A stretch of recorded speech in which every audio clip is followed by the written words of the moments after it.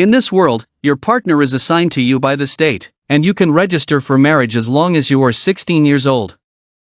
You will be able to enjoy a 5-year government subsidy, and for each child you have, you can enjoy an additional year of subsidy. Most of my high school classmates completed their marriage within a month after registering, and then they started shamelessly living the life of making babies. But I have been waiting for 2 years and still haven't successfully matched with a partner. Just when I was still feeling anxious, a text message interrupted my thoughts. Huagua Marriage Bureau reminder. The system has matched you with a suitable partner. Please bring relevant documents to the Marriage Bureau to receive your partner. At this point, I instantly jumped with excitement. Finally, I won't have to rely on my right hand anymore. I wonder if they will match me with someone. Thinking back on the partner, I've been here for 3 years. I am a time traveler. This is a world of high martial arts, although the science and technology are similar to Earth's. But there are many strange beings here called godsenders. Even gods exist in every corner of this world. Similarly, the people here also have various professions, and fight against the godsenders of this world. And now I'm just a mortal, a loser in the late stages. I hope the person matched with me is not as miserable as I am. Just as I walked through the doors of the marriage registry, I heard the sound of arguing inside. I've only registered for 1 minute. You've matched me with a late-stage mortal who just arrived without parents. Are you conspiring to trick me into paying a penalty? And the staff patiently explained. This lady marriage fortune teller matches based on big data, absolutely reliable. Your match should be arriving soon. Or should I wait for you to meet before saying anything? And at that moment, I stood at the door with a dark expression. I have a feeling that I'm the loser they're arguing about. Hesitate again 3. I still walked in. As soon as I entered, I found a not-so-tall girl sitting at the front desk. Her figure was perfectly curved, and she had a pair of pure blue dragon horns on her head, emitting a strong sense of pressure all over her body. Honestly, I was moved. At this moment, the girl also saw me, said, "You are my marriage match. Quite handsome indeed. But in a little while, it should be your birthday. If you don't awaken a talent in the top 100 of the sequence, then I'll dissolve the marriage alliance." I was stunned when I heard this. Top 100 in the celestial occupation ranking. There are only 4 people in the entire Hua country, and I've been waiting for 2 years. Finally, I've hoped for an object, and she's such a beautiful dragon girl, but she has such high demands. Is this system really reliable? And this is my doubtful question. Aren't you a member of the Dragon Clan? How did you come to register at the Human Marriage Bureau? Although the Dragon Clan and humans are allies, they are ultimately 2 different races. The girl said proudly, "I am Luor, a member of the Divine Dragon Clan. I'm just quite interested in your human marriage system. I want to see what kind of human male I can match with my qualifications." But I didn't expect to be matched right after registering. But you don't need to overthink it. After the birthday awakening ends, I will then cancel the marriage breach fee. I then smiled bitterly and said, just after a successful marriage match, I was forcefully divorced by the woman. I'm afraid I'm the first person since the system opened. And just at that moment, suddenly there was a commotion outside the street. Accompanied by a huge alarm sound, I immediately ran outside, and then I saw a shocking scene. The entire sky turned into a strange dark red color, accompanied by a thunderous lightning in the sky. The black sky seemed to be split open. A vast crack appeared, and within the crack, thousands of gods and messengers poured out. In the deep cracks, there still exists a life shrouded in smoke. Seeing this scene, everyone instantly panicked. Warning, the gods are attacking. All the night watchmen, prepare to meet the enemy. And at this moment, dozens of god messengers are already charging towards the Twilight Court. I look at the clock. 15 minutes until awakening. Don't awaken yet. I'll hold them off. And at this moment, a god messenger charged towards Longnor. I grabbed a nearby stick and confronted the god messenger in front of Longnor. Longnor muttered, clearly so weak yet still wanting to protect me. Let me protect you instead. I saw Longnor reach out his right hand and insert it into the void. He pulled out a pure white long sword and swept it across the sky. That divine messenger was instantly cut in half. In less than a minute,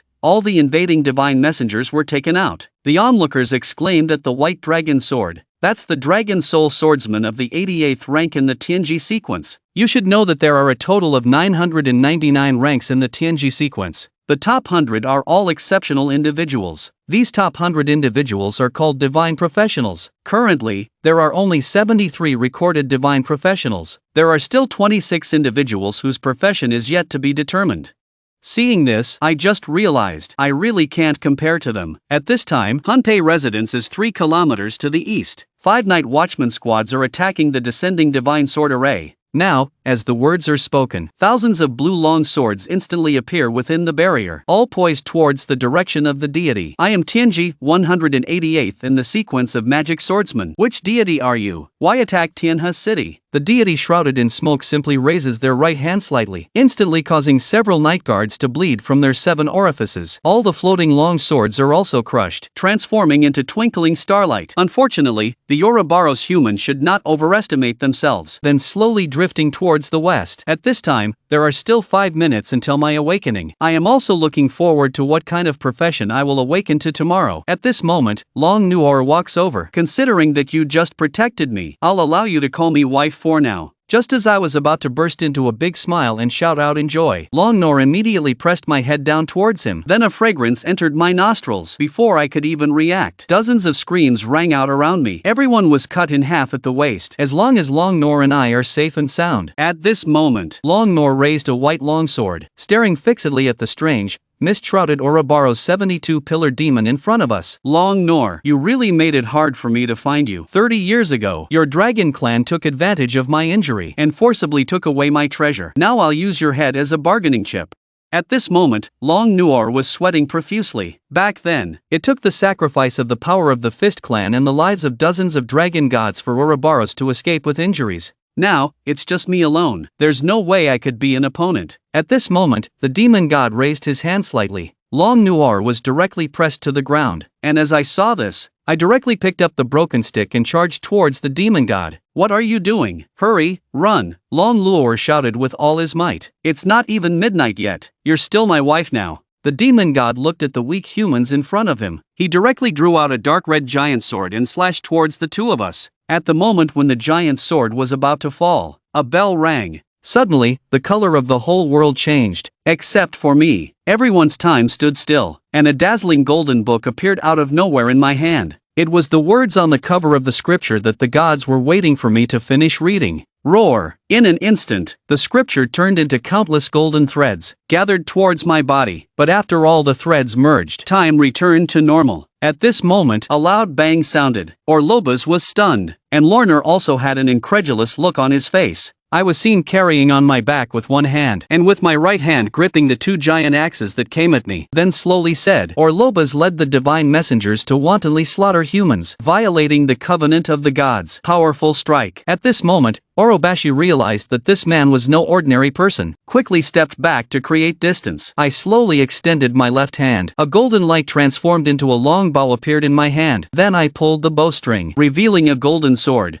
Like a demon, under the suppression of the golden light, the demon couldn't move at all, only to let that golden swordsman pierce through its heart, accompanied by a sigh. Orobashi was also absorbed by the golden halo, and I fainted to the ground. Waking up again, I found myself lying on something very soft, and from time to time, a sweet fragrance wafted over. You're finally awake. My legs are numb. Accompanied by the sound of a complaining girl, I found myself lying on Long Nua's legs. I quickly got up, afraid that Long Nua will slap me. What happened? Why am I lying on your legs? While Long Nua looked at me with a doting expression. Don't you remember what happened last night? I carefully thought it over. I only remember a deity named Europa wanting to kill you. Then I had a book of the gods in my hand. There was a flash of gold. I don't know what happened. Hearing this, Long Nua was immediately stunned. It's a god. That's a record in the ancient books of the Dragon Clan. The world has never known. Above all the myriad gods, master of the souls of myriad gods. And I looked at the dazed dragon Nuor and asked, what profession have I awakened? How do we finally escape? Nuor didn't respond to me, stood up and walked outside. I got anxious, immediately got up and asked where to go. Then I collapsed weakly into Nuor's arms. Nuor quickly embraced me in her arms. Then she smiled evilly and said, I'm already your wife. Where else can I go? Of course,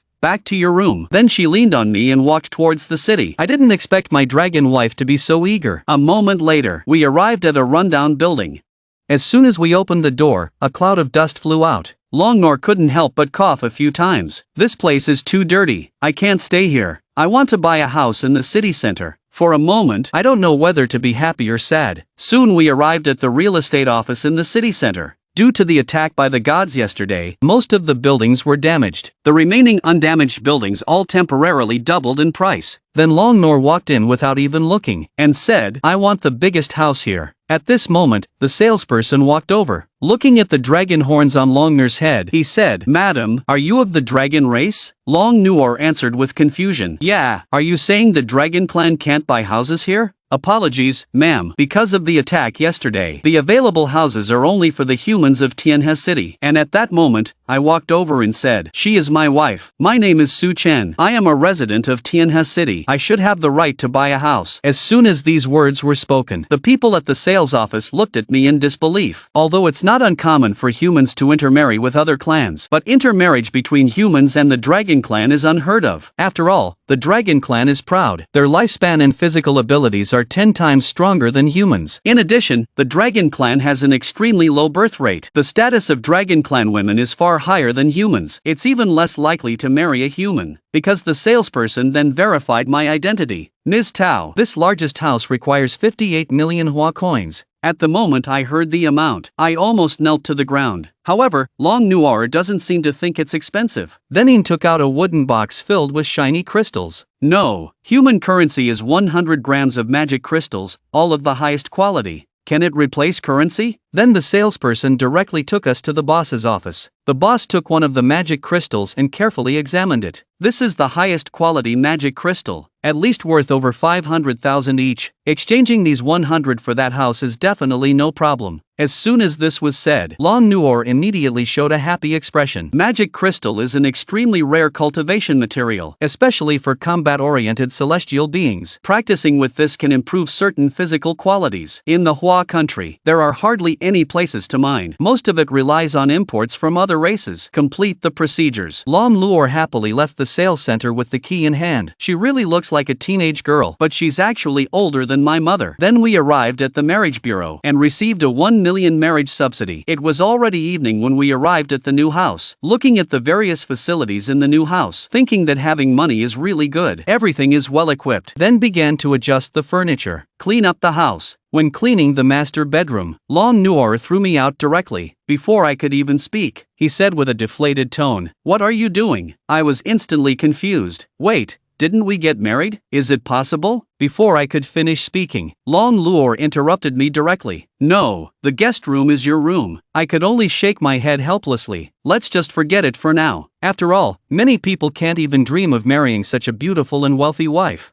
And we can't beat him now." When I turned over and wrote on him, "Make him call you dad." After cleaning up, Long Noor then began to teach me how to control spiritual power. I closed my eyes and meditated according to the method, imagining my spiritual power condensing into the shape of a golden book. Finally, after failing a dozen times, I successfully condensed a pocket-sized scripture. Then I opened it, but the content was all blank. Only the last page had a single line of text. "Europa has violated the peace treaty and been killed." I looked at this sentence feeling a bit confused, and then I asked, "Yesterday's deity was killed?" Long Noor sighed. He told me everything that happened last night. I became more and more confused as I listened. I, who was so useless, actually killed Europa in an instant. And just at that moment, the scripture suddenly emitted a dazzling light. Then a golden little fairy appeared. "Master, I am Xiaojin. This is the spirit mark of the Book of Nerves. This little thing even has an instruction manual." Then asked what your function is. Xiaojin then began to introduce. "It's the late-stage ability point of the gods, Sushin, and the mortal mirror, 10800. Because the master previously killed the Europa bus and rewarded 10,000 ability points. And people can spend 10,000 ability points to draw a heavenly job lottery. The drawn heavenly job can be switched anytime, anywhere." Hearing this, I'm not the only one confused. Long Noor was also stunned. Heavens, how can it still be changed? What is a job change? But Xiaojin mentioned whether the master is participating in the heavenly job lottery. I came back to my senses and said, "Yes." As the conversation ends, suddenly, a golden turntable appeared in front of me. Familiar gold. Then the turntable stopped. Xiaojin then said, "Congratulations, master, on drawing the 27th sequence of the Dragon Knight." I was about to laugh, but then I realized something was wrong. Dragon Lord, how can the Dragon Knight himself Is it a strange dragon or? Then I glanced at Long Luo secretly. Fortunately, he didn't understand the meaning of this title. Instead, he showed a happy expression. The 27th sequence of the heavenly duty, or an unrecorded divine duty. Fortunately, my dragon wife is simple enough. Then Xiao Jin continued. The dragon knight is best at using a long spear, and can use healing magic. The most important thing is being able to gain the other party's power by contacting the dragon clan. I was overjoyed when I heard this. It feels like it was customized for me. Then, he continued, I'm about to change jobs to become a dragon knight. After saying that, the sacred book transformed into a golden spear, and my strength has also greatly increased. However, as I felt the power, I didn't notice the dragon next to me. His eyes had become somewhat unfocused, as if he was about to pounce on me the next second. At this moment, Little Gold flew to my ear and whispered, Master, there's something I haven't mentioned yet. The Dragon Knight also has a passive ability. It will cast a charm effect on nearby opposite-sex Dragon Clan members. And at this moment, I noticed Long Luo's cheeks turning slightly red, watching as her gaze gradually became ambiguous. Before I even got close to her, a slap suddenly came towards me. Your Su-chan actually dared to charm. I'm okay. I have a talisman with mental control willpower. I looked at the pendant on Long Luo's chest in silence for a moment. The cooked duck flew away just as it reached my mouth. Then I said in a grievance, how could I dare to use it on you? I just found out about this ability too. While Long Luo stood with her hands on her hips and said, Poof, don't you have any thoughts at all? Quickly turn me back. Soon my talisman will run out of energy. It seems my plan is already doomed.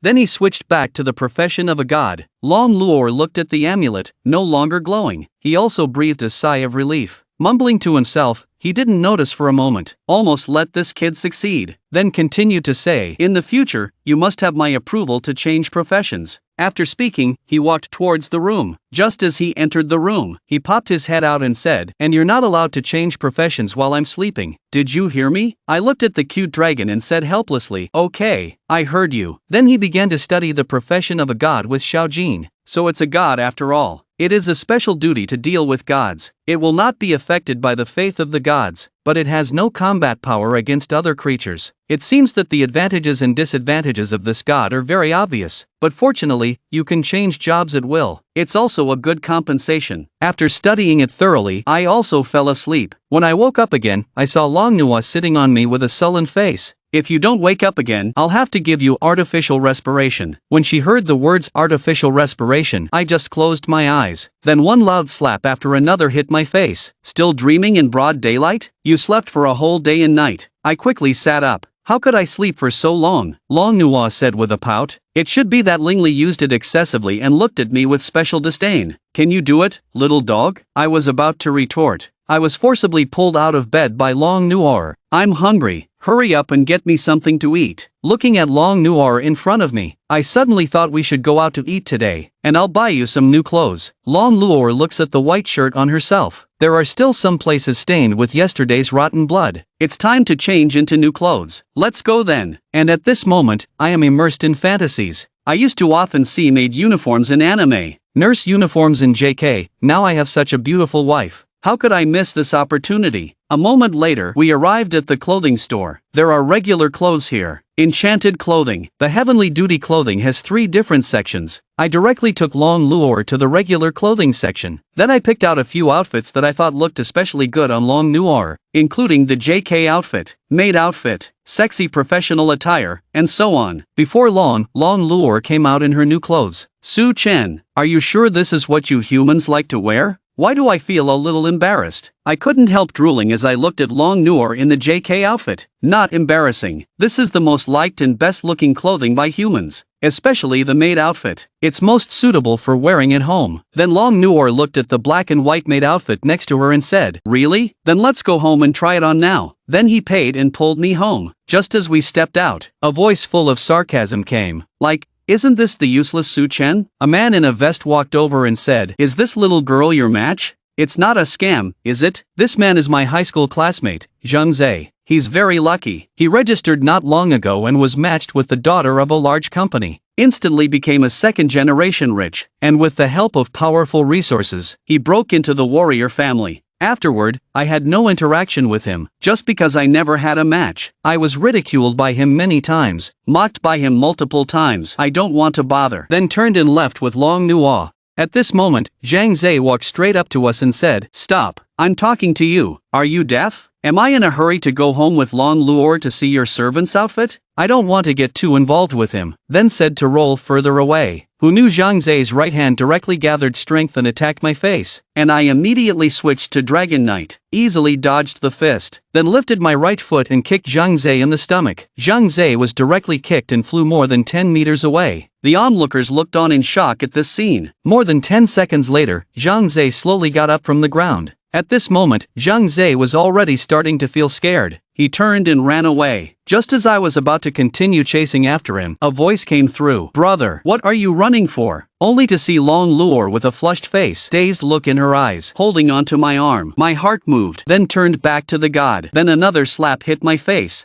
Heavens, what did I do wrong? At this time, in a noodle shop opposite, a man and a woman are discussing. The middle-aged man opposite said, "Captain, aren't you going to stop it?" But the woman revealed a meaningful smile. "There are gods over there. We don't even have a chance to intervene." I didn't expect the little princess of the Dragon Clan to visit Tianhua City. Left the clothing store. We found a roadside noodle restaurant to eat, and I looked at the bowl piled half a meter high in front of Long Luor. A moment of speechlessness. Is this a dragon or a pearl? He ate more than 20 bowls of noodles in one meal. We settled the bill half an hour later. Just for Long Luor to eat noodles, it costs over 10,000 Huagua coins. Long Luor proudly said, "I am the epic peak existence of the Dragon Clan.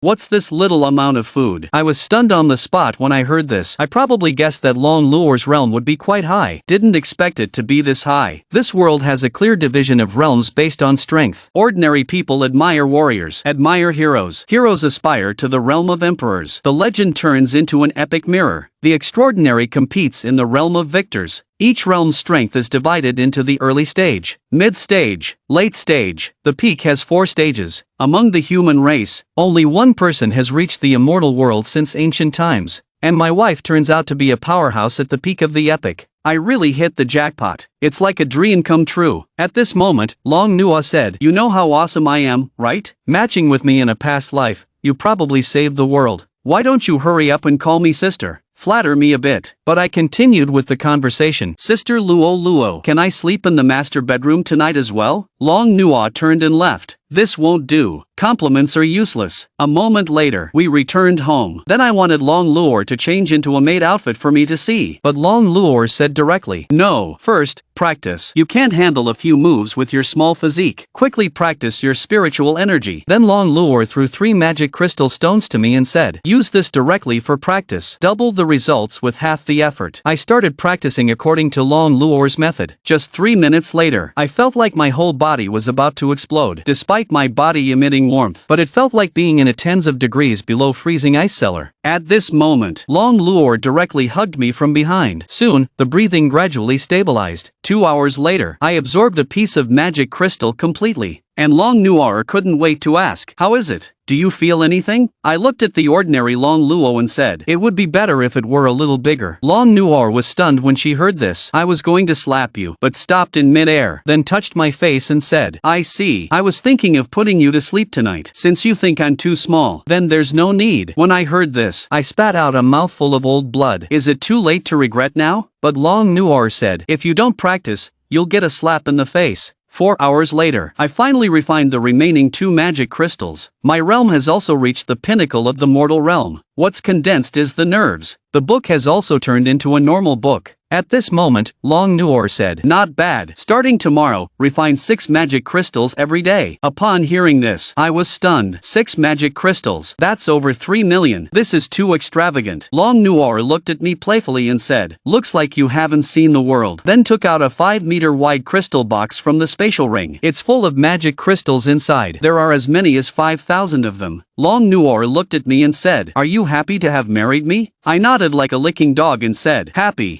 to have such a perfect wife. I must have saved the galaxy in my past life." And at this time, Tianhua is in an abandoned high-rise building. A man in black looked at the photo in his hand, contemplated, ranked within the top 500 of the Tianji sequence. There are only a few Tianji who are good at using bows and arrows, but I've never seen a Tianji who speaks while using a golden longbow. This person is a Tianji hunter, specializing in capturing people who have just awakened and are ranked high in the Tianji sequence. Sell them at a high price to various major forces to train the Deadpools. The person in the photo is the me who awakened that day.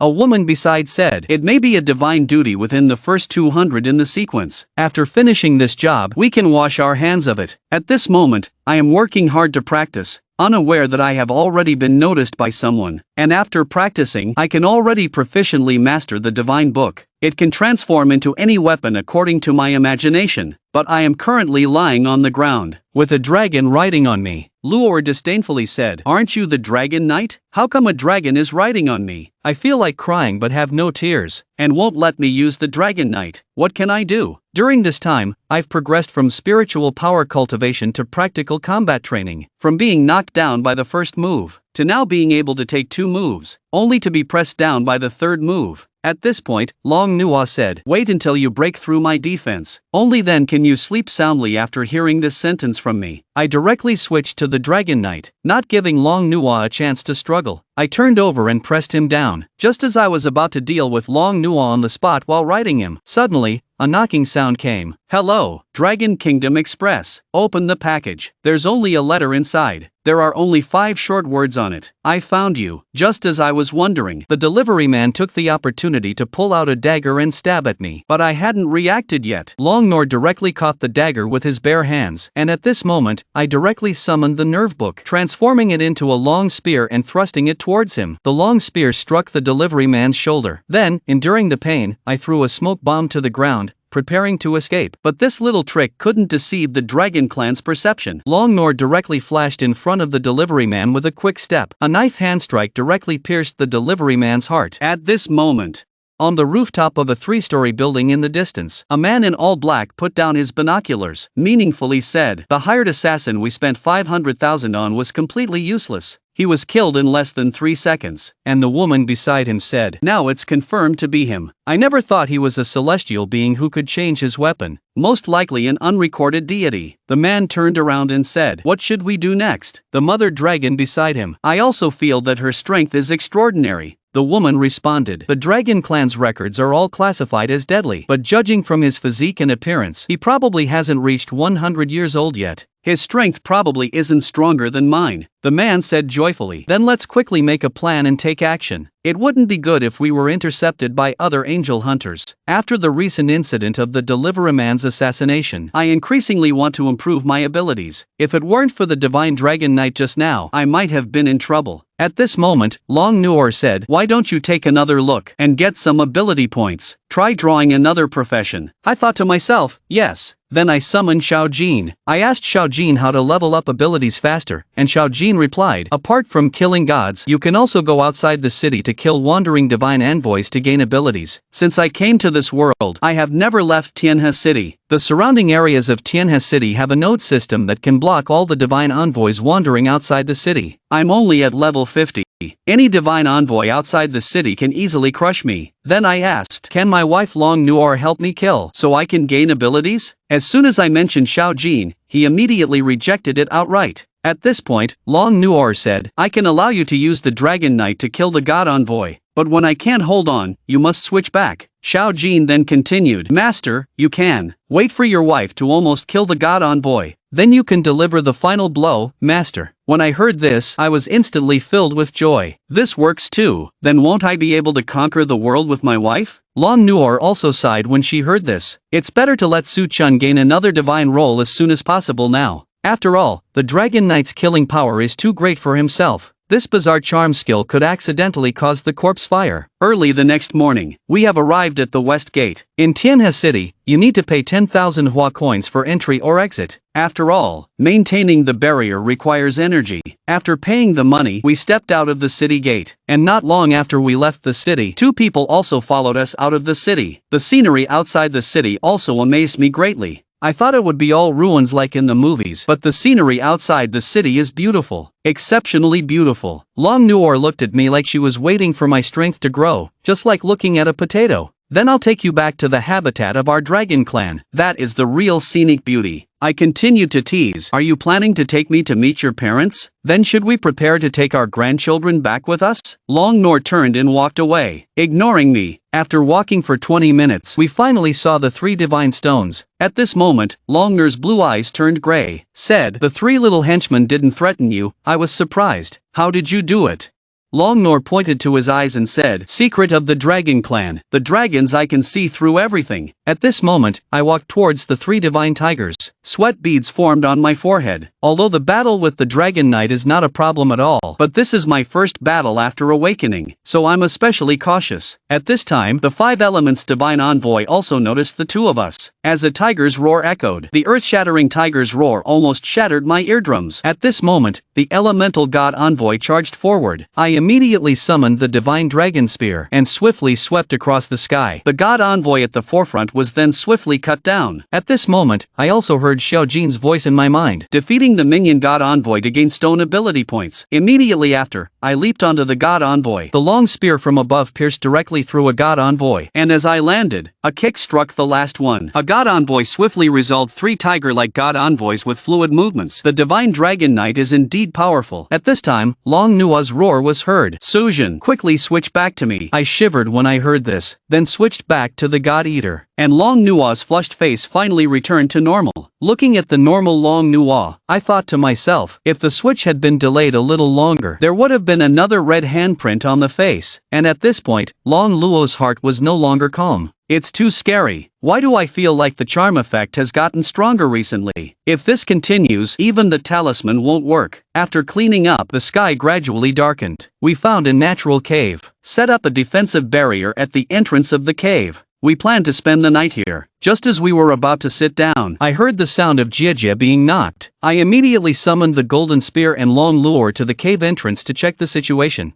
I saw a man and a woman madly hitting Jie. We come from Tianhua City, and got separated from our companions. The props for setting up the barrier are also lost. Can you let us in for the night? Hearing this, I furrowed my brow. This is outside the city. For safety's sake, it's better to refuse. Just as I was about to refuse, Long Lure tugged at my sleeve. Let them in. I think it's quite fun. I was stunned for a moment. I didn't quite understand Long Nuer's meaning, but since he has spoken, I followed his lead, so I withdrew. Jie let them in. I chatted with them for a while, then I let them sleep at the entrance of the cave. I took Long Lure back into the depths of the cave. I still don't quite understand why they were let in, so I asked, but Long Lure mysteriously said, "It's nothing, such a rare opportunity. Once missed, it's gone." I really don't understand what Long Lure is up to. Then I fell asleep. In the late night, Long Lure once again rode on me, woke me up. I looked at Long Lure riding on me and said, "There are still people outside. Is it inappropriate to do this now?" Long Lure directly slapped me in the face. "What are you thinking? Those 2 are about to take action." I asked in confusion. "Who is taking action?" Long Lure pondered for a moment, said, "I think Gu Qier is considered a killer." As soon as I heard, there were 2 killers sleeping at the entrance, my drowsiness disappeared instantly. I'll leave these 2 to you to practice. I'll go suppress the hero, male or female, in a moment. I'll let you practice in the middle. I was dumbfounded when I heard this. Then you're plotting to murder your husband?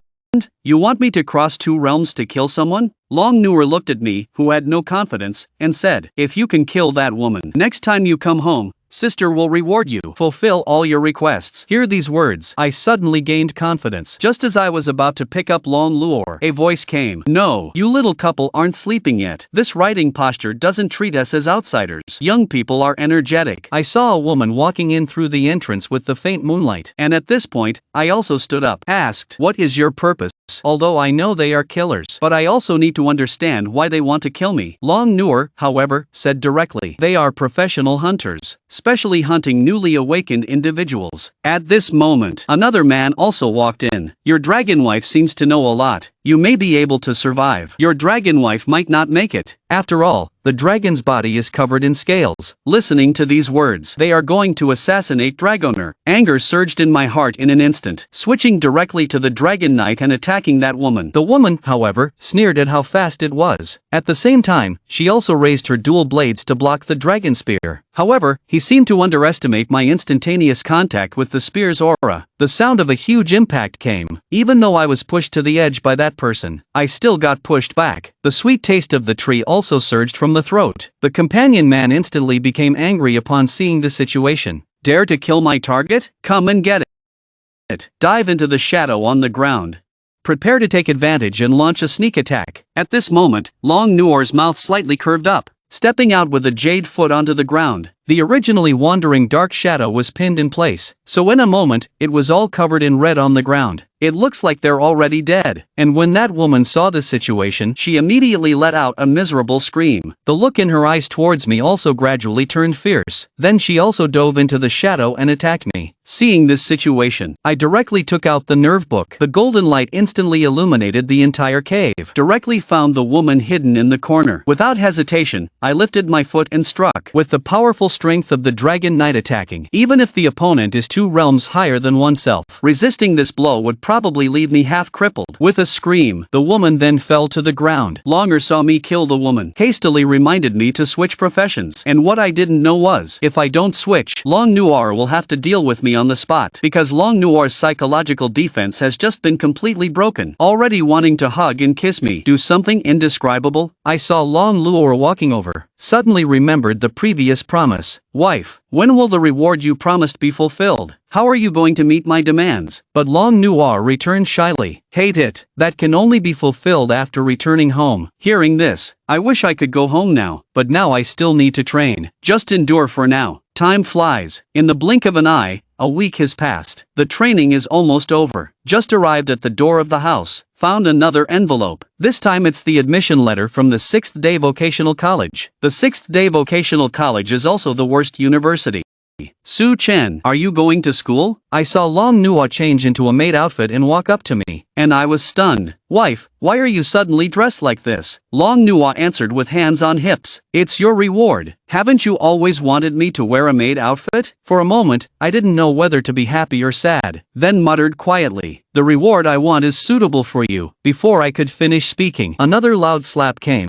Don't even think about answering my question. Long Noir pouted and looked at me. I smiled helplessly. I'm still considering whether to go or not. And Long Noir said directly, don't go. Your college teachers are good at teaching, right? I've thought about it. Me too. I don't want to go either. But there are only 3 ways to obtain permanent residency. One of them is to obtain a university graduation certificate. Then I continued to whisper in Long Noir's ear. The second method is to give birth to 3 children, and all of them must awaken their talents. Long Noir gave me a glare. The second one is not possible. What about the third one? Then I continued. The third one is to join the official unit. Serve as a night watchman. Hearing these 3 methods, Long Noir also sighed. Going to that rubbish college is also a waste of time. But the other 2 are even more impossible. Just when I was feeling troubled, the doorbell rang. 2 men and a woman outside claimed to be the night watchers for the Milky Way. I don't understand what the night watchers are here for. I immediately asked, is there something I can help you with? The leading woman respectfully said, are you the person in this photo? I looked at the photo. It was the photo of the day I killed the deity with a long bow. At this moment, Long Noir walked over. Suchen, who are these people? The 3 night watchers were stunned when they saw Long Noir. Such a powerful dragon clan girl is actually wearing a maid outfit. And I replied, they are the night watchers. I don't know what they're here for. Then he immediately invited them into the house. And Long Noir didn't know what was wrong with her. She actually took the initiative to serve tea and pour water. But the night watchmen were trembling with fear. Completely dare not accept. Just kidding. Let the world's top experts serve you tea and pour water. No normal person would dare accept it. I looked at the silent 3 people. Then I spoke. The person in the photo is indeed me. But it was my wife who beat me half to death and let me harvest. The leading woman then asked, so your duty is to recklessly self-destruct your own duty? But it's very dangerous. I thought for a moment and said, the liberator of sequence 100. The bow and arrow in the photo is my wife's weapon. After hearing this, the woman's eyes are clearly dim. Then she handed me a business card. If you are interested in joining the Night's Watch, please contact me. After that, the 3 of them left. John then asked me, are you hiding because you don't want to join them? I thought for a moment and said, my profession is quite special. Before I have formed combat ability, I still plan to hide for a while. John patted my head and said, smart little head. He continued, what reward do you want? Hearing this, I was taken aback. I pointed at the maid dressed John and said, isn't this a reward? But Long Noir said, seeing how clever you are, you can decide the reward, but your idea is not allowed. I smiled bitterly. Having is always better than not having. Then I'll mention it. 10 minutes later, I was lying on the bathroom bed, and Long Noir in maid outfit kneeling beside. At this time, Long Noir was fulfilling her promise, gently rubbing my back with the jade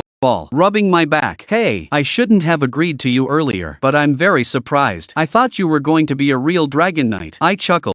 A dragon knight can't compare to a white-haired Lolita in a maid outfit rubbing my back. Ouch. At this moment Long Luo suddenly increased the force. Don't call me Loli. You should call me sister. I smiled bitterly. I was wrong. Roro's sister. Half an hour later, I lay on the bed, enjoying a feeling I've never had before. I simply can't forget the scene from just now. Long Noir, that lowly figure, gentle strength, plus the sweet voice. It's simply refreshing. I hope you can give me a back rub every day. But Long Noir joked. Sure, you can do it when you can beat me. Forget about the back rub. I can give you a massage every day. I said directly. Can I use the Dragon Knight? Luor then replied. It doesn't matter. See if my protective energy runs out first, or you turn into dust first. Hearing this, I shuddered directly, or think less about his idea. Then began to discuss with Luor what to do next. Discussed for a long time. Decided to go to other nearby cities first. Then figure out how to gather more energy points, and participate in the job lottery again. Then booked a bus departing in 3 days from a nearby location on the phone. But the ticket is ridiculously expensive. 2 tickets cost 1 million Hua coins, and Luo's cash is not much. Decided to go back to the sales center to sell some magic crystals. Just entered the door. The salesperson at the sales office greeted us. Mr. Su, Ms. Long, is there anything you need? I walked over and said, could you help call the boss? I still have some magic crystals. I want to sell them to him. Then we were taken to the second floor meeting room. The boss from before also walked in. I directly took out a small box from my pocket. Inside were 10 magic crystals. After the boss carefully looked, he also happily said, indeed, it's still the highest appraisal. Do you still have this kind of magic crystals? Long Luor continued speaking. Sorry, this is the last one. The boss laughed heartily. It's okay. This time I still purchased it for 580,000. Then he transferred 5.8 million to us. After that, we didn't stay long and left. After we left, the boss's expression suddenly turned cold. Xiao Li, how are the test results? At this time, a woman walked in from outside. The boss's value exceeded 500,000. Those 2 people still have at least 5,000 magic crystals on them. Hearing this, the boss suddenly laughed evilly. I didn't expect to be an undercover human for 30 years. Finally, I can collect 10,000 top-quality magic crystals. At this time, the woman next to him complimented. Congratulations, boss. As long as you collect 10,000 magic crystals, you will definitely be able to regain your divinity. At this time, the boss arranged for Shaoli to immediately gather all the compatriots in Tianhua City. Regardless, I want to get those magic crystals. The woman then left in response, and the boss also turned into a black shadow. 10 minutes later, another waiter led a fat man into the reception room. The boss departed, and the minister of the Injury Alliance said. The woman finished speaking and then left the reception room. Then the shadow beside directly swallowed the fat man. After a moment, the shadow then transformed into that man, revealing an evil smile.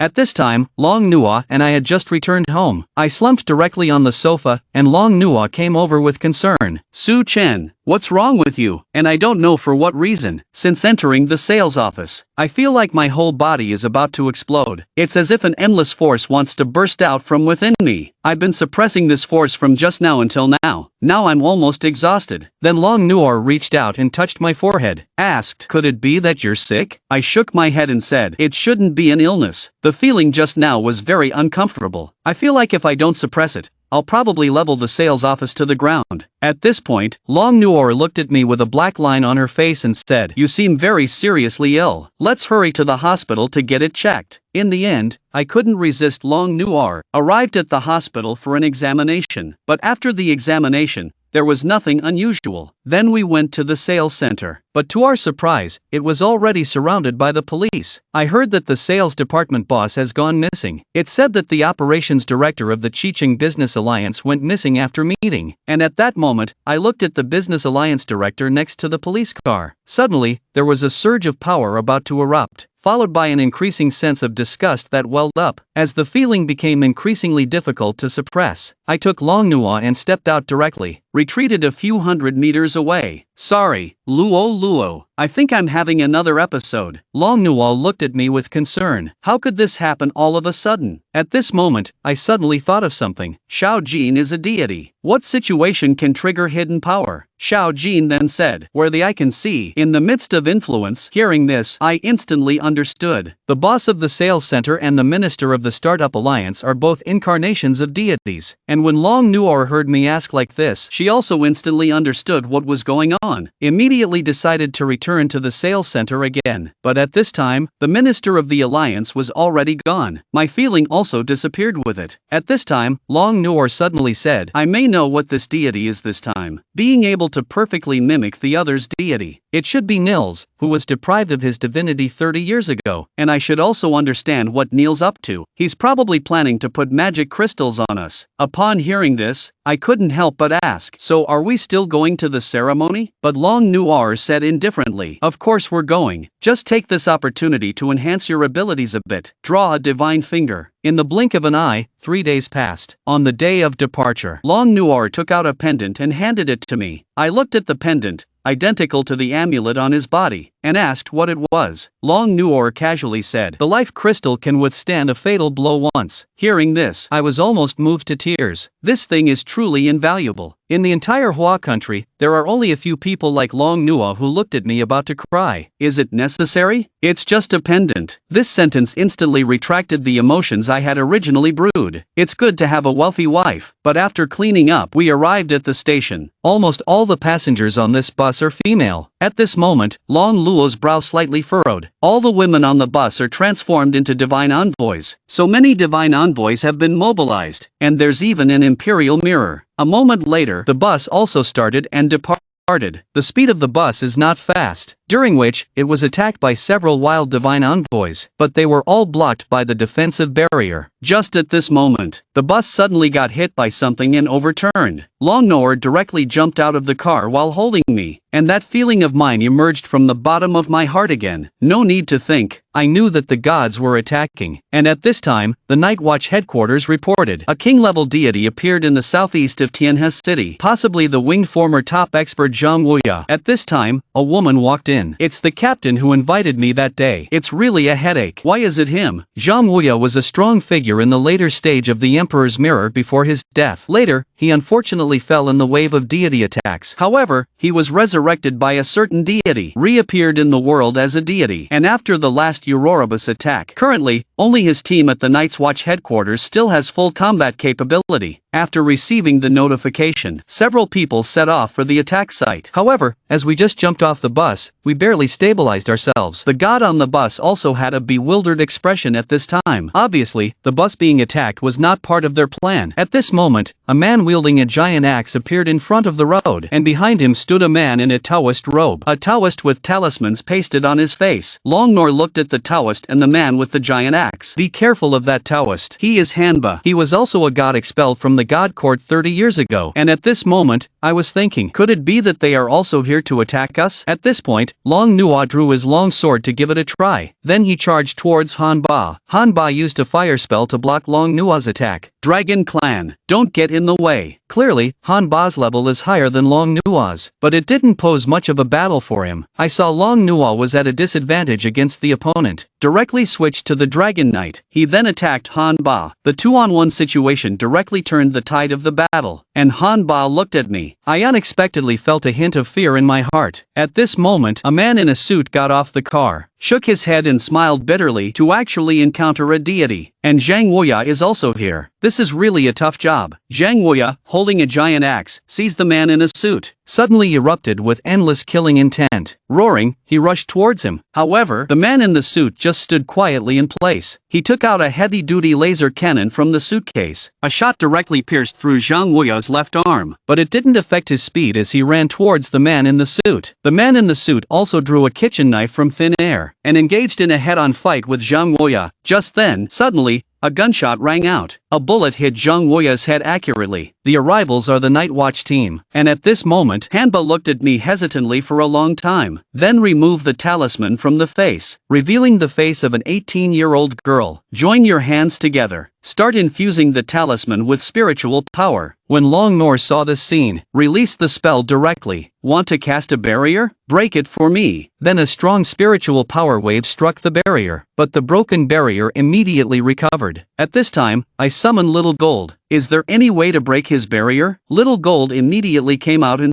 said, Master can open the nerve book. Find the page that records Hanba. You can weaken his realm with ability points. This way you can break his realm. Hearing my words, I'm completely confused. Before, I only found information about the Orbis bus. Does this mean that all the gods we've seen will be recorded? Then it opened. It's a book of nerves. Then a new page of information appeared. The celestial maiden surpasses the late stage of transcendence. Then 3 options appeared below. Raise the realm, lower the realm, stabilize the realm. At this point, Xiao Jin came out and said, Master can choose to consume 1000 points to temporarily lower the realm to the peak of the epic realm. When I heard this, I was stunned. Isn't this a pay-to-cheat device in the game? Then I chose to consume ability points to lower the realm. At this moment, Hanba suddenly realized that his spiritual power was rapidly draining. His realm suddenly dropped to the epic realm. What have you done? Gu Moor seized this opportunity. Raise the long sword directly. Gather the surrounding spiritual power. Gather onto the body of the sword. Thrust towards Hanba. Hanba looks at the attacking sword light. Quickly summon a 5-meter tall divine barrier. Then say, Human, I have no grudge against you. How did it come to this? And I directly attack Hanba with a long spear. Violate my country, even if it means sacrificing oneself. As soon as the words fell, the long spear was already close to Hanba's neck. Hanba once again takes out a talisman. Shout from the mouth. Eternal worship. Suddenly, a hexagram array appears at my feet. Trapped me. Couldn't move. Just when I was at a loss, Xiao Jin told me that I can consume ability points to break this formation.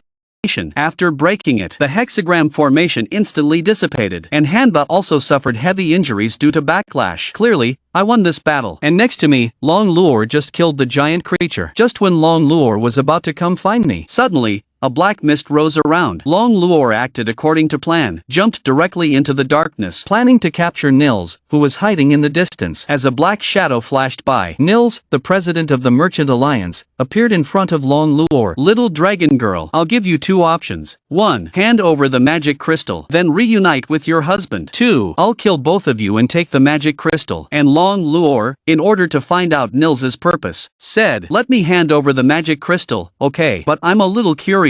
What are you going to do with the magic crystal? Nils said unguardedly. 10,000 magic crystals can open the dimensional gate. Go back to the past and reclaim my divinity. Obviously, he's very confident in his own strength, and tell Long Luo so easily. After Long Luo understood the reason, then he sneered. In that case, I don't want either option. Then I swung the long sword directly at Nils. The battle ended 5 minutes later. Nils was also trapped in the crystal ball in the hands of Long Luo, and at this point, I looked at the defeated Hamburg. I planned to subdue him, because little Jean just told me, if the god is innocent, and if the other party is willing to submit, you can use the divine book to subdue him, and use him as my subordinate. Then I walked towards Hanba. Will you submit to me or die? Hanba was stunned. He used to be a god, and now he has to submit to a human. He suddenly laughed. Humans only defeated me by borrowing treasures. Don't think that you can consider yourself above the gods like this. You have already been deprived of your divinity, and you still dare to call yourself. Once these words are spoken, Hanba completely shuts up, and I continue to say, if you are willing to submit to me, in the future, I can help you regain your divinity. And at this moment, Xiao Jin reminds me, as long as my servants kill the divine stones, they will provide me with power. Hearing this, I suddenly think of something. Then I continue to say, after you submit to me, all the double phantoms will be left to you to kill, including Nils. Hearing this sentence, Hanba immediately started to think, because the reason he came here was to kill Nils. After a moment, Hanba raised his head and said, if you can walk the talk, I'm willing to submit. I nodded immediately. Take out the nerve book. Take Hanba in. At this moment, a roar of a dragon came from the sky. A huge white dragon flew in front of me. With a flash of white light, the white dragon transformed into the appearance of Long Nuar. I looked at Long Luo with admiration at this moment. Honey, can you still transform into a dragon? Long Nuar looked at me contemptuously. I was originally a dragon, then threw out a crystal ball. This is what you wanted, Nils. I looked at the black crystal ball, knowing that I was about to have a second career, immediately summoned Hanba out. While Long Nuor looked at this scene in a daze, I saw Hanba turned into a silly and cute girl, kneeling on the ground, said, Lord Suchin is willing to serve you. I said in a pretended manner, get up. From now on, you can be called Tianhua, and this is your reward. Immediately handed him the crystal ball. Tianhua looked at the sealed nils in the crystal ball. After sighing, directly used divine power, turned the crystal ball into nothingness. At the same time, in my mind,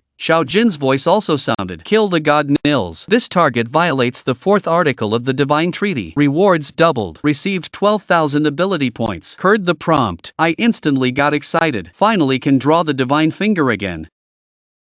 In the distance, a group of night watchmen were entangled with the king-level divine envoy Zhang Wuya. Hey, this is too tough, isn't it? Zhao Shanhe muttered, revealing his figure. Brother, at least put in some effort. I've been avoiding his attacks and I'm almost exhausted. The man in the suit complained after dodging Zhang Wuya's giant axe attack. During this time, the two of them had been entangled with Zhang Wuya. The man in the suit was responsible for attracting Zhang Wuya's firepower, while Zhao Shanhe was responsible for stealthily attacking Zhang Wuya. Every time I can pierce Zhang Wuya's vital points, but he doesn't seem to slow down at all. It's too tough. Why don't we switch roles? I can take on the attack? I also wanted to switch. Yu Qianqian continued to provide cover from a distance with a sniper rifle, but it was futile. He's so difficult to deal with, really disgusting. Yu Qianqian complained. After all, he is a king-level divine envoy. We don't even have a legendary realm powerhouse here. It's already good enough that we can put up a fight. Zhang Chunhai explained while remaining vigilant of his surroundings.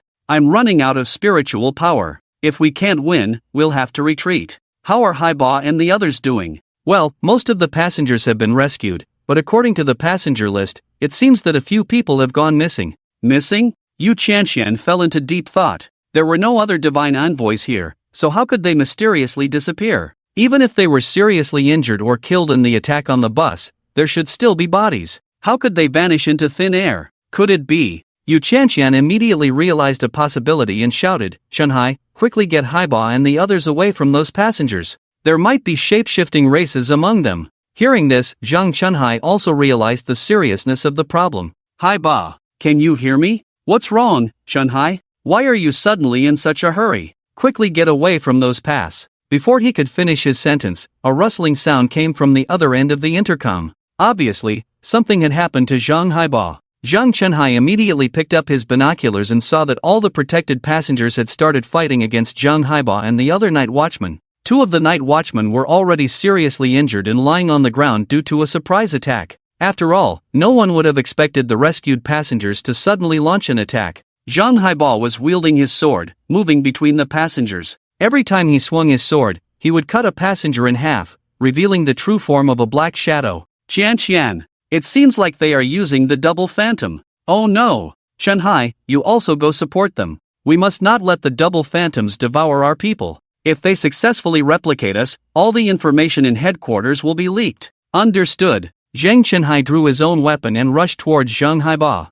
Soon, they successfully joined forces. Master, what should we do now? Zhang Chunhai asked. After exchanging a few moves with these shadows, he realized that their cultivation levels were not low, at least above the hero realm. What else can we do? Fight to the death. We can't let these double phantoms leave. Once they infiltrate society, the harm they will cause is unimaginable. That's for sure. Master, I'll use my ultimate move. If I run out of spiritual power later, remember to carry me away. Hey, there are other people here, don't use that. Before Zhang Haiba could finish speaking, Zhang Chunhai immediately unleashed his ultimate move. Sword formation of the gods. Attack! As soon as the words fell, thousands of swords emitting a faint blue light appeared in the air. After a few breaths, they directly attacked all the surrounding shadows. Each sword's angle is controlled with great precision, without harming the other night watchmen who are fighting the double phantoms. Many of the double phantoms directly transformed into mist-like bodies, evading the endless rain of swords.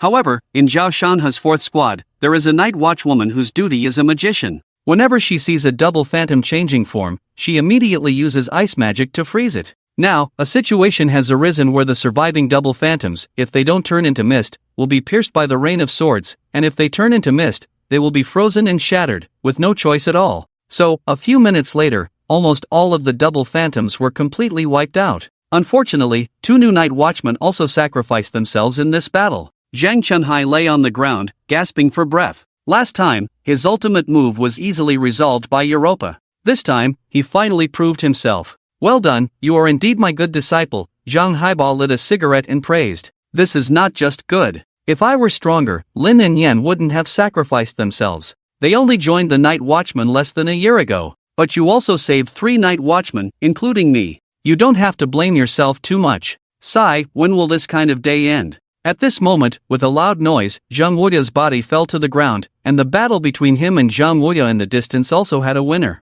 Oh my, the divine envoy is dead? I didn't expect him to be killed by your scraping. It shouldn't be me who killed him. It seems more like the god who resurrected him died, so he returned to being a corpse. But being able to fight back and forth with a king-level divine envoy is enough for me to brag about for a year. The god who resurrected him? Could it be that I was mistaken? Wasn't it the Taoist? The man in the suit muttered softly, looking towards the female Taoist next to Su Chen. Of course, he didn't let Zhao Shanhai hear it. Soon, Su Chen and the others also joined the night watchman. Except for the guards, all the passengers on the car had sacrificed themselves. Yu Qianqian stepped forward to greet them. Su Chen, Princess Long Luor, we meet again.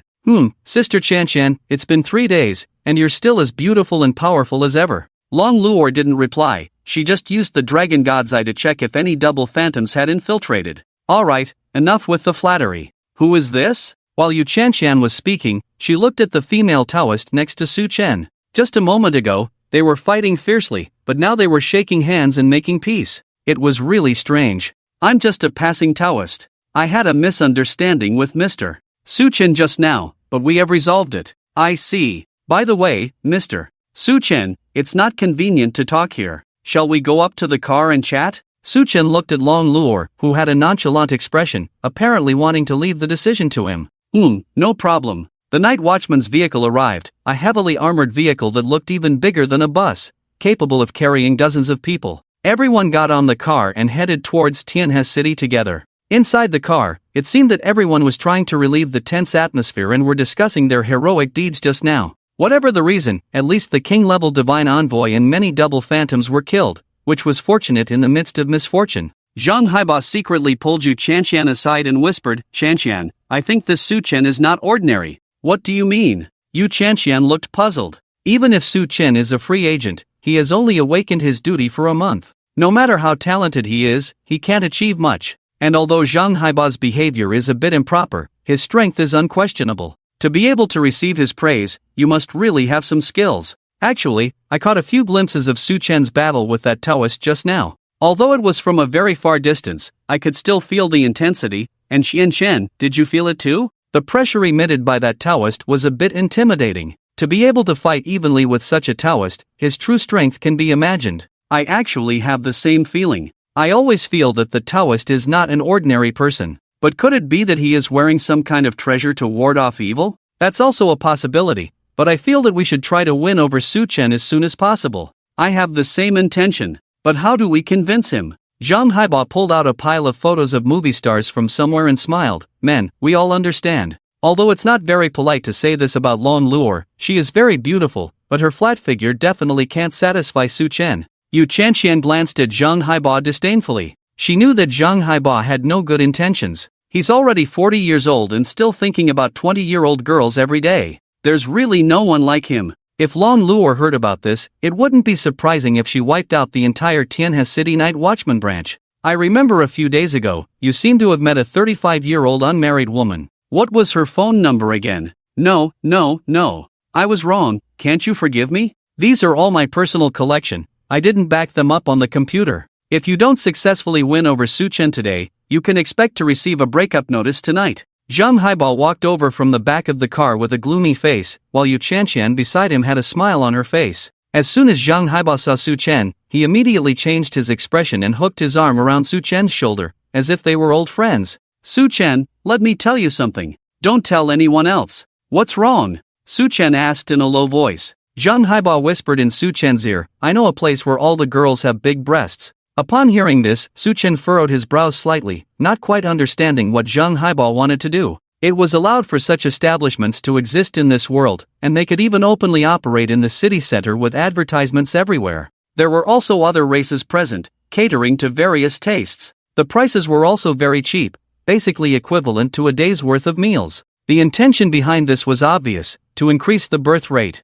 When Su Chen first crossed over, he had thought about going to visit, but as soon as he heard that there were no protective measures in place, he immediately lost interest. He didn't want to jeopardize his happiness for a moment of pleasure. Well, I have a wife, I don't need to go there. Although he said that, Su Chen couldn't help but feel a little sad. It had been over a month since they got married, but he was still inexperienced. He was probably the most pitiful among all the married couples. Don't say that, Su-chen. Do you want to join the night watchman? I can take you there anytime, Zhang Haiba said. Su-chen was speechless for a moment. He didn't know what Zhang Haiba wanted to say at first, but he didn't expect him to come and persuade him to join the night watchman. Zhang Haiba continued, not only that, there are also many busty girls in the night watchman. Look at that girl over there with the staff. She definitely has a D cup or above. Our team's Qianxian is not bad either. She should have at least a C cup. And these two are just the tip of the iceberg. There are even more in the headquarters. Although they are already married, it doesn't stop us from appreciating them. And the other teams have many campus beauties from Tianji University. They are definitely eye-catching. And they really like teasing younger male students. It's like a paradise for men. Not only that, the benefits and treatment in the night watchman are very good. 5 insurances and 1 fund. Work 5 days and rest 2. 30 days of annual leave. Various holidays have allowances. Even if you get injured and stay at home to recover, your salary won't be deducted. Maternity leave starts at 30 days. You can also experience the highest technology products in Huagua for free. And, I have to say, it's really like a 40-year-old person, just like an old pro, deceiving people with one set after another. If it weren't for wearing the uniform of the night watchman, people who didn't know would think he was a pyramid scheme leader. Putting aside the fact that Long Luor is his marriage partner, the duty of a freelancer is indeed worth cultivating. Now the night watchman is in need of people, and naturally, excellent candidates need to be recruited in every possible way. Su-chen sighed. In fact, he had discussed with Long Luor before, and joining the night watchman for training was indeed a good choice. It's just that seeing Zhang Haiba like this, Su-chen had some doubts about the night watchman's style of doing things. Can I discuss it with Luo Luo? Of course, no problem. So, Su-chen and Luo Luo went to the front of the car and discussed in a low voice. Su-chen, I'm sorry I don't have a big chest. Luo Luo, don't be angry. I never said that about you. I like you the most, even if it sinks in, I still like. Ouch ouch ouch. Long Luor pinched Su-chen's ear and coquettishly said, Su-chen, are you asking for a beating? I was wrong. Anyway, Luo Luo, I like you the most. Long Luor sighed. There was no other way. She had also heard that human males like girls with big chests, and her own figure was indeed too flat. Oh well, forget it. So, didn't we discuss joining the night watchman before? Joining is not wrong, but I want to add a few conditions. I'm afraid they will say that I don't know what's good for me. Tell me. 2 hours later, the night watchman's armored vehicle finally returned to the night watchman headquarters. Su-chen and Long Luor were directly taken to the meeting room of the 3rd Squadron by Yu Qianxian and Zhang Chenhai. After everyone sat down, Yu Qianxian couldn't wait to ask, Su-chen, how is it? Have you discussed it? Su-chen nodded and responded, we've discussed it, and I'm willing to join the night watchman. Upon hearing this, Yu Qianxian and Zhang Haiba immediately showed expressions of joy. But soon, as Su-chen presented his 3 conditions, their faces instantly darkened. I can join the night watchman, but I hope you can meet my 3 conditions. First, even if it's not within my assigned tasks, if I have a valid reason, please allow me to participate in other missions. Second, I don't need the cultivation resources distributed by the night watchman. Please convert them into equivalent cash for me. Third, I know that the night watchman sometimes sacrifices themselves for the citizens, but I won't. So, under any circumstances, I will prioritize my and Luo Luo's lives as the highest, even if it means disrupting the plans above. After Su-chen stated the 3 conditions, his heart was already in his throat. He knew that these 3 demands were indeed a bit unreasonable, but they were necessary conditions.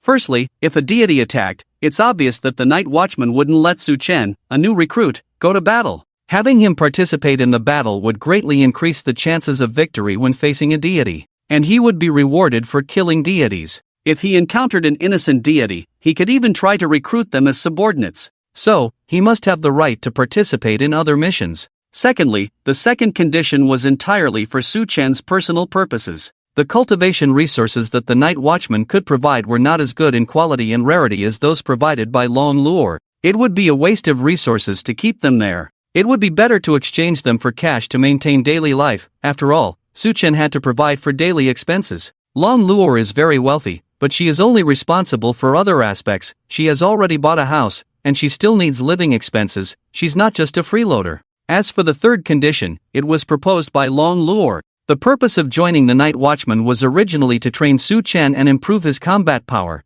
In other words, to increase his chances of survival. If joining the night watchman means having to sacrifice because of the orders of superiors, then it's better not to join at all. it's not like the night watchmen are the only place where he can train. Zhang Chenhai's face turned very ugly after hearing Su Chen's 3 conditions. You see, the conditions for joining the night watchman were already very strict. Zhang Chenhai graduated as the top student of the day job academy and had to go through various interviews to join the night watchman. Now Su Chen has just awakened his celestial duty, and he was only allowed to join the night watchman through special means because he was deemed to have training value. Even if his wife is Long Luo, so what? Can he guarantee that he will continue to serve humanity after Su Chen's natural death? The 3 conditions he proposed are really disrespectful towards the night watchman. Just as Zhang Chenhai was about to say something, Yu Chanxian stopped him. Su Chen, we will consider the conditions you mentioned. If you don't mind, could you stay for dinner? Su Chen felt relieved when he heard that Yu Chanxian didn't scold him for being ungrateful. After all, the demands he made were indeed excessive. Okay. Outside the corridor, Zhang Chenhai asked puzzledly, Chanxian, isn't this kid a bit too much? Yu Chanxian sighed and responded, no wonder the director previously said that you were too impulsive, it seems to be true. Zhang Chenhai was speechless, realizing that he was indeed like that. On the night when the gods attacked, if he hadn't insisted on challenging the gods, he wouldn't have ended up sacrificing 23 people. Not only the director, but also his good buddy Zhao Shanhe and his master Zhang Haiba had the same opinion of him. Fortunately, he didn't make an irreparable mistake. I think the reason why he dares to make such demands must be because he has some confidence. No matter how confident he is, he's still a newly awakened celestial duty holder. We have all spent 4 years honing our skills at the Celestial Duty University and we didn't make various demands, but he. Yu Chanxian sighed. A person's value depends on multiple factors. Personal strength, backing, bargaining chips, wealth, social circle. We can't judge a person's potential impact based on just one aspect. She shook her head and advised, even if we don't consider Su Chen's training value, we should still consider the tactical value of his wife, Long Luo. Tactical value? Yes, the information on the Dragon Clan is classified as SSS-level top-secret files. I had the privilege of glimpsing it a year ago. Long Luo has personally killed at least 10 gods, although it may not be widely known, it is well known among certain gods and a few races. It can be said that as long as others know that Long Luo is in our Tianhua city, they would have to carefully consider the consequences before gods, other races, or foreign powers attempt to attack Tianhua city or even China. Do you understand now? Zhang Chenhai suddenly realized. Long Luo is like a nuclear weapon. Even if it's not used, just knowing that China possesses nuclear weapons has an extremely powerful deterrent effect. I'm sorry, Chanxian, I was impulsive just now. As long as you understand. Let's go, and talk to the director about this matter. In the director's office, Yu Chanxian and Zhang Chenhai were reporting on what happened today. That's how things are, Yu Chanxian said with a hint of sadness. After He Yang looked at the report that was handed over, he sighed deeply and praised, well done. It's already the best result to be able to do this against a god-level envoy. Yu Chanxian and Zhang Chenhai also breathed a sigh of relief. After all, almost all the passengers on the entire bus were wiped out, and 2 team members were sacrificed. They thought they would definitely be scolded, but they didn't expect Director He to actually praise them. Director He continued, since these passengers chose to leave the city, they naturally have to take responsibility for their own safety. You don't need to blame yourselves too much. As for the 2 sacrificed team members, they were both newcomers, right? Yu Chanxian looked guilty and responded, yes, they both joined the 4th team just a year ago. It seems that their children are only 2 or 3 years old. Tell the finance department to give them compensation that is more than 5 times that of the others, and arrange for their wives to obtain permanent residence permits in Tianhua City. Yu Chanxian, you stay. Yes. Understood. After Zhang Chenhai left, Director He took out another report and asked Yu Chanxian, are these Su Chen's exact words? Yes, Director He. These are the 3 requests he made. The serious expression instantly changed 180 degrees, even Yu Chanxian had never seen Director He so happy before. Great! I didn't expect there would only be these few requests. I approve them. Also, give him 3 times the salary and other benefits. Upon hearing this, Yu Chanxian was stunned. She had anticipated that Director He would agree to Su Chen's requests, but she didn't expect him to voluntarily increase the stakes. It must mean that Su Chen and Long Luo are highly valued. Director He, are you sure? Will this cause dissatisfaction among others? Yu Chanxian, you are a smart person. You should also know the tactical value of Long Luo, but you should also think about why Su Chen, an ordinary-looking person, had a marriage-matching period of 2 years, and why he, an ordinary person, could be matched with someone as extraordinary as Long Luo. After leaving the director's office, Yu Chanxian walked along the corridor. When she visited Su Chen earlier, Zhang Haiba mentioned that Su Chen definitely had some unknown secrets. At that time, she didn't think much about it, but now it seems that she did overlook this point. She arrived at the meeting room of the third team and looked at Long Luo and Su Chen flirting on the sofa, sighing silently. Never mind all this, notifying Su Chen is the priority. When Su Chen and Long Luo saw Yu Chanshan approaching, they anxiously waited for her to announce the result. As soon as the result was announced, the two immediately clapped and celebrated. Su Chen, welcome to join us, the Night Watchers. Thank you, Sister Chanshan, for speaking up for me. Su Chen responded immediately. This is the director's decision. It has nothing to do with me. But, well, I am curious, how did you manage to match with Long Luo? Who knows? The big data marriage matching system, I don't know how it works. Maybe I am the destined person for Long Luo, who knows? On the other hand, Long Luo just sat aside playing with her phone, without any intention of explaining. Yu Chanshan sighed. She knew that Su Chen was just pretending, but there was nothing she could do. She couldn't force someone to reveal their secrets, right? By the way, what about that female Taoist priest? I remember she got off the bus, but I don't know where she went, right? I don't know. I'm not very familiar with her. She probably went somewhere to deceive or trick someone. Well, let's forget about it. Su Chen, it's getting late. Do you want to stay in the office to rest? Su Chen immediately responded, no need, thank you. Luo and I still need to go home tonight. Yu Chanshan immediately showed an understanding expression, obviously thinking too much. That's right, maternity leave is 30 days. That's not the case at all. Long Luo, who was playing with her phone, finally spoke up to refute. After returning home, Su Chen immediately couldn't wait to summon the God-slaying golden book, wanting to see if he could draw a good divine occupation. It was as exciting as accumulating 10 consecutive draws in his previous life. Su Chen, no drawing until I finish bathing, and you take a bath too. Ah, do we really need to go through all this trouble? No. This sacred ritual must be approached with reverence. And I just read on my phone that bathing and washing your face can increase the chances of drawing good prizes. Su Chen sighed. He never expected that this world would still play by these rules. If it weren't for his past self, who burned incense and prayed before drawing lots, took an hour-long bath, and almost believed it when he drew 9 blue and 1 purple in a 10 consecutive draw. But he was helpless, his wife was too cute. Alright. By the way, Lolo, did you know? There's a saying online that if someone helps massage your back before drawing lots, you'll definitely get good things. Ha? Is that true? Long Luo looked confused. She had only looked at her phone for a while in the office and naturally didn't find much information. But Su Chen, being a born and bred human, might actually be telling the truth. It's true. Lolo, when have I ever lied to you? I promise I can draw a powerful combat divine occupation. So, the scene once again turned into Long Luo wearing a pink one-piece swimsuit and massaging Su Chen's back. Su Chen, how is it? Does it feel good?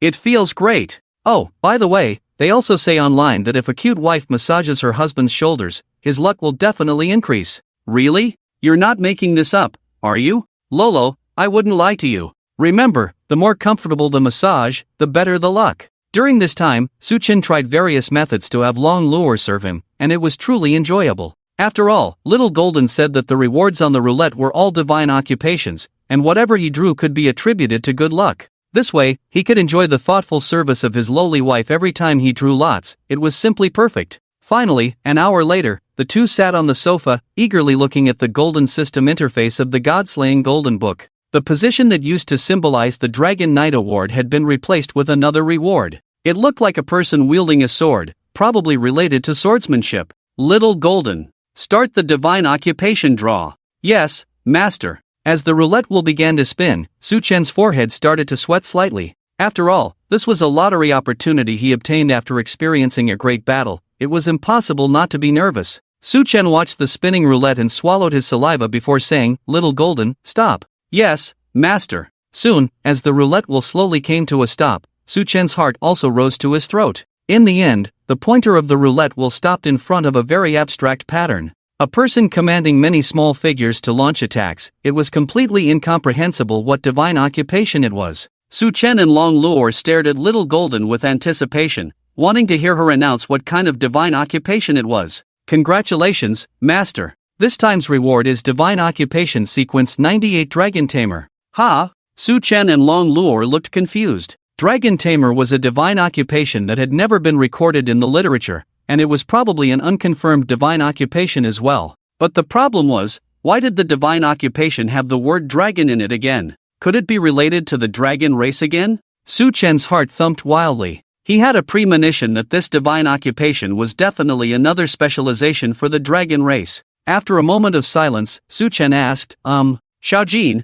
what kind of profession is the dragon rider exactly? Master. The dragon rider is a special profession that is almost immune to all magic. However, their own combat abilities are relatively weak, their physical enhancement is low, and they are not proficient in magic or weapons. But even humans, after becoming a dragon rider, can learn the dragon language and establish contracts with multiple dragons, greatly enhancing the dragon's combat abilities. Su Chen was completely dumbfounded. It seemed like another profession related to dragons. However, unlike the Divine Dragon Knight, the Dragon Rider could enhance the dragon's combat power, while the Divine Dragon Knight could gain power from the dragons. At this moment, Su Chen felt like there was a dragon next to him ready to devour him. My dear wife, please let me explain. I'm listening. Can you explain why you're so lucky to get a profession related to dragons again? Are you and Xiaojin conspiring together? Is it intentional or deliberate? Su Chen clasped his hands together and knelt on the sofa, begging, I really don't know. I was wrong. It seems like you enjoyed the bath just now, right? Is it because after changing to this profession, you can skip the charm stage and freely control me, just like binding the gods in the divine slaying book? No.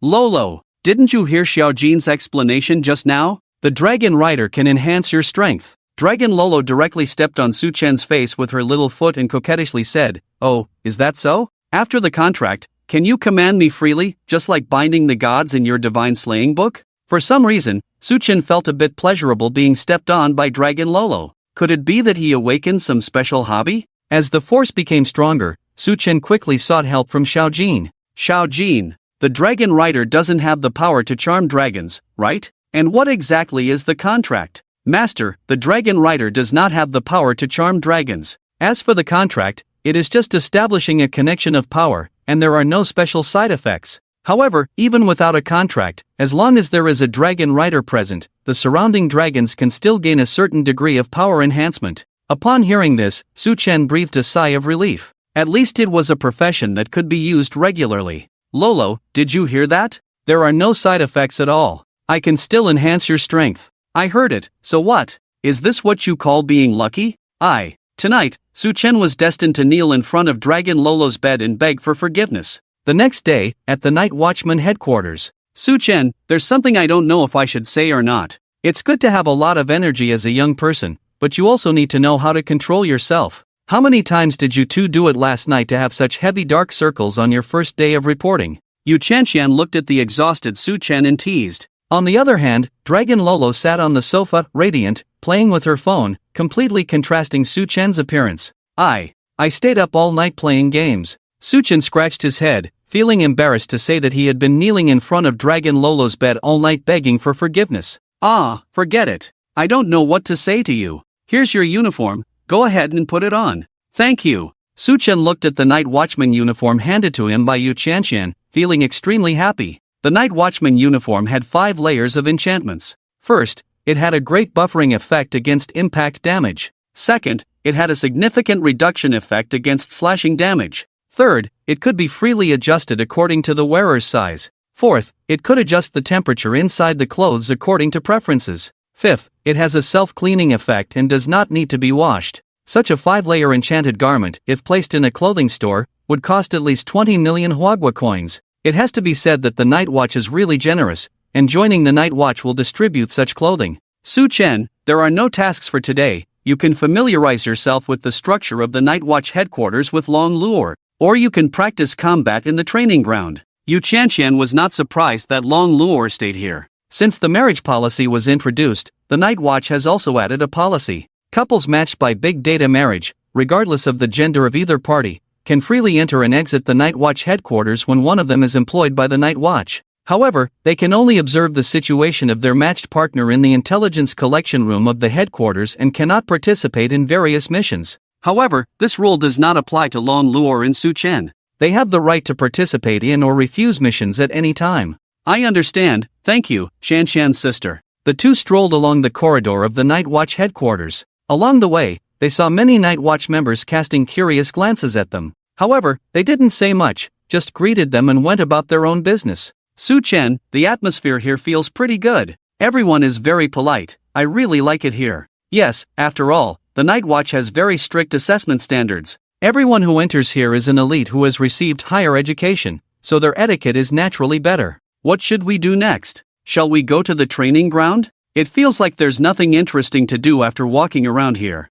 That's not just playing. The two arrived at the basement of the Night Watch headquarters, and walking to the left led them to the training ground. They saw the man in the suit from yesterday swinging a katana wildly on the training ground. However, from his behavior, it was obvious that there was another person present, but their figure was hidden. Obviously, the man in the suit's opponent was Zhao Shanha, the captain of the 4th squad. The Night Watch is nothing special. They only know how to hide and seek. I feel like I could have beaten you guys 10 years ago. Heh, you haven't even landed a hit on me yet. Come on, show me what you've got. Zhao Shanha's occupation sequence was 155, an assassin. His strongest ability was to become invisible, even hiding his breath, making him completely untraceable. He was skilled in using small weapons such as daggers and short swords, and his movements were extremely fast. He also had a certain level of immunity to poison. At the same level, he was almost invincible in one-on-one combat because you never knew when he would strike. By the time you saw his figure, you were most likely already fatally injured.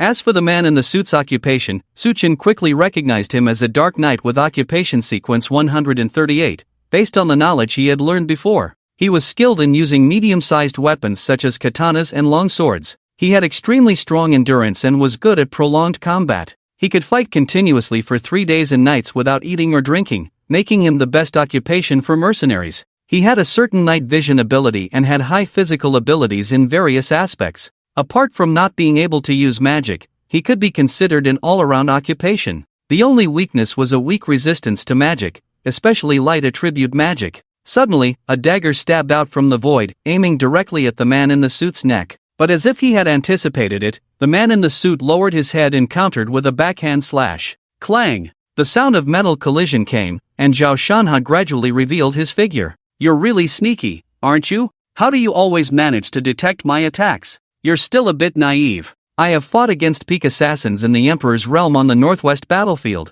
As for when you will launch an attack and where, I can basically have a rough idea. I'm done playing, I'm done. By the way, why don't you join the Night Watchman? The man in the suit took out a cigarette and handed it to Zhao Shanha. He also lit a cigarette and spoke casually. The Night Watchman brings back bad memories. What happened? With your strength, joining the Night Watchman should be simple, right? Have you heard about what happened on the northwest battlefield 10 years ago? The gods descended, and the entire northwest region of Huagua turned into a desert. The city I was born in, Lianshan, disappeared forever in that moment, including my 3-year-old daughter. It was only a month after that I joined the Night Watchman, the Divine Court, the capital of the demon gods. A man with 6 black wings on his back turned to look at the woman kneeling on the ground, his expression indifferent. If Su Chen were here, he would definitely recognize this woman as the pure and innocent school beauty he had seen at the Tianhua city station. Weren't you supposed to find Europa? So, did you find him? The woman replied, sorry, I didn't find any trace of Europa.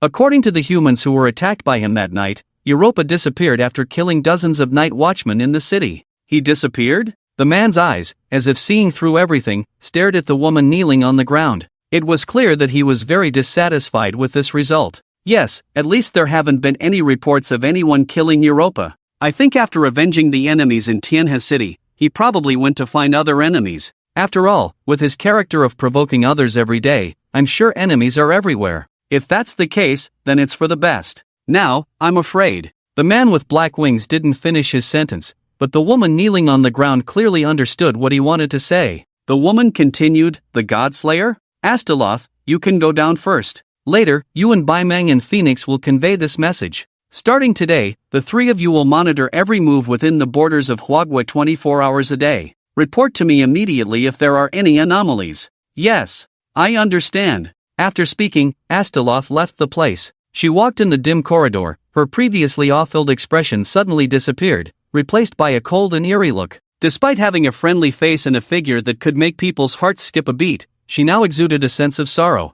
Su Chen, let me see if you, as the second Godslayer, can do what the first Godslayer couldn't do and overthrow the entire Divine Court. Asteroth murmured softly, a hint of a sinister smile on her lips. After listening to the story from the man in the suit, Zhao Shanha burst into tears. Li Yang, I didn't expect you to have such a tragic experience. Joining the Night Watchman for less than 3 days, and encountering something like this. Ah, don't mention it. It happened 10 years ago. Li Yang, I used to think it didn't matter, but I've changed my mind. I will definitely make you join our Night Watchman in Tianhua City. Zhao Shanha hugged the tall Li Yang as if they were long-lost brothers. Oh my, can you stop doing this? Your tears and snot are sticking to my suit. It's fine. Your suit has an anti-stain enchantment anyway. If you don't agree, I'll just keep hugging you. Headache. Hey, little brother over there, have you eavesdropped enough? Shouldn't you come over and persuade your Night Watchman squad leader? Su Chen was taken aback. He didn't expect to be discovered while hiding behind a pillar. At first, he didn't intend to eavesdrop, but Li Yang's story was reaching a crucial moment, and he didn't want to interrupt, so he instinctively hid behind the pillar. Sorry, I didn't mean to. It's okay, little brother. If you can help pull this person away, then there won't be a problem. Isn't that Su Chen? Good morning. I am Zhao Shanha from the 4th Squad. I'm sure you know me. Zhao Shanha shouted loudly, but still had no intention of letting go of Li Yang. Captain Zhao, actually Chanshan was looking for you just now. She was looking for me? What for? I don't know. Why don't you go ask her? Watching Zhao Shanha finally leave, Li Yang also breathed a sigh of relief. Thanks to this little brother for helping out. And good morning to the little girl from the Dragon Clan. Good morning. Long Luor responded unusually. It's nothing, actually I have something I want to ask you, can you answer it? If it's about joining the Night Watchman, please allow me to refuse. No, it's not about that. Su Chen, Long Luor, and Li Yang arrived at the rest area next to the training ground. The reason Su Chen sent Zhao Shanha away was because he had his own purpose. Regarding yesterday's casualty report, Su Chen naturally saw it on the Night Watchman's Bound app. It was originally just a casual browse, but he discovered something extremely strange. After telling Long Luor this morning, she initially thought she was overthinking, but after washing her face, she felt more and more uneasy. Fortunately, there was still one survivor from yesterday's bus, Li Yang, who was acting as a guard. Su Chen didn't know if he knew anything about the situation. Li Yang, I want to ask you, was this woman on the passenger list yesterday? Su Chen said, taking out the photo of the innocent school beauty he took at the station. It was originally an unintentional act at the time, but it turned out to be useful here. Li Yang paused after seeing the photo. He had a strong impression of the person in the photo. After all, she was exceptionally outstanding, and as a man, he would definitely pay more attention. The key point was that Li Yang didn't seem to see this woman's photo when he received the passenger list from the Departure Business Alliance. However, his job was to guard, not to check tickets, so he didn't pay special attention when she boarded the bus. This beauty is not on the passenger list. After she got on the bus, she sat alone at the front and didn't talk to anyone. When the bus was attacked, I didn't have the mood to pay attention to others. I glanced around when I left the bus and didn't see her. Maybe because the vehicle rolled over, she fell into my blind spot. After leaving the training ground, the two returned to the restroom assigned to them by the Night Watchman. Each Night Watchman had their own separate restroom. The soundproofing here was very good, and there were no monitoring devices. It was about 60 square meters, with one bedroom, one living room, and one bathroom. The living facilities were complete, and there was no problem living here as a home. Except for work, hardly anyone would disturb them, making it the most suitable place to summon the God-slaying Golden Book. As soon as they entered, Long Luor immediately apologized. Su Chen, I'm sorry, I feel like I misunderstood you back then. There might really be something on that woman. It's okay, I didn't investigate further at the time, I just thought that woman was a bit strange. Lolo, you said she was a double phantom, but there doesn't seem to be any record of her being killed. Does the double phantom have other abilities? No, they can only imitate others and replicate their memories. Except for Nils, they shouldn't have the ability to escape from a distance. Could it be? It can't be. A terrible conjecture suddenly appeared in Su Chen's mind. To confirm this idea, he immediately summoned the God-slaying Golden Book and started flipping through it. Sure enough, on the 6th to last page of the God-slaying Golden Book, he found new information about a deity. Name, Asteluo, number 00029, realm, God Emperor initial stage, charge violation of the Supreme Covenant of the Divine Court, status, alive, the 29th pillar of the 72 demon gods. Long Luor murmured, obviously unable to imagine it. It had only been a month, and they had already encountered 2 of the 72 demon gods. Su Chen scratched his head, feeling a bit confused. Never mind who this deity is, what does this charge mean? At this moment, Xiao Jin suddenly appeared in front of Su Chen, seemingly ready to explain. Does the master want to know about the Divine Covenant? Yes, can you explain it? Su Chen was actually quite curious about what the Divine Covenant was all about. When the drought demon attacked the human bus, there were no charges at all, which was quite peculiar. Could it be that the Divine Covenant was not like human laws, where murder, theft, and robbery were not considered crimes? Xiaojin flew to the center of the Divine Slaying Golden Book, bowed, and began to explain about the Divine Covenant. Master, the Divine Covenant consists of 8 rules. It was established by the Creator God to prevent the gods from abusing their power and destroying the world. If any deity violates the Divine Covenant, any other deity can launch a crusade against them. If the crusade is successful, they will obtain half of the violator's realm cultivation. Therefore, since ancient times, very few deities have violated the Divine Covenant, and even if they did, they would hide it. It is precisely because of this that there are no situations where deities slaughter mortal beings it will due to their overwhelming power. Rule 1. No internal conflicts. No deities are allowed to engage in private conflicts with each other. Rule 2. Belief boundaries. No deity is allowed to forcibly change the beliefs of other deities' followers. Rule 3. Peace treaty. No deity is allowed to wage war against the creatures of the mortal realm. Rule 4. Time regulations. No deity is allowed to manipulate time. Rule 5. 6 paths of reincarnation. No deity is allowed to break the rules of soul reincarnation. Rule 6. Establishment of divine duty. No deity is allowed to obtain divine duty in any way or plunder the divine duty of others. Rule 7. Supreme Divine Court. No deity is allowed to resist the divine court or persuade other deities to resist the divine court. Rule 8. Creator God. No deity is allowed to create objects, laws, or life. After Xiaojin explained the 8 rules of the Divine Covenant, there was silence in the lounge, with only the sound of Su Chen and Long Luo's breathing echoing in the room. After a moment, Su Chen slowly spoke, Xiaojin, so you mean this deity named Asteroth was a renegade? Master, it's not entirely accurate to say that. She just has thoughts of resisting the heavenly court, but we don't know if she has taken any action. I see. Su Chen suddenly felt a chill down his spine. Although he didn't know how strong a god emperor was, as one of the 72 demon gods, their power was definitely not weak. Moreover, Asteroth was the 29th pillar, which meant she was even stronger than the previous encounter with Eurlibus. Without the first-generation divine slayer to fight in his place, he might not be able to win. Su Chen, what do we do now? Will this deity named Asteroth discover you? Long Luo tugged at Su Chen's sleeve, speaking with a worried expression. I don't know. For now, we can only hope that this deity didn't see the power of the divine slaying golden book that I displayed. Sigh. That's all we can do. Fortunately, she didn't directly attack us, so there's a good chance she didn't see your power. Su Chen flipped through the divine slaying golden book again and realized that Nils, who had been killed before, violated the 4th rule of the Divine Covenant, leaving him even more confused. Lolo, can Nils manipulate time? In fact, Long Luo revealed Nils' desire to use magic crystals to go back in time, and Su Chen immediately fell into deep thought. Going back in time, changing the future, this is like something you would only see in a science fiction movie. Although this world is already magical enough. Xiaojin, according to the 4th clause of the Divine Contract, does simply having thoughts lead to being charged with a crime? Master, not necessarily. After all, almost half of the gods have thought about going back in time to change something they did before, but that's just a thought. To be charged with this crime, one must have successfully manipulated time. Upon hearing this, Long Luo and Su Chen were stunned. If they initially thought that Nils was deceived by someone, now it seemed that what he said was probably true. It was because he had attempted to manipulate time that he firmly believed that he could go back in time with 10,000 magic crystals. Long Luo looked at the magic crystals taken out from the spatial ring and sighed deeply. If only I had asked him about the method to go back in time and then killed him. Long Luo muttered to himself, full of self-blame.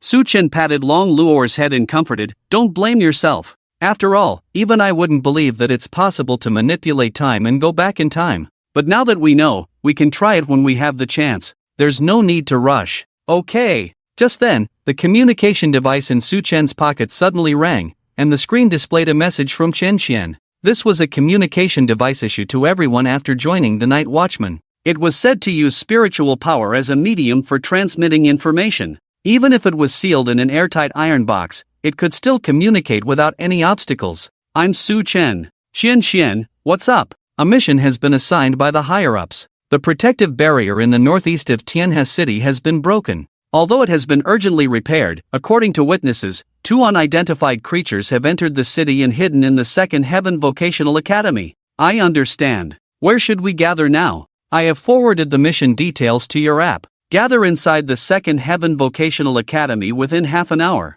After ending the communication, Su Chen and Long Luo exchanged glances and nodded. After all, it wasn't worth considering so many things now. It was better to use the time to train themselves. Opening the Night Watchman's app, Su Chen discovered an unread email in the top right corner of his personal information. Opening it, all the information related to the mission appeared before his eyes. Mission: eliminate the divine envoys invading the Second Heaven Vocational Academy. Estimated mission difficulty: boss level divine envoys x2. Mission location: Second Heaven Vocational Academy. Mission reward: 2 million Huagua coins. Number of personnel required for the mission: 4 or more. Su Chen, is it true that such a simple mission pays 2 million Huagua coins? Long Luo jokingly asked. It's not 2 million for each person, but rather, the 2 million is divided among all the participants in this operation. I have joined the third squad now, and there are currently 4 of us, so each person should be able to get 500,000. That's enough for you to have 50 meals. Upon hearing this, Long Luo pouted and stomped on Su Chen's foot with her small foot.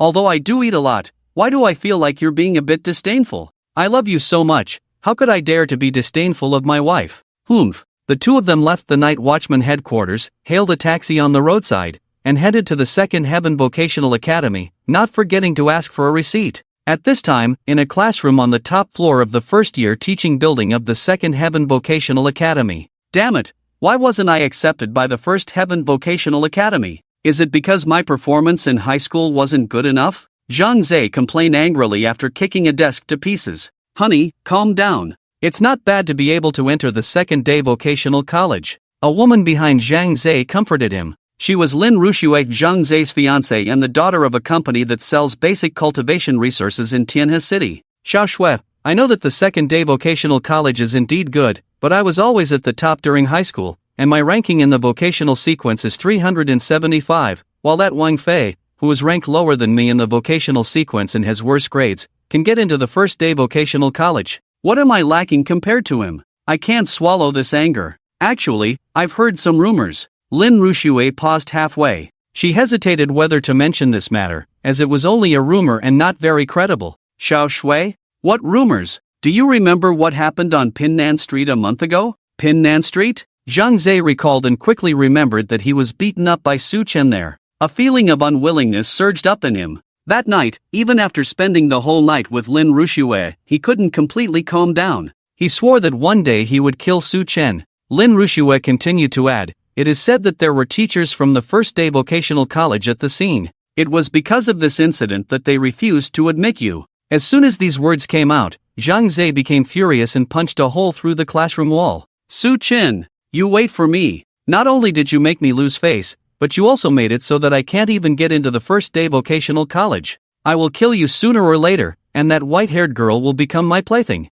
Just then, 2 figures appeared behind Zhang Zhe and Lin Ruxue, slowly approaching them. Who? Zhang Zhe suddenly felt a tingling sensation on his scalp and immediately turned around to question. However, he didn't notice anything there. What's wrong? Lin Ruxue asked. Nothing, I just felt like there was someone behind me. Don't scare me. How could there be ghosts in broad daylight? Zhang Zhe scratched his chin and carefully observed the situation in the classroom, but he didn't find any suspicious signs. Forget it, maybe I'm just overthinking. Really? Honey, you're so bad. Upon hearing this, Zhang Zhe, along with Lin Ruxue's tender expression, became aroused. He hugged Lin Ruxue's waist and said with an evil smile, Xiao Shui, I'm angry right now and need someone to comfort me. There are only the 2 of us in the classroom right now. As Zhang Zhe spoke, he used his hand to caress Lin Ruxue. You're so annoying. Just as the 2 were about to embrace each other, the 2 figures appeared behind Zhang Zhe again. At this moment, Zhang Zhe was completely immersed in his wife's embrace and didn't notice the danger approaching. The 2 figures slowly approached and suddenly pounced on Zhang Zhe and Lin Ruxue, enveloping them in a mist. What is this? Honey, help. They tried to struggle, but it was as if they had fallen into a bottomless swamp, unable to move. They tried to call for help, but their throats were filled with liquid, and they could only make muffled and faint sounds. They tried to resist but found that their vocational powers were completely ineffective. Although it looked like a mist, it seemed to be a liquid that enveloped them. The liquid gradually entered their bodies through any opening, their ears, noses, eyes, mouths. After a moment, there was no more movement in the classroom, only 2 naked men and women standing there with sinister smiles on their faces. Success has come, although these 2 bodies are really weak, the woman spoke first. After all, our whereabouts have been discovered, and it won't be long before the guardians of Tianhua City come here. We need to leave here quickly, the man responded. That's true, but we can't just leave like this, the woman said, looking at their naked bodies. If only we hadn't eaten their clothes earlier, we wouldn't have wasted energy creating. The man complained, emitting a smoke-like white mist from his mouth. A fog enveloped the two of them, and in less than 10 seconds, they were wearing a new set of uniforms from the second-day vocational college, completely fresh. Let's go! Just as the two of them were leaving the classroom, they found that the entire college had been enveloped in a barrier. 3 guardians were waiting at the school gate, seemingly waiting for someone and not rushing in. They came so fast? What do we do now? The man said. Taking over these 2 bodies took too much time. It seems we can only blend in with the students now. The guardians shouldn't have a way to identify us. From now on, I'll be Lin Ruxue, and you'll be Zhang Zhe. I'll call you husband, and you call me Xiao Xue. Don't get confused. It wouldn't be good if the students found out, the woman responded. I understand, Xiao Xue. Let's go. I see that most of the students have been called to gather on the playground. It might be suspicious if we're too slow, the man said. Okay, let's go, husband. In the taxi, Su Chen looked at the task content on the app and sighed. Luo, a leader-level divine envoy. I should be able to rely on your power, right?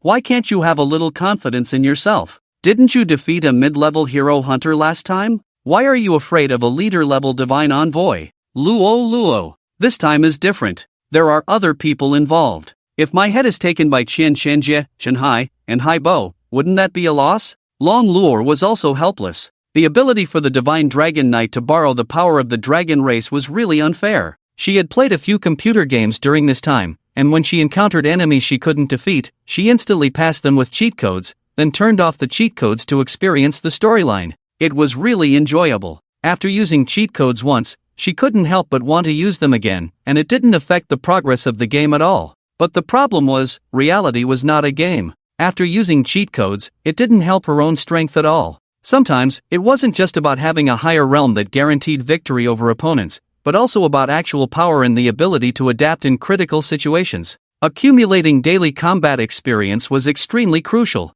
You really know how to be lazy. Forget it. For today's 2 leader-level divine envoys, you kill one and I'll give you a back rub. Don't worry. I'll definitely kill both of them. You changed your attitude so quickly. I almost suspect that you deliberately deceived me to increase the stakes. I'm doing this for your own good. While Long Luo spoke, she also expressed her dissatisfaction by pulling Su Chen's ear. There's motivation when there's a reward. But, I always feel like these enemies are not as simple as divine envoys. What do you mean? Divine envoys are supposed to be creatures that have already died, incapable of any thought. They only act on instinct and mechanically obey the commands of the gods who resurrected them. But these 2 divine envoys actually voluntarily entered the campus to hide. Are they really divine envoys? Long Luo nodded thoughtfully upon hearing this. Su Chen's words made sense. If it is a wandering low-level divine envoy, it should not have such high intelligence. After breaking through the barrier, it should attack the citizens in place instead of hiding in the academy several kilometers away from the barrier. If it is a high-level divine envoy, it is not surprising to have some intelligence. But the question is, why would a high-level divine envoy go to such lengths? With their intelligence, they should be at least at the level of a king or even an emperor. With their strength, they should be able to retreat unscathed even when facing the besieging night watchmen of Tianhua City. There is no need for them to hide. If it is because of the instructions of the gods, then the situation is completely different. What is the purpose of the gods? Why did the gods choose Tianhua City? Did the gods discover Su Chen? Suddenly, Long Luo broke out in a cold sweat. If Su Chen's identity as a god slayer is really exposed, he will face endless pursuit from the gods. Even now, Su Chen, even if he uses the power of a god slayer, can only barely win against the dry corpse that has lost its divinity and is still in the transcendent realm. After the transcendent realm comes the saint realm, and after the saint realm comes the dominator realm, the celestial realm, the true god realm, and the divine emperor realm. Most of the gods in the divine court are old monsters who have lived for thousands or even tens of thousands of years, and most of them are above the saint realm. They are definitely not something that Su Chen can deal with now. Su Chen saw Long Luo's panicked look and also touched her head, whispering, Lolo, don't be so nervous. I think it's probably some kind of alien like the double mirage before. You're too optimistic. Also, don't mess up my hair. I finally got it styled nicely. Long Luo hid to the side, covering her pure white long hair, pouting. She even showed a look of a cat going crazy, even though she was clearly a dragon. Alright, I'll help you comb your hair. Although Su Chen appeared very optimistic in his words, he was actually very nervous inside. After all, there were several of his high school classmates at the second day academy. At that time, how should Su Chen face these people? The former loser suddenly became a night watchman, skipping several years of detours. Forget it, let's take it step by step. After all, my motto is that there is always a way when there is a mountain, and if there is no way, I'll make one. After Su Chen and Long Luo got off at the entrance of the second day academy the next day, Yu Chanxian, Zhang Chenhai, and Zhang Haiba immediately greeted them. You're so slow, Su Chen. It's only the first day and you're already so lazy. Yu Chanxian scolded. Su Chen was stunned and looked at the time on his phone. It was still 5 minutes before the designated time, so why was he being scolded? But he didn't dare to say what he was thinking. After all, they were his superiors now. He didn't want to be used as a negative example to educate future employees by contradicting his superiors on his first day of work. Sorry, I'm late. Alright, just kidding. But why did Long Luo come too? Yu Chanxian smiled and looked at Long Luo, who was following behind Su Chen. She never expected that a regular mission like this would also involve a top-tier powerhouse like Long Luo. But no matter what, as long as Long Luo could participate in the battle, any difficult mission would be easily solved. I'm here to protect Su Chen. After all, he is still too weak. You guys have such a good relationship. No wonder you're a perfect match made by big data. Yu Chanxian laughed and patted Su Chen's shoulder. Alright, Long Luo pouted. At this time, Zhang Haiba came to Su Chen with a report in his hand. Little Su, let me explain the current situation to you. According to the reports of several eyewitnesses, the target of this mission is most likely not divine envoys. They have intelligence and know how to hide among the crowd. It is most likely another alien race, and their specific strength and purpose are currently unknown. We have gathered all the students on the campus to the playground, but those two aliens are probably still hiding. You and Long Luo will be responsible for guarding the students on the playground, while Captain Yu, Chen Hai, and I will search for the whereabouts of the monsters in the teaching building and dormitory building. Understood. Su Chen immediately responded after receiving the report. It seems that other aliens have attacked, but what is their purpose? By the way, this is for your wife, Zhang Haiba said, handing Su Chen a ring set with a sapphire. What is this? It's a treasure that can conceal your wife's identity as a dragon. Captain, you bargained with the director for a long time last night to get it. There is actually such a treasure?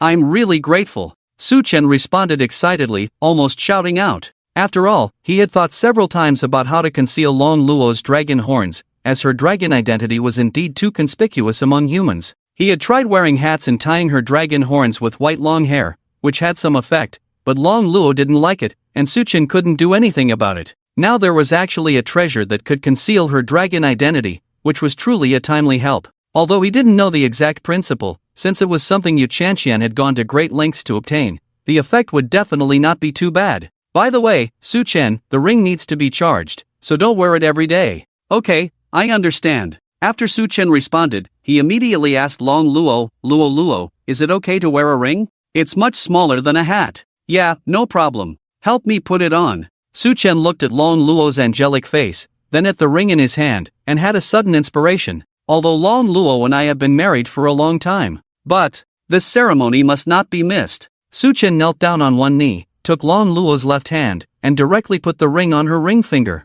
Instantly, the white dragon horns on Long Luo's head disappeared as if they didn't exist at all. But Su Chen touched them with his hand and found that the dragon horns were still there, just concealed. You did it on purpose, didn't you? Isn't this the action that humans use to propose to women before the marriage system? Yes, I am proposing to you. Luo, I like you, will you marry me? Hearing this, Long Luo instantly blushed. She couldn't believe that Su Chen was proposing to her in front of the other three. Even though she was a 90-year-old little dragon, she felt extremely shy at this moment. What, always saying these things, but never taking any practical action. Luo, I will prove it to you. I will become stronger and stronger, strong enough to even surpass you. By then, I will protect you forever. What? You're really? Just now you were hesitating. I'm not someone who just stands still. I will also become stronger. Long Luo lowered her head, completely unable to look Su Chen in the eye, or perhaps she simply didn't want Su Chen to see her shy appearance. But Su Chen didn't care about that. The atmosphere was set, how could he stop now? So, Luo, will you marry me? Long Luo raised her right hand and lightly punched Su Chen's chest to express her dissatisfaction. Aren't I already your wife? Why are you asking this, really? It's not the same. I want to hear you say the word yes. Perhaps it was because the FFF group had invaded this world, or perhaps it was the resentment of a 40-year-old single man. Zhang Haiba couldn't help it anymore and walked to the middle of the two, coughing twice. By the way, can you two stop showing affection? If you keep delaying, it won't be good if any students are harmed. Sorry, we will start the mission now. Having said that, Su Chen led Long Luo into the barrier while Yu Chanxian came to Zhang Haiba's side, covering her mouth and teasing him. This is young love. You should take a good look. Maybe you'll have sweet dreams tonight. Captain Yu, I'm getting angry. Alright, it's getting late. Let's start the mission. Zhang Chenhai quickly advised, fearing that there would be victims if they didn't start the mission soon. As for Long Luo, she kept her head down and walked, not daring to look directly at Su Chen. For some reason, she didn't reject Su Chen's actions just now, but rather felt somewhat happy. What's wrong with me? When Long Luo looked up again, she found that Su Chen was also looking back at her. What's wrong? And nothing. Sorry for saying so many strange things just now. It's fine. I didn't take it to heart. That's good. Let's go. Let's start the mission. Long Luo looked at Su Chen's back, unable to take her eyes off him. Perhaps, since that night when Su Chen stood in front of her, blocking the terrifying gaze of the divine beings and leaving behind a tall and reliable figure. Perhaps, since then, Long Luo had fallen in love with this human man who dared to defy the divine beings to protect her. I'm willing. Long Luo muttered softly, unheard by anyone. After Su Chen entered the campus, he found that there were already about 200 people gathered on the playground, probably all the students of this Tianji Academy. Although each city in this world is much larger than the cities in the previous life, there is hardly any interaction between cities, and the resources for teachers and students are limited. Coupled with the elite training system, priority is given to talented individuals with more abundant teaching and cultivation resources. Each university probably admits around 50 students each year, which is already considered a lot. After seeing Su Chen's figure, 3 freshmen immediately started discussing. Is that person Su Chen? That uniform, could he have joined the Night Watchman? Impossible, absolutely impossible. We know Su Chen's high school grades, and he didn't even go to college. How could he join the Night Watchman? Could he have gotten a Night Watchman uniform from somewhere to play cosplay? Is he asking for trouble? Let's go ask him. Soon, the 3 of them came to Su Chen and Long Luo. As for these 3 people, Su Chen certainly recognized them. They were all his high school classmates and top students in the class. Their relationship was neither particularly good nor particularly bad. Their luck wasn't very good, as their awakened abilities were all between 400 and 500 in the sequence. Otherwise, they would have been able to enter the first Tianji Academy. Su Chen, are you asking for trouble? Wearing this uniform to play cosplay, don't you know what will happen if you get caught? Class monitor Jean Lily asked first. In Huagua, if someone is caught impersonating a night watchman, the punishment awaiting them is usually death, without any chance for explanation. After all, in this world where divine envoys could attack at any time, the night watchmen, as the guardians of Tianhua City's peace and stability, cannot be impersonated by others. Su Chen smiled faintly and responded, "This isn't cosplay, I am a legitimate night watchman." As soon as these words came out, the 3 old classmates in front of him were immediately dumbfounded. The night watchmen were such prestigious figures that even graduating from the first Tianji Academy would most likely not guarantee entry into their ranks. Yet now they were being told that Su Chen, who had average grades in high school, had joined the night watchman without even going to college. No one would dare to believe it. Seeing their reaction, Su Chen could only wave his hand. After all, reality is so magical. No one can guarantee that the ugly duckling cannot turn into a swan. However, in order to quickly explain his intentions, Su Chen also took out his credentials and requested cooperation from them in their demon hunting work. 2 divine envoys have infiltrated this university. Now is not the time for pleasantries. I received instructions from my superiors to come and protect you. After seeing the credentials of the night watchman, the 3 old classmates were once again shocked. They never expected that Su Chen would actually become a night watchman. This is a job that many boys dream of. But after they came back to their senses, Chen Junkai, a tall and thin man sitting to the left of the class monitor, couldn't help but ask curiously, "Su Chen, did you awaken a transcendent talent within the top 200 sequences? Why were you able to join the night watchman at 18? Zhao Yi, a chubby boy sitting to the right of the class monitor, also chimed in, "Yeah, what kind of transcendent talent did you awaken to skip university and be directly recruited by the night watchman? Could it be a divine talent?" Su Chen quickly interrupted Zhao Yi's wild thoughts and explained, "What are you thinking? Can someone like me awaken a divine talent? Then how did you join the night watchman?" Zhao Yi asked again. Su Chen sighed, feeling helpless. After all, he was originally a student who was at the bottom of the school. After not seeing each other for 2 months, he suddenly transformed into a night watchman that everyone revered. If it were Su Chen, he would probably want to get to the bottom of it as well. Actually, although the transcendent talent I awakened is ranked quite high in terms of status, it's not much different from your talents. So what is it? Jean Lily couldn't contain her curiosity any longer and approached Su Chen to ask. Freelancer. As soon as they heard freelancer, the 3 old classmates immediately showed a disappointed expression. They thought they would hear something cool like Sword Saint, Guardian, or Paladin, but they didn't expect it to be the unremarkable freelancer. Seeing this, Su Chen continued to add, last month, when the gods attacked, many night watchmen sacrificed themselves. At that time, they were short of people, and I happened to be noticed by one of the night watchman instructors because of the unique characteristics and talent of the freelancer transcendent talent, so I joined the night watchman. What? So you got in through the back door? The 3 old classmates all complained in unison, but their envy couldn't be hidden. In any case, being able to join the night watchman was a matter worthy of being recorded in the family tree. After the shock, the 3 finally noticed Long Luo, who was with Su Chen. Su Chen, is she your marriage partner? She's so cute. Zhao Yi looked at Long Luo, his eyes shining. His marriage partner was said to be a Tiger 2 tank. Although it matched his personality, he complained about it in class every day, as the bed frame had collapsed several times. Of course, don't you see whose wife she is? Su Chen proudly said. Alright, Su Chen just said it's not the time for pleasantries. Let's gather on the playground. With Jean Lily's words, everyone finally returned to the playground, and Su Chen led Long Luo to the front, calmly gazing at the crowd below the stage. As for the students below the stage, they looked at each other and whispered, is that person a night watchman? So young? The girl next to him is so cute. Is she his marriage partner? I'm so jealous. It seems that the divine envoys really did invade the school, but why do I feel like this night watchman seems a bit unreliable? What do you mean? Do you dare to question the night watchman's strength? He could probably defeat you with just one hand. They didn't know exactly what had happened, but they knew that divine envoys had invaded the school and they all needed to gather on the playground. Looking at Su Chen on the stage wearing the night watchman uniform, some were in awe, some were curious, and some were suspicious.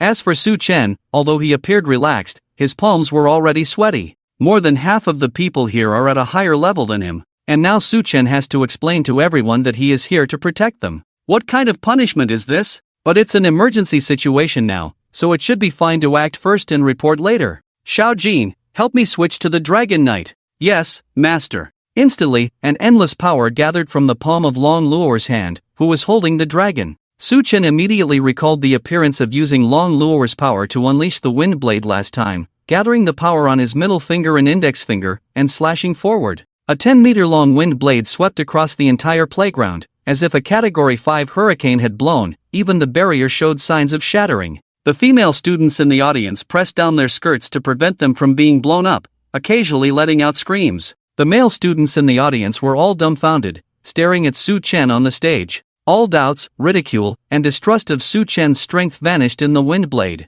Damn, just a flick of the finger can create such a huge storm. I'm afraid even Emperor Realm powerhouses can't do this, right? As the wind blade dissipated, the whole scene fell silent. Seeing that everyone finally quieted down, Su Chen took a deep breath and said, I am Su Chen, a member of the 3rd support team of the Night Watchman. I believe everyone already knows that a divine envoy has invaded the school. Now our 3rd support team of the Night Watchman is on a mission to eliminate the divine envoy. Please cooperate and do not leave this place. I will stay here to protect you. As soon as these words were spoken, the whole scene remained silent. Everyone silently stared at Su Chen, not daring to refute. But from the expressions on their faces, it could be seen that they were much more at ease. After all, how could they not feel relieved when they had such a strong person to protect them? At this moment, Su Chen felt his foot being stepped on several times, obviously by Long Luo. Did the talisman take effect so quickly? How did she get charmed so quickly today? Su Chen helplessly switched back to the Divine Slayer.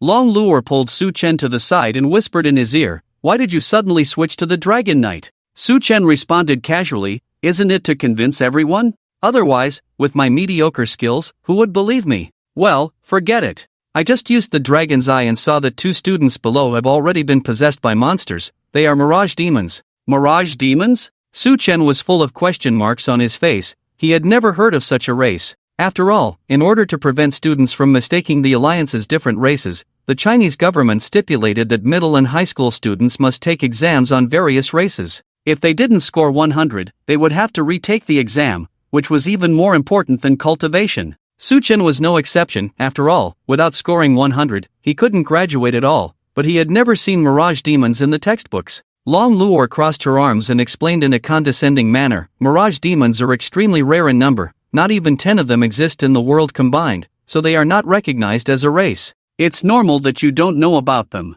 I happened to come across them in our family's ancient books. They don't have a specific form and have a lifespan close to infinity. They have always existed in the world in a mist-like form, capable of producing mirages and illusions. If necessary, they can even invade the bodies of other species through their mirages, erasing their soul consciousness and becoming their host. After listening, Su Chen felt his scalp tingling. The different races in this world, each one more terrifying than the last. First, there were doppelgangers that killed the original and took their place. Then there were mirage demons that possessed bodies. Is this not a scene from the Cthulhu mythos? Which two people were possessed? You know one of them, it's the man you previously called Zhang Zhe. I don't know the other woman, she has long deep blue hair and looks decent. Deep blue hair? It must be Lin Rushue, Zhang Zhe's marriage partner. After all, 2 years ago, on the day of Zhang Zhe's successful marriage, he posted countless pictures of his wife in the class group chat, and the deep blue hair was particularly memorable. Su Chen, what should we do now?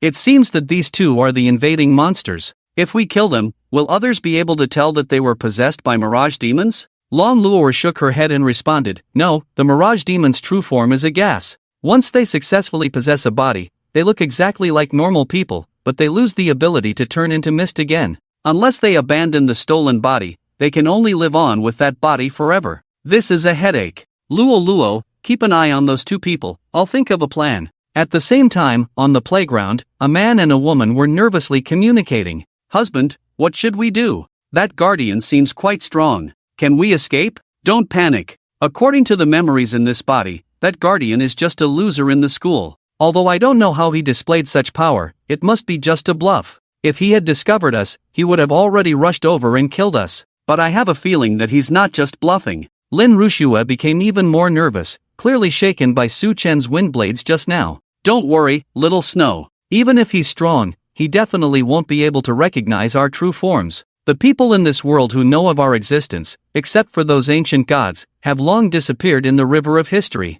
We mustn't reveal ourselves. As long as we get through today, we can live on in this body. But that man recognized our host, didn't he? What if we're recognized? Zhang Zhe quickly interrupted Lin Rushue and reassured her, little Snow, don't worry. And didn't the goddess say before? As long as we can hide within Tianji Academy for a month, she promised to give us the body of a legendary realm powerhouse. Just think about it, then we'll have an immortal soul and the body of a powerful individual. We can explore every corner of this world until it's destroyed. As Zhang Zhe continued to talk about a bright future, Lin Rushue's nervous expression finally eased a bit. Yes, as long as they can get through today and blend into the crowd, no one will be able to discover them anymore.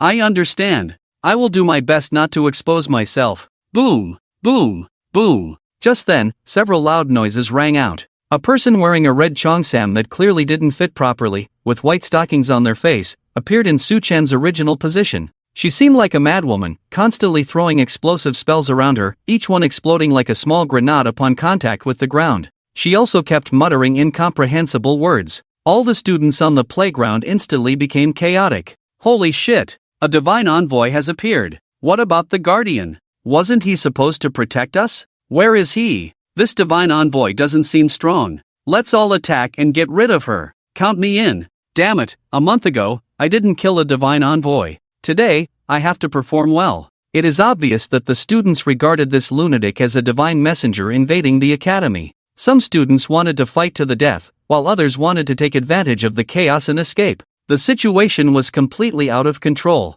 Zhang Zhe and Lin Rushue immediately realized that this was a perfect opportunity to escape. Now that there were other people being considered as enemies of the invasion, as long as they blended into the crowd, it would be highly unlikely for them to be suspected again. The two nodded at each other and merged into the scattered flow of fleeing students. As for Su Chen, he stood on top of the teaching building, silently observing their every move. Let's go back a few minutes in time. That's it, Su Chen explained proudly. Long Luor, on the other hand, looked at Su Chen as if he were an idiot. Su Chen, have you ever thought about one thing? If I cause a commotion on the playground, how can I continue to stay in Tianhua City in the future? Didn't you transform into a pure white dragon before? Can't you transform into that form again? Long Luor sighed and shook his head helplessly. When we dragons transform back into our original form, we gradually drain the surrounding spiritual energy. It also takes about a minute or so. By then, all the students who sense the flow of spiritual energy will look towards me.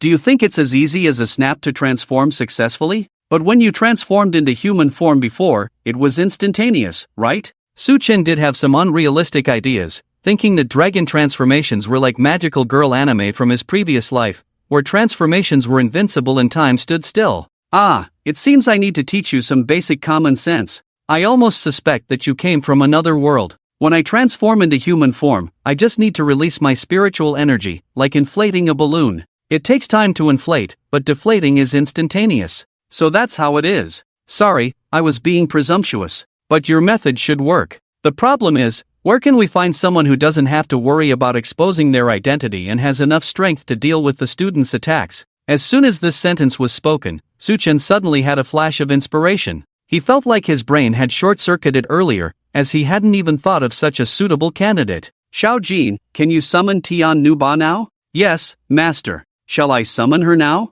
Not yet, can I talk to her alone? Of course, master. Soon, Su Chen heard the voice of Tianhua in his mind, full of respect and awe. Lord Su Chen, what are your orders? Su Chen was also taken aback. Why did Tianhua's attitude become more and more respectful? It seemed like she completely regarded him as her leader. But this was also a good thing. At least it showed that Tianhua genuinely submitted, and there was no need to use terrifying means to threaten her. I will bring out 2 sets of clothes for you to change into later. When you come out, you don't need to worry about anything else. Just create a scene here, but try not to harm anyone else. Just ensure your own survival. Understood, Lord Su Chen. Soon, Su Chen randomly took out a red cheongsam and white stockings from Long Luor's spatial ring and followed Xiao Jin's instructions to throw the cheongsam into the small world of the Divine Slaying Golden Book. Soon, Tianhua indicated that she was ready. Then, Xiao Jin summoned Tianhua. Yes, master. As Xiao Jin's words fell, Tianhua instantly appeared on the stage. Su Chen and Long Luor were stunned when they saw Tianhua's appearance. They saw Tianhua wearing the red cheongsam normally, but she had put the stockings on her head. Her 2 bare and fair feet were extremely white, making people sigh at what a pair of beautiful legs she had. Wait, are stockings supposed to be worn like this? Do normal people put stockings on their heads? Could this be some kind of pervert who escaped from a mental hospital? Although I really want to make a few sarcastic remarks, it seems like Tianhua has been out of touch with the times for too long, not even knowing how to use stockings. But now that things have come to this point, there's no way to salvage it. Taking advantage of Tianhua's rampage, Su Chen also transformed into the Divine Dragon Knight, leaping tens of meters high and bringing Long Luor directly to the top floor of the teaching building, observing every move of Zhang Zhe and Lin Ruxue. However, this commotion also attracted Yu Qianxian and others who were exploring the dormitory building and teaching building. The 3 of them immediately abandoned their original plan and confronted Tianhua on the playground.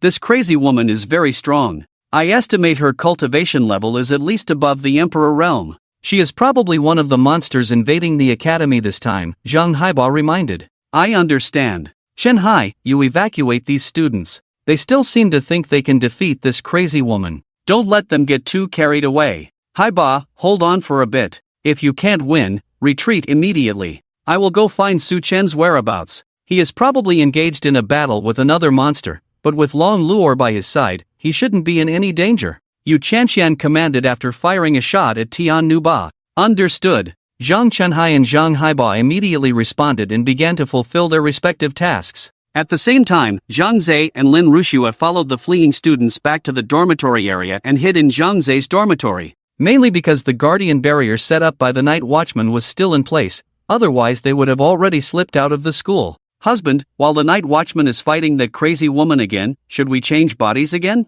No need. If we were discovered at this time and 2 bodies were found dead in the dormitory, the night watchman might continue to maintain the barrier until the real culprit is caught. We just need to wait for the night watchman to kill that crazy woman. Just then, the doorbell of the dormitory rang, startling the 2 of them. Who is it? Zhang Zhe asked through the door. It's me, Zhang Zhe, Jean Lily. I'm a bit scared and don't dare to stay alone in my own dormitory. You're the most capable person from our high school, I think I'll be safe with you. Is it the class monitor? But Xiao Shuai is also here. Would it be inconvenient for you to come in? Zhang Zhe responded while quietly approaching the door, using the peephole to check the situation outside, only to see Jean Lily standing alone in front of the door, looking nervous, as if she had really been frightened. It's okay, I won't disturb the two of you. If Zhang Zhe Ge wants to play double, I don't mind. After all, my husband is still at work. As long as you can protect me, I'm willing to do anything. At this moment, Lin Rushue whispered to Zhang Zhe, why don't we let her in?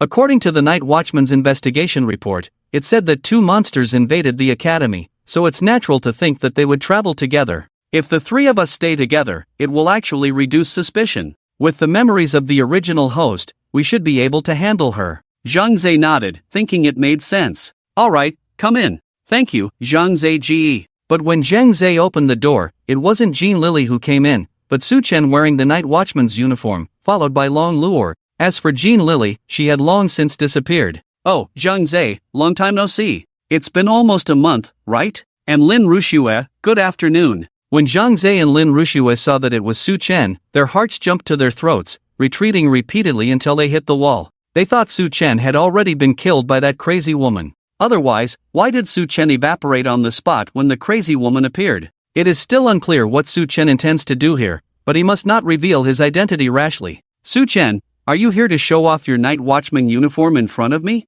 Your colleague is fighting with that lunatic. What are you doing here? Zhang Zhe angrily scolded. Originally, he wanted to talk to Su Chen in a friendly manner, but considering the intense hatred for Su Chen in the host's memory, it would be better to speak to him with an angry tone to avoid suspicion. Upon hearing this, Su Chen burst into laughter. He didn't expect him to still be pretending at this point. Zhang Zhe, there's no need to be so angry, right? I just came to see how my old classmate is doing. Su Chen, I know you have some conflicts with my husband, but in this situation, shouldn't you go help your colleague first? Lin Rushue interjected. Exactly, why the hell are you here in our dormitory at this time? Do you have an interest in watching other couples discuss the mysteries of life? There's no need, isn't that white-haired girl pretty? Zhang Zhe chimed in. Just as Su Chen was about to continue teasing these two mirage demons, Long Luor lightly tapped Su Chen's back with her hand, indicating that the isolation barrier had been deployed. There was no need to delay time with these two monsters any longer. After all, if they continued to delay,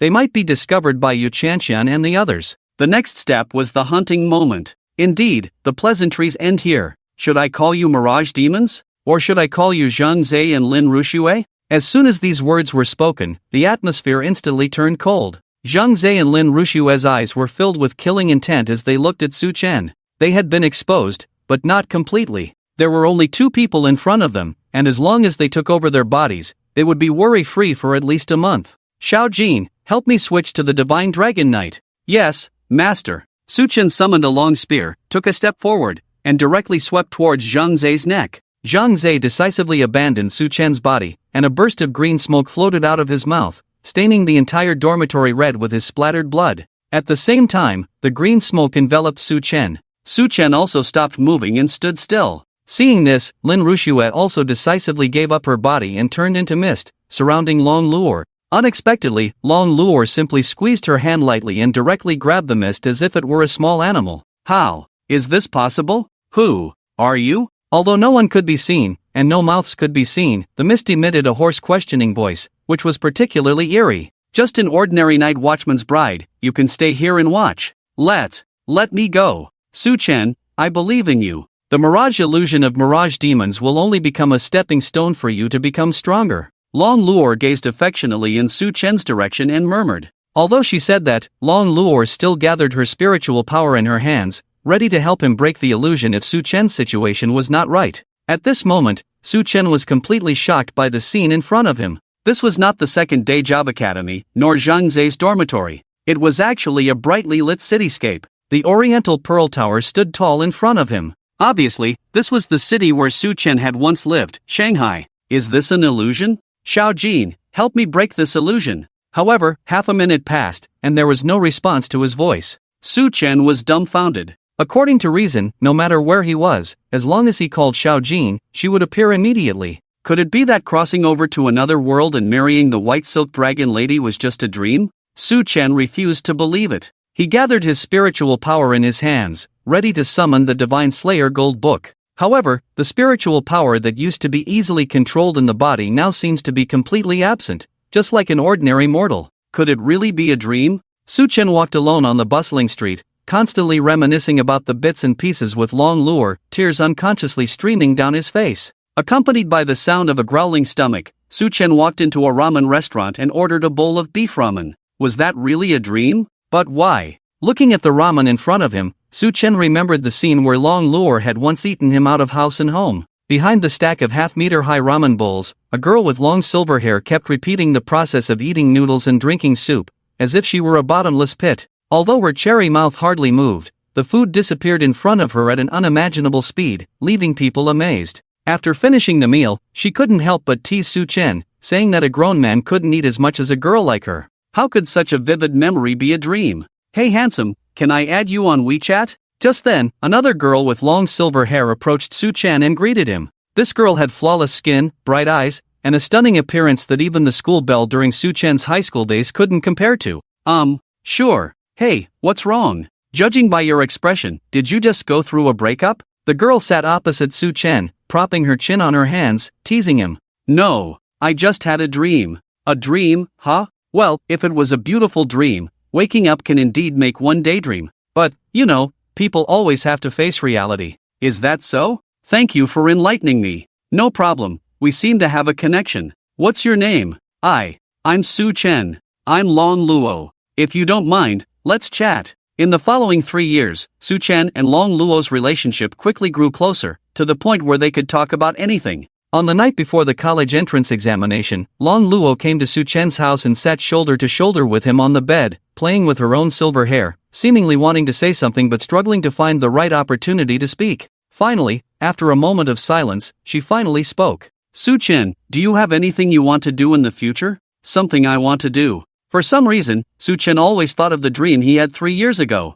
He had made a promise to a certain girl that he would become stronger than her, to the point where he could protect her. However, the current city was very peaceful, and the country had become the world's leading power. Even the president of the beautiful country had to give way. There was simply no danger, so how could he protect her? Yeah, well, in the future, I want to marry you, have 4 children, preferably 2 boys and 2 girls, and then be a full-time housewife, focusing on raising the kids. If you don't mind, you can inherit my father's billion-dollar conglomerate. I believe you can do a better job with it. Su Chen was stunned for a moment, never expecting a wealthy girl like Long Luo to be so straightforward. Can I take this as your confession? Of course, if you like it, I'll say it to you every day. You're really straightforward. I thought your dream was to travel around the world.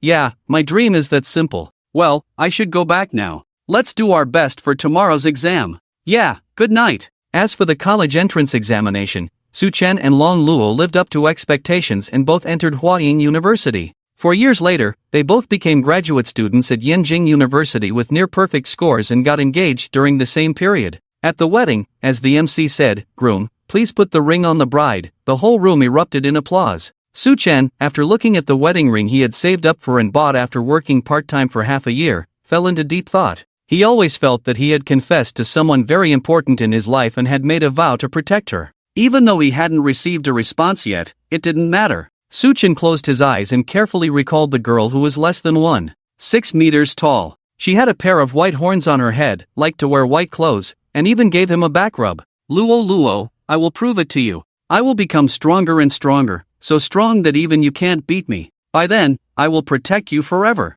Luo Luo. What's wrong? Long Luo, wearing a wedding dress, looked at Su Chen, who was not moving, and asked softly, I'm sorry, I can't put the ring on you because you are not her. As soon as Su Chen said this, the whole wedding banquet fell into silence. No one had expected that the famous and enviable couple would publicly call off the wedding. The MC didn't know what to say and could only awkwardly twitch his mouth. Su Chen, what's wrong with you? I'm Long Luo, aren't I your favorite? Long Luo's beautiful face was covered in tears, clearly deeply affected by Su Chen's words. No, that wasn't a dream. That was reality. Long Luo, who are you really? Why did you approach me? Did I do something wrong? Why all of a sudden? You didn't do anything wrong. It's this world that's wrong. You were just a beautiful fantasy in my heart. As soon as these words were spoken, the whole wedding banquet shook. Cracks began to appear on the ceiling, floor, and walls, as if the world was collapsing. How could I be just a fantasy? I genuinely cared for you. How could you say such things about me? I've always been curious. 7 years ago, that night, I had nothing, and you were the heiress of the Cheney group. Why would someone of your status appear in a cheap restaurant? What did I do to catch your attention? Su Chen, because I like you. Like me? Why? Love at first sight? Yes, love can come suddenly. When I first saw that girl, I instantly fell in love with her. Long Luo, admit it, you were just a figment of my imagination. Long Luo lowered her head, remained silent for a moment, and then spoke. Even if you realize it now, so what? Once you enter my illusion, do you think you can escape? Your body will be mine from now on. Sink into this world and never leave again. Long Luo's originally heavenly face suddenly became incredibly hideous, and her body gradually turned into mist. She lightly waved her right hand. Everyone at the wedding banquet also began to turn into mist, and a white fog enveloped the entire wedding scene. Su Chen closed his eyes and carefully recalled all the unnatural things that had happened in the past 7 years. The menu for tonight's dinner hadn't been decided, but he knew what they would be having. The questions for the college entrance exam hadn't been leaked, but he knew what the questions and answers were. He hadn't met any of his university classmates, but he knew their names. All of these things seemed like foreknowledge. In reality, it was because Su Chen thought about them, so he knew them in advance. There were no things that Su Chen didn't know. In other words, everything in this world was what Su Chen thought in his mind. This world was actually Su Chen's own dream. And the mirage, based on the appearance of the girl in Su Chen's ideal, transformed into Long Luo, deliberately leading Su Chen astray and immersing him in such a dream. After understanding all this, Su Chen only felt that the so-called mirage illusion was nothing more than a joke. In his own dream, he could completely control the development of things and didn't need to rely on external forces. Is that so? I'd like to see who can't escape. With a thought, Su Chen transformed directly into the Dragon Master without needing Xiaojin to convey the message. Instantly, the mist seemed to be torn apart like a tornado, quickly dissipating. What have you done? A voice came from the mist, and it was probably the mirage questioning. Little mirage, did you think I wouldn't know? Your proud illusion is nothing more than ordinary illusion magic. My duty is to be immune to almost all magic. Now that you've entered my body, you should know the outcome, right? No, I don't believe it. How is it possible to have such a duty? No, how is it possible? Why can't I use my magic? Don't kill me. Spare me. I don't want to die. The mirage's originally arrogant tone gradually became shocked, terrified, and humble, and finally began to beg for mercy. After a moment, as the mirage's wailing grew fainter and disappeared, the white mist finally dissipated, revealing only the scene of a dilapidated wedding venue. Congratulations to the master for killing the Hero Realm Mirage and gaining 200 ability points. If possible, I hope to appear here with Long Luo. Su Chen murmured softly, closing his eyes again, and the whole world collapsed with it. When he woke up again, he still felt something soft behind his head. Their faces were very close, and they could feel the fragrance on Long Luo's body with every breath. This scene was just like the first time they met. Su Chen, you finally woke up. My leg is almost numb. Luo, good afternoon. I feel like this scene is somewhat familiar. It's already evening, not afternoon. Is that so? I must have been unconscious for a long time. Su Chen slowly sat up and found Yu Chanxian standing by the bed, with a relieved expression on her face. Chanxian, I'm sorry for worrying you. Su Chen got off the bed and approached Yu Chanxian. As long as you're okay. I was so worried. Yu Chanxian lightly tapped Su Chen's head and comforted him. Brother Chen, where did Brother Hai and Uncle Bo go?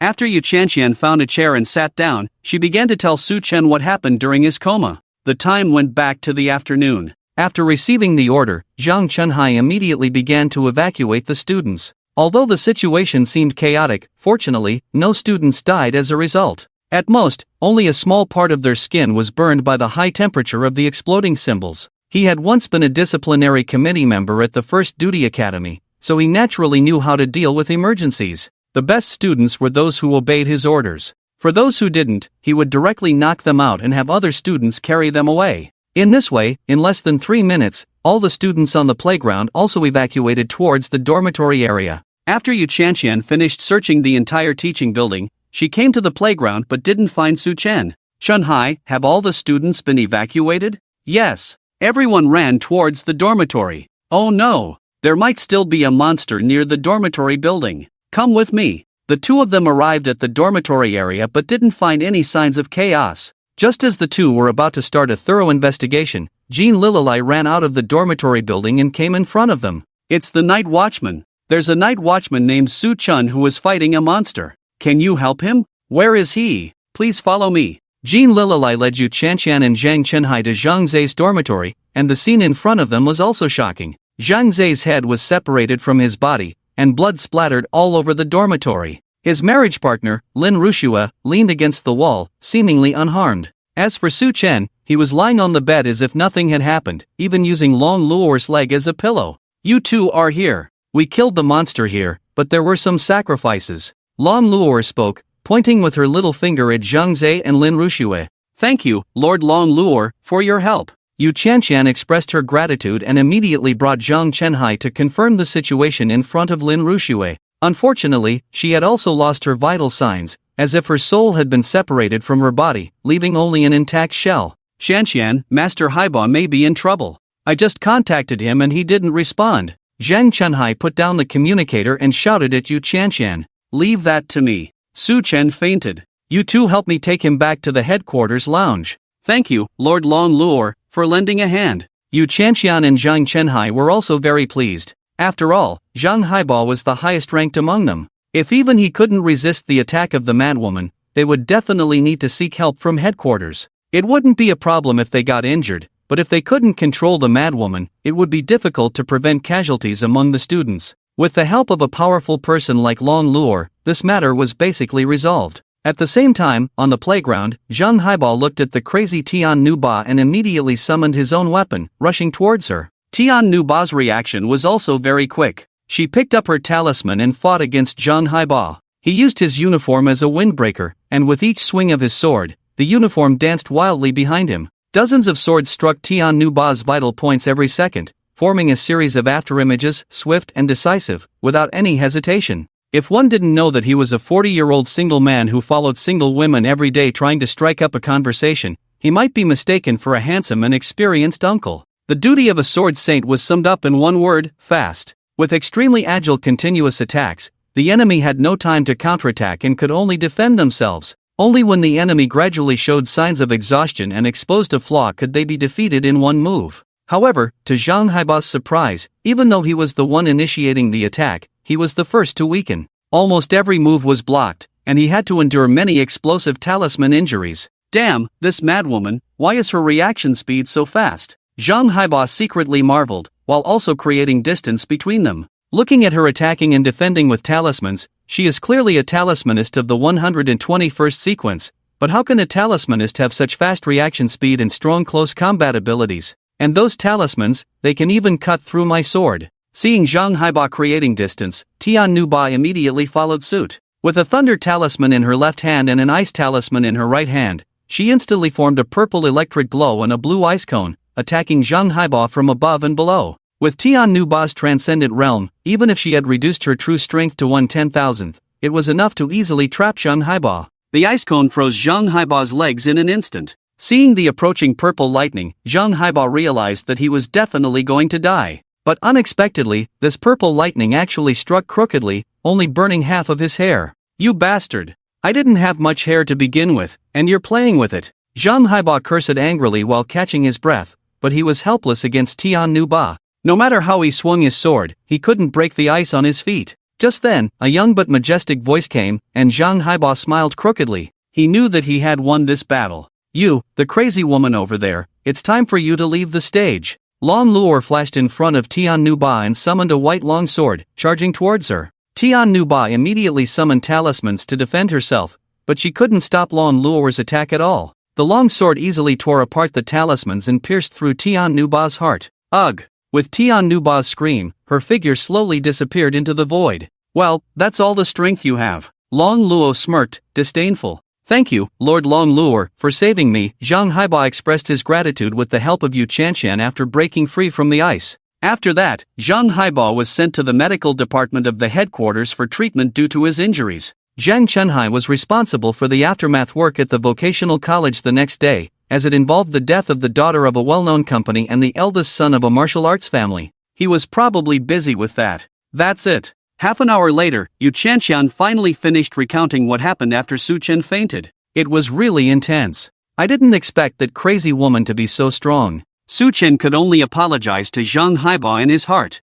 He really didn't expect Tianhua to attack so fiercely, but the effect was indeed very good, creating a scene where only Long Luo could defeat the enemy. Now that you're awake, I'll report the situation to the director and won't disturb you two as a couple. After Yu Chanqian finished speaking, she left the rest area, leaving Long Luo and Su Chen behind. The atmosphere was slightly awkward. After a moment, Su Chen broke the silence first. Luo, do you want to have 2 girls and 2 boys? Su Chen thought that after saying this, he would definitely get a few slaps from Long Luo, but unexpectedly, Long Luo's reaction greatly exceeded his expectations. He saw Long Luo fidgeting, blushing, avoiding eye contact, and looking very shy. This kind of shy feeling was like cherry blossoms in spring, delicate yet very endearing.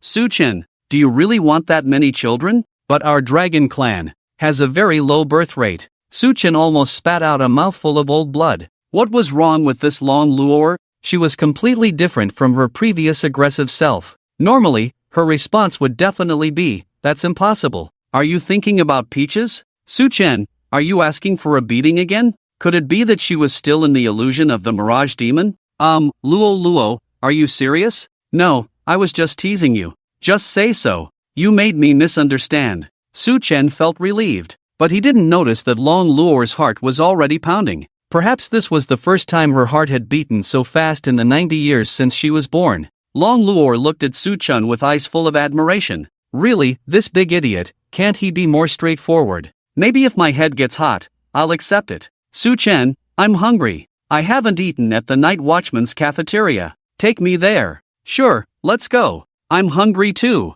The two of them went to the cafeteria at the headquarters. Maybe it's too late, or maybe the food doesn't taste good. There is no one in the cafeteria. When Su Chen and Long Luo arrived, the chef in the cafeteria greeted them warmly. Hey, are you the young couple? What would you like? Give us 10 servings of the best dish. Long Luo answered eagerly. I'll have 2, just like this girl. Alright, today's recommended dish is hot dry noodles, delicious and nutritious. A few minutes later, 12 bowls of hot dry noodles were served. Su Chen looked at Long Luo eating noodles with chopsticks in front of him, feeling deeply moved. Fortunately, that was just a dream.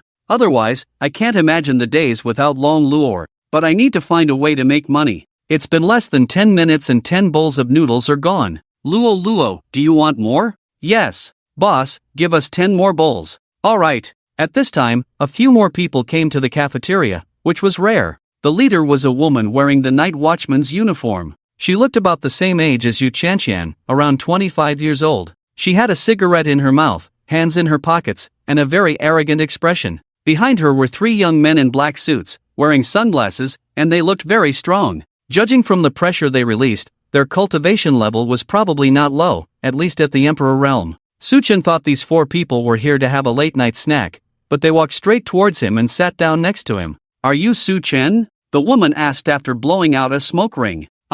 Yes, may I ask who you are? It's strange, you don't seem to have much power. Your cultivation level is probably not even at the hero realm. Why did the director ask me to bring you to the main base? The woman muttered in a low voice, unaware that her voice had already been heard by the people around her. Su Chen's face was full of black lines. He had a feeling that this woman finding him was definitely not a good thing. Sure enough, the following words confirmed Su Chen's guess. Su Chen, do you know about the Nightless City, the main base of our generation of Night Watchmen? Nightless City? Su Chen had heard of it in high school. The headquarters of the Night Watchmen in Tianhua City was just a temporary residence. The real headquarters was an underground hollow outside the city called the Nightless City. It gathered night watchmen from several nearby cities and had functions such as cultivation, martial arts competitions, and divine research. Its defensive capabilities were hundreds of times stronger than the city's barrier. It could be said that even if a god attacked, they might not be able to breach the defenses. There were about 10 nightless cities in the entire Huagua, and many outstanding night watchman leaders had come out from there.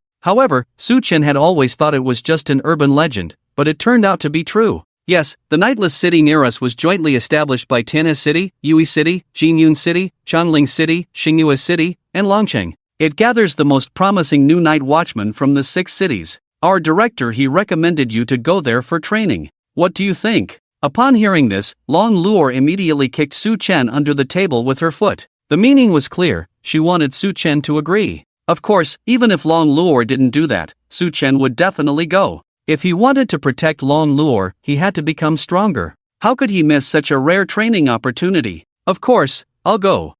You agreed without hesitation, very good. The woman smiled with satisfaction and responded. After that, one of the black-clad youths behind her approached and handed a card to Su Chen. This card is your points card. It's also equivalent to your identification card in the Nightless city. There, all supplies, including daily necessities, food, and training resources, need to be purchased with points. Money is useless. As for how to earn points, you will naturally find out when you get there. Thank you, sister. Su Chen accepted the points card and expressed his gratitude. I have already talked to Captain Yu Chanxian of your third squad. She will take you there in 3 days. There are a total of 3 newcomers selected to participate in the training in Tianhua City. I look forward to your performance. Can Lolo also go? Yes, as long as she is a data match partner, she can go together. However, I don't recommend you to do so. Your wife is not a night watcher, so she cannot earn points there. But her daily necessities also need to be purchased with points, which means your points will have to be used for both of you. It's not cost-effective for you. After pondering for a moment, Su Chen asked again, if I can surpass everyone in the Night City and win first place, will I have enough points for both me and Lolo? Upon hearing this, the woman was stunned. She had also heard from Director He that this man's wife was one of the world's top powerhouses, Long Luo, but his own strength was not strong. Although the Night City allows partners to go, they are not allowed to participate in the assessment. Is this man really confident in his own abilities? Or does he simply want to show off in front of his wife? Regardless, a soldier who doesn't want to be a general is not a good soldier, and this kind of mentality is truly rare. Of course, no problem. Well, it's decided then. Lolo, let's set off in 3 days. After all, to surpass you, I must first become the first among these new recruits of the Night Watchers. Upon hearing Su Chen's bold words, the Night Watcher woman burst into laughter. Great, great. It's no wonder Director He has such high expectations of you. Sister is starting to like you more and more. If I didn't have a partner, I might want to spend the night with you tonight.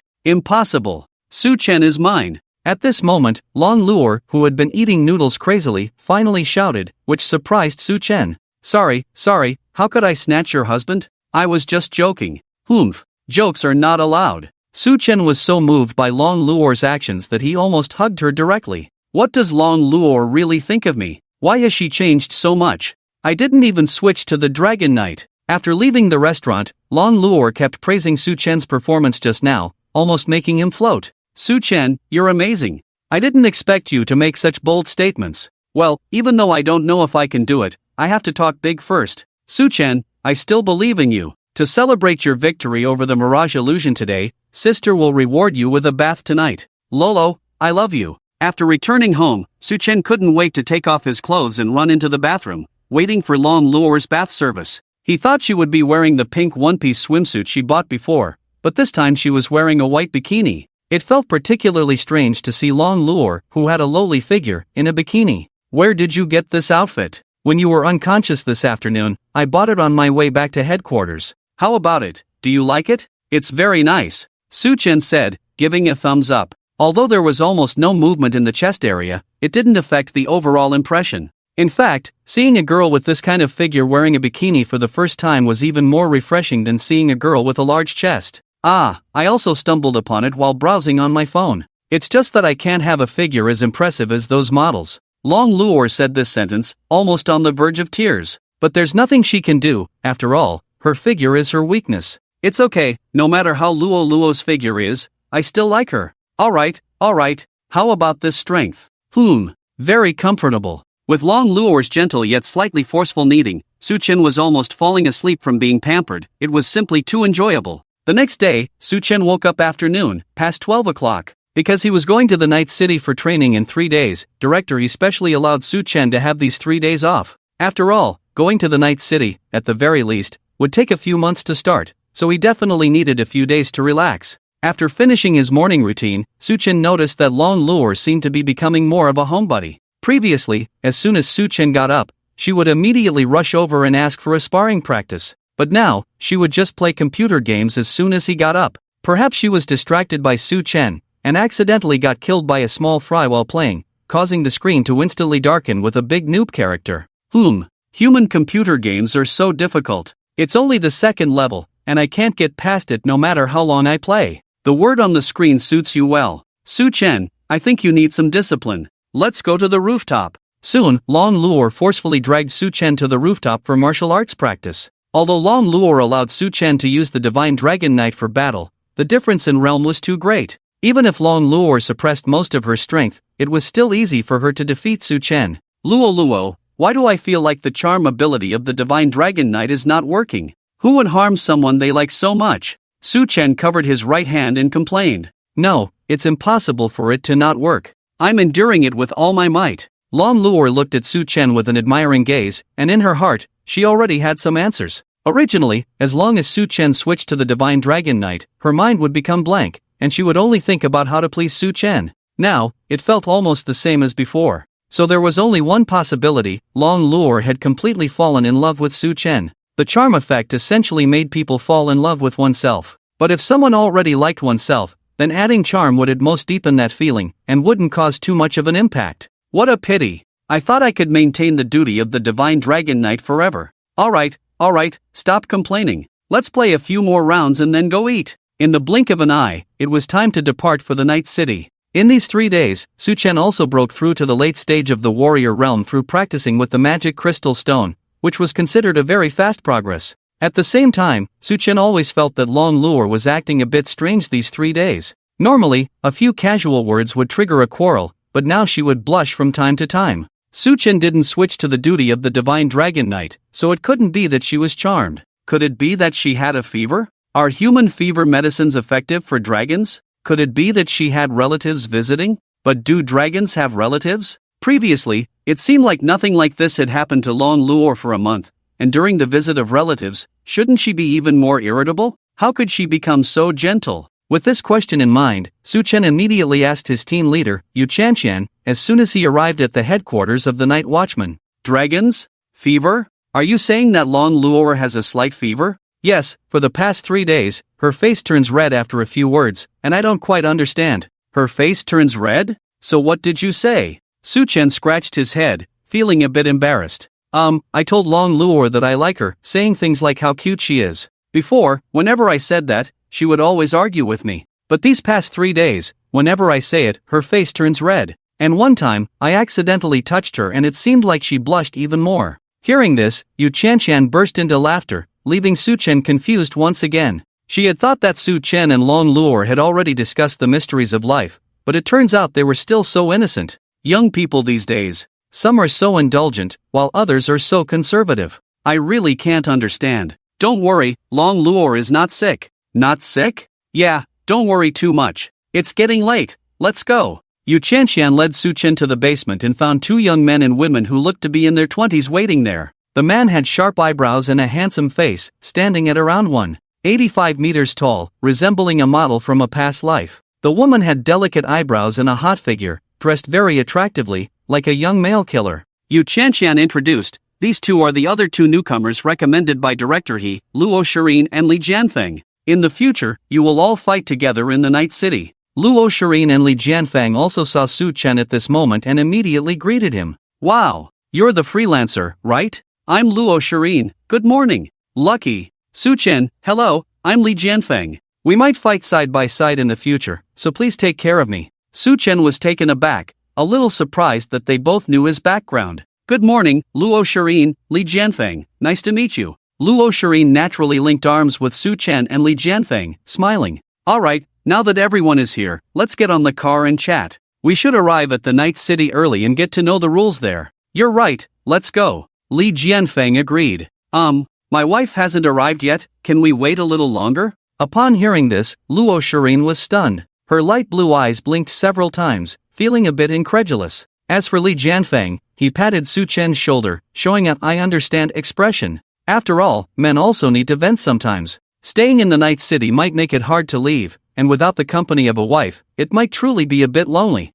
Su Chen, have you heard of the rules in the Night City? My captain said your wife seems quite strong, but she won't be able to help you earn points there, and yet you'll have to pay for both of your points. Are you sure you still want to bring your wife? Luo Shirin tilted her head and asked, finding it hard to understand Su Chen's actions. Yeah, after all, I really love my Luo. If she's not by my side for a day, I might not have any motivation for a whole month. Your relationship is really good. But remember not to cause any casualties. If you can't keep up with the nutrition, your wife might suffer. Li Jianfeng laughed. That's not the case. But do you guys not bring your own marriage partners? My wife just got pregnant, so how can I bring her? I let my parents take care of her. She just needs to wait for my triumphant return. Li Jianfeng responded. As for me, I don't have a marriage partner. I don't believe the matchmaking system can find the most suitable person for me. I still believe in old-fashioned love. And besides, I'm an idol. If I have a marriage partner, I might lose a lot of fans.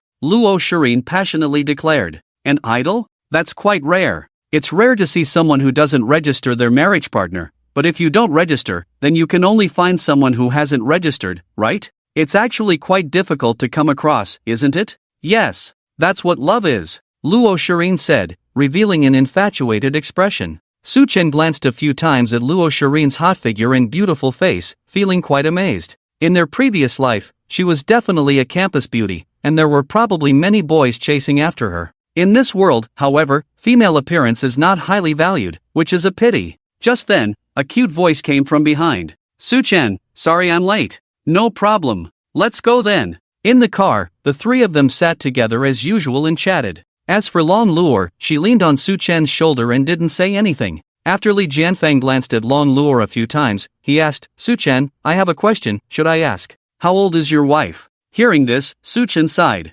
After all, Long Luor did look too young, so it was understandable for people to misunderstand. However, he couldn't reveal her real age, as she was currently in a human identity. She just turned 18 this year and has awakened her celestial duty. I see. I thought there was a problem with the marriage system. By the way, what are your celestial duties? Luo Shirin became interested when this topic came up. After all, her awakened celestial duty was considered a pseudo-god duty. Pseudo-god duties are celestial duties that have almost the same abilities as god duties in various aspects, and in certain situations, they can even be more powerful than god duties. However, there are multiple people with these duties, so they can't truly be called god duties. Zhao Shanha, the captain of the 4th Night Watchman Squad, also has an assassin duty that is considered one of the pseudo-god duties. After all, being able to conceal one's presence and perceive the opponent's weaknesses, no other celestial duty can surpass the assassin in stealth missions. Luo Shirin stood up, bowed, and began to introduce herself.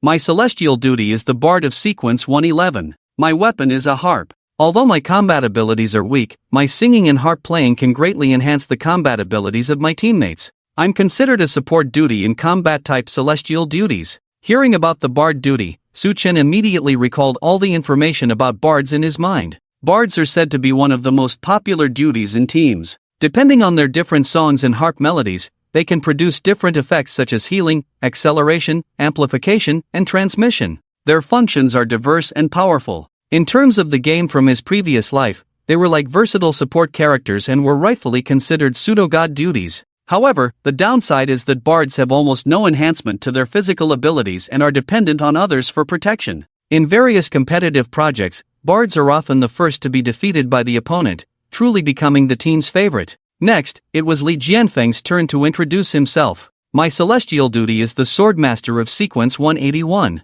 I specialize in using longswords in combat. Please take care of me. Hearing about the Swordmaster duty, Su Chen frowned. The Swordmaster duty is a swordsmanship duty that can use certain magic, particularly gravity magic. It is not as fast as the Sword Saint in terms of speed, nor does it have the same magical abilities as the Magic Swordsman. Its strength enhancement is not particularly high, and it doesn't have any other outstanding specialties. However, this duty has an extremely powerful ability. Any enemy hit by the Swordmaster's weapon will have wounds that can never heal. Any small wound could be fatal, making it the nemesis of any living being. The wound can only be healed if the sword demon himself treats it or if the sword demon is eliminated. At this moment, Luo Shirin curiously asked, Su Chen, what is your wife's occupation? Well, Su Chen was at a loss for words, not knowing how to describe Long Luor's occupation. He couldn't possibly reveal that she was a dragon soul swordsman. The appearance of a divine occupation would cause unnecessary trouble, although it was not a problem for Long Luor.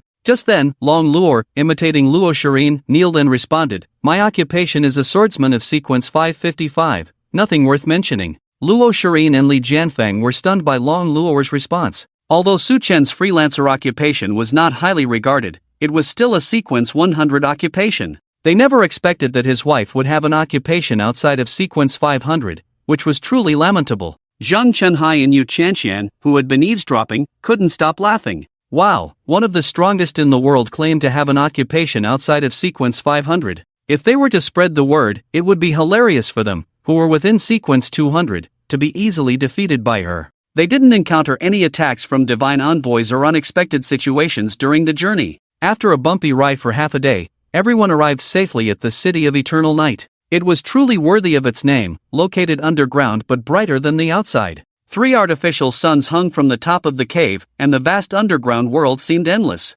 Roughly estimating, it was probably as big as 200 football fields. As soon as they got off the car, Long Luo appeared very excited. Su Chen, can you feel it? The spiritual energy here is so abundant. After all, it's the headquarters of the Night Watchman. They must have spent a huge amount of money to establish a gathering spirit array. Su Chen, why don't you just stay here and not leave? The spiritual energy here is so abundant that cultivation will definitely be much faster than outside. Su Chen sighed. Don't worry, I came here with the goal of becoming the #1 here. Yu Qianxian had just explained the rules of the City of Eternal Night to them in the car. To stay here for a long time, not only did one need sufficient strength, but they also had to participate in various activities. Each person's scorecard initially had 10,000 points. As long as they stayed here for a day, they had to pay a retention fee of 200 points. For couples like Su Chen and Long Luo, they had to pay 2 retention fees per day. Moreover, there was a rule that newcomers entering the City of Eternal Night couldn't bring any items, including cell phones.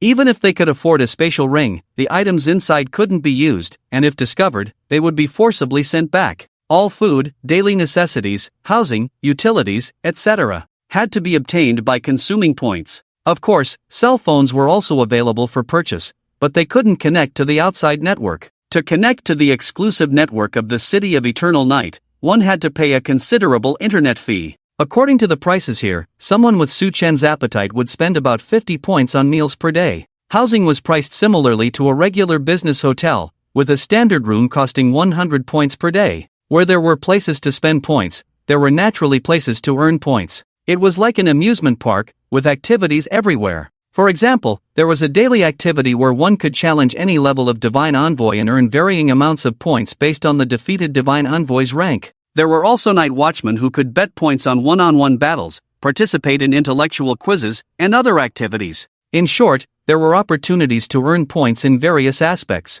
As long as you have strength and perseverance, you can even stay here for 3 years. In other words, this is actually a mini-world that uses points as currency, and only the fittest can survive. As for Luo Shirin and Li Jianfeng, they are also exploring various facilities in the Nightless City separately. Because Su Chen and the others arrived relatively early, there are still 2 days before the official gathering begins, so they can earn more points during this period for future needs. However, ideals are beautiful, but reality is cruel. In a noodle restaurant in the Nightless City, Luo, please, can you stop talking until I become stronger? Looking at the mountains of bowls in front of him, Su Chen felt a sense of déjà vu. 1 bowl of noodles costs 20 points, and Long Luo ate more than 60 bowls. Is she trying to die before achieving success? Su Chen, this way you will feel a sense of crisis. Otherwise, you're always so hesitant. Look at the activity just now. Killing the leader-level Divine Envoy alone gives you 500 points. The Lord-level Divine Envoy even gives 1,000 points. That's not a sense of crisis. Don't we need to consider accommodation? Originally, I was going to book 2 rooms, but I thought it was a waste, so I generously allowed you to stay with me. How about this benefit? Can I be a dragon knight? Do you want to try? If I try, I'll die. Su Chen looked at Long Luo's faint smile and always felt that she had no good intentions. On the other hand, Long Luo sighed secretly. Why am I always like this? Why does it change when I say it? I was mentally prepared. Just then, a young couple also arrived. It wasn't something worth paying attention to, but Su Chen noticed that the woman also had a pair of gray-brown dragon horns on her head. Is she also a dragon clan? Or is she just cosplaying? They originally wanted to order a few bowls of noodles to fill their stomachs, but when they saw Long Luo, they instantly revealed a wicked smile. Miss, are you a member of the dragon clan? The man came to Long Luo's side and bowed before asking. Su Chen and Long Luo were stunned. Long Luo was clearly wearing a ring that concealed her dragon form, so how could she be recognized? Are you blind? Do I look like a member of the dragon clan? Long Luo retorted impatiently. Miss, even if you use some treasure to conceal your form, you can't hide it from my eyes. I am Yang Tianlong from the Night Watchman headquarters in Dragon City. My divine duty sequence is Dragon Knight Commander 117, and I am very sensitive to the aura of the Dragon Clan. It should be impossible for me to make a mistake. Hearing the divine duty of Dragon Knight Commander, Long Luor almost dropped the bowl she was eating. Why is it that in this past month, she keeps encountering divine duties related to the Dragon Clan? Not to mention the Divine Dragon Knight and the Dragon Tamer, now there's a Dragon Knight Commander. It never ends, does it? Oh, so what? Are you going to go around telling everyone? Long Luor couldn't hide it anymore and confessed openly. No, I just want to invite you to become a contracted dragon, how about it? I refuse, you can leave. Long Luor didn't even think about it and decisively refused, not giving any chance. As for the contract of the Dragon Knight Commander, it is completely different from the Dragon Tamer, as it does not establish a connection of power. If the contractor's realm improves quickly, the contracted dragon can also enjoy some benefits, similar to the relationship between employees and bosses in a company. Yang Tianlong didn't expect to be rejected so straightforwardly, and his mouth twitched awkwardly. Miss, don't worry, there are definitely no disadvantages to following me. The woman behind him also came to Long Luor's side and advised, Little sister, I can tell from your aura that you must be from the Divine Dragon Clan. I am Ho Wunwun from the Fire Dragon Clan. I have established a contract with Yang Tianlong for several years, and our cultivation has rapidly improved in a short period of time. Little sister, are you really not considering it? You too, are you flirting with my wife right in front of me? Do you not respect me? Su Chen's eyes were filled with coldness, and just his gaze alone was enough to send shivers down one's spine. Yang Tianlong and Huo Wunwun were immediately intimidated by Su Chen's aura and took a step back. They couldn't understand why this seemingly ordinary man in front of them could emit such a terrifying pressure. Meanwhile, Long Luor had an infatuated expression as she gazed at Su Chen.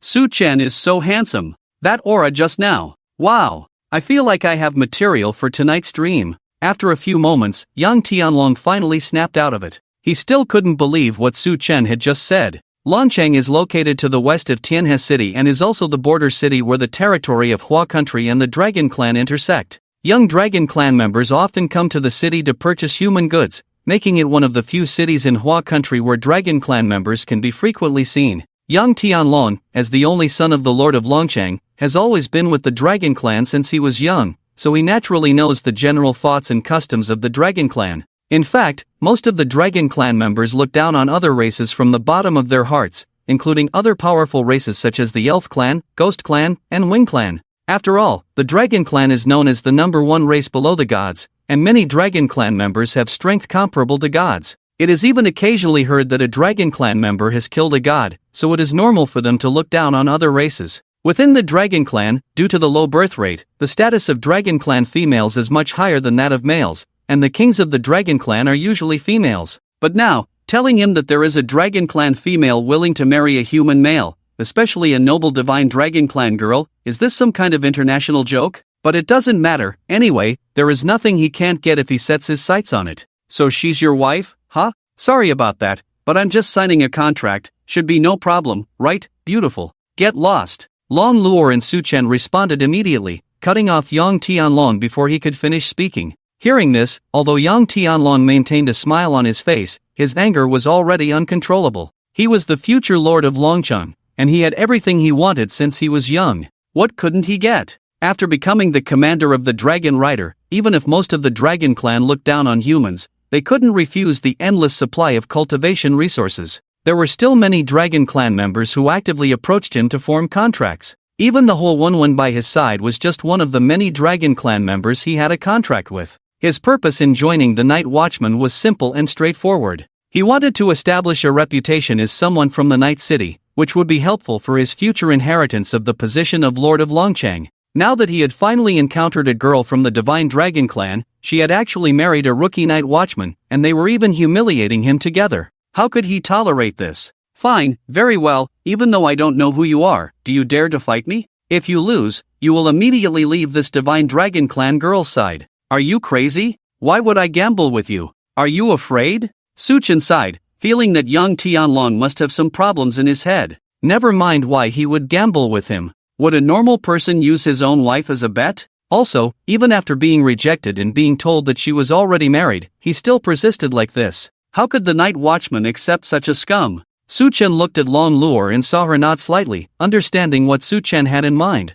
Let's bet all our points. The loser has to leave the Night City immediately. Do you dare? Su Chen had already made up his mind. After all, in order to become the first in the Night City, regardless of the opponent's background or their ranking in the celestial hierarchy, he had to win. The person in front of him was just the first step. Mad, I'm not afraid of you. Soon, under the witness of the Night City's guardians, the two began their battle, with the bet being all the points on their scorecards. The Night City had a barrier set up by a formation master specifically for sparring, and once they sustained a certain amount of damage inside, they would be teleported out, for the sake of the guardian's safety. Su Chen stared at young Tianhua, constantly recalling the Dragon Cavalry Commander's various abilities and strengths and weaknesses. As the name suggests, the Dragon Cavalry Commander is a type of commander in battle, but their combat power is also remarkable. Like the Divine Dragon Knight, they are skilled in using long spears, but they do not use magic and their jumping ability is average. They have two main abilities. One is the ability to form a contract with the Dragon Clan, which enhances their physical abilities as the number of contracted dragons increases. The second is the ability to summon nearby dragons that they have a contract with at any time, but it requires a large amount of spiritual power, so it can only be used as a last resort. I don't know his realm yet, but he probably won't be lower than me. Dragon City is close to the Dragon Clan's territory, so as the son of the city lord, he must have contracted many dragons. I can't just see him as a mere commander. Just as Su Chen finished speaking, young Tianhua immediately charged towards him as the Divine Dragon Knight, aiming his spear directly at Su Chen's heart. Su Chen immediately summoned his own spear to block the attack. Soon, the two were entangled in a fierce battle. Yang Tianhua's spear techniques were extremely cunning, each attack aimed directly at Su Chen's vital points. However, Su Chen simply sidestepped, narrowly avoiding the spear grazing his head, repeatedly turning danger into safety. Such slow spear techniques? Are you still in the mortal realm? Damn it, why is he reacting so quickly? Yang Tianhua continued to increase the frequency of his attacks while changing his attack patterns, trying to find Su Chen's weakness. However, no matter how he attacked, Su Chen was able to dodge and block with precision. Su Chen's golden spear was like a shield, firmly restraining any of young Tianhua's attacks. Is this the Dragon Cavalry Commander of Dragon City? Damn it! Su Chen's mockery was very effective. Young Tianhua, who kept attacking, finally revealed a slight opening, his spear slipping out of his hand when Su Chen blocked it. Seizing this opportunity, Su Chen imitated young Tianhua's attack style and aimed his spear directly at his face. Young Tianhua, in a hurry to retreat, slipped and fell to the ground. Just as Su Chen was about to finish off young Tianhua, he immediately shouted loudly, "Huanwen!" In an instant, with a flash of light, Huanwen appeared in front of Su Chen and directly caught his attack with her hand. Damn it! How can she interfere? Wasn't this supposed to be a one-on-one fight? But she's also a dragon. I wonder if the abilities of the Divine Dragon Knight will work on her. However, the referee of the Guardians did not stop the match, indicating that interference was allowed within the rules. After all, as a commander-type celestial occupation, it was reasonable to summon subordinates to help in battle, although it was not honorable. Sure enough, just as Su Chen was about to retreat, Huanwen immediately revealed a fangirl-like expression. Hey handsome human, do you have any free time later? Would you like to go on a date with me? Huanwen's words left young Tianhua dumbfounded. His contracted dragon was actually showing goodwill to others right in front of him. What is going on? Huanwen, what are you doing? Help me get rid of him. Shut up. I've tolerated you, a loser, for a long time, you know? If it weren't for the abundant cultivation resources you provide me, why would I want to stay by your side? How many times have you taken advantage of me, you dead man? Huanwen retorted immediately. You? What you? Don't think I don't know what you, the contracted Dragon Clan, are up to. My brother also wanted to contract with you before, but you rejected him. You just want to build a harem of dragons, all of them being female dragons. Did I say anything wrong? Huanwen, what do you mean? That's what I mean. Do you really think all of us sisters want to follow you? We only reluctantly help you because you can provide us with cultivation resources. Ever since I heard that I was going to be brought here by you, I couldn't sleep for several days, thinking that I might be subjected to your harassment. I almost vomited my dinner from the thought. Huanwen vented all her grievances against young Tianhua, almost spewing out all the resentment from these years. Young Tianhua was furious. These past few years, he had been enjoying good food, drinks, and abundant cultivation resources, all provided by the dragons he contracted with. Apart from providing him with some additional abilities, the purpose was to one day use their power to overcome obstacles. He never expected that this was how they truly felt inside. They were a bunch of ungrateful dragons. Su Chen was also a bit confused. He had anticipated that Huanwen might be charmed by the abilities of the Dragon Knight, but he didn't expect things to develop like this. This charm ability was indeed too strong. Although I don't want to interrupt your affairs, my time is limited, so please finish this quickly. Handsome guy, you don't have to dirty your hands. I'll help you. Huo Wenwen immediately turned around, revealing a bright smile. You. Before Yang Tianlong could finish speaking, Huo Wenwen kicked him. With Yang Tianlong's cry of pain, he disappeared from the spot. Obviously, he was forcibly teleported away due to the excessive damage he suffered. As for the night watchman referee, he was dumbfounded watching this scene. Which period drama were they filming? But he quickly regained his senses and declared Su Chen the winner. After leaving the barrier, Su Chen looked at the 3,000 points he received and had a black line on his face. Is this guy really so extravagant? He couldn't have arrived here much earlier, right? I thought I could make a profit by betting 10,000 points with my over 8,000 points. Su Chen, you're so handsome. Long Luor immediately ran over and hugged Su Chen's arm. Seeing her like this, Su Chen realized that her talisman's energy must have been depleted, considering how long the battle lasted. Xiao Jin, help me switch to Dragon Master. Yes, Master. With Xiao Jin's words, Long Luor reluctantly left Su Chen. Stingy. Ha? What's wrong? Nothing. At this moment, Huo Wenwen also wanted to rush up and hug Su Chen immediately. But in the instant that Xiao Jin spoke, her mind suddenly cleared. What did I just do? Why did I suddenly have feelings for Tianlong? Tianlong, Huo Wenwen, you can do it. Consider me unlucky to have contracted with a dragon like you. No, Tianlong, listen to my explanation, Explanation? What is there to explain? Do you mean to say that you were brainwashed by that bastard before saying such things? Watching the argument between young Tianlong and Huo Wenwen, Su Chen and Long Luor burst into laughter. Su Chen, thank you for standing up to protect me. It's only natural. And I've said it before, I will definitely protect you, even though I'm still weak. Long Luor lowered her head, a blush appearing on both sides of her cheeks, making her look cute as if she had applied a light layer of rouge. You really know how to say beautiful words. I don't just talk, I also act. By the way, young Tianlong is quite funny, trying to steal my thunder? It's already good enough that I didn't steal his thunder. Su Chen, I won't allow you to have a good relationship with other women. Don't worry, I only have a good relationship with you. Let's go, we have points now, let's find a place to rest. But let's be thrifty, one room is enough. The two arrived at the residential area. Although it was called a residential area, it was actually a building. Each floor had several rooms for living, and the higher the floor, the more points it would cost and the larger the room would be. On their first day in the city that never sleeps, they earned a whopping 3,000 points, which was definitely extravagant.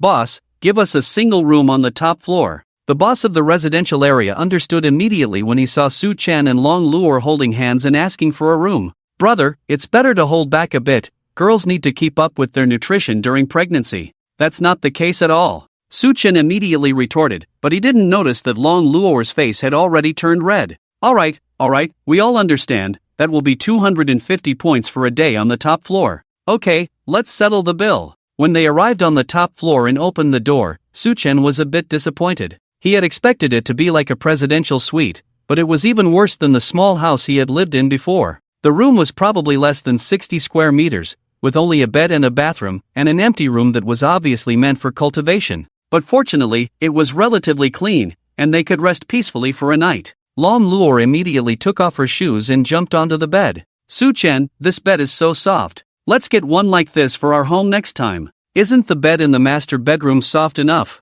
We should buy some daily necessities first. This place doesn't provide essential items like a hotel. Okay. By the time they finished purchasing their daily necessities, it was already past 10 o'clock at night. Su Chen swallowed his saliva as he watched Long Luor come out of the bathroom. Her wet silver-white hair covered her angelic face, but couldn't hide her transcendent temperament. Perhaps because there was only one bed here, the fiery flame in Su Chen's heart kept rising, and his little brother also began to stir. And Long Luor seemed to sense Su Chen's unusual aura, her cheeks slightly reddened as she sat next to him. Su Chen, what's wrong with you? You seem a bit absent-minded. To be honest, Su Chen didn't know how to describe his current feelings. He liked Long Luor and wanted to take it further. But is it really a good idea to bring it up? Would it be better to keep these feelings buried in his heart? What does Long Luor really think? Just then, Long Luor leaned against Su Chen's chest and showed a dependent expression like a little bird. Su Chen, what are you thinking?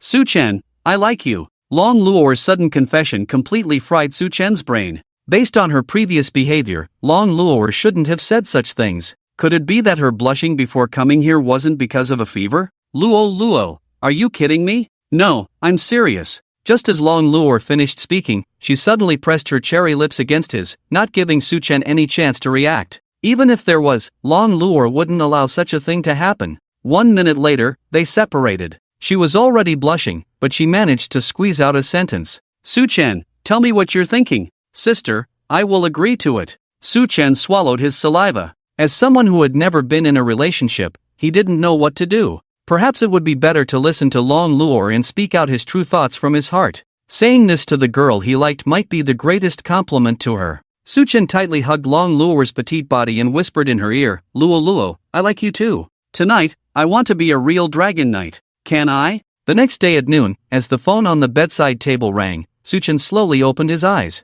Hello? Who is it? Hello, is this Mr. Su Chen? I'm from the front desk of the housing area. Your room's time is up. Do you want to extend your stay? If so, I will deduct 250 points from your card. Yes, extend it. Okay. After hanging up the phone, Su Chen looked at Long Luo, who was still sleeping, and gently touched her head. My waist hurts, it's so hard to get up. Even though she looks so delicate, she's really a handful when it comes to doing things. Su Chen recalled last night's experience. Although it was enjoyable, he also felt a bit scared. At first, it was Su Chen who was in control, but somehow Long Luo became more and more enthusiastic. From being shy at first, to actively trying to cooperate, and finally taking the initiative. It lasted a total of 4 hours, with her riding him for over 2.5 hours. Clearly, Su Chen's duty was to be the Dragon Knight. It was already past 3 in the morning when Su Chen was finally allowed to fall asleep. It was too damn terrifying. It's a good thing that Luo agreed to let me use the duty of the Dragon Knight.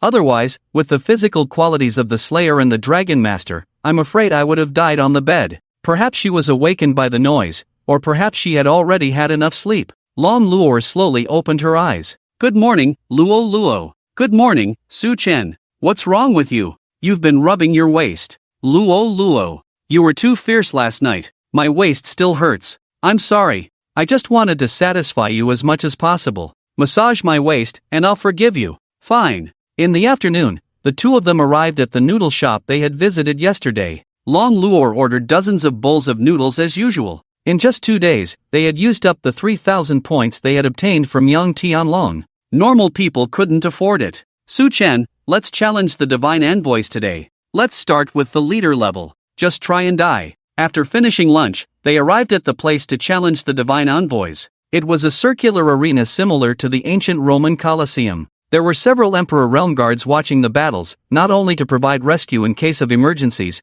but also to guide newcomers on what aspects they needed to improve in their fights against the divine envoys. All the divine envoys here were captured by the seniors from outside and were available for the juniors to challenge. However, unlike the training grounds for newcomers, there were no protective barriers here, so all injuries and casualties were real. Although there are senior night guards ready to rescue at any time, every 1 or 2 years, there are newcomers who challenge gods that are beyond their own strength and die before the senior guards can rescue them. Ultimately, it is because they care too much about gaining or losing points. Many people are unwilling to give up the opportunity to earn points once a day, and they want to get more, which leads to such tragedies. Just as I entered the gate, I saw a man challenging a wolf-shaped god. And that person is none other than Li Jianfeng. According to Long Luo, Li Jianfeng is now at the peak of the hero realm, but there is still a certain gap between his strength and that of the leader-level god. The wolf-shaped god stared at Li Jianfeng, who was as big as a person, and Li Jianfeng was ready to counterattack at any time. After about 10 seconds, with a wolf howl, the god rushed towards Li Jianfeng with its teeth and claws. He simply raised his long sword and directly blocked the wolf's mouth, and the two of them remained in a stalemate. But soon, as Li Jianfeng chanted a spell, a flame burst out from the sword and burned the god's body directly through its mouth. Taking advantage of this opportunity, Li Jianfeng swung his sword with force and directly cut off half of the god's head. With a loud noise, the wolf-shaped god fell to the ground, and applause from the surrounding senior night guards followed. Impressive, this child has a promising future. Sword demon? Although this profession is not strong in magic control, the power of that fire magic was obviously not low. It seems that he has done a lot of training. Not only that, his strength is also outstanding. When he reaches a higher realm in the future, he will definitely achieve great things. Li Jianfeng humbly accepted the praise from the seniors. when he saw Su Chen at the entrance and ran up to greet him. Su Chen, are you also here to challenge the gods? Yes, by the way, that move you just made was awesome. Well, actually, I wanted to challenge the Lord level god, but for the sake of stability, it's better to challenge the leader level. Anyway, 500 points a day is enough for me to spend. It's better to be safe. If you get injured because of this, our night guards in Tianhua City will lose a great general in 2 days. You're right. After a few greetings, Su Chen also went to the registration area for challenges. Hello, senior. I want to challenge the leader level god. Although it may invade your privacy to ask this, what is your realm? It was necessary for the night guards to ask this. After all, every newcomer is a future hero who protects the city, and it would be a pity if they died because of a large gap in realms. Su Chen sighed and could only honestly respond, I am in the late warrior realm, but I am confident that I can defeat the leader level god. Hearing this, several seniors around him frowned. One of them approached with concern and asked, Brother, it may not be polite to say this, but challenging elite level gods might be a bit difficult for you at the late warrior realm. Are you really going to challenge the leader level? Yes, I'm sure. Su Chen responded confidently. Well, forget it. After all, there are regulations above. We have no right to interfere with your choice to challenge gods at any level, but you must prioritize your own safety. If we see you at a disadvantage, we will immediately intervene. Is that okay? Yes, no problem. Soon, Su Chen entered the arena, and a leader-level god in the form of a lion was released by a senior in the Emperor realm. The god slowly walked towards Su Chen, seemingly considering how to play with this prey in front of it. All the surrounding senior night guards and Li Jianfeng held their breath, while Long Luor looked at Su Chen with infatuated eyes as he held his spear and assumed a defensive stance. When the divine envoy was less than 10 meters away from Su Chen, he suddenly pounced on him. Just as Su Chen was about to lose his life to the lion's mouth, he followed Li Jianfeng's example and directly blocked the lion's gaping mouth with his long spear. However, lions and wolves are different. Their strong forelimbs can also be used as weapons to attack. However, this was within Su Chen's expectations. Before the divine envoy could launch the next round of attacks, Su Chen, with the help of the powerful jumping ability of the divine dragon knight, maintained a defensive posture and leaped up, carrying the divine envoy with him, flying up to a height of 10 meters. In midair, Su Chen used the divine envoy's body as a stepping stone and forcefully pushed off,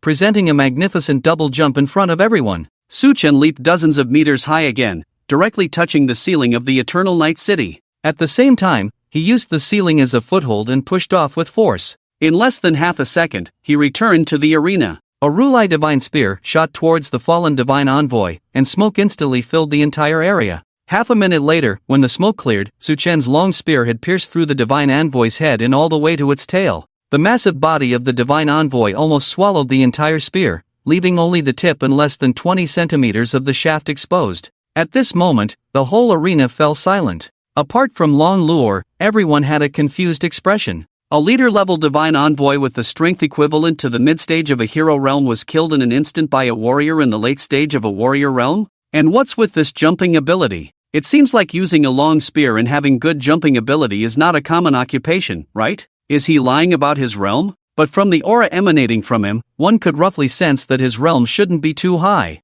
What on earth is going on? Su Chen looked at the leader-level divine envoy he had killed and was also very surprised. He originally thought that it would take at least dozens of rounds to fight. He never expected that he could defeat a leader-level divine envoy with just one move. From the interface of the Divine Slaying Golden Book, his realm was indeed still in the late stage of a warrior realm, which was quite strange. At this moment, Xiao Jin's voice interrupted Su Chen's thoughts. Congratulations, Master, for killing the leader-level divine envoy and gaining 200 ability points. Master, congratulations on becoming stronger. Xiao Jin, it's the first time I've heard you praise me for becoming stronger. By the way, is it because my strength has increased or because this divine envoy is too weak? It's because Master has become stronger. Master obtained the bloodline of the Divine Dragon Clan last night, greatly enhancing the abilities of the Divine Dragon Knight and the Dragon Tamer. Is that so? It's quite unexpected. But why didn't you mention such an important matter before? For some reason, Su Chen felt that Xiao Jin seemed to make a hee-hee expression, as if trying to brush it off.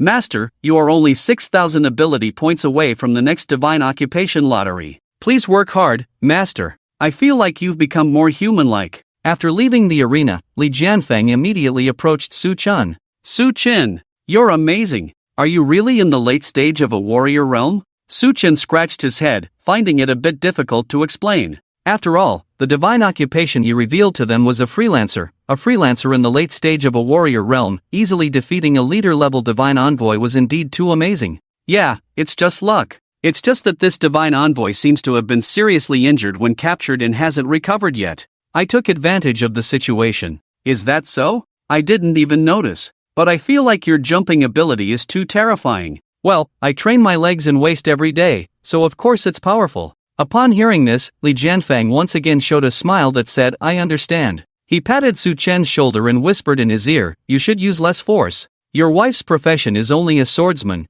and the enhancement to her body is not significant. Moreover, she is so petite that she probably can't withstand your reckless behavior. Don't worry, my wife is much fiercer than you imagine. Just kidding, can you imagine an epic peak powerhouse like you? It would be ridiculous for a dragon knight to be defeated by a dragon knight. Soon, the other senior night watchmen also came here to congratulate, and even a few people wanted to take Su Chen as their disciple. However, Su Chen rejected them one by one. He had thought about practicing other weapons before, but now it seems that the spear is still suitable for him. These seniors did not awaken the profession of using a spear. The occasions where the Godslayer can be used are too few. In general, the Dragon Knight is mostly used for battles. Even if encountering a god, the Godslayer can still be used in combat. When he draws the profession of using other weapons again, he can consider learning other weapons. As for the mentor in cultivation, who can compare to Long Luo? At this time, Li Jianfang also changed his joking expression and said seriously, Su Chen, there is actually something I think you should know. I saw the new recruits of the Night Watchman in Star Moon City this morning, and one of them is Mu Xinghe. Ha? Mu Xinghe? Are you joking? As for Mu Xinghe, almost everyone in China knows him. He comes from the Chinese military, and his ancestors have been famous generals and strategists in China for generations. He is almost one of the top 10 families in China. The most crucial point is that on his 18th birthday 5 years ago, he awakened the profession of Tianhua War God, which is the 90th in the profession sequence. He is a true divine professional. It is also because of his appearance that China has become the only human country in the world with 4 divine professionals. How could such a person join the Night Watchman organization? What does Mu Xinghe look like? You can see him on TV every day. How could I be mistaken? Wow, is he that terrifying? And it is said that he has already broken through the peak of the hero realm and has a faint tendency to break through the emperor realm. A 23-year-old emperor realm, he is probably the first person in the history of China. A 23-year-old emperor realm is just average.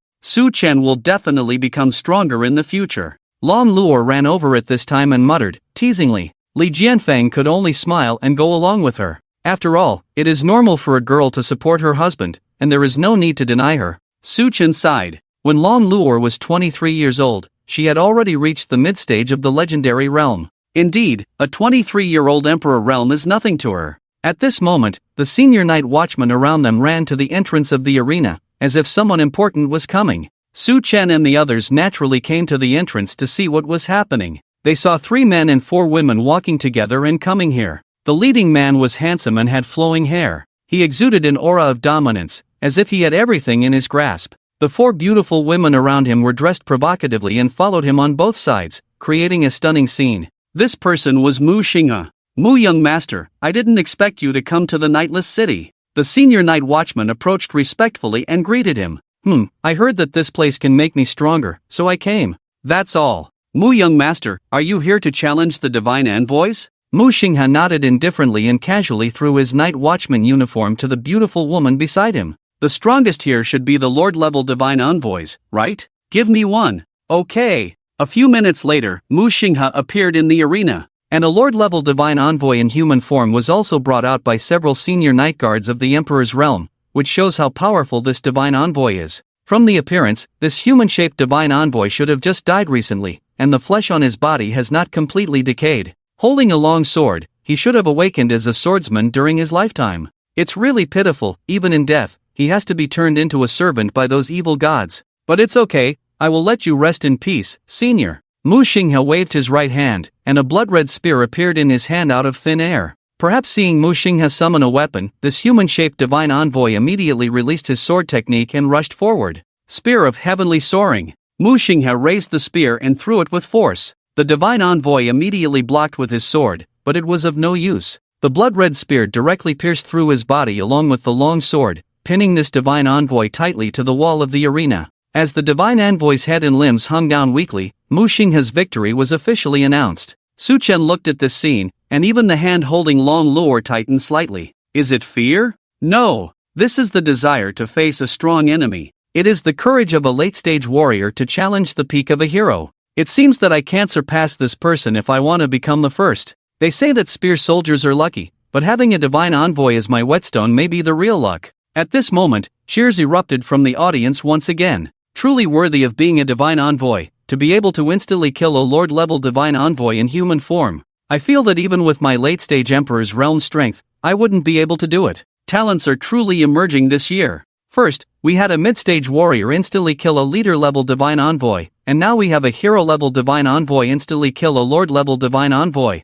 The Nightless city this year is going to be lively. Lord Mu Xinghe is so handsome. Lord Mu Xinghe will always be my idol. Long Luo also felt Su Chen's hand tighten. Is it fear? No. It is the desire to face a strong enemy. It is the courage of a late-stage warrior to challenge the peak of a hero. Truly worthy of being a divine envoy, to be able to instantly kill a lord-level divine envoy in human form. I feel that even with my late-stage Emperor's realm strength, I wouldn't be able to do it. Talents are truly emerging this year. First, we had a mid-stage warrior instantly kill a leader-level divine envoy, and now we have a hero-level divine envoy instantly kill a lord-level divine envoy. The Nightless city this year is going to be lively. Lord Mu Xinghe is so handsome. Lord Mu Xinghe will always be my idol. Long Luo also felt Su Chen's hand tighten. Is it fear? No. This is the desire to face a strong enemy. It is the courage of a late-stage warrior to challenge the peak of a hero. Truly worthy of being my Su Chen. That man named Mu Xinghe can only be a stepping stone for my Su Chen. Su Chen, let's go back to cultivate. You can't use the magic crystals in your spatial ring, I have to exchange them with points. Maybe no one will know if I use them secretly. Su Chen lightly tapped Long Luo's head with the back of his hand and said, since we're here, we have to abide by the rules here. And if we're discovered and sent back, your husband's plan to become stronger will be ruined, right?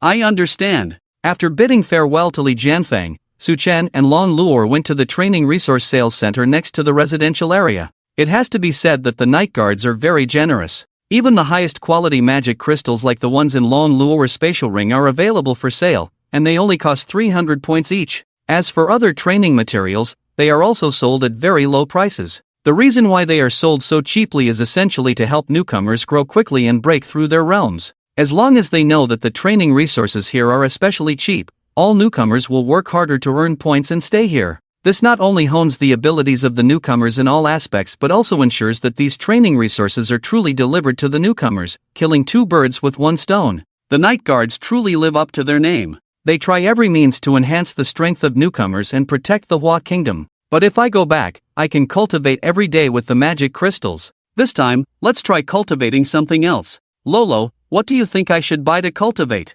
Long Luo looked around the store and finally found a pale purple bead under a pile of perilla leaves. Not bad luck. Long Luo murmured and handed the bead to Su Chen. What is this? Although Su Chen had learned a lot about cultivation resources, he had never seen such a strange thing before. Purple perilla leaf was only the lowest grade cultivation tool. In Tianhua City, you could buy a pound of it for a few hundred huagua coins. He couldn't understand why Long Luo was so excited about finding a bead. Purple perilla spirit bead. The reason why purple perilla leaf is low grade is because most of the spiritual power is condensed in this bead. Cultivating this bead is much more effective than cultivating several hundred pounds of purple perilla leaf. Is that so? Isn't this a non-sale item? Just then, the shopkeeper walked up to Long Luo with a smile and praised, "Well done, little girl. You actually know about this thing. Originally, our superiors wanted us to keep one as an Easter egg, but you found it directly." Long Luo smiled proudly and asked, "So, boss, how much does this bead cost?"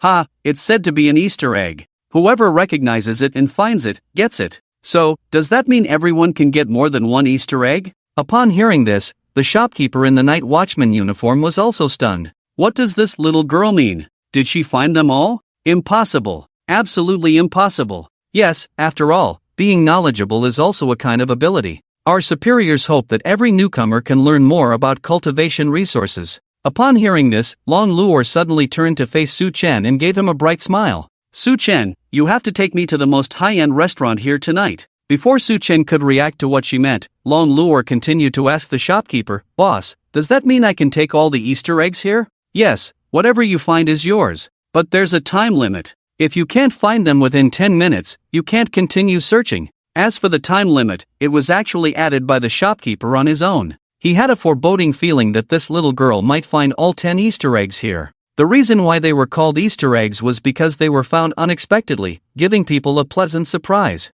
If they were to search meticulously in this store, it would completely lose the meaning of an Easter egg. After all, the purpose of setting Easter eggs by the superiors was to reward those knowledgeable and perceptive newcomers. If someone didn't recognize the value and found a purple bead among a pile of purple perilla leaves, they wouldn't pay it any attention. However, he had underestimated her. 10 minutes was an insult to Long Luor, who possessed the dragon eye. She seemed to know the exact locations of the Easter eggs and went straight to them without any hesitation. In less than 3 minutes, she found the remaining 9 Easter eggs. At this moment, the shopkeeper was completely dumbfounded. He couldn't imagine that someone could easily find these rare items that were hardly seen on the market. However, it didn't end there. Long Luor placed each of these Easter eggs on the table in front of Su Chen and introduced them one by one. Su Chen. This yellow bead is a dragon ball, a treasure unique to the dragon clan. Cultivating this can greatly increase spiritual power, even more effective than magic crystals. This piece of ice is not ordinary ice, it's Everfrost ice. It should have been collected from the peak of eternal winter. Cultivating this can greatly enhance resistance to cold. It's a rare treasure. And this flower is an elf flower, often worn by the elf clan near their ears. Over the years, it has absorbed the majestic spiritual power of the elf clan. Cultivating this can improve the control of various magic elements. Luo, well done. I'll treat you to a big meal tonight. This is almost there, boss. Thanks for the surprise. Wait. Before the employee could finish speaking, Long Luor and Su Chen held hands and left. That night, the senior night watchman came to take over the training resource store. He thought he could have a drink with his good buddy before changing shifts, but to his surprise, he only saw his good brother lying on the sofa in a dejected manner, looking completely hopeless. Xiao, what happened to you? He quickly approached to inquire about the situation, afraid that something had happened. Nothing. I just feel that the younger generation is too strong. Younger generation? What's going on? Our training resource store was robbed by a girl who looked about 14 or 15 years old. After returning to the room, Su Chen couldn't wait to start cultivating the rare items that Long Luor had stolen. Su Chen, your cultivation level is still too low. Start with this. Long Luor said, picking up a feather and handing it to Su Chen. As for this feather, Long Luor had just explained that it was from a harpy. Although it contained relatively low spiritual power, it was very helpful for improving one's cultivation level and enhancing control over wind attribute magic. Luo, I really owe you a lot. These things are not even mentioned in textbooks, and I wouldn't recognize them without specifically researching. Sister, I haven't lived for 90 years in vain. Teach me next time when you're free. By the way, although I have obtained the duty of a dragon rider, I have hardly used it. According to Xiao Jin, can I also learn the dragon language? Yes, master. Xiao Jin suddenly jumped out with a squeak, almost scaring Su Chen into tearing the feather. Xiao Jin, don't scare me. I heard the master calling me, so I came out. Su Chen sighed. Indeed, Xiao Jin was a great spirit, cute and obedient, always ready to assist. Apart from often not speaking complete sentences, it was like a perfect little fairy. Well, I actually have something to ask you. Can I learn the dragon language from Luo? Yes, master. But from my observation, the dragon language your wife knows is not the true dragon language. If you learn it rashly, it may cause a surge of spiritual power within you. Not the true dragon language? Now it was Long Luor's turn to be full of question marks. The dragon language she learned was the wisdom passed down from the ancient dragon clan. Although she hadn't learned it all, it was definitely authentic dragon language. Yes, the true dragon language has been completely lost to the outside world since the first generation of god slayers killed the dragon god. As for the dragon language you, Lady Long Luor, learned, it was only a biography adapted by the dragon ancestor Nightless based on the remnants left by the dragon god. Nightless. Long Luor muttered to herself, seemingly unable to believe it. Su Chen had heard this name before. It seemed to be the oldest dragon in the world, the ancestor of all dragons. Unexpectedly, there was an even higher existence than Nightless, the dragon god. First generation god slayer, what have you done, killing the dragon god? But according to Xiao Jin, it's already lost to the outside world. Could it be? Xiao Jin, are you saying that learning the fake dragon language will cause a surge of spiritual power? But Luo has been learning the fake dragon language since she was young, and she doesn't seem to feel anything unusual. Master, that's because Lady Long Luor is a dragon, and her physical qualities are much stronger than humans. It's like the same toxin, a milliliter can kill an ordinary human, but it can't kill a bear or an elephant. It's the same principle. Is that how it is? So you're saying that the outside world can't learn dragon language, but does true dragon language still exist somewhere? Master, it does exist. The true dragon language has long been hidden within the Book of Dragon Slaying by the first-generation dragon slayers. Master can use ability points to learn dragon language. Upon hearing this, Su Chen almost spat out blood. This Xiaojin really doesn't tell the whole story. Even though she's right here, she didn't mention it when he won the dragon tamer in the lottery, and she only tells him if he asks. Sigh. Although it's considerate, it feels a bit strange. At this moment, Long Luor tugged on Su Chen's sleeve and said, Su Chen, why don't you try learning with ability points? I want to see the difference between true dragon language and my dragon language. Su Chen nodded and asked Xiaojin, how many ability points do I need to consume to learn dragon language now? 1,000 ability points per word. What? Su Chen was completely dumbfounded.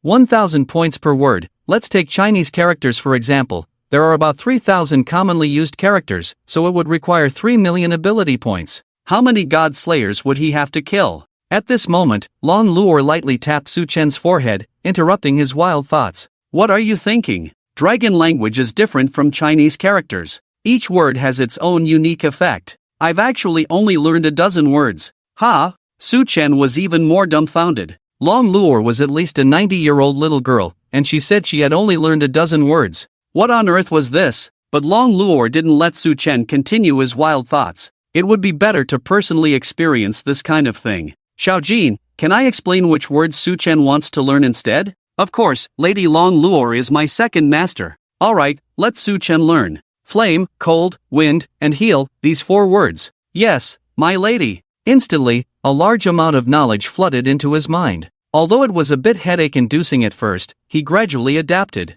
Several minutes later, the irrigation of knowledge finally ended, and Su Chen finally understood why it took decades to learn those dozen words. Goodness, the amount of information in a single word was much more than memorizing all the Chinese language textbooks from 9 years of compulsory education. Is this dragon language? It's terrifying. Su Chen, give it a try. Su Chen nodded, closed his eyes and meditated for a few minutes before slowly opening his eyes. Heal. Instantly, a powerful life force filled the entire room. The fatigue of the day instantly vanished, and the waist injury caused by Long Luor last night was instantly healed, even more comfortable than before. Is this true dragon language? I didn't expect that the late stage of the warrior realm could unleash such great power. Long Luor murmured, suddenly feeling fortunate that she didn't teach Su Chen fake dragon language. Otherwise, it might have caused irreparable mistakes. Su Chen, on the other hand, was excited. He didn't expect to learn dragon language so easily. The Book of Dragon Slaying was truly a treasure trove. He wondered if he could discover more functions. Lolo, I didn't expect dragon language to be used like this. It's so cool to speak and have the corresponding effect. Yes, but dragon language is a bit different from magic. It doesn't require the consumption of spiritual power, but it greatly reduces concentration. If you say a few more words, you might become disoriented. No wonder I feel dizzy, but it's also good. I have an ace up my sleeve now. Just then, Long Luor suddenly showed a pitiful expression, snuggling up to Su Chen's embrace, and with a mischievous smile, she said, Su Chen, is your waist better now? That, indeed, feels a bit better. We shouldn't delay, let's take a bath together later. Tonight, I'll help you cultivate. Wait, tomorrow morning is the assembly. It's only a little past 8 now. My body contains a lot of spiritual power. Cultivating the feathers can also enhance my spiritual power. That night, the distance between the two became negative again, and Su Chen, not until after 1 o'clock in the morning, was finally allowed to sleep. However, with the help of Long Luor and the harpy's feathers, he successfully broke through to the peak of the warrior realm. The next morning, in the Eternal City, on the central square. Su Chen, your mental state. Luo Shirin looked at Su Chen, who kept yawning, with a curious expression, and asked. Before Su Chen could reply, Li Jianfeng interjected with a smile, Little Shirin, you've already figured it out, haven't you? Living with such a cute wife, how can you not be energetic? Tisk tsk. Don't you know today is the start of the assembly? Even if you want to indulge yourself, you should at least wait until the assembly is over. The assembly is an activity that earns a lot of points. Assembly. Su Chen muttered to himself. As for the assembly, Chen Xian had already mentioned before that it was a competitive event for the new recruits from 6 cities and 18 night watchmen. All the newcomers would be transported to a small world. Inside, many captured divine envoys had been placed in advance, ranging from low-level minions to high-level lords. The points obtained were the same as in the arena: 20 points for minions, 100 points for elites, 500 points for bosses, and 1000 points for lords.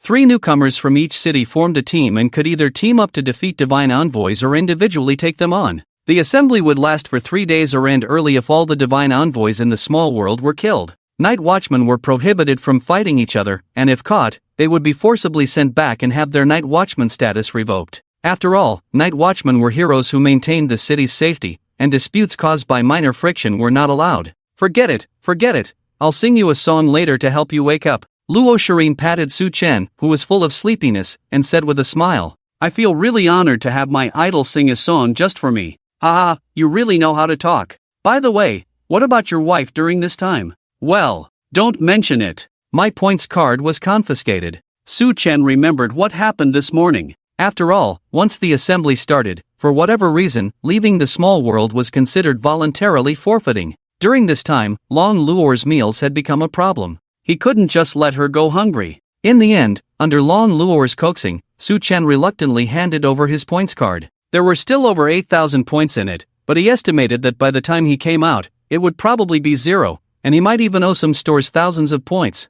Hearing this, Luo Shirin showed a sympathetic expression. As for Li Jianfeng, he covered his mouth and laughed on the side. Su Chen, it's like you're handing over your salary card. Li Jianfeng couldn't help but joke, suppressing his laughter. No choice, if she gets hungry, she might just flip the entire Eternal City. Ha ha, is your wife really that terrifying? Su Chen wasn't joking. With Long Luor's personality, if she really got hungry, she would definitely go and snatch food, and then it would escalate into an epic peak where she rampaged through the Eternal City. Speaking of which, what's our strategy after this? Are we going to kill separately? Still, the 3 of us should go together. I can't act alone. Luo Shirin interrupted their conversation and asked, Su Chen, what do you think? I don't mind. Li Jianfeng also threw the question to Su Chen. Let's go together. If we encounter a Lord-level divine envoy, we can take care of each other. Okay. Luo Shirin responded excitedly. After all, as a bard, the more teammates she had, the more she could unleash her true power.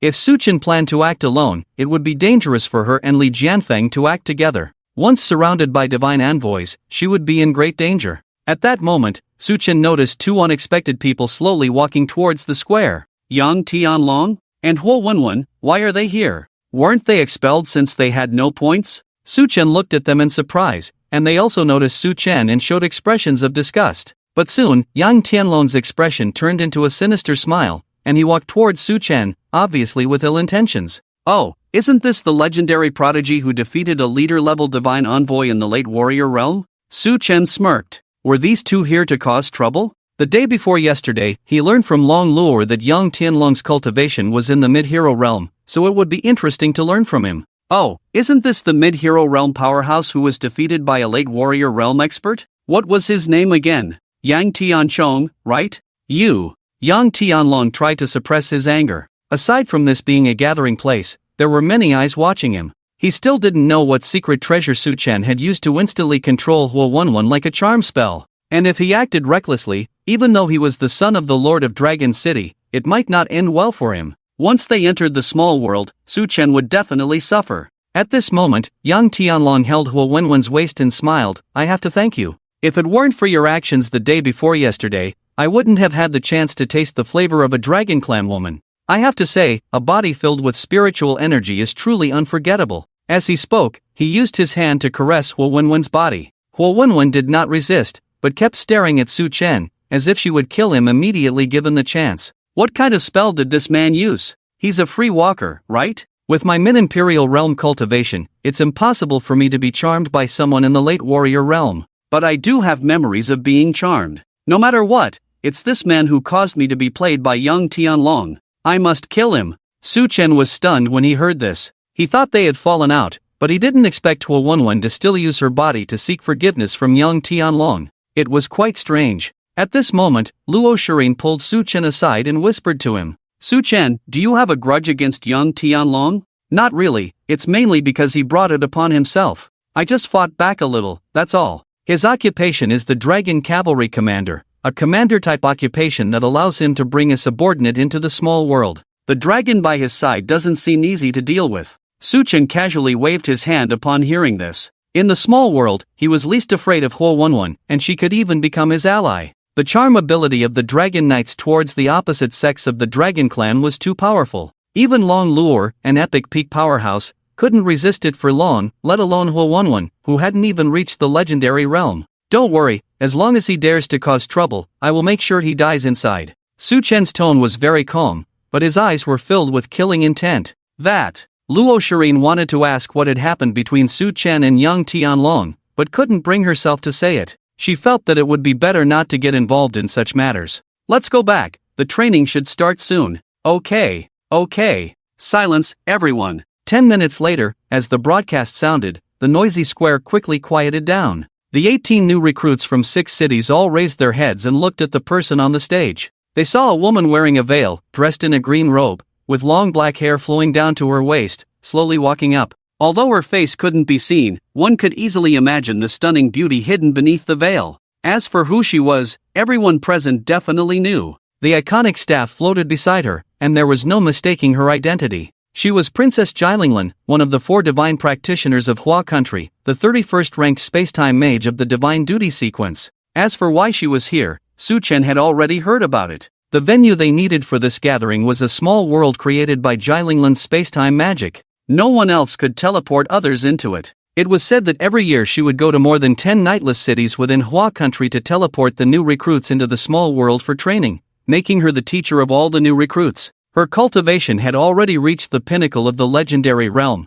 and she was likely to be the next human to break through into the epic realm. Almost every 3-year-old child knew about her heroic deeds. Although her true appearance had never been revealed, her transcendent temperament, perfect figure, and gentle and elegant personality had made her the dream goddess of many male compatriots. Hello, everyone, I am Jilinglin. This time, I will lead you all into the small world for training. You are all the future stars of our Hua country, so please do your best. With Jilinglin's melodious voice, everyone present became spirited. The senior Nightkeepers began distributing something resembling a wristwatch on the square. Su Chen naturally received one of these gadgets. From the appearance, it looked somewhat like an electronic watch, but instead of a clock, there was a circular white gemstone embedded beneath the mirror. Below the gemstone was an independent electronic screen displaying the number 0. As for that white gemstone, I suppose all the new recruits have received the wristwatches distributed by the seniors. Please make sure to wear them on your wrists. They have 2 functions.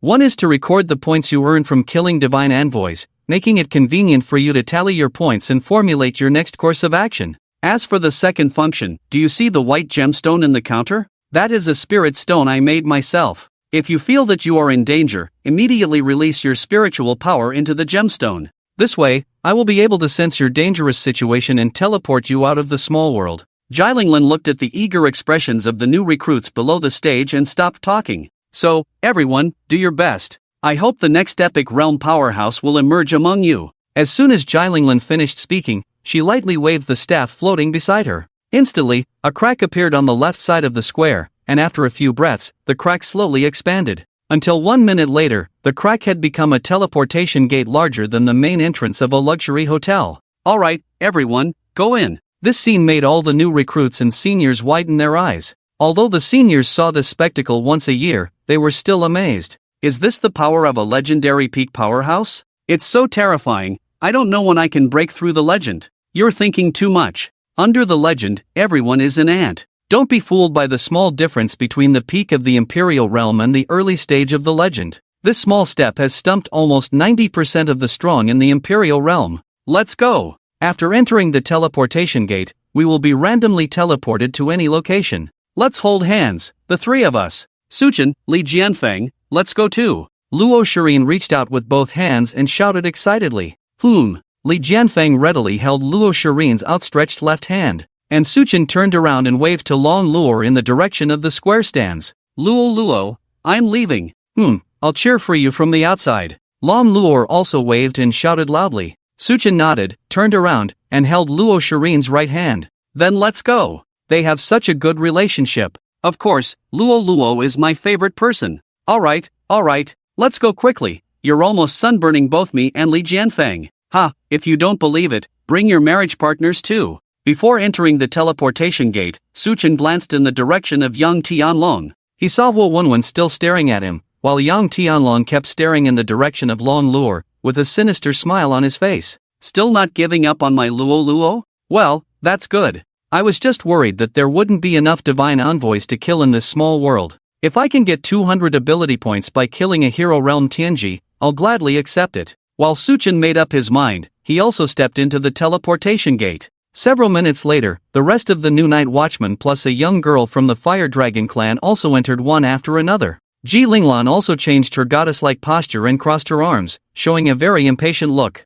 What is this thing? Why do I have to be responsible for it every year? There are more than a dozen sleepless cities, it's exhausting. Shui, the person in charge of the sleepless city behind her, hurriedly stepped forward to comfort her. Princess, you've worked hard, thanks to. Before Shui could finish speaking, Ji Linglan immediately interrupted. Alright, stop talking. It's been the same wording for decades, my ears are calloused. But this is also for the training of new night watchmen. Don't talk to me about this, I'm annoyed. Forget it, I'm going to see an old friend. You talk to my father, I've completed the mission. Thank you, Princess, for your willingness. Ji Linglan raised her staff and a small teleportation gate appeared in front of her. She didn't wait for Shui to finish speaking, she entered the teleportation gate. Behind Long Luo, another teleportation gate suddenly appeared, and Ji Linglan jumped out from inside, immediately hugging Long Luo from behind and rubbing her head. Xia Longnu, long time no see. It must have been 30 or 40 years. Can you stop rubbing my head?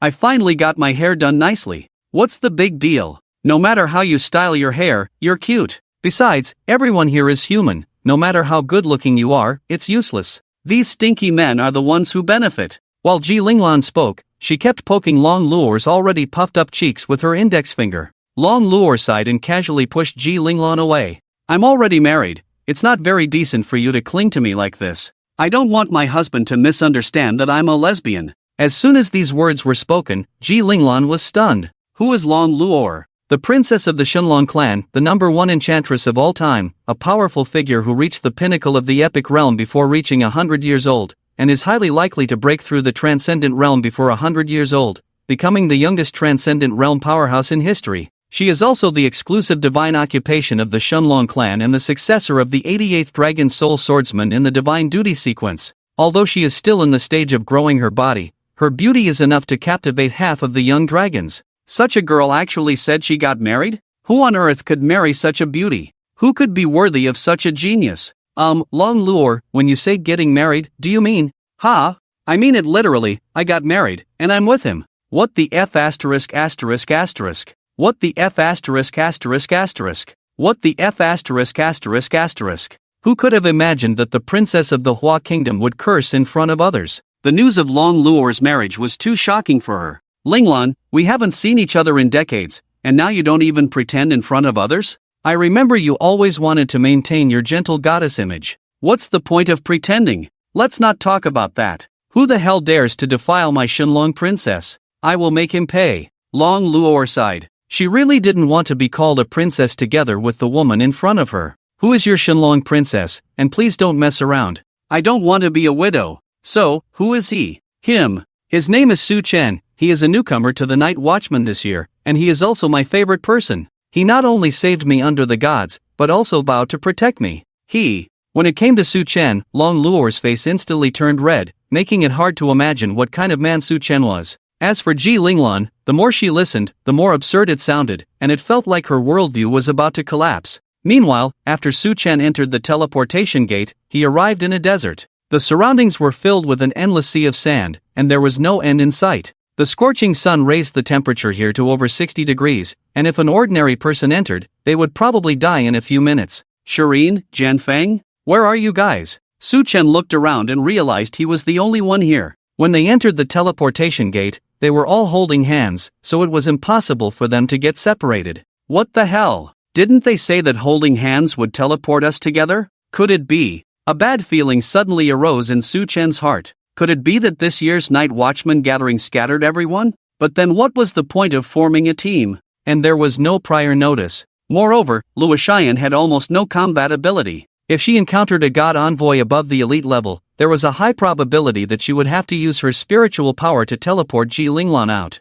I should hurry up and meet up with them. Just then, the sand around him started to shake. A giant scorpion-like monster emerged from the sand and attacked Su Chen. He furrowed his brows slightly, feeling that it didn't quite look like a god envoy. There was no foul smell, and there were no visible wounds on its body. It was clearly a living creature. He immediately switched to the Dragon Knight and took a step forward, using his long spear to slash horizontally. Instantly, the monster was cut in half at the waist and fell to the ground. Isn't it a god envoy? Well, I should focus on getting to my destination, Su Chen muttered to himself in a low voice. After all, he didn't hear the sound of gaining ability points, and his score on the wristwatch didn't increase, so it definitely wasn't a god envoy. However, Su Chen had been walking in the desert for half a day and hadn't encountered a single god envoy. In addition to giant scorpions, there are desert worms and some creatures similar to ants. Each creature is incredibly huge, almost making one feel as if they have been shrunk. Su Chen also felt increasingly strange.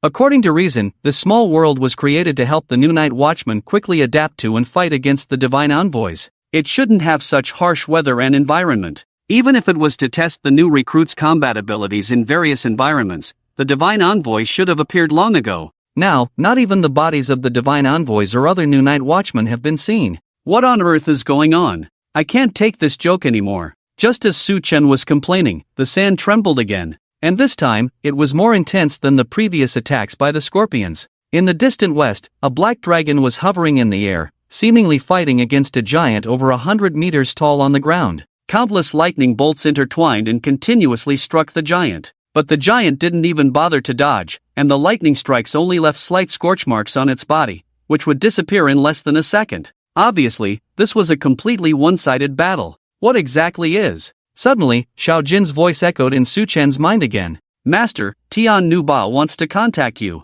Contact me? Yes, it seems to be something very important. She said she must tell you. Alright, let her speak to me. Soon, Xiao Jin's voice in Su Chen's mind transformed into Tianhua's voice. And judging from the speed of her speech, she seemed extremely anxious. Lord Su Chen, I apologize deeply. Actually, when I first arrived here, I wasn't sure if my speculation was true, but when I saw the black dragon, I finally confirmed it. Cut to the chase. What is it that's making you so urgent? Su Chen's eyebrows slightly furrowed, feeling that it wasn't something good. He knew Tianhua's personality quite well. Normally, Su Chen would summon her and let her understand the current world to prevent her from doing things like putting white stockings on her head. And she did indeed behave like a normal girl, accepting new things. Even if there were urgent or difficult to understand matters, she would speak calmly and rationally, not in such a hurried manner as now. Sure enough, Tianhua confirmed Su Chen's speculation next. That black dragon is my former comrade, Yinglong. And this place is not a small world created by someone,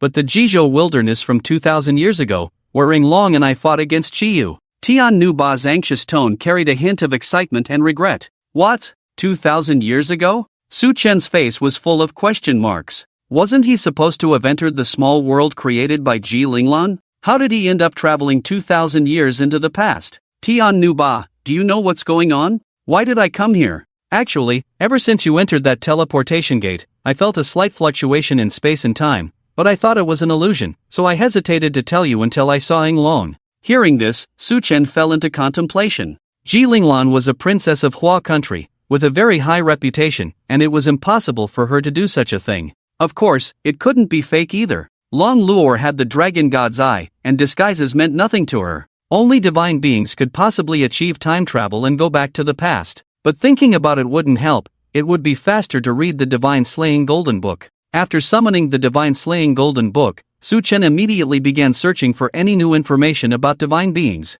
Unfortunately, there is only information about the gods Yinglong and Qiyu, and there is nothing else worth noting. Name, Yinglong, number, 00256, realm, epic peak, crime, none, status, deceased, name, Qiyu, number, 00099, realm, transcendent peak, crime, violation of the peace treaty, status, deceased, both Yinglong and Qiyu are already dead? Yes, back then, I and Yinglong together killed Qiyu and his several followers, but Yinglong died protecting me in the end. If Lord Su Chen doesn't mind, you can check my past through the Book of Godslaying. Tianhua's words reminded Su Chen. He had been meaning to look into Tianhua's past whenever he had the chance, to gain some knowledge of her history, but he had been too busy and had forgotten about it. I understand, Xiaojin, can you transfer all of Tianhua's past information into my mind like the dragon language? Yes, but it will cost 100 ability points. Go ahead and consume them. Instantly, the past experiences of Tianhua played out in Suchen's mind like a movie.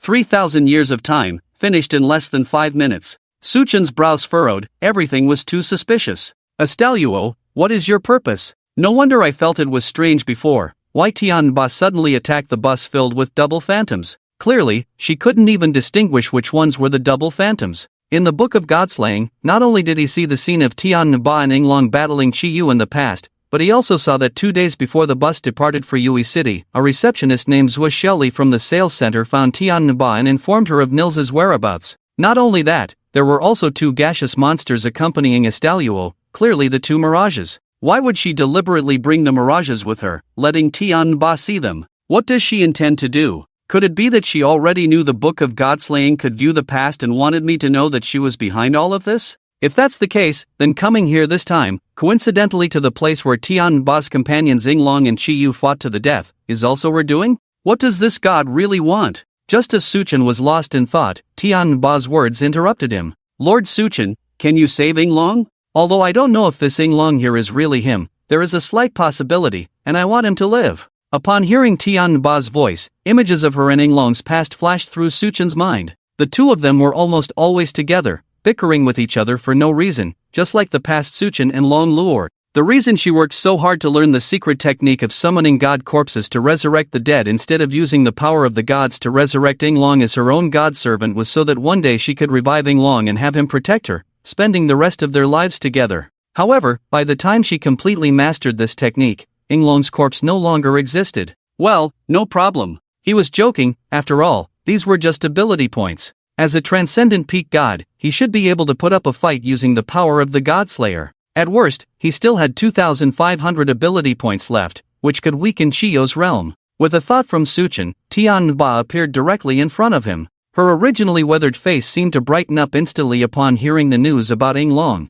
and she even put on some makeup. Although she couldn't compare to Long Luor, she was more beautiful than the school flower during Suchen's high school days, making her a very attractive woman. Thank you, Lord Suchen. No problem. By the way, are you really this beautiful? Thank you for your kind words, but this is just makeup I learned recently. After all, I am a zombie, and my natural face doesn't show any trace of color. Truly worthy of Asian sorcery. Let's go. Suchen immediately transformed into a godslayer, and the 2 rushed towards Qiyu and Yinglong. It seemed that Suchen's cultivation had reached the peak of the warrior realm, and with the presence of Qiyu and Yinglong, even Tianhua, who had fully recovered her transcendent late-stage power, couldn't keep up with Suchen's speed. Meanwhile, on the other battlefield, Yinglong was accidentally struck down by Qiyu and fell to the ground, stirring up a cloud of dust. Half a minute later, a handsome and extraordinary man with long flowing hair appeared where the giant body had disappeared. Blood flowed from the corner of his mouth, and he held his chest, gasping for breath, seemingly reaching his limit. Damn it! If Ba was still here, cough, cough. Yinglong coughed up blood while muttering. Even if that girl is still here, she's just another corpse. Qiyu sneered disdainfully, slowly approaching Yinglong. With each step, the earth trembled. However, Yinglong's figure remained steadfast, his determined gaze fixed on the giant body in front of him. Qiyu, you will face the consequences for starting a war against humans without any reason. One day, someone will kill you here. Poof. Qiyu coldly laughed, no longer wanting to waste time talking to Yinglong. Lifting his enormous foot, he prepared to crush Yinglong. But before he could, a golden arrow flew from a distance, aiming directly at Chiyu's left eye. Qiyu reacted quickly, raising his left hand to swat away the golden arrow. However, he miscalculated. His hand did indeed hit the arrow, but not completely. The arrow pierced through Chiyu's palm and continued flying forward. However, due to this attack, the arrow's trajectory changed, ultimately piercing through Chiyu's left ear. Who dares? Qiyu roared in anger, but no one responded. Waiting for him was a second golden arrow. This time, Qiyu quickly stepped back, avoiding the deadly attack. Unexpectedly, behind him, the figure of Tianhua instantly appeared. Purple Sky Divine Thunder Talisman. Red Lotus Fire Talisman. In an instant, purple lightning pierced through Chiyu's right arm, while deep red flames engulfed his left arm. Just as Yinglong was unsure of what was happening, Tianhua appeared behind him, embracing him. Is it Yinglong, brother? I finally see you again. Ba, is that you? How did you end up like this? Ying Long turned around, looking at Tianhua in disbelief, and asked, "It's a long story, let's defeat Qi Yu first." After a moment, Su Chen also appeared there. "Is he Ying Long?" "Yes, Lord Su Chen, could you please help him heal?" "Lord?" Ying Long was confused. In his impression, even if the person in front of him was the Yellow Emperor, Tianhua would not show such a humble attitude. Now, she was respectfully treating a human without any divine status. What on earth was going on? However, Su Chen didn't want to explain too much. After transforming into a dragon master, he immediately used the dragon language. Heal. Instantly, the injuries on Ying Long's body were visibly healing at a rapid pace. Ying Long was completely bewildered. He had no idea what was happening. Even with sufficient spiritual power for self-healing, his wounds wouldn't recover this quickly. Moreover, Qi Yu was the god of weapons, and unless someone's cultivation far surpassed his, no weapon could harm his body. Just now he saw it with his own eyes, that golden arrow pierced Qi Yu's ear. It definitely couldn't be an illusion. Could it be that a powerful being in the saint or sovereign realm has descended? "How are you feeling? Can you move?" Su Chen asked. "I can, but I don't have much spiritual power left." "That's alright, Ying Long, you go rest, I'll take care of Qi Yu." Su Chen joked. Ying Long didn't have the Divine Slayer's golden book bound to him anymore. Even if he still had spiritual power, he couldn't join the battle. If he accidentally took someone's head, he would lose tens of thousands of ability points in anger. Leave it to Su Chen, Ying Long, he will definitely be able to kill Qi Yu. "You go rest." Tianhua agreed. But, before Ying Long could speak, Qi Yu's voice came from behind. "You think you can run? No way. Today, all of you will die here." "It seems it's not that easy to die," Su Chen commented, switching back to his role as the Divine Slayer. Taking a step forward, he appeared directly at Qi Yu's feet. With a thought, his golden longbow instantly transformed into a spear. Swinging the spear horizontally, Qi Yu's right foot, about 8 meters wide, was directly severed. Taking this opportunity, Tianhua left with Ying Long. "Damn it! Who are you?" "The one who will kill you," Su Chen said, and once again severed Qi Yu's left foot. Instantly, the massive body fell to the ground, stirring up a large cloud of dust. Su Chen didn't have Long Luo's dragon god's eye, so he had no idea what was happening inside the dust.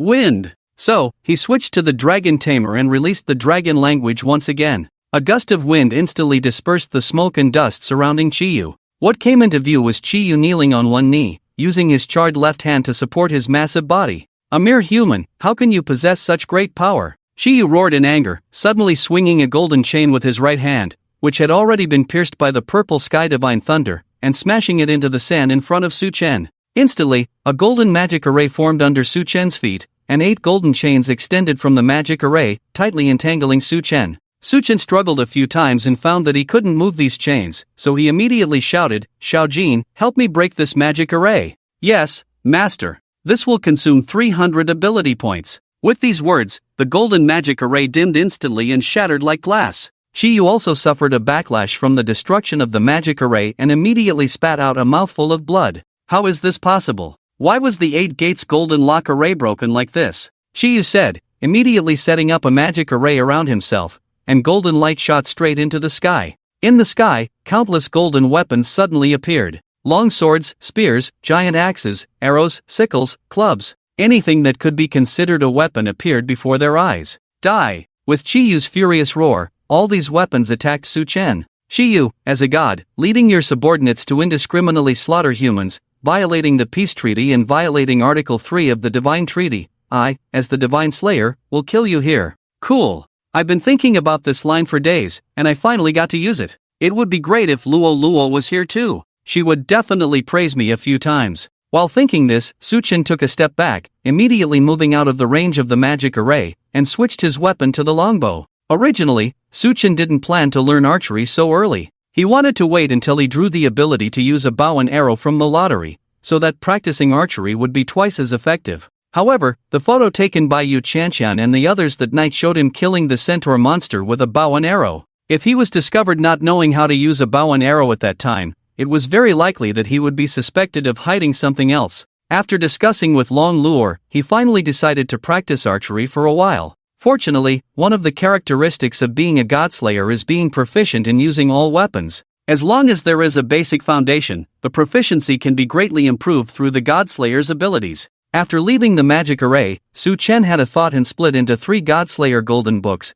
transforming them into 3 arrows. The first arrow shot directly at Chiyu's brow, the second arrow aimed at his heart, and the third arrow targeted his lower abdomen. All 3 arrows hit their mark, but Chiyu's aura didn't seem to weaken. The gods who haven't been stripped of their divinity are indeed not so easily killed, Su Chen said, raising his spear and leaping hundreds of meters into the air, intending to sever Chiyu's massive head from above. Damn, don't underestimate me. Chiyu's body was enveloped in golden light, and his enormous figure began to shrink rapidly. Soon, he transformed into a middle-aged man with a bare upper body, holding a giant sword, exuding a fierce and evil aura. His eyes filled with anger locked onto Su Chen, as if he wanted to tear him to pieces. Finally revealing your true form, Chiyu. Don't think you can continue to be arrogant. Chiyu roared, swinging his giant sword directly at Su Chen in the sky. Seeing this, Su Chen immediately transformed into a dragon tamer. Cold! As soon as the words fell, a wall of ice formed in front of Su Chen. Seizing this opportunity, Su Chen switched back to being a godslayer, performing a backflip in midair using the ice wall as a platform, evading Chiyu's sweeping attack. At the same time, he switched his spear into a bow, drawing the bow, aiming, and shooting. 3 golden arrows flew towards Chiyu once again. Don't think the same move will work again, Chiyu said, placing his giant sword behind him and spinning himself, sweeping horizontally. With a loud bang, the desert that was swept by Chiyu's sword formed a deep crack several tens of meters wide. It took dozens of seconds for the sand to slowly fill the crack. The 3 golden arrows, due to the deviation caused by the sword wind of the slash, fell on the desert several hundred meters away from Chiyu. After landing in the desert, Su Chen stared firmly at Chiyu in front of him. Wow, his destructive power is too strong, but his movements are relatively slow. Maybe I can use this as a breakthrough. Before Su Chen could stabilize himself, Chiyu continued to swing his giant sword towards him. The two engaged in battle. Although Su Chen evaded dozens of attacks in a row, the wide range of the giant sword's attacks meant that he had no time to counterattack after each dodge. After much thought, Su Chen decided to try and withstand Chiyu's attack to see how strong it was. Clang! The giant sword collided with the spear, producing a loud and heavy sound. Su Chen was pushed back more than 10 meters. Wow, my hands are numb. I can't even withstand his attacks with the power of the Godslayer. It seems that I have no chance of winning in a contest of strength. Taking advantage of his momentum, Chiyu raised his giant sword and swept it horizontally once again. This time, Su Chen didn't plan to directly confront it. He raised his spear to block and, in the moment of impact, shifted his body's center of gravity to the side of Chiyu. Sizzle! With a piercing sound of metal friction, Su Chen successfully used the giant sword as an axis to dodge to the back of Chiyu. Due to Su Chen's actions, Chiyu's entire body began to tilt forward. However, he quickly stabilized himself and swung his giant sword towards his back. The power of this strike alone stirred up a sandstorm, filling the sky with sand for several hundred meters. However, once again, Su Chen was not there. At this moment, a golden beam of light descended from the sky, heading straight towards Chiyu. Without giving Chiyu a chance to react, Su Chen landed on the ground from the air and thrust his golden spear, directly piercing through Chiyu's right arm. This time was different from before. Previously, his massive body was formed by divine power, and injuries could be completely ignored. But now, the attack hit his true form, and the weapon transformed by the divine slaying golden book could cause him extremely powerful damage. Chiyu quickly distanced himself, preparing to use spiritual power to heal his wounds. However, no matter what healing magic he used or how much spiritual power he used, he couldn't heal the pierced wound. What is this? Clearly, I felt that man's cultivation level wasn't high. How could he break through my defense with a weapon? I can't even heal the wound. Seeing that Chiyu's mobility was reduced by half, Su Chen didn't give him any chance to catch his breath. He took a step forward and swung his golden spear towards Chiyu's heart. Clang! The sound of a massive metal collision rang out again as Chiyu blocked this attack with the cross-section of his giant sword. However, it was evident that his strength was weakened by 3 points due to his legs being pierced, and the two of them reached a stalemate. Just then, Tianhua finally returned to the battlefield. 18 talismans gathered together, forming a blade burning with azure flames, directly piercing through Chiyu's heart from behind. Ugh! Don't underestimate me! Chiyu roared, instantly pushing Su Chen and Tianhua back dozens of meters. He immediately activated his spiritual power, starting to heal his heavily injured body caused by Tianhua. Su Chen wouldn't let go of this opportunity and pulled back his spear, thrusting it towards Chiyu's neck. Clang! However, with a loud bang, this time, the golden spear couldn't break through his defense. A defensive formation? Isn't my current cultivation level enough? Then, Tianhua, help me hold him back. Yes, my lord. Tianhua took out 8 small talismans with her left hand and a giant talisman with her right hand, activating the bombardment mode. Su Chen also stepped aside, opening the Divine Slaying Golden Book and flipping to the page that recorded information about Qiyu, immediately clicking on the option to lower his cultivation level. The Divine Cultivation level has reached the late Transcendent stage. The owner can consume 2,000 ability points to temporarily lower it to the peak of the Epic level. Really? I remember that the late Transcendent stage Tianhua only needed to consume 1,000 ability points.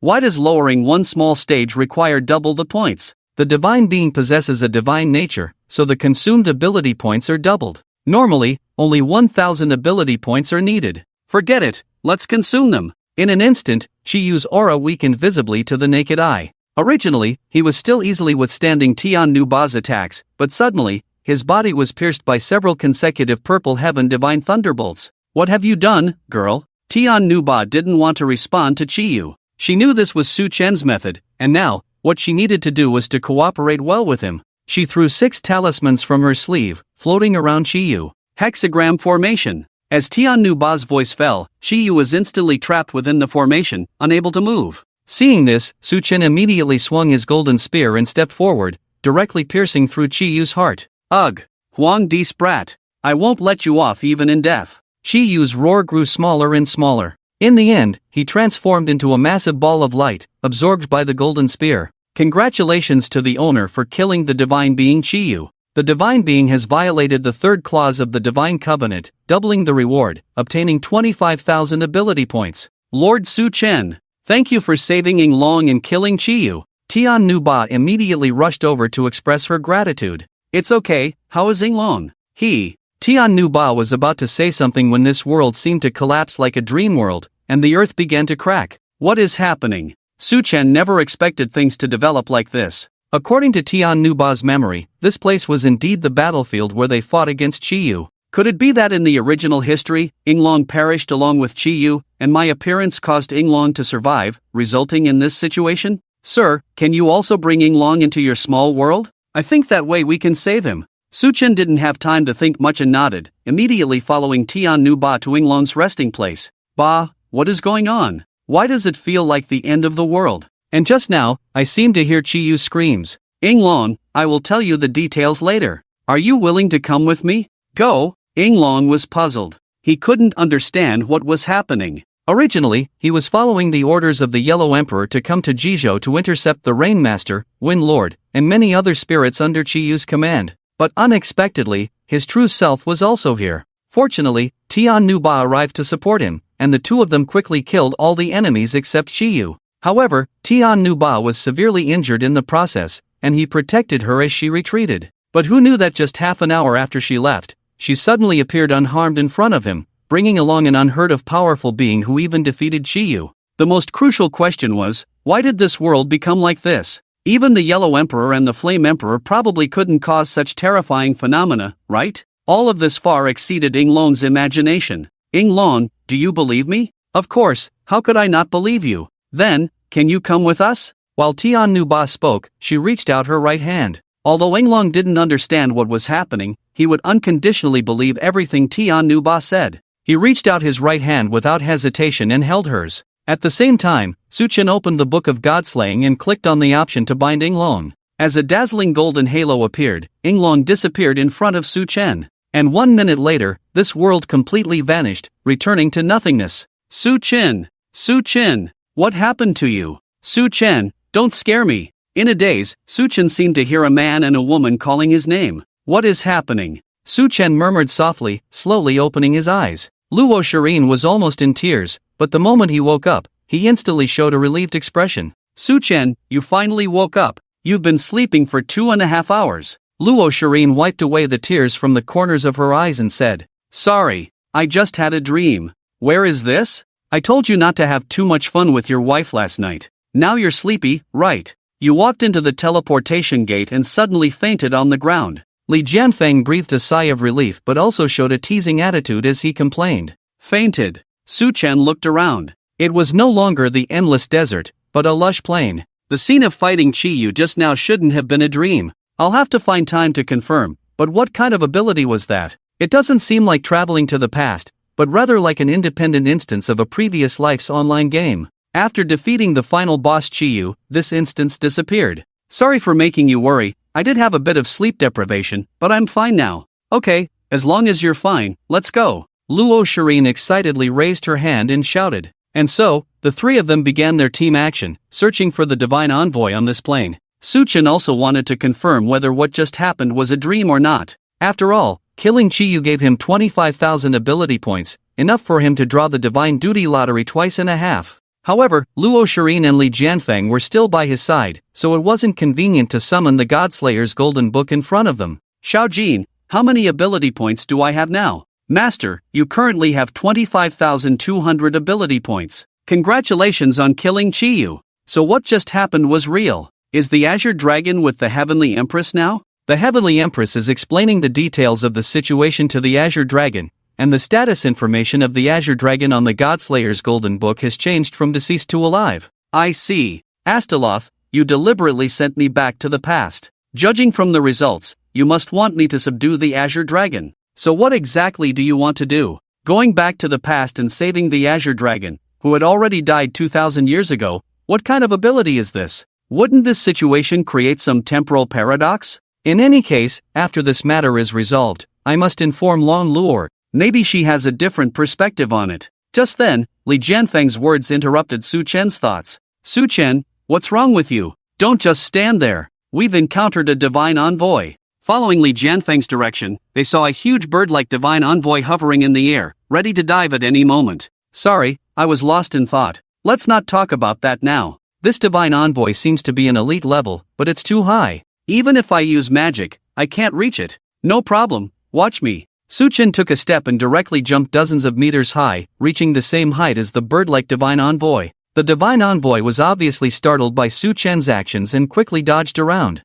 However, Su Chen wouldn't let this opportunity slip by. With a single strike, he split the divine envoy in half, turning it into specks of starlight that were absorbed by his spear. Congratulations, Master, for killing an elite-level divine envoy and gaining 100 ability points. The scores on the three people's wristbands also increased by 100 points. After landing, Luo Shirin and Li Jianfeng quickly approached Su Chen. Su Chen, your jumping ability is amazing. How did you train it? Li Jianfeng curiously asked. Just exercise with your lovely wife a few times. What are you saying? Can't you be more serious? Luo Shirin pouted and complained. Isn't this a normal thing? Exercise to strengthen your waist and leg muscles. At this moment, without giving the three of them a chance to chat and laugh, dozens of bird-like divine envoys suddenly flew over from the west, varying in size and probably of different ranks. Shirin, I'll protect you. You assist me and Su Chen. Okay. After Luo Shirin finished speaking, she immediately plucked the strings of her harp and began to sing while sitting on the grassland.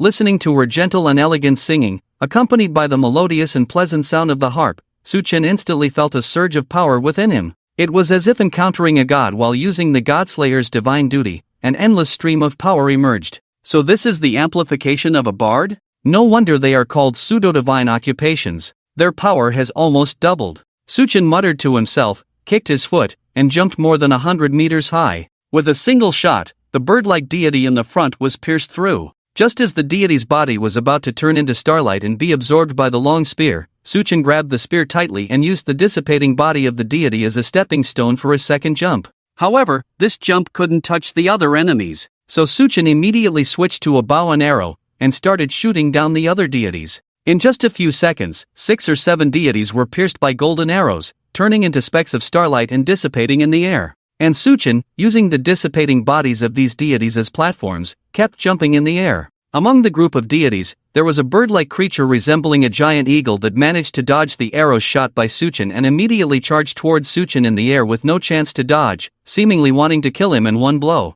Bang! A loud noise rang out, only to see this deity directly crashing into a huge golden shield. It seemed that it never expected that, even though it was about to tear Su Chen's body apart, such a golden shield would suddenly appear out of thin air. And while the giant eagle was stunned by crashing into the shield, Su Chen switched to the long spear and directly pierced its head. Congratulations to the master for killing the leader-level deity and gaining 200 ability points. Congratulations to the master for killing the elite-level deity and gaining 100 ability points. Congratulations to the master for killing the minion-level deity and gaining 10 ability points. The remaining bird-like deities saw that Su Chen was not to be trifled with, so they immediately turned their guns and charged towards Luo Xian and Li Jianfeng on the ground. Li Jianfeng also protected Luo Xian in front of him, holding his sword horizontally, and directly blasted the elite-level deity in the front with a fire magic and lightning magic, turning it into ashes. Then, he condensed his magic power and added a nearly 10-meter light blade to his 1-meter-long sword.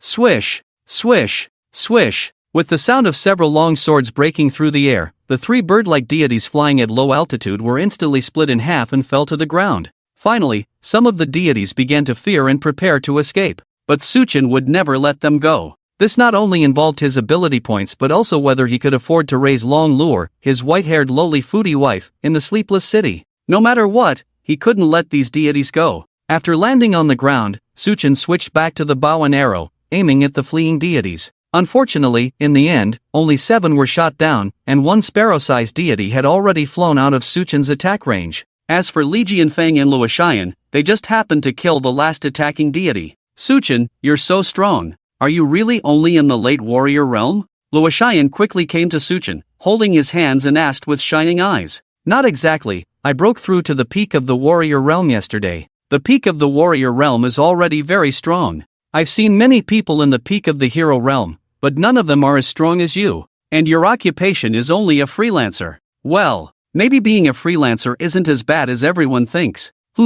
If you didn't have a wife, I would want to have a passionate love affair with you. You're just too handsome. Haha, let's forget about that. If my princess sees me being intimate with other girls, she might just kill someone. It's not that exaggerated. At this time, Li Jianfeng also walked over, pouting like a little girl and muttered, Shireen, wasn't my performance just now handsome? Why don't you praise me? You're already in the peak of the hero realm, and I'm assisting you. Isn't it natural for you to kill those elite-level deities? Can't I be praised by a beautiful girl? You're a 24-year-old man, can't you stop being so childish? Su Chen is only 18 years old and still a free person. Shouldn't he be praised more? Li Jianfeng's words left Luo Shireen speechless. Men are forever young, wanting to hear compliments from beautiful women and get close to them, regardless of age. And 24 is not old, life has just begun. Su Chen saw the two of them arguing and couldn't help but smile, making others think they were a couple. In the blink of an eye, it was already evening. Whether it was bad luck or good luck, the three of them didn't encounter any Lord-level divine envoys today. They had encountered 3 boss-level divine envoys before, and with Luo Shireen's amplification, Su Chen and Li Jianfeng could easily kill them with one strike, with almost no difficulty. Looking at the 10,860 points on her wristwatch, Luo Shireen excitedly sang popular songs from recent years. As a wandering poet, she didn't have the ability to fight independently, so she couldn't participate in many projects in the Night City. Being able to earn over 10,000 points was definitely a cause for joy. But for Su Chen and Li Jianfeng, who aimed for the top, 10,000 points were indeed too few. Sorry, it's all because I slept for those 2.5 hours. It's okay, if it weren't for you, we would have had to watch those bird-like divine envoys run away. Li Jianfeng responded. By the way, Su Chen, do you practice with 2 different weapons? It seems like you're good with both the spear and the bow and arrow. Luo Shireen curiously asked. Yeah, after all, it's better to be able to use more weapons to deal with different situations. Oh, then can you use a sword? While asking Luo Shireen, she also glanced at Li Jianfeng.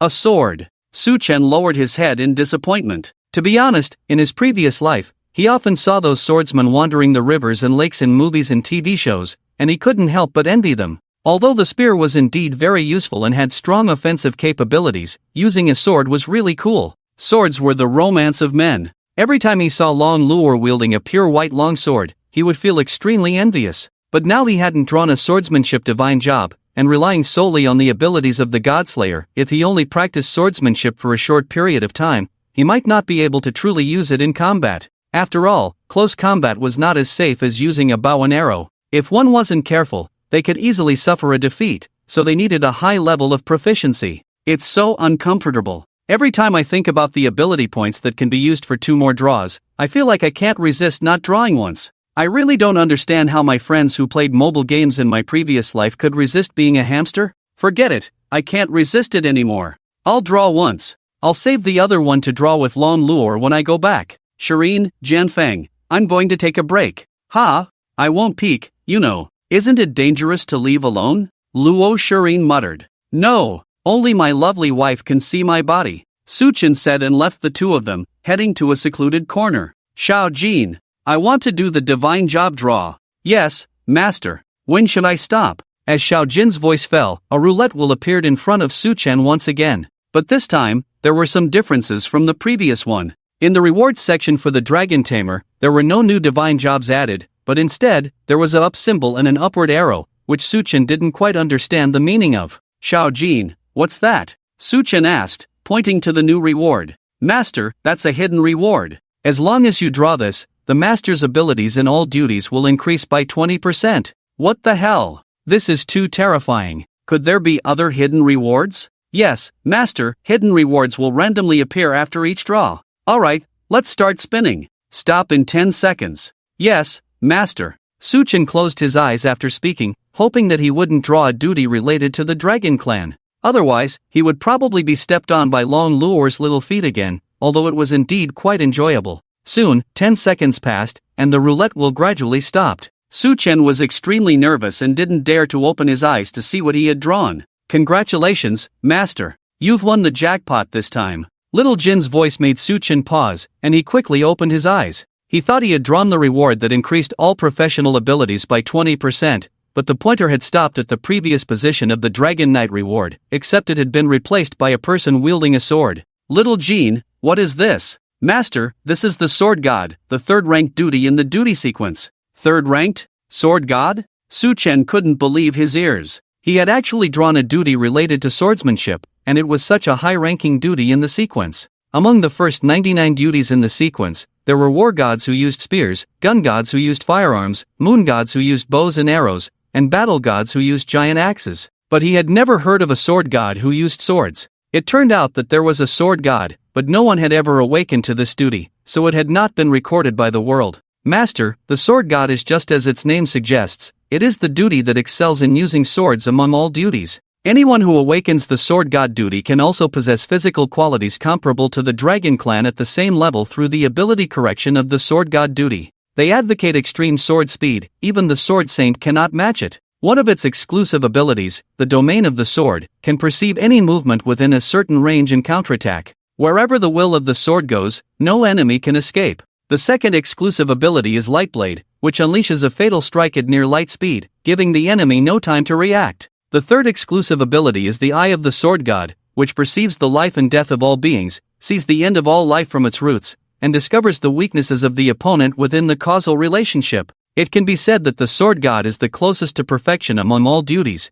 except for not being able to use magic. What the hell? This is going against the heavens, Su Chen exclaimed on the spot. Wasn't this duty a bit too terrifying? Sword speed reaching the speed of light? Being able to see through the opponent's weaknesses? Wouldn't that mean that as long as he could break through the defense, he could probably kill the opponent even several realms higher? Wasn't this a bit too heaven-defying? After all, this was the speed of light, and even Long Luo's fastest sword speed at full power seemed to only reach 10 times the speed of sound. How many times was that off? Master, that's how it is. That's why I congratulated you on winning the jackpot. No time to waste. Little Jin, I want to switch to the Sword God. Yes, Master. The moment Su Chen switched to the Sword God, the world in his eyes changed. Whether it was flowers, trees, birds, or insects, thousands of red threads appeared on their bodies and floated towards him. Although the world was covered with densely packed red threads, he could perceive everything around him even more clearly than before. Are these red threads the so-called death lines?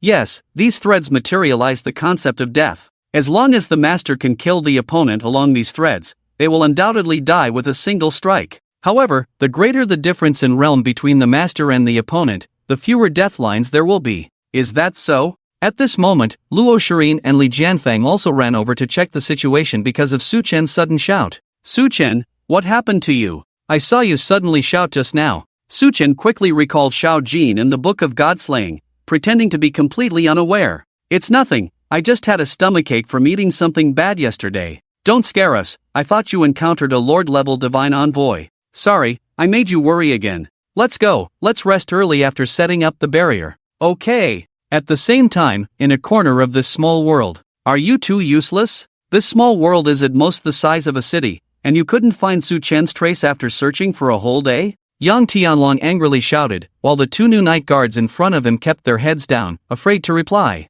The two of them already knew about the conflict between Yang Tianlong and Su Chen, but they also knew that they joined the Night Guards to protect the country, not to help others seek revenge. However, because Yang Tianlong was the son of the Lord of Longchang, and their marriage partners and families lived in Longchang, they definitely couldn't resist him. So, it evolved into the current situation. Brother Tianlong, forget it. It's useless to scold these two useless people. Let them act alone tomorrow to kill divine envoys and earn points, while we go find that Su Chen kid ourselves. Huo Wenwen stood beside Yang Tianlong and said, "TCH, these two idiots, I really don't know why they were sent over. Forget it, Su Chen will be killed sooner or later. Let's capture that white-haired dragon first. Brother Tianlong, let's go. The two of us will go play over there. I'll help you vent your anger." While Huo Wenwen was speaking, she hugged Yang Tianlong from behind. "Sure, Huo Wenwen, you're sensible. I admit that I wrongly accused you last time. Listen up, you two useless people, go kill divine envoys alone tomorrow,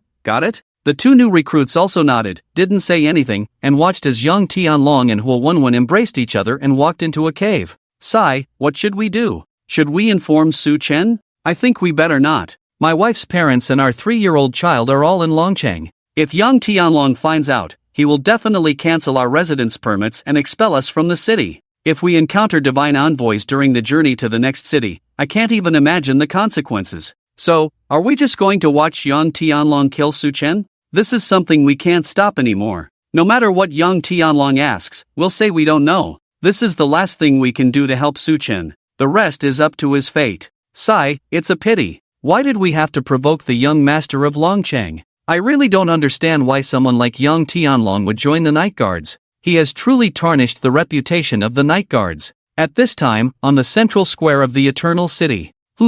It's so boring. I'm telling you, Xiaolinglan, why can't we have a live broadcasting device? Are we just supposed to wait outside and not know what's happening inside? Long Luo yawned while complaining. That's my small world. The network and electromagnetic waves can't transmit out. How can I give you a live broadcast? Do you want me to carry a camera inside, track and film your Su Chen throughout the venue, save it to a local hard drive, and bring it out for you, and then go back in to continue filming? Ji Linglan retorted with an annoyed expression. After all, this is the trial for new Night Guards, not some variety show. Should I still provide you with a live broadcast? Do I need to find a battlefield commentator for you too? I think we can do it. Let's just do it. You're really being difficult. Sai, forget it, I'm going back to sleep. Keep an eye on Su Chen for me. You know what I mean if something happens to him, right? As Long Luor spoke, she also emitted a terrifying pressure. Even Ji Linglan, who had lived for over 100 years, felt a chill down her spine. You really are obsessed with protecting your husband. But in the little world, that guy named Yang Tianlong wants to harm your Su Chen. You should know about this, right? I know. By the way, prepare a good excuse and evidence. If the son of the Lord of Dragon City dies in the little world without a valid reason, the Lord of Dragon City probably won't let it go easily. Tisk TSK. You're really confident in your husband's strength. Alright, I got it. Just as Long Luor returned to the residential area alone, she noticed a few suspicious people following her. Judging from their tracking abilities, they were obviously experienced. Interesting, these people must have seen that my relationship with Ji Linglan is extraordinary. They dare to make a move in the nocturnal city. Are they fugitives? Or completely insane? Well, since Su Chen isn't here, it's a good opportunity for me to stretch my muscles. While thinking this, Long Luor stretched lazily and turned towards the artificial forest behind the residential area. After walking for about 10 minutes, when the time was right, she turned around and asked in the quiet forest, I deliberately came to a place without night guards. Why aren't you showing yourselves? As soon as these words were spoken, the serene atmosphere of the forest was instantly shattered. For men, their bodies wrapped in black cloth, with only their eyes visible, appeared from the 4 directions. But they didn't make a move, instead maintaining their standing positions, surrounding Long Luor, as if waiting for someone to speak. After a moment, another man wearing the uniform of a night guard slowly emerged from the shadows on the ground, with a sinister smile on his lips. Miss from the Dragon Clan, we don't have any ill intentions. It's just that someone is willing to pay a high price to buy you. As members of the Duty Hunters, we naturally have to provide excellent service. Don't you agree? Are you also a duty hunter? Could it be that you're the person named Jin Chang? Long Luor put on an innocent smile and asked. When she was attacked outside the city of Tianhua, she had heard from a duty hunter named Wang Chui that there was an insider named Jin Chang in the headquarters of the Night Guards. After telling Yu Chanxian and the others about it, they insisted that there was no one named Jin Chang in the Tianhua city headquarters. Because the information was obtained through dragon language commands, it couldn't be false. There were only two possibilities: either Jin Chang was just an alias, and even Wang Chui didn't know his real name, or Jin Chang was likely in another Night Guard headquarters, but it didn't matter. Regardless of how many duty hunters came, they couldn't possibly be a match for Long Luo. The weaker ones could even serve as training objects for Su Chen. It seems that Wang Chui and Song Si really fell into your and Su Chen's hands, right? Those idiots leaked all sorts of information as soon as they were interrogated. Fortunately, I didn't tell them my real name. Do you want to know my real name? As long as you... Long Luo immediately interrupted him and responded, "Sorry, I'm not interested in the name of someone who's about to die. I'm too lazy to remember it. But can I ask if your employer is Yang Tianlong? You really are fearless, daring to speak to us duty hunters like this. You're the first. You'll find out who the employer is soon enough. Let's go, capture her alive." The employer specifically instructed not to harm her face, but other parts are fair game. Yes. The four men in black responded in unison. Just as they were about to summon their weapons and launch an attack on Long Luo, suddenly they all stopped. They stopped without any signs. The leading man frowned slightly, feeling that something was off. Sure enough, the next scene confirmed his thoughts. After a moment, four men in black fell to the ground one after another, with frost appearing on their bodies, obviously being attacked by ice magic. When did? Just as the leader was wondering what was happening, he felt his body becoming cold. He didn't even notice that his hands, holding the dual swords, had frozen and fallen to the ground. And Long Luo untimely asked, "So, can you tell me who the employer is now, esteemed hunter? Although I think it's most likely Yang Tianlong, I still want a definite answer." "What? What kind of monster are you? Ice magic? Are you a mage swordsman?" "No, a mage swordsman couldn't possibly have such precise and powerful magic control." The leader's triumphant expression from a second ago had turned pale. Perhaps it was because his blood circulation was hindered due to the extreme cold, or perhaps it was because Long Luo gave off a sense of despair, or maybe it was both. To be reasonable, don't you guys investigate the target's identity information before taking action? Long Luo would naturally ask this. She knew she had some reputation, but she didn't know that her information was tightly controlled here in Huagua. The third squad of the Night Watchmen, including Su Chen, Chen Chen, Zhang Haiba, and Zhang Qinhai, all knew her true identity, so she naturally assumed that there must have been information circulating about her within the Night Watchmen. And just now, she had interacted with Ji Linglan, so she couldn't help but think that her identity must be quite high. Who gave them the courage to come and capture her? You! Let me go! Before the leader could finish speaking, Long Luo immediately shouted in the dragon language, "Attack!" Instantly, his eyes lost their luster, and he knelt down on the ground. "Answer me, is Yang Tianlong your employer?" "Yes." "Are there any other celestial hunters in the Night City?" "No, just the 5 of us." "Alright, then you can die here." "Yes." After answering Long Luo's questions, he plunged his head onto the blade of the fallen dual swords. Long Luo sighed and instinctively wanted to take out her phone to contact Ji Linglan and let her handle this matter. But suddenly she remembered that she had already handed over her phone, and she couldn't carry her own phone in the Night City. Forget it. I'll buy a new one. It's too boring without a phone. As for food, I'll just mooch off Xiao Linglan these days. She definitely eats well, and it can help Su Chen save some points. Yeah, that's the happy decision. The next morning, in Ji Linglan's small world. "Su Chen, I'll take care of the ones in the air, you handle the ones on the ground." "Got it. I'll assist both of you." This was Su Chen's first battle after becoming a sword god, and he was particularly excited. With the assistance of Luo Shirin singing, without relying on the jumping power of the Divine Dragon Knight, just by using the ability bonus from the sword god's celestial profession, he was able to jump up to 20 meters high, enough to reach the bird-shaped divine envoys flying in low altitude. Golden sword lights flashed, and the divine envoys, ranging from lackeys to elites, were directly cut in half. One of the divine envoys in the form of a golden eagle didn't even realize that his body had been cut in half until he flew dozens of meters away and his lower body separated from his upper body. "Su Chen, how many types of weapons do you actually know? Are you really 18 years old? Are you really a freelancer? Could it be that you are some kind of divine profession owner? Do I look like a divine profession owner based on the treatment I receive?" Li Jianfeng was shocked by Su Chen's abilities and began to doubt his own life. He had witnessed Su Chen's archery skills, which could be considered top-notch, even though not every shot hit the mark. Many experts in archery professions may not be as accurate as Su Chen. He had also witnessed Su Chen's marksmanship, killing a leader-level divine envoy within 10 seconds, even though he was only at the late stage of the warrior realm. Many captains of the Night Watchman squads might not be able to defeat a divine envoy from 2 realms above, let alone kill them instantly. And now, he was being told that Su Chen was also skilled in swordsmanship. Judging from the speed he had just demonstrated, he could probably overpower even a sword saint. Could he be some kind of undocumented divine profession? A master of all weapons, perhaps? Luo Shirin patted Li Jianfeng on the shoulder and comforted him. Old man, to be honest, even though I don't understand your swordsmanship or Su Chen's, I feel like you probably can't match his skills with a sword.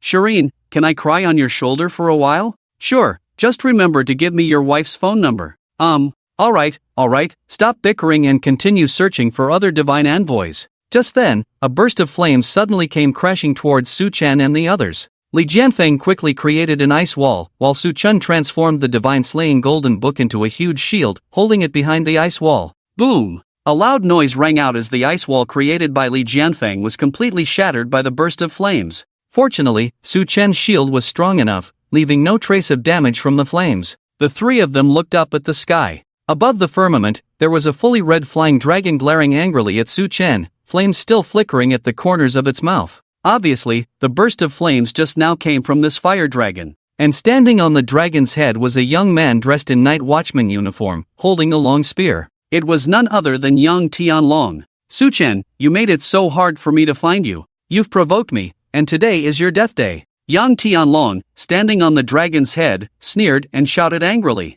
So you're young Tianhua, huh? Then the person under your feet must be Huo Wenwen, who is beautiful but cheap for you, right? How dare you? Su Chen, don't think that your tricks from last time will work on me again. This time, I will definitely kill you. The fire dragon roared loudly, its originally gentle voice becoming heavy and terrifying, even scaring away several nearby divine envoys. Huo Wenwen, I have to say, you're going all out to please a scumbag and even selling yourself. Your noble dragon bloodline must be weeping. You're asking for death. Huo Wenwen gathered her strength once again and shot another burst of flames towards Su Chen. Burst of flames? Perfect. Let me test the dragon's immunity to magic as a dragon tamer. Su Chen leaped into the air with 1 foot, directly avoiding the attack. Seeing this, Luo Shirin also prepared to take out her harp and sing the song of defense, hoping to help Su Chen withstand some of the damage from the burst of flames. Li Jianfeng also immediately prepared to release an ice wall to help Su Chen block the flames. They couldn't understand why Su Chen would willingly throw himself into the fire dragon's mouth. However, they were all a step too slow, as the burst of flames had already been fully charged. Huo Wenwen opened her dragon mouth, and a huge fireball shot out from it. Su Chen was engulfed by the fireball. Su Chen! Luo Shirin and Li Jianfeng shouted loudly, tears welling up in their eyes. Yang Tianlong laughed heartily at the sight. Su Chen, oh Su Chen, I never expected you to be so foolish, willingly rushing to your death. I thought I could torture you a little longer. Well, Huo Wenwen, take care of those 2 below as well. I understand. Huo Wenwen said, immediately preparing to gather energy for a second explosion. However, something unexpected happened. After the fireball gradually dissipated, Su Chen appeared unharmed in the same spot. There wasn't even a trace of burnt marks on his night watchman uniform. Is this magic immunity? Rather than saying it's magic immunity, it's more like after changing jobs to become a dragon rider, there is a magic barrier around oneself. Xiaojin said that dragon riders can almost be immune to all magic, although I don't know the exact range of this immunity. But it seems that the explosion of the Fire Dragon clan is completely ineffective. Su Chen! Luo Shirin shouted loudly again. As for Li Jianfeng, after wiping away the tears from the corners of his eyes, he stared fiercely at Huo Wenwen and young Tianlong in the sky, ready to attack at any moment. Although fighting between night watchmen may go against the rules, this was an attack initiated by young Tianlong. It couldn't be said that even self-defense was not allowed, right? Then what's the point of being a night watchman? How is this possible? Huo Wenwen, seeing this scene, was immediately shocked and even the explosion was extinguished. This was the explosion, the proud fire attribute magic of the Fire Dragon clan, and it couldn't even kill a warrior realm person? This Su Chen was indeed strange. Huo Wenwen? Which side are you on? Didn't you say you could definitely kill Su Chen? Yang Tianlong immediately stomped on Huo Wenwen's head and roared. He had a feeling that he had been deceived by Huo Wenwen again. The explosion magic of the Emperor Realm Dragon Clan couldn't even kill Su Chen. Who the hell would believe that? That's not it. Su Chen is strange. Then come at me. What's the use of just talking to yourself here? I understand. Huo Wenwen gathered energy for the explosion again and threw it at Su Chen. However, the result was the same as before, causing no damage at all. This is unbelievable. Seeing that the explosion had no effect on Su Chen, Huo Wenwen immediately landed on the ground and transformed back into her beautiful appearance as before. At the same time, she summoned her weapon, the scythe, and stared at Su Chen intently. Su Chen, with a playful expression, said, "Huo Wenwen, are you sure you want to fight me? I think you might have mistaken the person you hate. It was Yang Tianlong who insulted you, not me." "Shut up." Huo Wenwen was already filled with hatred, grinding her teeth. How could she not know that Yang Tianlong was the root of all evil? But she had to obey Yang Tianlong's orders, otherwise, without a large supply of cultivation resources, it would be difficult for her to break through to the legendary or even higher realms. In this world, strength is respected, and weakness is a sin. The dragon clan looks down on other weak races, and they also look down on weak dragons within their own clan. Although Huo Wenwen, as a female, had a relatively high status within the dragon clan, the males she was interested in looked down on her, and the males who pursued her were all men she completely despised. As a result, she missed the best time for marriage and became a true leftover woman. Also, because her cultivation level was too low, there were no more males pursuing her. Despite Huo Wenwen's humanoid form appearing very young and beautiful, in fact, she was already over 380 years old and hadn't even reached the legendary realm, which was considered the bottom level among the dragon clan. The main reason was her poor talent and a bit of self-abandonment. Coupled with her constant playfulness and pickiness, she only just entered the warrior realm at over 320 years old. It wasn't until she realized that she was gradually being left behind by dragons of the same age or even younger that she finally realized that she no longer had time to waste and began to cultivate. However, the world respects strength, and a dragon clan member who only reached the warrior realm at over 320 years old was not worthy of receiving the cultivation resources distributed within the clan. Even her parents couldn't be bothered to care about her and let her fend for herself. Fortunately, the dragon clan is the strongest race. Even if they are only in the hero realm and have a lower ranking in the divine duty sequence, they can still display a combat power surpassing that of heroes from other races. After leaving the territory of the Fire Dragon clan, Huo Wenwen settled in Dragon City and worked for the Night Watchman headquarters in exchange for cultivation resources. Finally, 4 years ago, she broke through to the peak of the hero realm and established a contract connection with the awakened dragon cavalry commander, Yang Tianlong. With the help of a large amount of rare cultivation resources, she quickly advanced to the mid-stage of the Emperor realm in just a few years. In order to obtain cultivation resources, to not fall behind other dragons in her clan, and to be able to match with the male dragon she likes, she endured following this playboy, not knowing how much suffering she had endured. After all, as long as she broke through to the legendary realm, she would not be looked down upon by other dragons in her clan, she would receive a share of the clan's cultivation resources, and she could marry into a good family. However, she did not expect that just because she accidentally fell under Su Chen's charm magic 2 days ago, all her years of endurance were in vain, and she even implicated her own body. In any case, whether it was for the sake of obtaining Yang Tianlong's cultivation resources or venting her anger, she had to make the man in front of her pay the price. On the other hand, Su Chen sighed. To be honest, he and Huo Wenwen didn't have much grudge, mainly because of some misunderstandings, and the main culprit was Yang Tianlong, that scum. But there was no way, who knew that Yang Tianlong would suddenly teleport Huo Wenwen in front of him, and under the charm of the Dragon Knight, he let out all the dissatisfaction of these years. But ultimately, weren't those words her true thoughts? Moreover, since others had already put a knife to his neck, he couldn't reason with her. Since you insist on this, I have no choice. With a thought, Su Chen directly transformed into the Dragon Knight. This was the most direct and effective method. Even if he couldn't charm her, he could still disrupt her actions. In any case, Yang Tianlong must die today.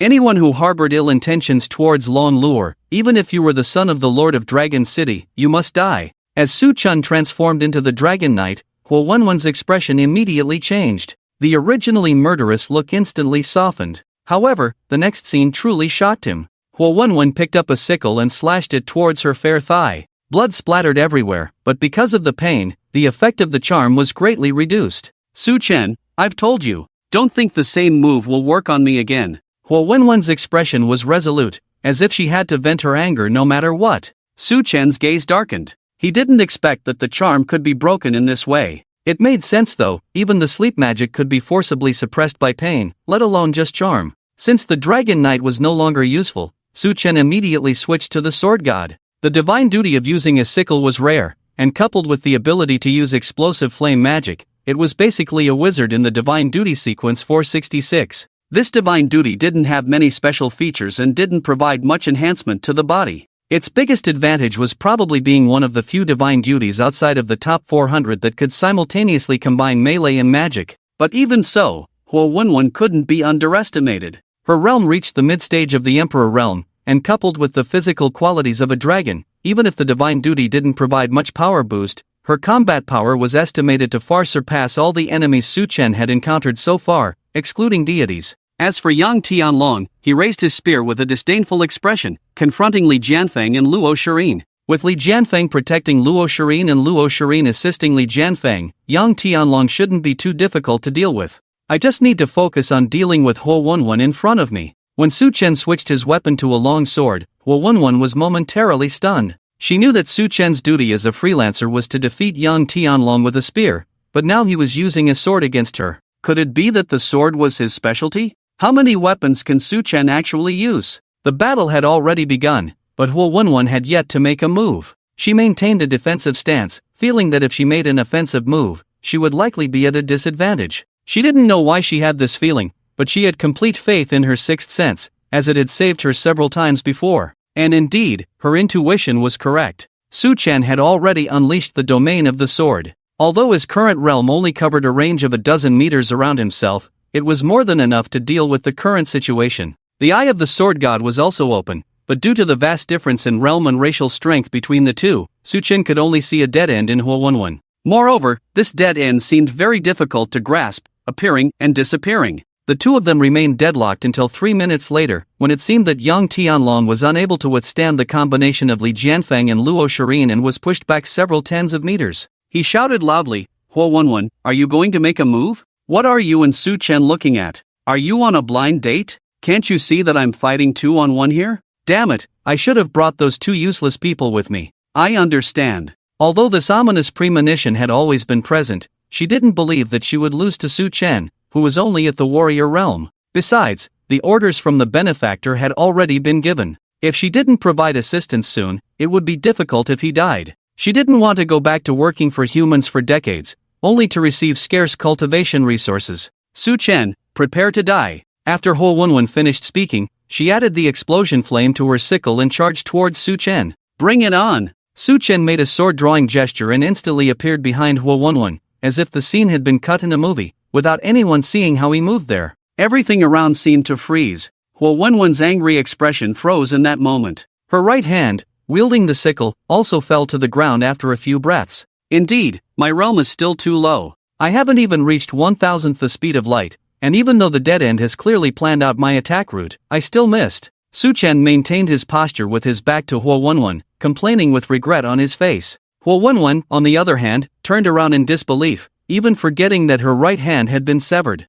Who are you really? Huo Wenwen, this is just a warning. If there's another time, what falls to the ground will be your dragon head. In fact, Su Chen had no intention of letting her go, but the main reason was that using the light blade consumed too much physical and spiritual energy. Just this one strike had consumed at least more than half of his energy and spiritual power, leaving him unable to launch another attack. His combat power had also been greatly reduced. Even though Huo Wenwen had lost her right hand, the gap in realm and racial strength still remained. Continuing the fight would likely result in both sides being injured. Su Chen said this and walked towards Yang Tianlong with his back to Huo Wenwen. Huo Wenwen seemed to finally realize the pain and immediately knelt on the ground, using her left hand to cover the continuously bleeding right hand. Is the difference in strength really that big? Who is he really? Huo Wenwen muttered softly as she watched Su Chen leave. Her expression, which had been filled with anger just moments ago, was now filled with fear. So what if her realm was a little weaker? So what if she was mocked by her own kind? She wouldn't die, but if she continued fighting Su Chen, she would definitely die.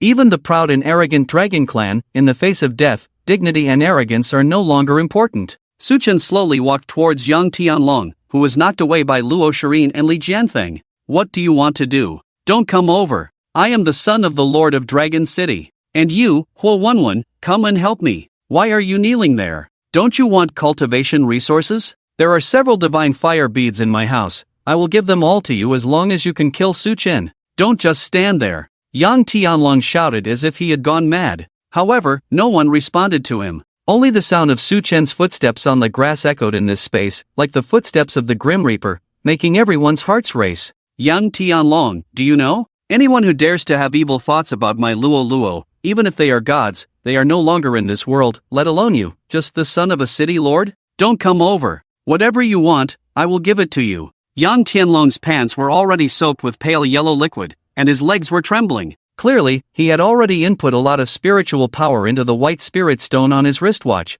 but why hasn't Ji Linglan rescued him yet? According to those who had been to the small world before, as long as spiritual energy is input into the white spirit stone, it would be transported out in less than 3 seconds. Why hasn't he been transported out? Why did Huo Wenwen lose to Su Chen? Why is he now begging Su Chen for mercy? It turns out that Huo Wenwen and Su Chen were in cahoots, and he was the only one kept in the dark. Can you give me anything? Yes, I can give you anything. As long as you spare me, I promise I will never have any improper thoughts about your wife again. As long as I can return to Dragon City, I guarantee that I can give you wealth that you can never obtain in your lifetime. Then, I want your life, can you give it to me?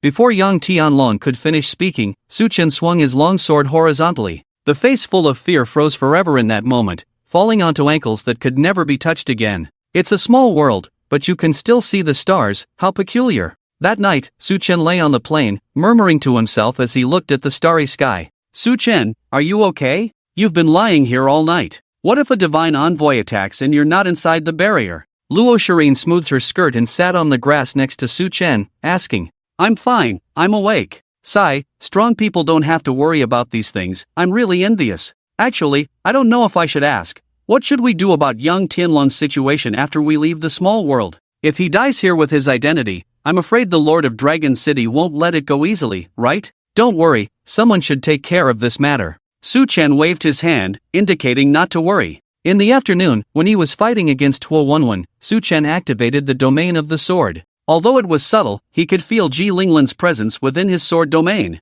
Combined with the fact that Yang Tianlong seemed to have been continuously sending spiritual power to the white spirit stone on his wrist, but still hadn't been transported out, it could be seen that Ji Linglan also didn't want Yang Tianlong to leave here alive, and seemed to want Su Chen to kill him. Although he didn't know the reason, it was still a big help. Originally, Su Chen's plan was to use the charm ability of the Dragon Knight to deal with Huo Wenwen, and then use the light blade to instantly kill Yang Tianlong, not giving him any chance to escape. But things had developed to this point, which wasn't too bad. Ji Linglan might have seen the ability of the sword god. When we get out, I'll have to discuss with Luo how to deceive her. Su Chen, you're too optimistic. Do you want sister to help you? Help me? Don't underestimate me just because I'm an ordinary idol. My father is Lu Yunxiao, the lord of Star Moon City, and my mother is Yan Ning, the chief of the Night Watchman headquarters in Star Moon City. If I insist on protecting you, the lord of Dragon City won't dare to touch you. Ha! Su Chen heard this and immediately sat up. The daughter of the lord of Star Moon City?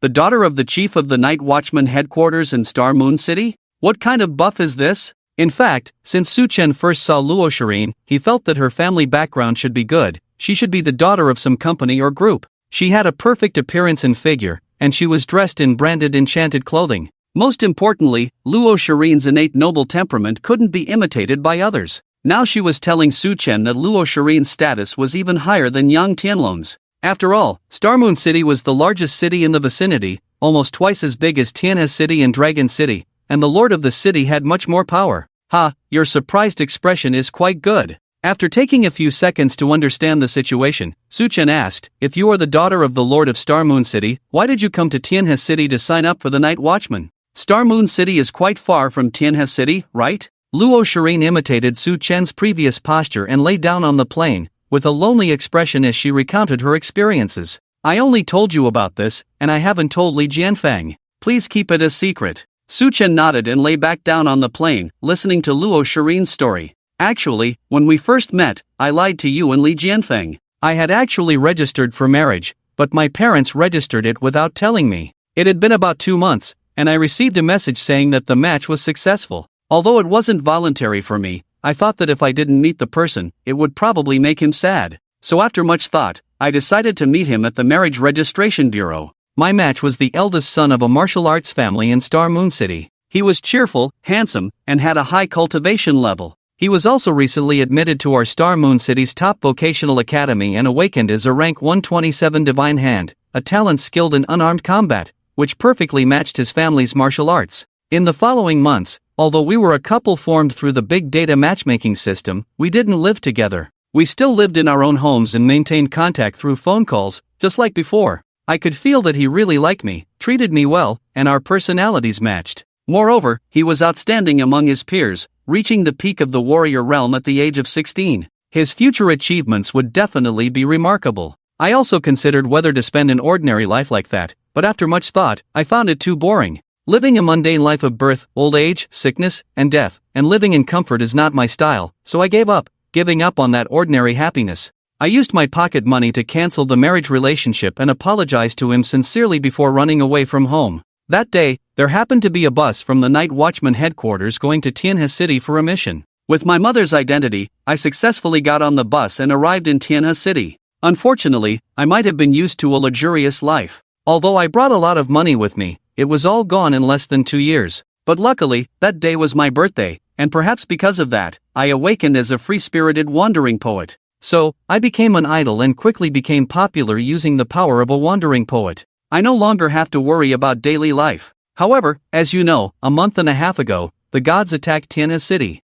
At that time, I had just finished a concert and was preparing to leave the stadium. After that, although the defense barrier of the gymnasium was activated, it was soon attacked by a Lord-level divine envoy, and the barrier was broken within a few minutes. It was also my first attempt to use the power of a bard to amplify others. After about an hour, my throat was almost hoarse from singing, but the divine envoys were all cleared out. At that time, several night guards from the sports center approached me and asked if I wanted to join them. Because I learned that after becoming a night guard, I could travel to other cities on the shuttle bus to carry out missions, and I could also wander around, so I went along with it and joined the night guards. Then I arrived at the scene where I met you a few days ago. After listening to Luo Shiyin's story, Su Chen was also deeply moved. He never expected that Luo Shiyin was actually a rebellious girl who ran away from home. If you help me, won't you have to contact your parents again? They might scold you. Haha, that's for sure, but if I can save you, enduring a few scoldings is nothing. Hearing this, Su Chen was also deeply touched.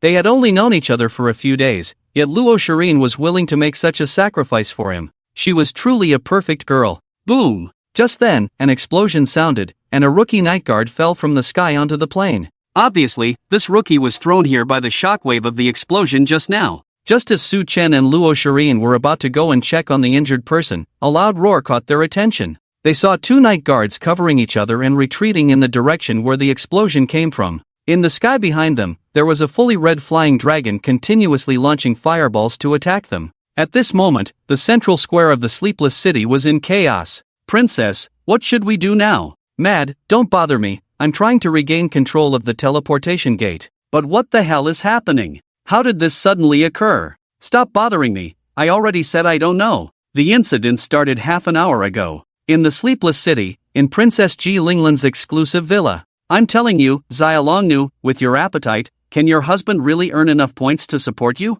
I feel like even if I kill all the divine envoys in my little world, it still wouldn't be enough for you to eat for 2 months, right? Ji Linglan looked at the more than 60 plates of food in front of her that had been eaten clean and commented, "That's why I came to mooch off your meal." Long Luor swallowed a large plate of beef and responded, "Sai, after the meeting ends tomorrow, I'll leave. I really feel sorry for your husband." "Humph, don't worry, Su Chen said he will make sure I'm well fed no matter what. He will also protect me." Sai, whenever Su Chen is mentioned, you start praising him endlessly. By the way, this afternoon, Su Chen killed young Tianlong and used a move that I could barely see. Upon hearing this, Long Luor immediately stopped eating and eagerly approached Ji Linglan, asking, "You couldn't see it? What move was it?" "I couldn't see it precisely because I couldn't see it. That girl from the Fire Dragon clan at the Emperor realm level had her right hand severed with just one move. It was impressive. Truly my Su Chen, humph, so cool. What about an excuse? Have you thought of one?" "Well, Yang Tianlong expressed his desire to escape several times,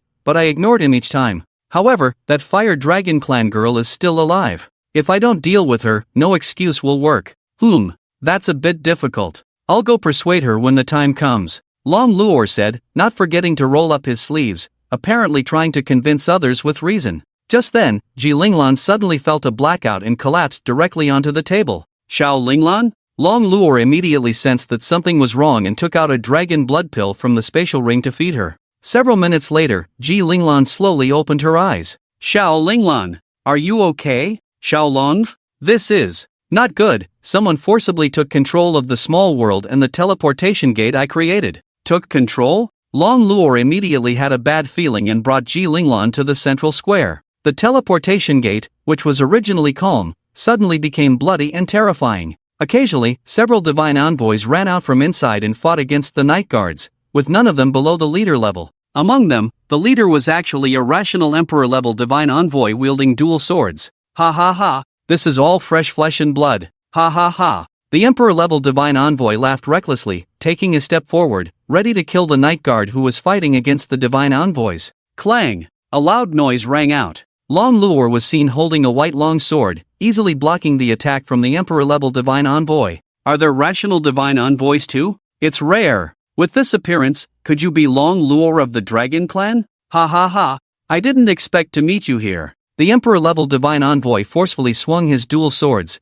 immediately creating distance from Long Luo. After stabilizing his position, he licked the blood-stained swords. Who are you? Long Luo questioned, while preparing to cast a barrier spell. Without a barrier, her battle with the emperor-level divine envoy would definitely destroy the entire Nightless city. At that time, everyone except Ji Linglan would die. She didn't want such a thing to happen. Long Luo, you really have a bad memory for important people. It's only been a few decades, and you've forgotten about me? The emperor-level divine envoy's face, full of rotten flesh, opened his mouth wide, and then reached into his own mouth, pulling out a pair of long ears. Although they were completely decayed and black, it could still be seen that this pair of ears was embedded with a string of red and white gemstones, which looked quite valuable. Are you Sikar of the Elf Clan? I didn't expect to meet you again in this way. When Long Luo saw the decoration on these long ears, her thoughts instantly returned to 30 years ago. At that time, when the Dragon Clan launched a full-scale attack on Europa Bus, they didn't expect that a thief from the Elf Clan would go to the Holy Land of Europa Bus and steal the treasure first.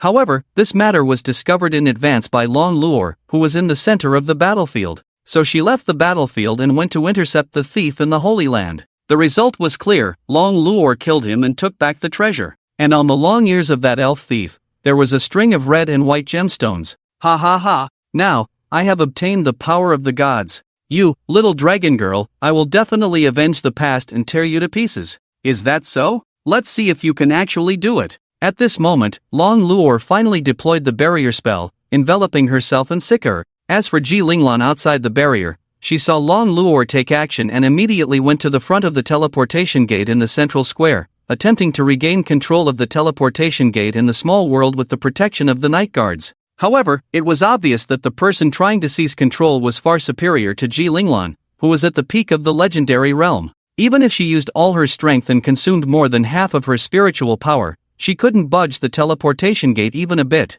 Meanwhile, inside the small world, Chen looked at the huge figures behind the two night guards and immediately froze. A crimson body, a broken right arm, and continuous bursts of fire magic. Obviously, she was the true form of Huo Wenwen. Chen, isn't that the fire dragon that was with young Tianhua this afternoon? Has she gone mad?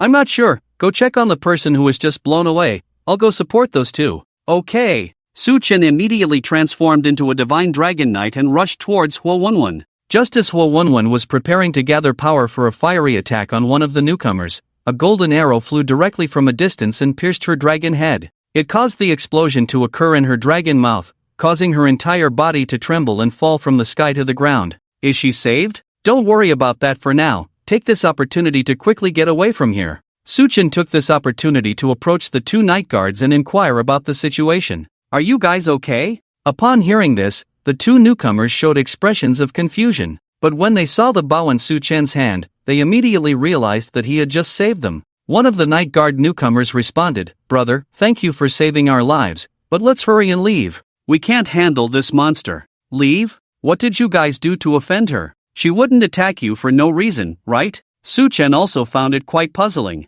After killing Yang Tianlong in the afternoon, she shouldn't have any reason to go mad again, right? Moreover, considering her relationship with Yang Tianlong, she wouldn't seek revenge for him. Why would she inexplicably attack other newcomers? Offend her? For no reason? What are you talking about? This fire dragon is a king-level divine envoy, the mortal enemy of our night guards. Ha? Divine envoy? Are you saying this fire dragon is a divine envoy? Chen was confused. Wasn't Huo Wenwen fine this afternoon? How did she suddenly become a divine envoy? And even if she died this afternoon, there are no other deities here, so how did she become a divine envoy? Could it be that a deity invaded this small world? Yes. And, it seems like there's a problem with the spirit stone on this wristwatch. No matter how I input spiritual power, no one transports me out. Brother, let's hurry and leave. Maybe we could confront a lord-level divine envoy, but people like us in the heroic realm are completely useless against a king-level divine envoy. Another newcomer quickly added. Judging from his limping gait, it seemed that his legs were already broken. He looked very miserable, and one could imagine the dangerous situation they just escaped from. Chen also quickly shook his head, dismissing various thoughts. After all, saving people was the priority now, and there was no time to consider how Huo Wenwen became a divine envoy. They might have misjudged Huo Wenwen's situation as well. You two, run quickly. I'll hold the rear. Brother, there's no need for that. Let's run together. Don't worry, leave it to me. Chen said, gently pushing the two of them, signaling them to go first. What's your name? Chen. We will remember you. The two heavily injured newcomers didn't intend to continue talking. After all, people like Chen were quite common among the night guards, willing to sacrifice themselves to save others. After thanking Chen, they supported each other and left the area. A moment later, Huo Wenwen regained her breath and finally noticed Chen's presence. The gazes of the two, one human and one dragon, collided. The eyes that were originally filled with resentment now appeared empty and lifeless. Huo Wenwen, I never expected that we would meet again in this way. Huo Wenwen didn't say anything. It seemed that she couldn't comprehend or understand what Chen was saying. She just stood there blankly. The atmosphere became very oppressive. After a brief silence, a flash of red light passed, and she returned to her original appearance as a young girl. The difference was that there was a deep red bloodstain on her chest. Perhaps, that was the cause of her death. Just then, a long spear shot straight towards her neck from behind Huo Wenwen. However, Huo Wenwen easily blocked the sneak attack with a wave of her sickle in her left hand. Then, as if controlled by telekinesis, the spear returned in the direction it came from. Chen's gaze narrowed, and he saw the spear land on a man dressed as a night watchman wearing a windbreaker. Mu Xinghe? Why is he here? Damn it, don't mess around. How am I supposed to summon the heavenly maiden Ba and the dragon of obedience now? Chen almost spat out blood. Although this was Ji Linglan's small world, the appearance of a king-level divine envoy meant that something had probably happened outside.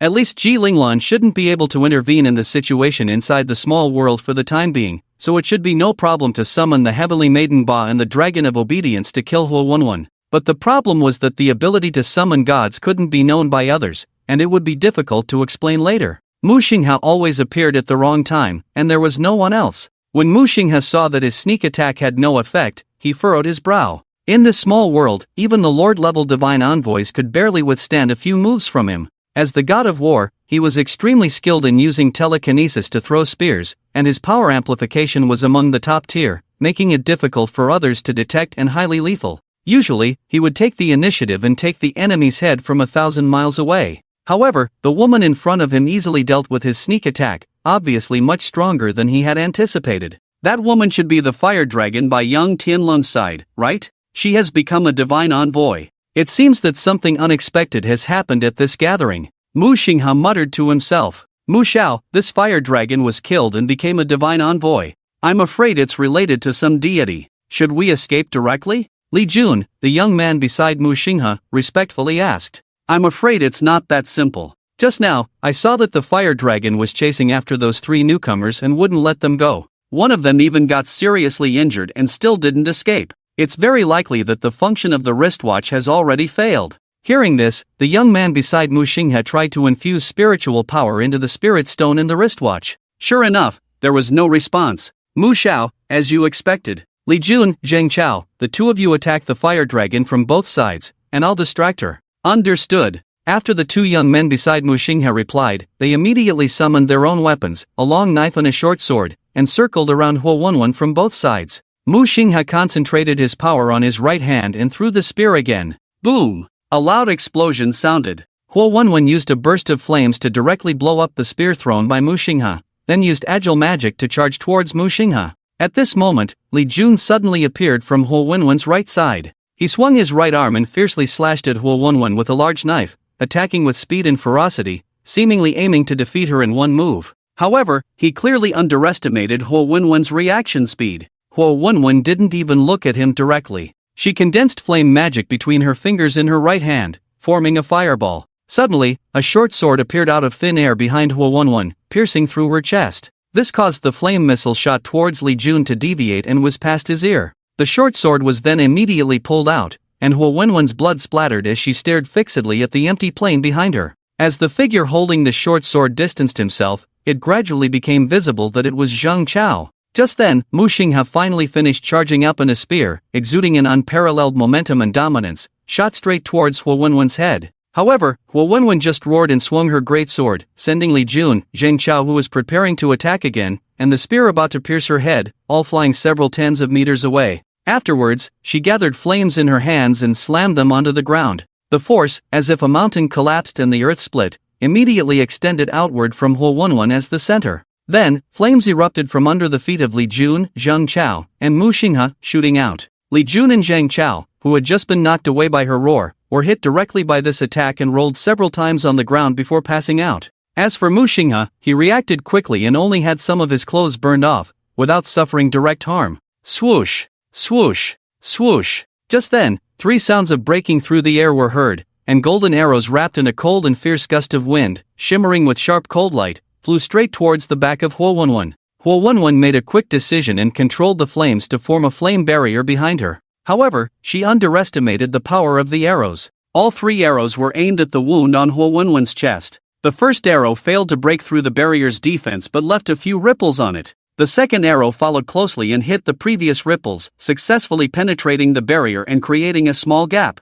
However, it lost 70% of its power and did not break through Huowenwen's physical defense. The third arrow then broke through the gap created by the second arrow and directly pierced through Huowenwen's body. Ugh!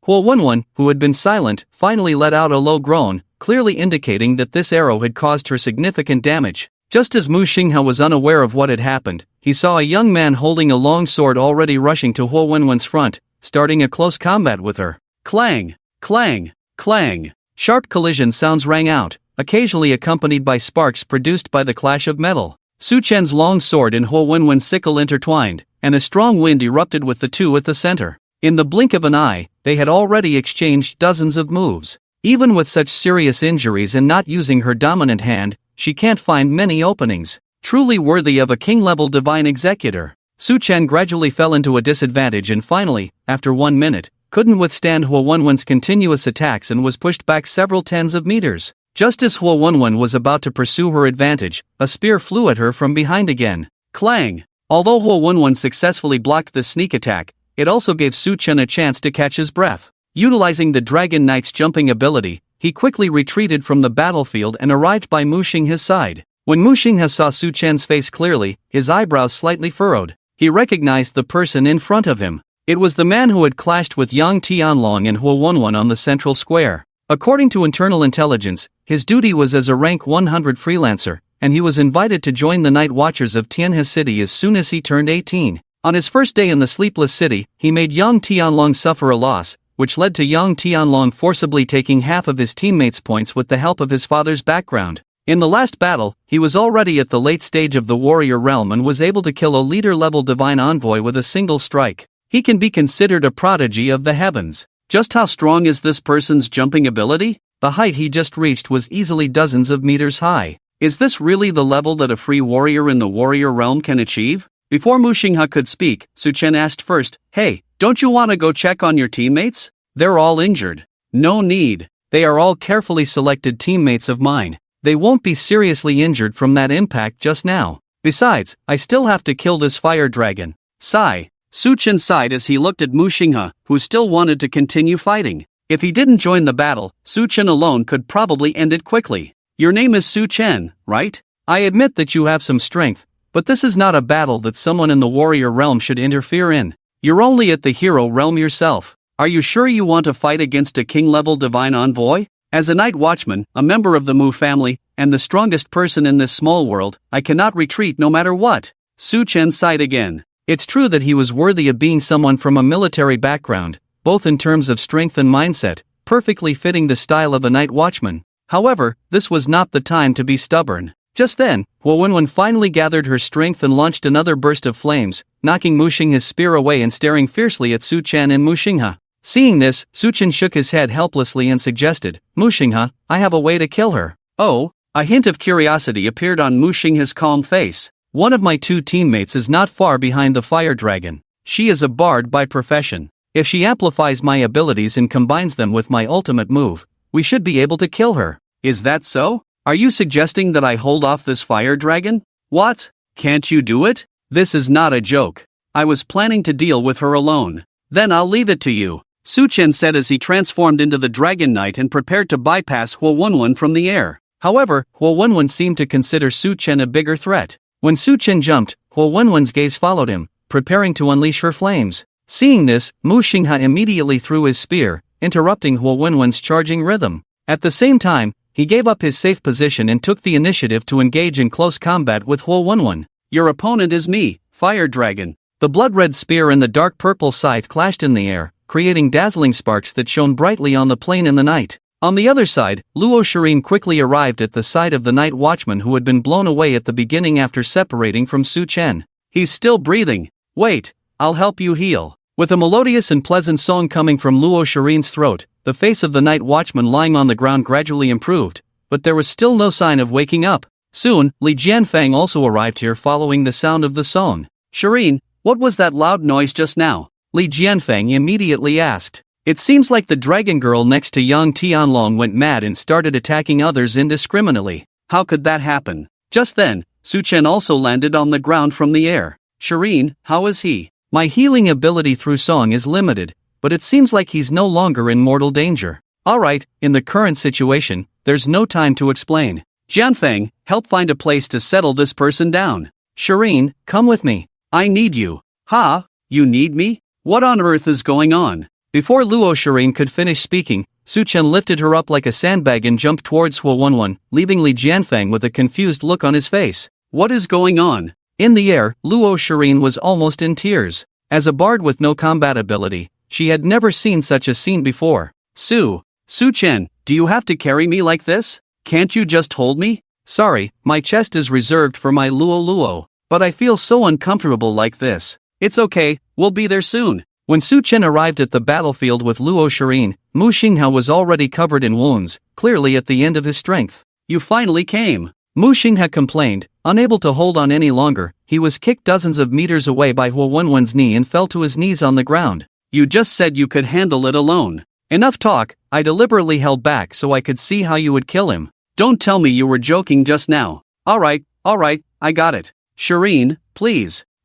Okay. Luo Shirin snapped out of her panic and summoned her harp, starting to sing the song of amplification. Su Chen switched to sword god mode, focused his breath, and tried to grasp the elusive thread of death. Huo Wenwen turned around as well, and the two locked eyes, as if it was their first confrontation. However, compared to before, she had many more injuries, and even her steps were heavier. From the aura she emitted, she was not as strong as when she attacked in the afternoon. But Su Chen was the same, having consumed almost half of his spiritual power, and he had some bruises on his body, not as formidable as during the afternoon confrontation. The atmosphere gradually became oppressive, leaving only the sound of Luo Shirin's singing echoing in the area. This time, I won't miss. Su Chen muttered to himself, assuming the same sword-drawing posture as in the afternoon. Huo Wenwen, as always, infused her scythe with flame magic, took a step forward, and charged at him. This time, with the help of Luo Shirin's singing, he finally grasped that thread of death. A golden light cut through the night, and Su Chen's figure appeared behind Huo Wenwen in an instant. Rest in peace. If you want to hate me. As the golden longsword turned into specks of starlight and dissipated in Su Chen's right hand, Huo Wenwen's head also fell. Su Chen's body swayed and fell straight down. In a daze, Su Chen felt like he was lying on something soft. But this time, there was no sweet fragrance, only a faint smell of blood and decay. Su Chen slowly opened his eyes, and what came into view was still Long Luo's face, as beautiful as a celestial being. But her silver-white hair was stained with dark red blood. Su Chen, thank goodness you're okay. There were a few tears in Long Luo's eyes, apparently happy that Su Chen had regained consciousness. Luo, your hair. Don't worry, this isn't my blood. I didn't get hurt at all. Everything is over now. But you, how did you exhaust your spiritual power and faint again? As long as you're okay. Long Luo also breathed a sigh of relief, lightly tapping Su Chen's forehead with her small hand and smiling. You should at least worry about yourself first. But I heard from Luo Shirin and the others, I didn't expect you to actually kill a king-level divine envoy. You're amazing. King level. Scenes of Su Chen's battle with Huo Wenwen flashed through his mind. At the last moment, he grasped the only lifeline and used the power of the light blade to successfully defeat her. However, the problem was that Huo Wenwen lost her dominant right hand and was heavily injured multiple times. In fact, her strength could not be considered at the level of a king-level god user. Su Chen, let's not separate anymore, okay? I don't want to see you get hurt again. I was so worried when the portal was closed. I'm sorry for making you worry. Su Chen. Actually, I don't want you to smell my stench, but still. Su Chen sat up and gently touched his silver hair stained with god user blood, saying with a pained expression, such beautiful silver hair, but it's covered in filth. Luo, now that everything is over, let's take a bath together. I also want to hear about your heroic deeds outside. Okay, I have to make sure you praise me. Time returned to the moment before Su Chen lost consciousness, in the central square's barrier. Sikora looked at Long Luo in a playful manner, seemingly not taking her seriously at all.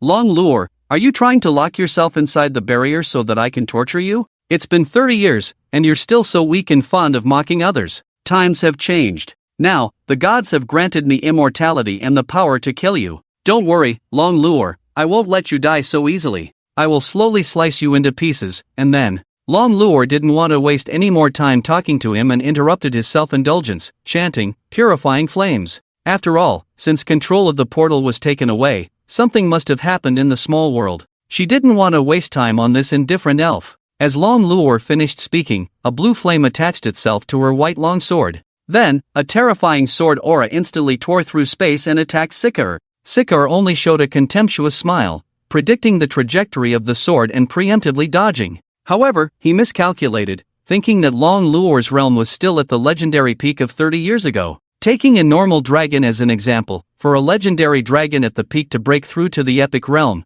it would generally take at least 100 years. Even if Long Luo had just missed stepping into the epic realm at that time, she would now be at most in the early stages of the epic realm and would not be his match. However, Long Luo was hailed as the #1 freak of the Divine Dragon clan. How could she be measured by the standards of a normal dragon? As if predicting Sikora's prediction, Long Luo temporarily changed the trajectory of the sword aura and, accompanied by the burning of the purifying flames, stabbed directly into Sikora's heart. Ugh! How is this possible? What are you? Long Luo had no intention of responding to him and continued to chant, purifying flames. Break! Instantly, Sikora's entire body began to burn violently. In less than 3 seconds, he turned into ashes. However, the next moment, Sikora appeared in front of Long Luo again, completely unharmed. His previously disdainful expression was gone, replaced only by anger. It would have been better if you had died like that. Long Luo looked at the resurrected Sikora and helplessly commented. Sikora's occupation was a rank 199 bionoid,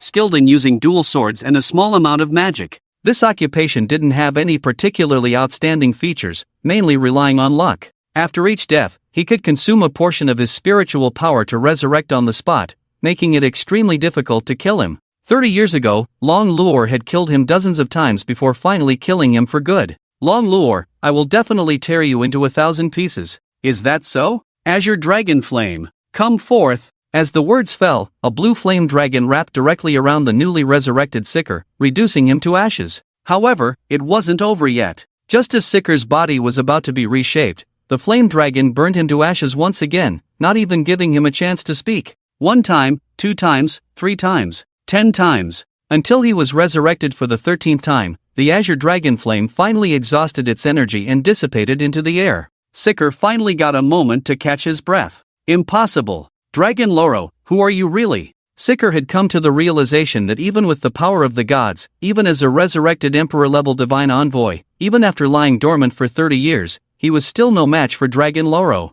He didn't even have the slightest chance to fight back. His angry expression gradually turned into fear. The longer one lives, the more they fear death, especially for an elf who has already died once. Dragon Loro took a deep breath, adjusting his mental state to its peak and gathering his spiritual power in his fingertips as he murmured, Dark Revelation, Azure Abyss Flame. Instantly, the entire barrier was shrouded in a dark aura. The entire space seemed distorted, with light and darkness blending together, making it impossible to distinguish between illusion and reality. Everything became chaotic. Within it, it seemed as if there were several black dragons with blood-red eyes, staring intently at the cold-faced Sikora. Since the battle with Alobus 30 years ago, I haven't used this move again, Sikora. If you want to blame someone, Blame yourself for obstructing me from seeing Su Chen. Wait. Before Seeker could finish speaking, the endless black flames engulfed him, and not even a single cry of agony could be heard. The darkest black flames enveloped Seeker's lifeless position until his soul was completely burned away, finally dissipating. After the barrier was lifted, Dragon Loro no longer intended to hide her strength. Dozens of white sword lights flashed, even the king-level divine envoys, in her eyes, were like ants, unable to withstand a single blow. She quickly killed all the divine envoys on the central square. Only the divine envoys appearing one after another from the teleportation gate remained. So, she quickly arrived by Ji Linglan's side. Xiao Linglan, how is it going? No, there's no way to regain control. The other side is definitely a powerful expert specializing in temporal magic. Then don't try to regain control. I'll break through directly. Omni-Spirit Law. Break! Dragon Loro said, once again gathering her spiritual power onto her pure white longsword. With a single slash, a bloody and terrifying teleportation gate was directly split open, along with a several hundred meters long trench on the central square. So, you just jumped in? After taking a bath and changing clothes, Su Chen, who was blow-drying Dragon Loro's silver hair, asked. It must be said that the bloodstains of these divine envoys were really hard to wash off.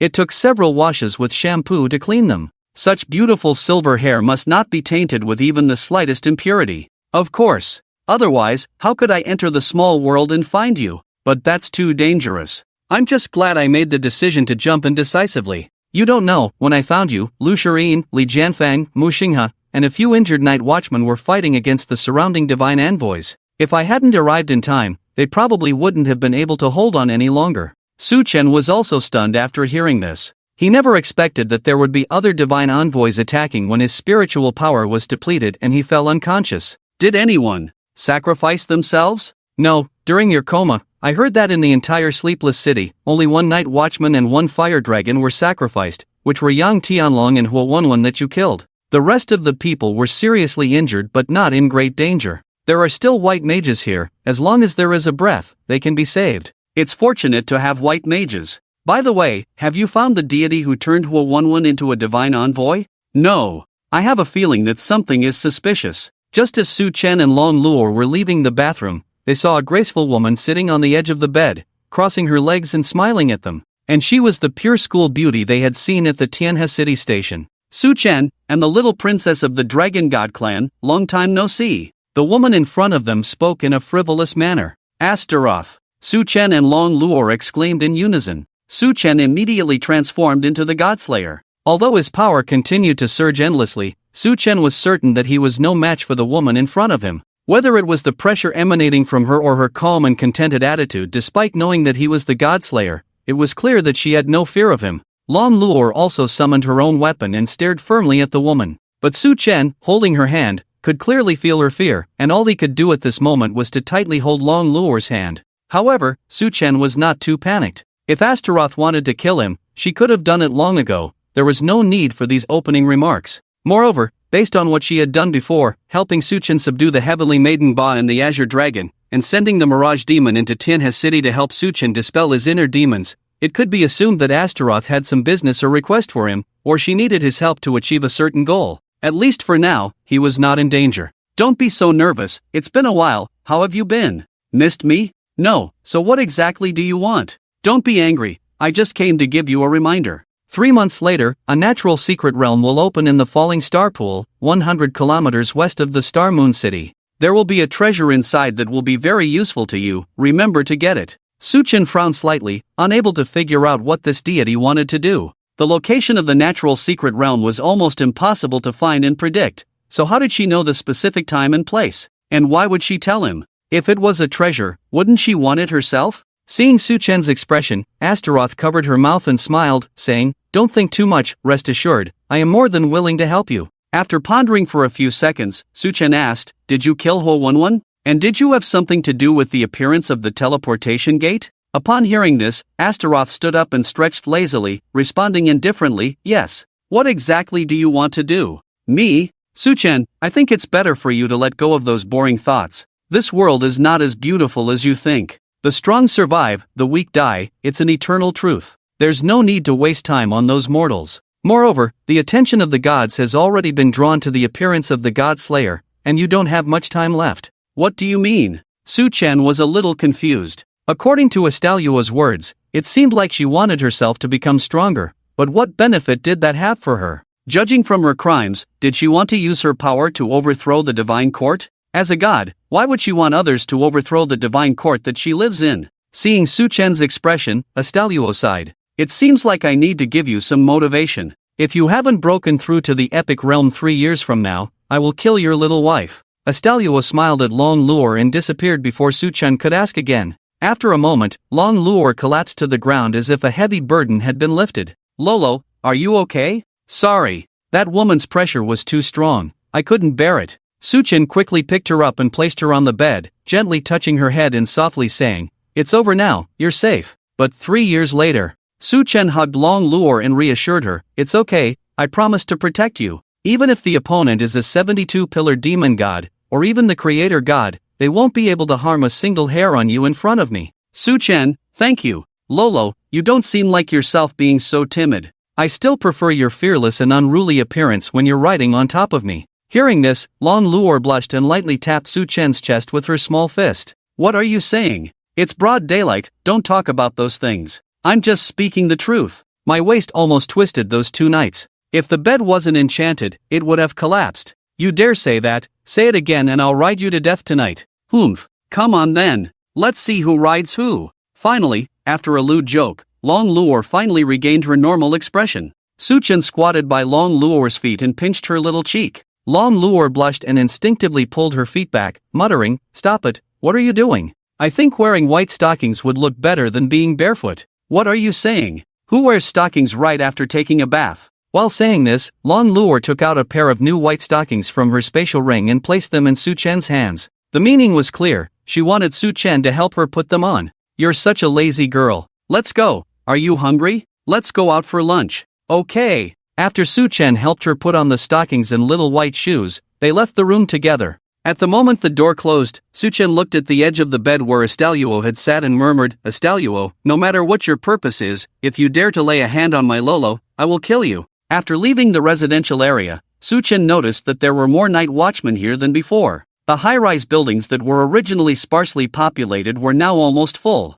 However, it was worth noting that many of the night watchmen nodded respectfully as they passed by the 2 of them. Although they didn't speak, it was clear that they felt a sense of respect. Lolo, why do I feel like many people are watching us? Well, after all, news of you killing a king-level divine envoy at the warrior realm has spread. You've become a highly anticipated rising star. Really? I didn't expect it to spread so widely. But why do I feel like most people are actually watching you? Is it because your performance yesterday was too outstanding? Upon hearing this, Long Luor immediately turned her head away and whistled. Obviously, it was hit on the mark, but Long Luor's idea was just to give the glory to Su Chen. Forget it, forget it. Speaking of which, are these people looking for a deity to turn Hua11 into a divine envoy? Yes, after all, such a serious accident happened at the Night Watchman's main base. We must step up precautions. It is said that many elite experts from the 6 cities have come. Su Chen also sighed. The matter of Astalio definitely cannot be revealed, after all, it's too bizarre. And even if it is revealed, no one will believe it. The fact that the 72-pillar demons caused such a commotion just to cultivate a human, who would believe it if it were said? It's a waste of so many human resources, just busy work, quite helpless. By the way, Lolo, what do you think about the natural secret realm in the falling star pool 3 months later?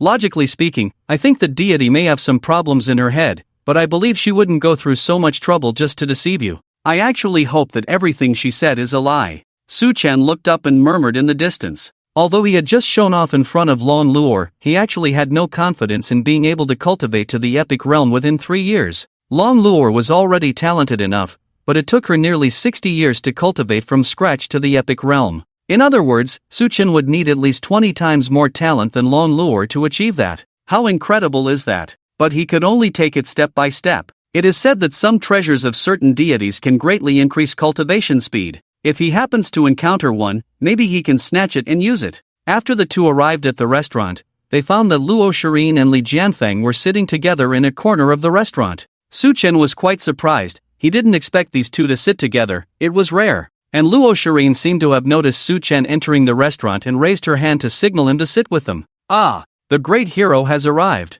Li Jianfeng laughed and teased. Don't talk about being a great hero. Speaking of which, I heard from my Lolo that you two protected me while I was unconscious. I thank you again. Humph. What's there to thank about? If it weren't for you and your wife, we would have died there. Luo Shireen pouted, as if she still wanted to complain about how Su Chen carried her around like a sack last night, which made her a little afraid of heights now. The gaze of the two also focused on Long Luor. After all, last night, while they were surrounded by divine envoys, Long Luor killed all of them with just 3 moves. This couldn't be described as anything less than astonishing. It would be believable to say that she was a deity descended to earth. Su Chen shook his head helplessly and touched Long Luor's head, asking for her opinion. Long Luor also nodded understandingly. After all, there was no point in hiding it anymore. Last night, she used all her strength to save Su Chen. There were probably quite a few night watchmen present who knew her true strength and identity. Luo Shireen, Li Jianfeng, I hope you won't spread what I'm about to say. It would be troublesome if too many people knew. The two glanced at each other and nodded. Lolo is actually not human. Her true identity is the princess of the Dragon Clan, and her duty is the 88th ranked Dragon Soul Swordsman. As for her realm, she is in the epic realm. Upon hearing this, the two almost had their eyes pop out. Confusion, shock, petrification. The princess of the Dragon Clan, and also an epic realm divine practitioner. How many layers of buffs does this guy have? But at the same time, a curiosity arose. What is Su Chen's identity and why can he marry such a powerful wife? It's beyond imagination. After a moment, Li Jianfeng finally came back to his senses from the shock. His eyebrows slightly furrowed as he asked, Su Chen, what I'm about to say next is not meant to offend you or your wife. Please forgive me. Su Chen seemed to know what he wanted to ask and nodded, indicating for him to continue. Su Chen, Miss Long Luor is your wife. Since she is so extraordinary, I assume you are not just an ordinary freelancer, right? Of course, if it's not convenient to say, I won't insist. After all, it's just my curiosity. As soon as these words came out, Luo Shireen also looked at Su Chen with anticipation in her eyes. She also hoped that Su Chen would explain why he, at only 18 years old and newly awakened to his divine duty, had such powerful strength. Su Chen smiled calmly, as he had already anticipated this situation. The matter of the Godslayer was definitely something that couldn't be mentioned, and the radiant blade of the Sword God, as well as the powerful jumping ability of the Dragon Knights, were indeed unimaginable. Do you know about the Genesis crystals? As soon as these words came out, both of them furrowed their brows as if they had never heard of such a thing. Luo Shireen took out her phone, which she had bought in the Sleepless City, and started searching the internet for information. However, after flipping through it for a while, she couldn't find any relevant records. Su Chen saw the scene and breathed a sigh of relief. Fortunately, she didn't find anything with the same name. After all, it was the currency of a certain online game in his previous life. How could it exist in this world? Actually, this thing is a gem that I accidentally dug up when I was a child. I happened to cultivate it by mistake, and I didn't know what it was for at first. It wasn't until recently when I met a master who told me that it's called the Genesis Crystal. After cultivating it, it can greatly enhance one's physical qualities. Now that I think about it, it's thanks to the chance encounter in my childhood that I have such strength. As soon as these words came out, Long Luor turned her head away and covered her mouth, giggling. Luo Shireen and Li Jianfeng, on the other hand, showed disappointed expressions. They thought it was some unrecorded divine duty or special training method. If they could also train in it, they might become much stronger. But unexpectedly, it turned out that it was because of cultivating some kind of rare treasure that he became so strong. Such opportunities are hard to come by, and it's truly regrettable. After that, the three of them started ordering their meals and stopped discussing topics related to their true strength. They began boasting about their heroic deeds from the previous night. As for Long Luor, she just kept eating without participating in the conversation. Just then, a group of people rushed into the restaurant with a fierce momentum. There were both men and women, about 10 people in total. None of them were wearing the Night Watcher's uniform, they were all dressed in white suits and pants. The most eye-catching thing was that, except for the leader, the rest of them had different colored dragon horns on their heads. But without exception, they all glared angrily at Su Chen, and the atmosphere immediately became tense. After staring at Su Chen for a few seconds, the leader shouted loudly, "Take him away!" Upon hearing this, the dragons behind the leader immediately stepped forward to subdue Su Chen. Although Su Chen didn't know what was happening, seeing their appearance, he quickly summoned his long sword to defend himself. As for Luo Shireen and Li Jianfeng, they also assumed defensive positions. However, before these dragons could approach Su Chen, they immediately felt an extremely powerful pressure, which suppressed them and made them unable to move. Long Luor yawned and coldly questioned, "Yang Yi, what are you trying to do?" Yang Yi respectfully bowed and replied without changing his expression, "Your Highness Long Luor, it's been a long time. I'm not here as the Lord of Dragon City this time. I just have some matters to attend to. I'll leave soon and won't disturb your Highness's meal." "I'm asking you, what are you trying to do? Or is it that after not seeing each other for over a decade, you've grown wings and dare to cause trouble right under my nose?" Despite her petite stature, she exuded the aura of a queen, even causing Yang Yi's forehead to break out in a cold sweat. "Apologies, Your Highness Long Luor. Perhaps it's because I'm getting old, but I didn't quite hear clearly just now. Actually, the main reason I came here this time was to inquire about a man named Su Chen. It seems that the situation has escalated, disturbing Your Highness's meal, and I deeply apologize." "Oh, inquire? Bringing so many members of the Dragon Clan with you doesn't seem like a simple inquiry to me, does it?" Yang Yi wiped away the sweat from his forehead and responded, "Well, you see, my son Yang Tianlong died in the small world yesterday, and I wanted to ask about him." Before Yang Yi could finish speaking, Long Luor immediately interrupted. "What does Su Chen have to do with Yang Tianlong's death? Just because Su Chen killed the fire dragon guard who had become a divine envoy, does that mean Su Chen killed Yang Tianlong? No, that's not it. I just heard from my son's two teammates that there were some conflicts between Su Chen and my son." "Conflicts? Haven't you asked Ji Linglan about the situation?" "Yang Tianlong's cause of death was because he was weak and wanted to act alone, and he was killed by the divine envoy." "What does Su Chen have to do with it?" Hearing this, Yang Yi's mouth twitched. Since learning of Yang Tianlong's death last night, he had been overwhelmed with grief and quickly brought his Dragon Clan guards to the Nightless city to find out the cause of death. Even though Ji Linglan was a princess of Hua country, he would never believe her words alone. In the end, Yang Yi managed to find out from many newcomers that Yang Tianlong had some conflicts with Su Chen. After all, everyone wasn't blind, and they could definitely see what happened in the central square before they set off. And through certain methods, Yang Tianlong's two teammates personally confessed what had happened in the small world. Yesterday, Yang Tianlong had personally taken Hua Wenwen to seek revenge on Su Chen alone. Although he didn't know the outcome, Yang Yi was willing to kill even by mistake and not let it go. Moreover, the most crucial point was that the next Dragon City Lord, who was supposed to succeed his son, could actually have conflicts with Yang Tianlong. Regardless of the reason for their grudge, Su Chen clearly didn't regard him, the Dragon City Lord, highly. He just couldn't understand why Long Luor would be in the Nightless City and even protect a newcomer night watchman. At this moment, Hua Gang, the Fire Dragon Clan man standing beside Yang Yi, couldn't help it anymore and loudly rebuked under the pressure, "Long Luor, are you meddling too much? We respect your extraordinary talent, but at best, you're just a junior. We haven't made a move out of respect for you. Do you really think that our Fire Dragon Clan has no one left? You dare to lecture me about seniority in this world? Also, do I need you to give me face? You should be around 500 or 600 years old, just reaching the peak of legends. It's truly a waste to use so many cultivation resources on someone like you." Hua Gang was about to retort but was stopped by Yang Yi. He knew Long Luor's strength. Even in the realm of epics, she was basically invincible, something that the legendary and imperial realm dragons around him couldn't handle.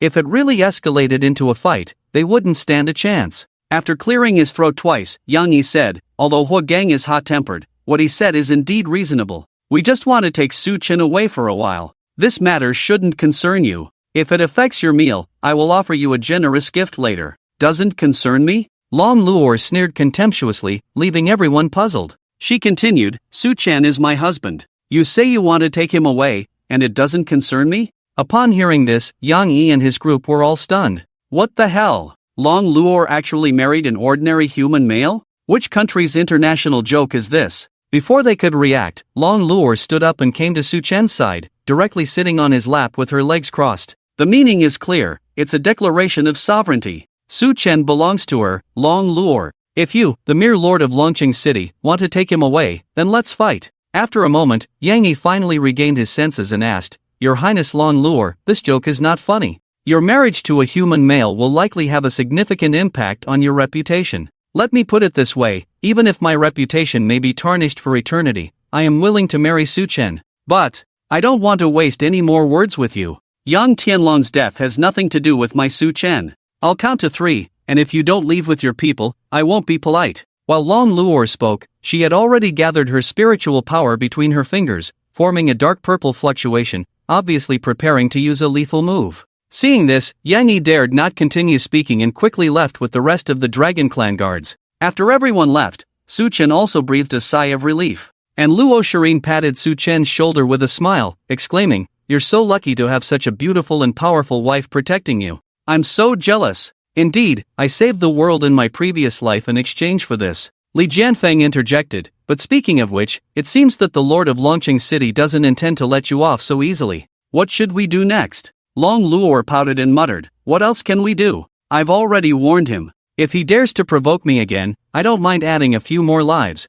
both human and dragon, to my tally. I've killed before anyway." Tisk tsk. "You're really a crazy protector of your husband," Luo Shirin teased. "Protect my husband? My back hurts like hell every morning when I wake up." Upon hearing this, Long Luor expressed her dissatisfaction by tapping Su Chen's head. "Let's eat. My food has gone cold because of all this commotion. Su Chen, I want 10 more bowls." "No problem, eat to your heart's content." On the other side, after Yang Yi and the others left the restaurant, they immediately returned to the lounge prepared for them in the sleepless city. Bang! A loud noise rang out. Yang Yi punched through the magically reinforced wall, his face full of anger as he roared, "Damn it, that damn dwarf! When she came to Longqing before, she ignored my invitation. I endured it then, but now she's sitting on my head and shitting on me. Does she really think I'm easy to bully?" After all, Su Chen was just an ordinary human and not worth caring about, but Long Luor truly didn't regard the Lord of Longqing City highly. The 9 dragon clan guards behind him all lowered their heads in silence. After all, they had received a lot of cultivation resources from Yang Yi, and they never expected to be suppressed by a little brat who wasn't even 100 years old. It was indeed a blow to the dignity of the dragon clan. Perhaps wanting to show their usefulness or wanting to make themselves feel better, a fire dragon clan girl who looked somewhat similar to Huo Wenwen stepped forward and suggested, "Lord Yan, just because we can't do anything to Long Luor doesn't mean her family can't. Even if she willingly married a human male, it doesn't mean her family will agree." Upon hearing this, Yang Yi instantly calmed down. It was indeed a good idea. Long Luor, as the princess of the Divine Dragon Clan, had a status and position within the clan that surpassed even Ji Linglan's position in the Hua Kingdom. And the Divine Dragon Clan was known for caring about their reputation and would definitely not allow their princess to bear the bad reputation of marrying a human male. It would be a complete loss of face. As long as the news of her marrying a human male is conveyed, the Dragon Clan will definitely not sit idly by. They will definitely do everything they can to bring Long Luor back. Without the protection of Long Luor, Su Chen can easily be killed. "Huaxiaxio, I deeply regret your sister's death. It doesn't matter. If she dies, she dies. It's just that she was too weak." "Alright then, since you proposed this plan, I assume you already have a way to contact the Dragon Clan, right?" The Dragon Clan resides in the Dragon God Creek Valley, thousands of kilometers north of the Fire Dragon Clan's territory. Without means of communication, it would take a lot of time just to run over and deliver a message, and there would also be considerable danger. "I do." Huaxiaxio took out a pure white crystal from her spatial ring. It had several profound runes engraved on it, appearing very mysterious. "I obtained this communication crystal 100 years ago when I was studying the dragon language in the Dragon God Creek Valley. It can contact my former Dragon Clan teacher, who is also a member of the Dragon Clan royal family. She must be very concerned about Long Luor." The next day at noon, Su Chen was once again awakened by a call from the front desk of the residential area. He supported his waist and slowly climbed to the bedside table to pick up the phone. "Mr. Su Chen, would you like to extend your stay?" Before the front desk could finish speaking, Su Chen interrupted and said directly, "Extend my stay." "Alright." After hanging up the phone, Su Chen looked at his weak waist and sighed repeatedly. "It's terrifying, really terrifying. I actually wrote all night. It seems like I have to quickly improve my cultivation. Sooner or later, I will overturn the situation and make her call me master more gently." After changing his clothes, Su Chen looked out the window and noticed that there were more and more night watchmen today. Even the rooms in the residential area were not enough, and many people were setting up tents in the small square in front of the residential area. The artificial sunlight of the sleepless city shone through the window, reflecting on Long Luor's closed eyes and slightly upturned lips, making her appear as if she was having a beautiful dream, looking very beautiful and captivating. Su Chen didn't have the heart to wake her up, so after washing up, he left the room alone. As he passed by the front desk, he was suddenly stopped. "Wait, Mr. Su Chen, what's the matter? I already said I want to extend my stay, didn't I? It's not about that. Someone just left a letter for you. Come and collect it." "A letter?" Su Chen felt a bit confused. In theory, although the sleepless city didn't have cell phones, each room had a landline. Since they could leave a letter at the front desk, they could easily ask the front desk for Su Chen's room number. Why go through all this trouble? Su Chen scratched his head and finally opened the letter. However, as soon as he read it, he was startled. The letter was actually signed with the emblem of the Hua Kingdom's royal family. In the Sleepless City, the only person with a royal identity from the Hua Kingdom was Ji Linglan. Ji Linglan? It seems like this letter is meant for Luo Luo. I should go back and show it to her when she wakes up. Su Chen had also learned from Long Luo yesterday that she had some private dealings with Ji Linglan, so he naturally assumed that Ji Linglan had come to find Long Luo. Just as Su Chen was about to go upstairs, the front desk called out to him again. Mr. Su Chen, please wait. The person who left this letter requested that you open it on the spot. You can't take it with you. Ha? Open it on the spot? Su Chen became more and more confused, but he still followed the front desk's suggestion and opened the envelope. Inside, there was only a short sentence. At 1 o'clock in the afternoon, in my room, don't be late. Su Chen looked at the clock and realized that it was already past 12:30. If he went now, he would arrive just before 1 o'clock. Is it a coincidence? If I had come to collect the letter at 1 o'clock, would she have missed me? Also, why would a princess like her want to meet me alone? It can't be that she's interested in me, right? After much thought, Su Chen decided to go to the appointment, feeling that something was amiss. At noon, outside Ji Linglan's room, Su Chen nervously knocked on her door, and a soft voice came from inside. Come in. After swallowing his saliva, Su Chen pushed open the door. He saw Ji Linglan sitting in front of the dressing table, putting on makeup. She was wearing a gorgeous dress and he couldn't understand what she was trying to do. After a moment,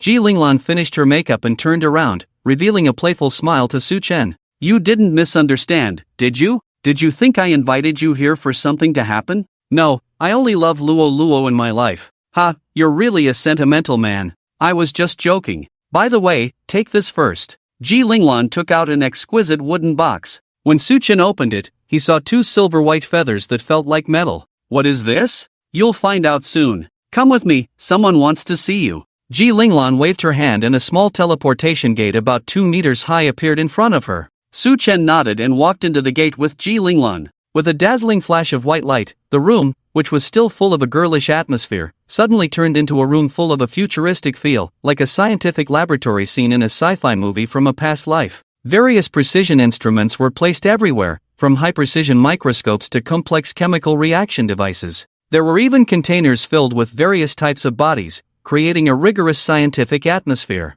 Su Chen was a little confused. The change was quite drastic, as if a fantasy movie suddenly turned into a sci-fi movie. Where is this? An underground laboratory in Yanjing City. You can go in alone, I'll wait here. Ji Linglan pointed to the alloy door filled with a futuristic feel, indicating for Su Chen to enter. I have a feeling that there's something suspicious inside. Although he said that, Su Chen eventually walked into the room, and what he saw in front of him shocked him. Thousands of virtual screens were spread throughout the room, continuously playing the life stories of each person. Children, adults, the elderly, and those on the verge of death. No matter who they were, what their identity was, or what they had done, it was all displayed before his eyes. In the center of the room, there was a huge glass coffin. Su Chen walked over and found a young woman who appeared to be around 18 years old lying inside. She wasn't particularly beautiful, but definitely not ugly. Her head and limbs were covered in electrodes, connected to the glass coffin through wires. There was no movement in her chest, indicating that she had probably already passed away. Just as Su Chen was puzzled about why Ji Linglan had called him here, a female voice synthesized by AI came from inside the glass coffin, startling him. Su Chen, good afternoon. Afternoon. Don't scare me like that, I thought you were dead. Actually, it's not much different from being dead. Let's end the pleasantries here. The reason I called you here is because I have something important to tell you. Su Chen sighed. He couldn't quite understand why these people were always so secretive. If they had something to say, couldn't they just make a phone call? Why did they have to call people back and forth? So, may I ask why you called me here? He thought this way, but the woman in front of him seemed to have an extraordinary status, so he still had to show respect. No need to be so formal. If we're talking about seniority, I should probably address you as sir. How could that be? I'm just a regular rookie night watchman. I don't have any seniority or background. Sigh, don't hide it from me. The God Slayer, the Divine Dragon Knight, the Dragon Tamer, and the Sword God. Upon hearing this, Su Chen was stunned on the spot.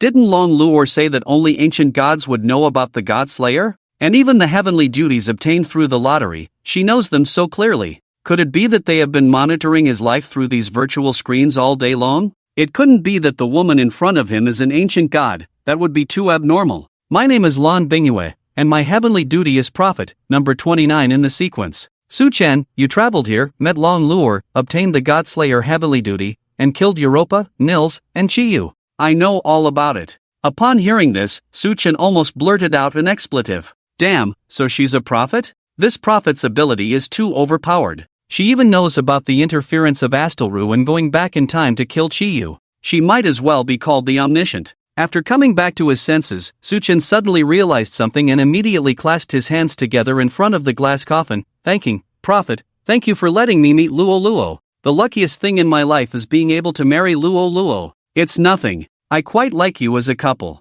Really, let's get back to the point. Do you remember those 2 sword feathers? Upon hearing this, Su Chen reached into his pocket and took out the 2 silver-white feathers that Ji Linglan had given him before. You mean this? What are these feathers for? These sword feathers are tickets to the Sword Realm. You and Long Luor each get one. Sword Realm? What is that? The Sword Realm is a place that all swordsmen in this world aspire to. Time flows differently there, with 1 year inside equivalent to 1 day outside. You don't need to eat or sleep, and the amount of spiritual power contained there surpasses that of the Eternal Night City. Each person only has 1 chance to enter, making it an excellent place for cultivation. And with your sword god heavenly duty, your strength will definitely skyrocket after training there. Su Chen scratched his head, feeling somewhat incredulous. If it's a ticket, it can be explained that someone is guarding the Sword Realm and you need a recommendation to enter. If time flows differently from the outside world, then it can be imagined as the world where he fought Chiyu before. Not needing to eat or sleep, and there being no restrictions on entering and leaving the realm,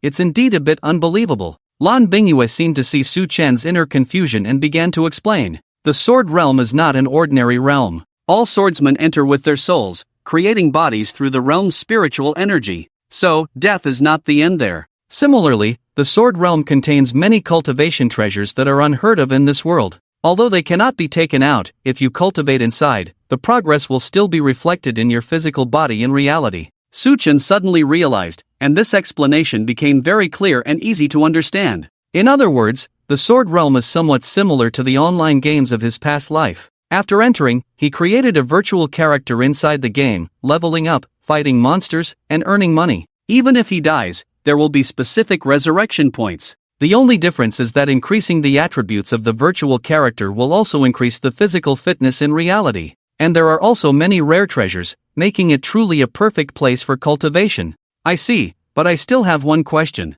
Since you're giving Luo Luo a ticket, why did you make me come alone? Wouldn't it be better if we went together? It would be more convenient. This involves the deficiency of my divine ability. A prophet can know anyone's future, but cannot speak about the future. They can only guide them towards the right path through various means. But you are different. You are not from this world. I cannot see your future, but I can tell you about others' futures. Wait, if you cannot see my future, how do you know so many details about me? Although I cannot see it directly, I can observe it through the perspectives of others. The futures of Long Luor, Tianhua, Inglong. They all reflect on you, like puzzle pieces coming together, allowing me to deduce your general trajectory. I see. Su Chen nodded, clearly understanding Blue Ice Moon's words. It seemed that she had foreseen that Ji Linglan would meet her alone at noon, which was why she left a letter at the front desk. The power of a prophet is truly terrifying. It feels like being under constant surveillance. So, let's get back to the main topic. 3 days from now, at noon, Long Luor's older brother and sister will come to the Nightless City.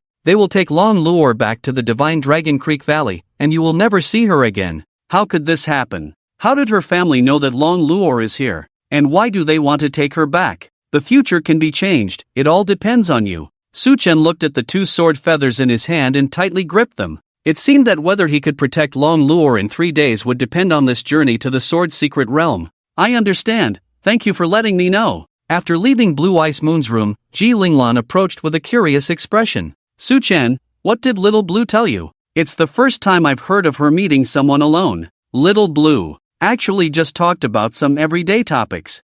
If you don't want to say, forget it. Let's go back. Indeed, this is your true character. After returning to the room, Long Luor had just woken up. With her messy white hair and a yawning expression, she looked very cute. Good afternoon, little lazy dragon. Look at what I brought for you. Su Chen greeted her while shaking the large cake in his right hand. Long Luor, who was still slightly sleepy, jumped up from the bed as soon as she saw the cake, not caring that she wasn't wearing any clothes. Su Chen, where did this come from? It's a gift from Ji Linglan. Ji Linglan? Why did you go to her? Actually, Su Chen explained everything that had just happened in detail. Of course, he didn't mention the news about her brother and sister coming here in 3 days. After all, Long Luo's strength was clearly stronger than her siblings. If she were to be taken back, it could only mean that she had some other weakness or leverage in the hands of her family, forcing her to go back. If he were to say it now, it might affect her mood. Su Chen didn't want to see Long Luo with a troubled expression every day. The sword secret realm?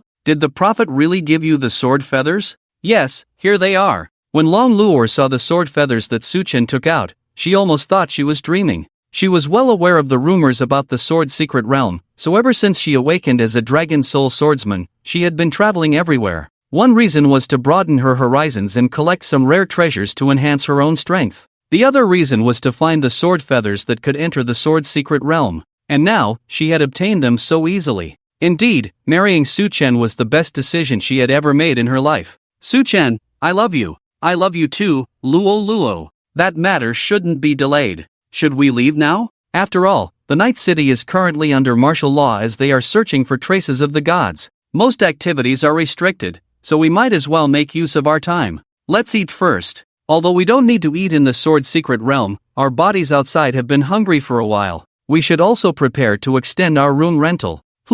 At 2:30 in the afternoon, Su Chen and Long Luo sat on the bed, leaning against each other, and took out their sword feathers to infuse them with spiritual power. When the gathered spiritual power reached its critical point, both of them suddenly felt their vision darken and fell into a coma. When they woke up again, Su Chen and Long Luo found themselves in a vast and boundless grassland. It was somewhat similar to the small world created by Ji Linglan, but the feeling was completely different. Just taking a breath, they could feel an extremely majestic spiritual power entering their bodies. It felt as if they were constantly cultivating as long as they were here. Su Chen, have we really arrived in the sword secret realm? I think so. With such abundant spiritual power, no one would believe it if we said it wasn't the secret realm. Great! Half of my dream has finally come true. What's the other half of your dream? Ugh, don't make me say it. Long Luo pouted and complained, lightly punching Su Chen's chest with her small fist. Could it be what I mentioned last time, having 2 boys and 2 girls?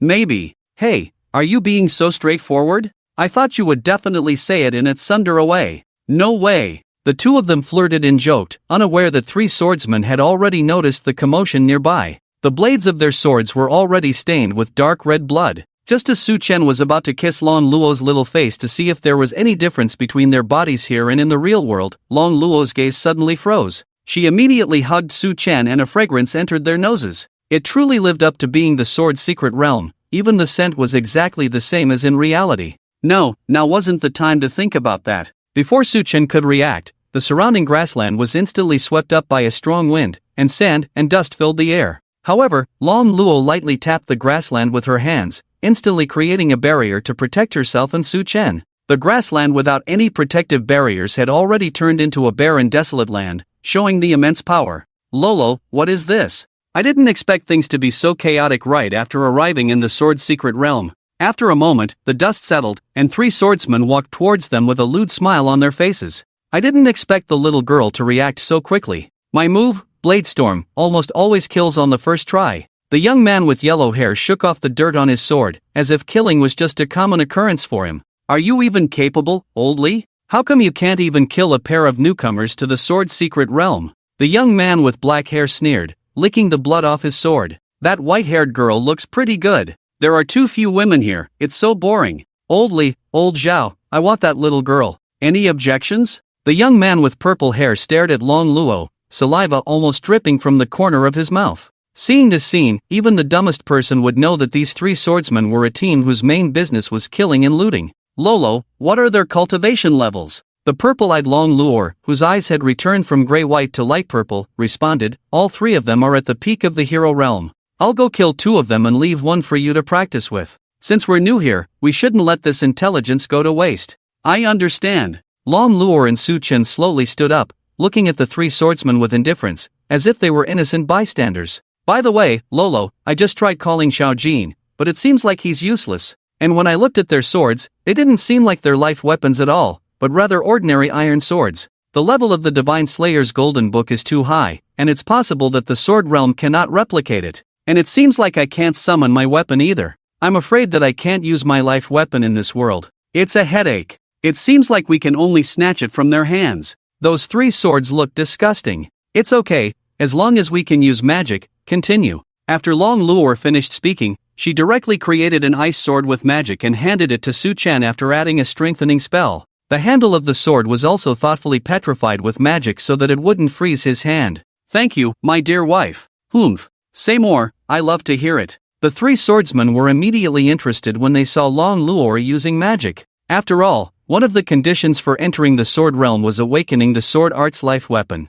And among the sword art's life weapons, those who could also use magic were few and far between. In other words, Long Luor was a rare find in the sword realm, and she might be able to exchange for some good cultivation resources from some forces. Oh, she can use magic too. Ha, it seems like she's a rare treasure. It's a pity. I won't be able to fulfill my wish of having a woman serve me. I can only enjoy it a few times before selling her. It's okay, women are not as important as cultivation. Ha ha ha. Today is really lucky. However, in the next second, the 3 people who were laughing loudly were instantly split in half, and they didn't even know how they died. Long Luor had already arrived behind the remaining purple-haired youth, waving her hands and jumping up and down, shouting, Su Chen, it's up to you to deal with this person. Okay. At this moment, the purple-haired youth was already sweating profusely, unable to believe what was happening before his eyes. His life occupation was the 255th ranked sword fighter, skilled in blocking and counterattacking, and possessing greatly enhanced dynamic vision and reaction speed. So, he basically saw everything that just happened. Long Luor, without any weapons, used her hands as blades and split the 2 of them in half with a single step. Because her speed was too fast, not even a drop of blood splashed on her, and she was definitely not on the same level as the 3 of them. Wait, this is all a miss. Before the purple-haired youth could finish speaking, Su Chen picked up the ice sword and charged forward. The sharp ice blade shimmered with a cold light under the sunlight, appearing particularly terrifying. Crack! Su Chen's attack was blocked, making a different collision sound. However, it didn't end there. Su Chen's figure was extremely fast, like a phantom, instantly circling behind the purple-haired youth. Another sudden thrust came, but it was still blocked. It had to be said that the sword fighter was indeed worthy of his title. His reaction speed was very strong, and he could barely block the speed of the sword god. Damn it, don't give me face. After the purple-haired man roared, he swung his iron sword with force in his right hand, but Su Chen dodged it. Su Chen noticed that he had been focused on defense all along and only started attacking when he showed a slight flaw just now. He immediately analyzed that the purple-haired man's life occupation was a sword fighter. The advantages and disadvantages of this life occupation were very obvious. It lacked offensive means, but it could defend against any changes, remaining unchanged in the face of 1,000 changes. If there was a flaw, it could be fatal. It could be considered a life occupation with strong defensive abilities. No wonder the deadline couldn't be caught at all, it's too cunning. The sword lights of Su Chen and the purple-haired youth intertwined in the air, causing the grass on the prairie to sway wildly with each clash, as if being torn apart by an invisible force. After a fierce battle, Su Chen gradually gained the upper hand. Every one of his attacks struck at the vital points, making it impossible to defend against, requiring full concentration to defend. Finally, after the 97th clash, the purple-haired youth revealed a flaw, allowing Su Chen to catch this deadline. However, he did not kill him, instead changing the trajectory at the last moment, directly severing the purple-haired youth's limbs and causing him to collapse to the ground. Long Luor immediately came to Su Chen's side and applauded. Su Chen, well done. I didn't expect you to defeat him without using a light blade. Well, it's just luck. This guy is a bit weak. I spared his life. Should we interrogate him or? No need for that. Long Luor approached the purple-haired youth and spoke in the language of dragons. Submit. Instantly, the purple-haired youth's gaze dimmed, turning into a puppet that could be manipulated at will. It's so useful. I still have over 19,000 ability points. I'll learn more dragon language after we leave. Then teach me too. I also want to learn the real dragon language. Sure, but for now, we need to extract some information from this person. Unfortunately, the injuries caused by Su Chen were too severe. Less than 10 minutes later, the purple-haired youth died from excessive blood loss. In the sword realm, everyone did not need to eat or sleep, but in return, they continuously consumed soul energy. If they died, they would automatically respawn in the nearest town and lose a large amount of soul energy. Currently, there is no method to quantify soul energy, but as long as one feels drowsy, it means that the soul energy is about to be depleted and needs to be replenished as soon as possible. Once the power of the soul is completely exhausted, they will be transported out of the secret realm and can never enter again. So here, death is not the cruelest experience, but imprisonment is. As for how to increase soul energy and what exactly soul energy is, there is still no consensus. However, the simplest method here is to cultivate. As one's cultivation level increases, the strength of the soul also increases, and the soul energy naturally recovers. This is the consensus among all swordsmen here. In addition, killing other swordsmen will also yield a certain amount of soul energy. These 3 swordsmen attacked the 2 of them in order to obtain soul energy and perhaps rob some cultivation resources. Then there is the current power distribution in the sword realm. There are 3 powerful forces here, occupying over 95% of the resource output. Among them, the Blood Sword Alliance is the strongest, with the largest number of members and the widest range. It is said that the current leader is a peak epic powerhouse who suppressed all opposition upon arrival and established the Blood Sword Alliance with the Blood Sword Pool as their base. Lolo, I have a question. Aren't sword feathers extremely rare? How come these 3 heroes at the peak of the heroic realm were able to obtain them? And they don't seem particularly strong either. Long Luor shook her head and replied, I don't know. I was just about to ask when he died. But it doesn't matter. It doesn't affect our cultivation here. We can ask others when we encounter them. True. So where should we go now? Su Chen took out a map he had just scavenged from the 3 corpses and asked. Long Luor supported her chin with her hand and occasionally made cute hum sounds. After a moment, she gently pointed with her fair fingers to Jiandang Mountain not far from here and said, that purple-haired man just said that Jiandang Mountain is currently not occupied by any forces, so maybe we can find some good treasures there. If there are no forces occupying it, is it possible that there are no treasures at all?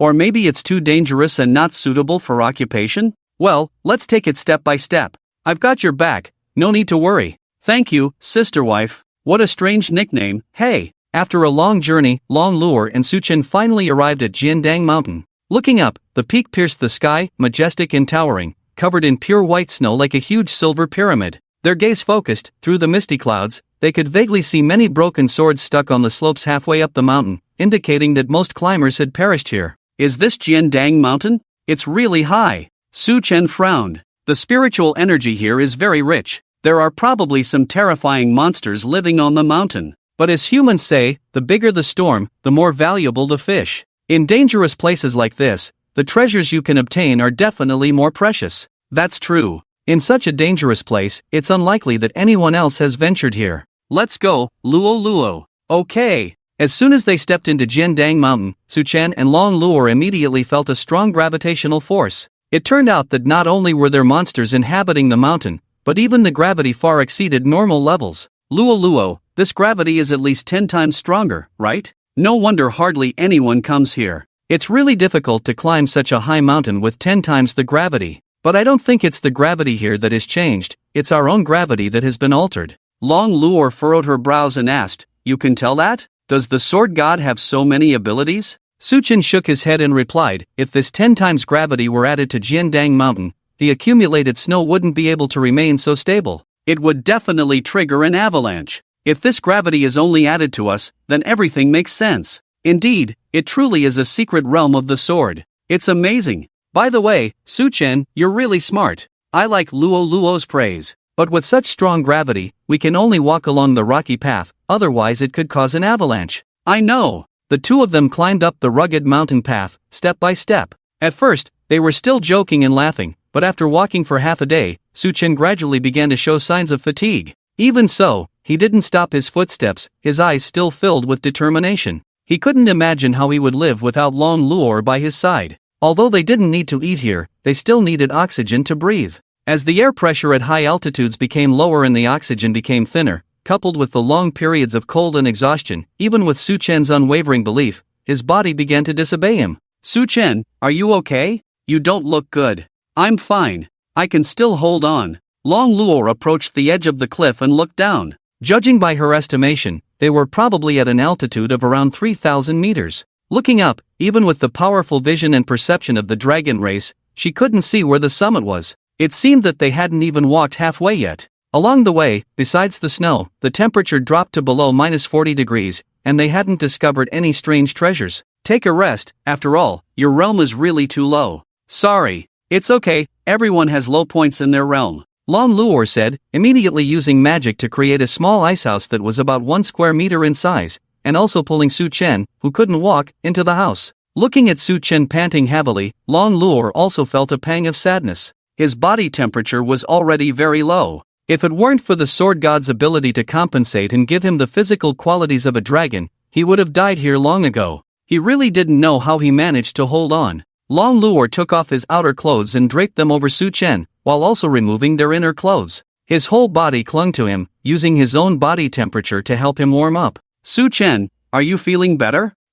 Thank you, my lady. After a moment of silence, Long Luor spoke again. Su Chen, how about we go somewhere else? Or maybe I can go up the mountain alone to find resources for you to use? Hearing this, Su Chen just shook his head gently and said softly, Luo, don't you often say that I need to train? I think since we can't die here, it's actually a good choice to train endurance in this extreme weather and abundant spiritual energy. And you also said that we won't be separated in the future, so no matter how difficult it is, we should face it together. Su Chen. Long Luor hugged him tighter, perhaps wanting to help Su Chen recover his body temperature faster, or perhaps being influenced by Su Chen's words, only she knew the reason. After a while, with the help of healing magic and Long Luor's body temperature, Su Chen's body quickly recovered. The Sword Dang Mountain is estimated to be at least 10,000 meters above sea level, and the next journey will definitely be more difficult than before. Long Luor, at the peak of the epic realm, is definitely not a problem, but Su Chen, who is only at the peak of the warrior realm, is really struggling.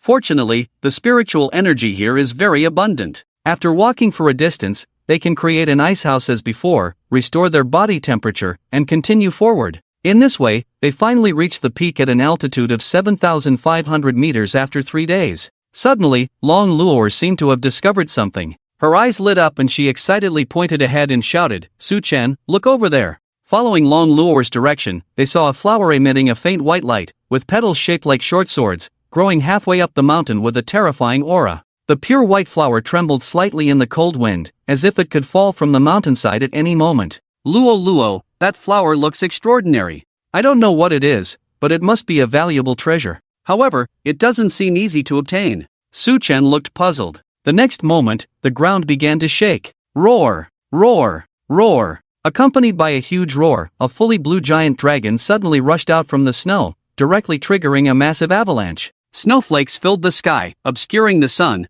as if plunged into the chaos of doomsday. And that white flower was actually growing on the giant dragon's forehead. At this moment, the foothold of Long Luor in Su Chen also collapsed along with the avalanche. However, Long Luor had already prepared in advance, attaching floating magic to Su Chen and himself, enough to deal with this avalanche. Luo, is that giant dragon also a swordsman? It should not be a real dragon in reality. I used the dragon god's eye to check it. This frost dragon doesn't have a soul. It's probably just a puppet created by this world to guard certain treasures. Can you see its realm? No, without a soul, it cannot be called a living being, so naturally it won't have a realm. But judging from its appearance, its strength should be above legendary. I'll go meet it. Su Chen, you wait here. My dear wife, good luck. Tonight, I'll reward you with a chance for a kiss. What kind of reward is that? You already belong to me. I'll kiss you whenever I want. The frost dragon was huge, almost comparable to the true form of the dragon that battled Chiyu back then, standing tall like a mountain on top of the snowy mountain. Long Luor gathered her spiritual power in her hands, forming 2 wind blades and directly slashing towards the frost dragon. This was just a test, not using much spiritual power, but enough to annihilate anything below the legendary realm. However, what happened next made her frown slightly. The wind blades dissipated the moment they touched the head of the dragon, without causing any harm. Magic immunity? No. Did it rely on its physical body to withstand the attack? Could it be a puppet with high magic resistance? Long Luor murmured softly, then picked up a huge rock from the ground and threw it with force. The rock flew towards the frost dragon at a speed exceeding 3 times the speed of sound. Bang! A loud noise echoed. The rock shattered, but the frost dragon still withstood it with its physical body, without even a trace of injury. Is its defense also so astonishing? The frost dragon seemed completely enraged by Long Luor's attack. After letting out a deafening roar, it swung its tail towards Long Luor. The speed was so fast that even Long Luor couldn't react in time and took the hit head-on, being pushed back more than 10 meters away. Fortunately, Long Luor had rich combat awareness, and her body instinctively assumed a defensive posture before her brain could react, so she didn't suffer much damage. Lolo! Su Chen immediately shouted, taking a step forward to help Long Luor. However, to his surprise, the place where Long Luor was fighting the frost dragon was enveloped in a huge barrier, making it impossible for him to enter. Su Chen, don't come over. The strength of this frost dragon puppet is probably equivalent to the Saint Realm or above, definitely not something you can handle. Saint Realm? Then what about you, Lolo? Su Chen continuously struck the barrier, but it was futile. Su Chen, you should escape quickly. It doesn't matter if I die here, I'll come find you later. No, I can't leave you behind. Don't be foolish. While Long Luor spoke, she gathered all her spiritual power in her right hand. The success or failure depended on this strike. Dark Abyss Dragon Flame. In an instant, the entire barrier was shrouded in darkness, and nothing could be seen inside. However, the next second, this pitch-black flame was instantly frozen, and then it shattered like a mirror. Long Luor was once again hit by the frost dragon's tail attack and flew hundreds of meters in the opposite direction, out of the barrier towards Su Chen. After stabilizing her figure, Long Luor muttered again, "Damn it, Divine Dragon's secret technique, world-annihilating dragon flame." As she finished speaking, pure white flames instantly wrapped around Long Luor, rushing towards the location of the frost dragon. However, this time, she was blocked outside the barrier. The moment the pure white flames touched the barrier, they immediately turned into the purest spiritual power and were absorbed by the barrier, without even a ripple. What is going on? Long Luor muttered to herself. Everything that was happening now was completely beyond her understanding.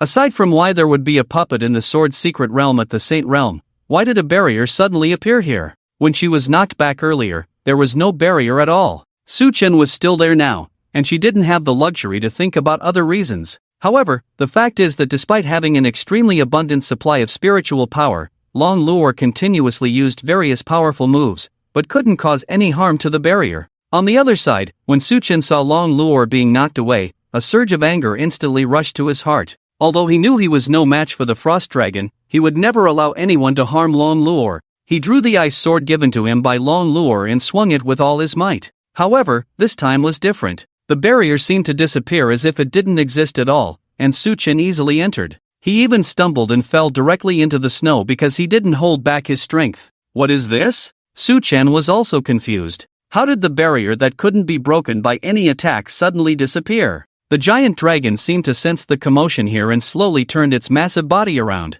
It was completely different from when it attacked Long Luor, as if it had been debuffed to move 100 times slower. The dragon, which had no visible weak points before, now had more than a dozen obvious weak points, making it vulnerable all over. Su Chen decided to take a gamble because the Eye of the Sword God revealed the weak points that existed in the cause and effect relationship of the opponent. As long as he could hit the opponent along the weak points, no matter how high the opponent's realm was, it would be a guaranteed kill. With the speed of the light blade, this was his only chance. Su Chen, don't be reckless, run. Long Luor shouted loudly from outside the barrier, but Su Chen didn't hear it at this moment. He focused on spreading his spiritual power throughout his body, preparing to unleash the light blade. He stood up and assumed a sword-drawing posture. A light blade slashed along the most obvious weak point, and Su Chen's figure instantly appeared above the dragon's head. The frost dragon had originally planned to use its frost dragon's breath, but as the light blade struck, the breath got stuck in its throat, and a bone-chilling cold spread. After a few breaths, the entire dragon's head fell, and its massive body collapsed.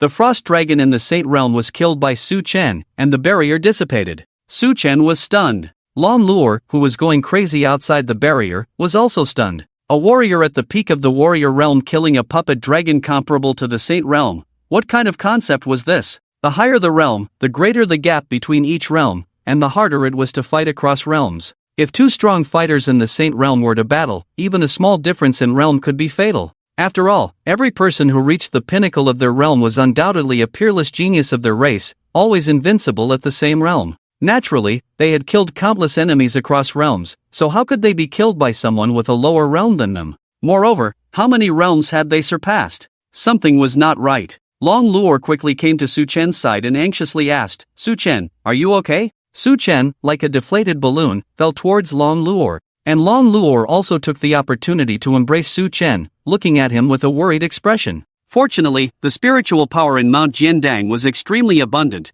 and the depleted spiritual power from using the light blade was quickly replenished, preventing Su Chen from fainting. I'm fine. By the way, what exactly is going on here? Why do I feel like this frost dragon suddenly became much weaker? Indeed, it's a bit strange. I almost exhausted all my spiritual power when I used the abyssal dragon flame just now, but it was instantly broken before I could finish casting it. The strength of that puppet is obviously much higher than mine, definitely above the Saint realm. Speaking of which, Su Chen, could it be that you've been hiding your true strength from the beginning? Actually, you are a peak-level God Emperor, and all that talk about the God Slayer and the eruption of power from encountering a deity was just an excuse to fool me, right? Long Luo cast healing magic on Su Chen and herself while complaining. Su Chen scratched his head and sighed helplessly. The Divine Emperor realm is currently the highest realm known in this world. Even Asteroth is only in the early stage of the Divine Emperor realm. He also wanted to truly reach the peak of the Divine Emperor realm, so that he could be more than just a real man in front of the gods.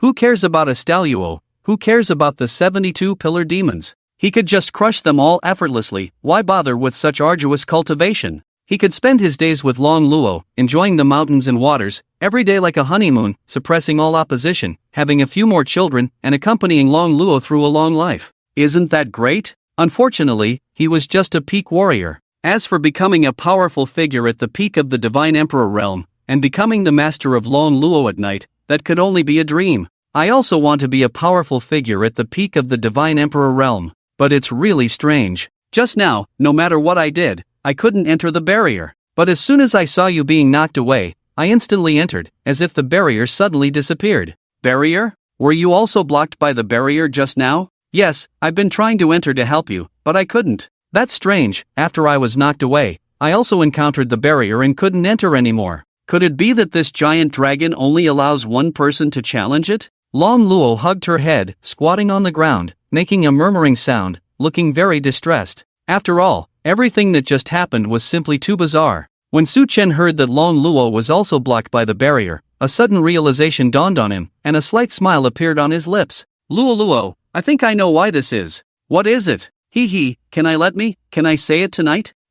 If you don't want to say it, then don't say it. Who cares? Anyway, you're mine. I can do whatever I want with you. Luo, please. In the end, after some bargaining, Su Chen finally managed to gain 1 hour of freedom tonight, which was not in vain for his efforts. Afterwards, after picking the white flowers from the frost giant dragon's forehead, Long Luo also created an ice house, and the two of them cuddled inside, resting while Su Chen explained the reason for the strange incident just now. Luo, do you remember the computer games you played before? Computer games? What does that have to do with this? Think about it, the same dungeon, entering at level 20 and level 50, don't you feel that the difficulty is not much different? Upon hearing this, Long Luo suddenly realized, her face filled with excitement as she responded, dynamic levels. Su Chen patted Long Luo's little head, looking doting as he said, yes, I'm afraid this frost giant dragon also has such a mechanism. It only allows one person to challenge it, and its strength will automatically increase to match the challenger's realm, or even higher. If you feel that the frost giant dragon's realm is above the Saint realm, then it means that the frost giant dragon's battle mechanism should be elevated to a strength 2 realms higher than the challenger's, which is quite terrifying. Long Luo added, following Su Chen's words, if the frost giant dragon's realm is fixed to be 2 realms higher than the challenger's and only allows one person to challenge it, it also explains why there are so few people coming here. After all, there are hardly any geniuses in this world who can fight across 2 realms. And Su Chen, although your realm is only a warrior, it is more than enough to deal with enemies at the hero realm, plus the extremely powerful ability of the sword god. That's why you were able to easily kill the frost giant dragon. Luo, you catch on so quickly. Su Chen poked Long Luo's little cheek and laughed. Don't treat me like a fool. But if that's the case, could there be many more guardians like this in the sword's secret realm? If the fixed realm is 2 levels higher than the challenger, then so far, those rare resources have not been taken by anyone. If that's the case, this place is simply tailor-made for me. The sword god's lightblade can kill opponents in 1 strike, and the spiritual energy here is abundant enough to support the consumption of the lightblade. Those rare resources that you don't even know about can probably be easily obtained. Long Luo pouted and complained, What do you mean by rare resources that even I don't know about? But I have indeed never seen that white flower before. Su Chen, take a look at it during your cultivation. Su Chen looked at the white flower he picked from the dragon's forehead and said, let's split it in half. I think this thing should be helpful to you as well. I'll pass. Generally, treasures like this are cultivated as a whole plant. Splitting it in half would be a waste, and Su Chen, you should focus on advancing your realm as soon as possible. After Long Luo's persuasion, Su Chen finally accepted her advice and started cultivating this precious treasure alone. After swallowing the white flower, Su Chen began to circulate his spiritual energy and cultivate. The spiritual energy emitted by the white flower was very gentle, giving Su Chen a feeling of bathing in the spring breeze, a sense of floating in bliss. On this cold snow mountain, it felt like being wrapped in warm cotton candy, and both body and mind were completely relaxed. In less than half an hour, Su Chen had completely absorbed the white flower. Su Chen opened his eyes and clearly felt that his body had undergone changes. On this snow mountain with temperatures below zero, he felt incredibly comfortable, as if the snow mountain was his home. Vision, spiritual power, strength, reaction speed, adaptability, resistance. All aspects of his body's skills had been comprehensively improved, and he had broken through to the initial stage of a hero. Su Chen, how is it? I feel that your momentum has increased a lot. I have broken through to the hero realm. It seems that I am no longer afraid of the cold erosion, and most importantly, my understanding of swordsmanship has also improved a lot. It feels like I have been practicing swordsmanship for several years. Really? This white flower is so amazing. It was probably specially tailored for this snow mountain. If we didn't cultivate this flower, the road ahead would probably be even more difficult. No wonder there needs to be such powerful puppet guardians. This treasure is definitely something that all major forces would fight over once it is known. Fortunately, you persisted back then. Otherwise, we would have missed such a rare treasure. Lan Luo reached out and touched Su Chen's head, praising him. Yes. Su Chen also felt deeply moved. This trip to the Sword Peak Mountain was not in vain. Lan Luo had helped him so much along the way, so he couldn't let her work for nothing just because her realm was higher. In the Sword Secret Realm, his ability to fight across realms and the killing power of the Lightblade combined to make him a treasure harvester. If they encountered other secret treasure guardian puppets later, he could completely show off in front of Lan Luo and help her obtain some precious treasures for cultivation. Not only could he train his own strength, but he could also help Lan Luo break through the transcendent realm. It was truly killing two birds with one stone. However, now was not the time to think about all that. There were more important things to do. Lolo, I think it's getting dark now. So what if it's getting dark? We don't need sleep here. We can continue climbing with light magic for illumination. Su Chen held Lan Luo tightly and whispered in her ear, I want to use that 1 hour of free time. Hearing this, Lan Luo blushed, her lips slightly curved, and she responded, then I'll have to make the ice house bigger. I hope you won't keep moaning about back pain when morning comes. I won't. The holy sword of the sword god is very powerful. But you, remember to use healing magic on yourself tomorrow morning. Ha! Do you think I'm the kind of evil dragon that can be easily killed by a holy sword in fairy tales? Who knows who it will be used for? The next day, on the peak of Mount Jiandang, which is 8,000 meters above sea level, a young and handsome man was walking slowly on the road torn apart by an avalanche, supporting his waist. In front of him, a little girl who looked about 1.5 meters tall was humming a song and jumping around in the snow, searching for something with big steps.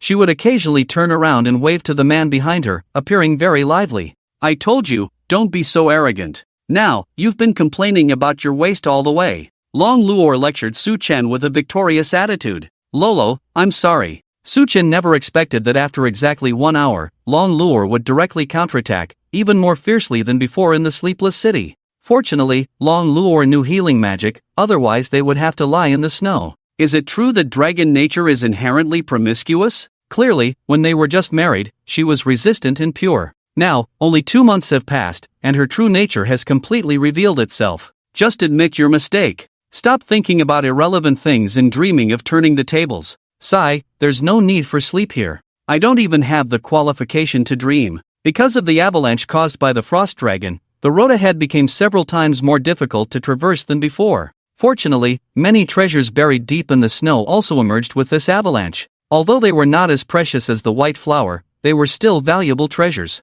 Su Chen, I found another ice spirit pearl. Lan Luo picked up the ice pearl she had just found from the snow pile and exclaimed excitedly. It seems that the previous swordsmen were all defeated by that frost dragon, which is why there are so many undiscovered treasures here. Ha, it's a big harvest. I wonder if there are even rarer treasures ahead. By the way, don't we need to pick up those? I remember you said they were quite rare before. Su Chen pointed to the various ice crystals on the side, emitting a charming light under the sunlight. Not worth melting? Practicing too much of that stuff won't bring any benefits. If you're not from the Snow Clan or the Ice Dragon Clan, which are good at ice magic, practicing it frequently might even reduce your control over other elemental magic. You will definitely have the talent to use magic in the future, and you'll regret it then. I see. So, does that mean that those cultivation items that enhance control over specific magic attributes are not suitable for me to practice? That's right, so next time you want to cultivate with certain materials, remember to seek my advice. Yes, my dear wife. 2 weeks later. Because there were many cultivation resources on the way, the two of them spent a lot of time searching for treasures, practicing, and satisfying Long Luo's certain needs. But in the end, they reached an altitude of 10,000 meters. Through Long Luo's vision, they finally saw the appearance of the summit. However, they also saw that on top of the summit, there were still 3 frost dragons, just like before. In the central area where the 3 frost dragons were, there was no trace of snow, only a stone tablet standing there, which was probably the treasure they were guarding. 3 frost dragons. If the mechanism is the same as before, where challengers have to be 2 realms higher, I may not be able to help you. Long Luo said apologetically. If it was just 1 realm higher, they might still have a chance against an extraordinary realm enemy. But the Saint realm was too strong, and the difference from the epic realm couldn't be described in just a few words. It's okay, I can just use my light blade to cut them one by one. Anyway, the spiritual energy here is so abundant that it should be fully restored in a few hours. Long Luo sighed and responded, if they are on the ground one by one, then there shouldn't be a problem. I'm just worried that they might gang up on us, and that would be troublesome. Indeed, it's a big problem. But let's take it step by step. If it's really a group attack, they shouldn't chase us anymore once we leave the boundary. But let me go and try first. If I die, you wait for me here. No, we agreed not to separate. If you die, I'll go and send them off too. We can resurrect in the town later, it's like a free teleportation scroll. Sai, in order to prevent you from sacrificing yourself, I'll do my best to make sure I'm fine. After 3 more days, the two finally reached the top of Sword Cleansing Mountain. Even though they had already passed through the clouds, there was still continuous snowfall, which was quite puzzling. If this were in a program about unscientific phenomena in the past, it could probably fill at least 10 episodes. When the two looked at the frost dragons also sensed their presence. However, they didn't move, seemingly because the two hadn't entered the boundary and triggered their defense mechanism. What should we do, Lolo? I have a feeling that these 3 puppet dragons might not fight fairly and gang up on us. Wait, it looks like there's a sign over there. Following Long Luo's direction, they discovered a worn-out wooden sign standing on the side of the peak, which seemed out of place in this solemn atmosphere. Upon closer inspection, there were several hints about these 3 guardian frost dragons. The number of challengers is 1 person, and the realm of the frost dragon guardians is fixed 1 realm higher than the challenger. Once you enter the circular boundary, it will be considered the start of the challenge. Leaving the boundary will be considered giving up the challenge, and you will not be able to challenge again. After defeating the 3 guardian frost dragons, you will obtain my true teachings. Su Chen furrowed his brows slightly. Lolo, could it be that when we encountered that frost dragon halfway up the mountain before, there were also signs like this? Well, it seems likely. But it's probably because the swordsman who came here before intentionally destroyed the signs, so that those who came later would challenge the frost dragons 2 realms higher without knowing the rules. It's like sending themselves to their deaths. Upon hearing this, Su Chen clenched his fist immediately and said indignantly, those damn swordsmen. They caused my Lolo to suffer 2 sneak attacks. If I find out who they are, I'll definitely teach them a lesson. Alright, calm down. But it seems that these 3 frost dragons are only 1 realm higher than you. Although they will attack together, I don't think it will be too difficult for you. Since you have so much confidence in me, Lolo, I will definitely win. It would be great if there could be some rewards.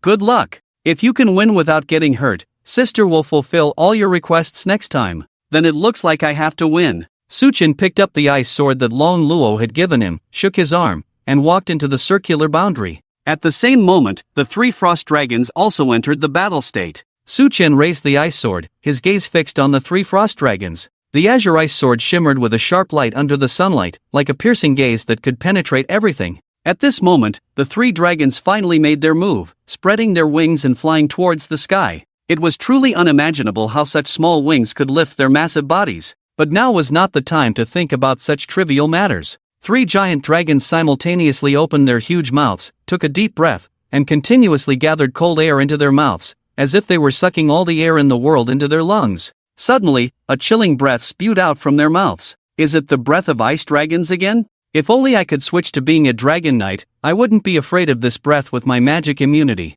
Su Chen muttered quietly. Just as the breath was about to reach him, he immediately turned around and jumped, skillfully avoiding the attack of the ice dragon. The breath of another ice dragon also passed through the spot where he had just stood, instantly freezing the ground. The chilling air filled the surroundings, blowing the fine snow into disarray, severely obstructing Su Chen's vision. The temperature inside the barrier also dropped suddenly by tens of degrees. Fortunately, I cultivated that white flower. Otherwise, even if I wasn't directly hit by the breath, I would have been frozen to death by this cold air. At this moment, the last ice dragon finally finished charging its breath and sprayed it towards Su Chen's landing point. Su Chen quickly leaped to the side, lightly avoiding the attack of the breath. The temperature around him dropped sharply, and the breath of the ice dragon left a long ice mark on the ground. Following that, ice arrows whistled towards Su Chen, numbering in the thousands. Su Chen ran continuously along the circular barrier, with each ice arrow piercing the ground where he had previously run, followed by the breath of another frost dragon attacking without any gaps. The wings of the 3 frost dragons flickered with a cold light as they flew in the air, diving and hovering, accompanied by the roaring of the chilling wind. Their breath, like invisible swords of death, sometimes shot straight, sometimes swept in an arc, almost covering the entire floor of the circular barrier with ice, severely limiting their movement. Damn, these 3 dragons won't give up, will they? Am I just playing Snake? Will I be worn down like this? The roar of the 3 frost dragons echoed at the peak of Sword Dancing Mountain. With each missed attack, they finally changed their attack pattern. One of them landed, intending to defeat Su Chen through close combat. The other 2 switched to low-altitude flight mode, attempting to hit Su Chen with their breath at close range. Su Chen also breathed a sigh of relief. Finally, one of them landed. Otherwise, without the jumping ability of the Dragon Knight, he wouldn't be able to reach enemies in the sky. He raised his ice sword, took a step forward, and rushed towards the landed frost dragon. In an instant, the sword gleamed, and the dragon's roar shook the heavens. The landed ice dragon tore through the air with its sharp claws, while the 2 dragons circling in the sky covered it with their breath, trying to defeat Su Chen in one fell swoop. However, they underestimated Su Chen's reaction speed. Su Chen was seen wielding his sword to defend, and the clash between sword energy and cold air in the air produced a sharp sound. The shattered ice crystals instantly filled the entire barrier like mist, hiding his figure. Before the ice dragons could react, Su Chen had already circled behind one of them and swept horizontally towards the dragon's neck. Wherever the ice sword went, the dragon's scales shattered, blood splattered, and its 3-meter-wide head was directly chopped off and fell to the ground. Seeing their companion being killed, the other 2 ice dragons circling in the low altitude couldn't hold back any longer. One of them launched a tail attack that heavily struck Su Chen's landing point. However, Su Chen, while dodging, directly climbed onto the body of the fallen dragon using its tail on the ground. The ice dragon realized the danger and quickly flapped its wings while rotating its body in the air, trying to shake Su Chen off. However, Su Chen just tightened his grip on the ice sword, broke through the dragon's scales, and plunged it into its flesh.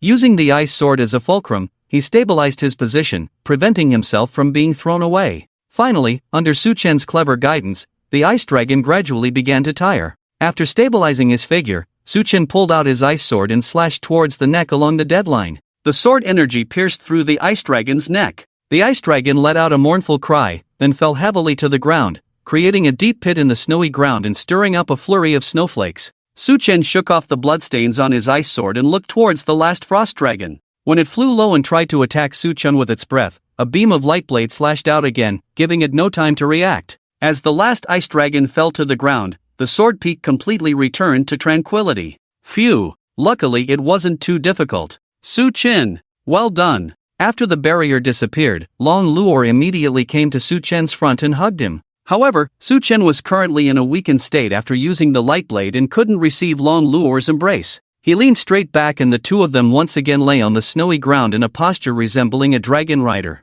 Hey, this is not the time to play around. Someone could die. No way, it's just that you didn't catch me. You did it on purpose. You knew I had no energy or strength left after using the light blade. No way. After a round of jokes, Su Chen finally regained some strength and spiritual power, slowly getting up from the snow. I wonder what treasure this time will be. Let's go and take a look over there. Su Chen, take it slow. Let me support you. Long Luor supported Su Chen and came to the stone tablet in the center. The carved characters on it were already blurred, but one could still vaguely make out the characters of the Hua Kingdom. In the Blue Star, besides languages with special powers like Dragon Language, Elven Language, and Divine Language, the Hua Kingdom language was the common language of this world, so it was impossible to determine which race or country left behind these characters. Luo, could this stone tablet also be a material for cultivation? I don't know, I can't see through what this thing really is. Sigh, it feels like my dragon god's eye hasn't been of much use since coming to the Sword Secret Realm.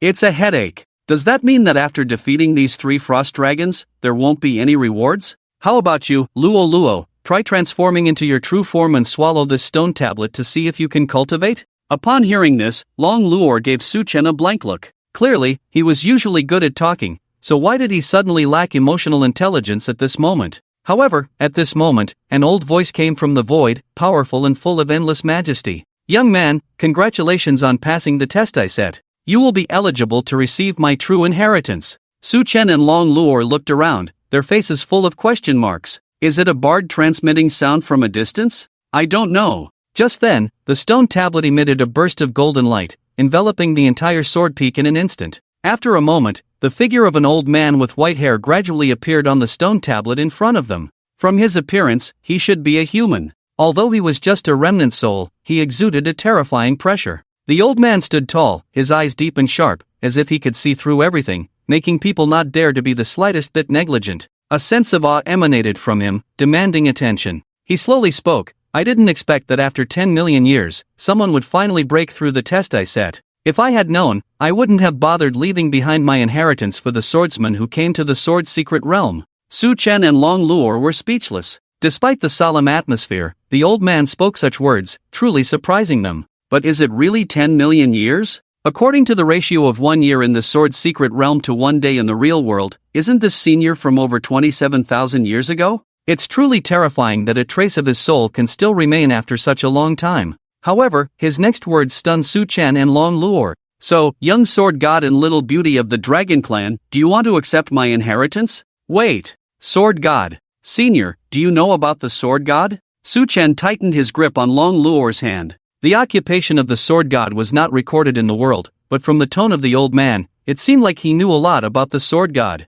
And he mentioned awakening again. Could it be that someone had awakened before? Judging from your expression, it seems like you're surprised that I know about the occupation of the sword god? After a pause, Su Chen responded, Senior, you are perceptive. After all, in our era, there are no records or awakenings of any sword god. Is that so? It seems that many occupations have been lost, huh? Lost? Su Chen became even more puzzled. Wasn't the occupation awakened after reaching adulthood? Why did it sound like it was the same as true dragon language, unable to be known by the world due to certain reasons? The old man sighed and responded, Since you can awaken the occupation of the sword god, it means you have entered the game. I don't have much power left to explain in detail, so, young sword god and little beauty of the dragon clan, do you both want to accept my inheritance? Su Chen furrowed his brows slightly. He had a feeling that he had definitely gotten himself into something big. But after awakening as the slayer of gods, his future would definitely not be peaceful. Long Luor also asked excitedly, Senior, I haven't passed the trial, can I still receive the inheritance?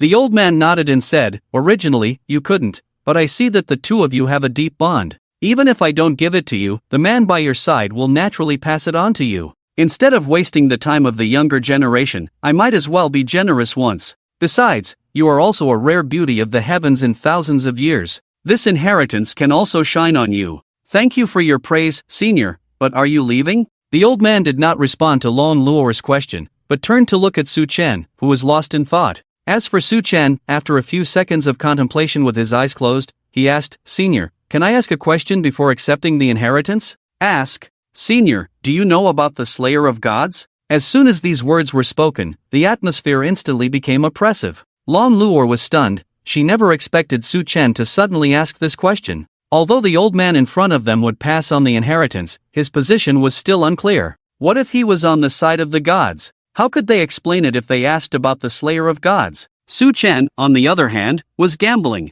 The history of this world was only 30,000 years, and since the senior was from over 27,000 years ago, perhaps he really knew something about the Slayer of Gods. And he had a feeling of familiarity towards the old man in front of him, although he didn't know why. As it turned out, he was right. When the old man heard this, the corners of his mouth slightly curved upwards, seemingly very happy. The past that had been concealed by the gods from all realms, unexpectedly, there were still people who remembered it. Their efforts had not been forgotten in the river of history. I know, after all, we 26 people once followed the Slayer of Gods to kill the gods. Looking back now, it's truly an unforgettable memory. Although we ultimately failed, we managed to avoid the world's destruction. I am the original sword god Li Haojuan, and the secret realm of the sword is a world created by the Lord of the Godslayers to prevent my inheritance from being forgotten in the river of history. This stone tablet is my tombstone. In addition, the original divine dragon knight Estian also rests here. Although his inheritance is of no use to you,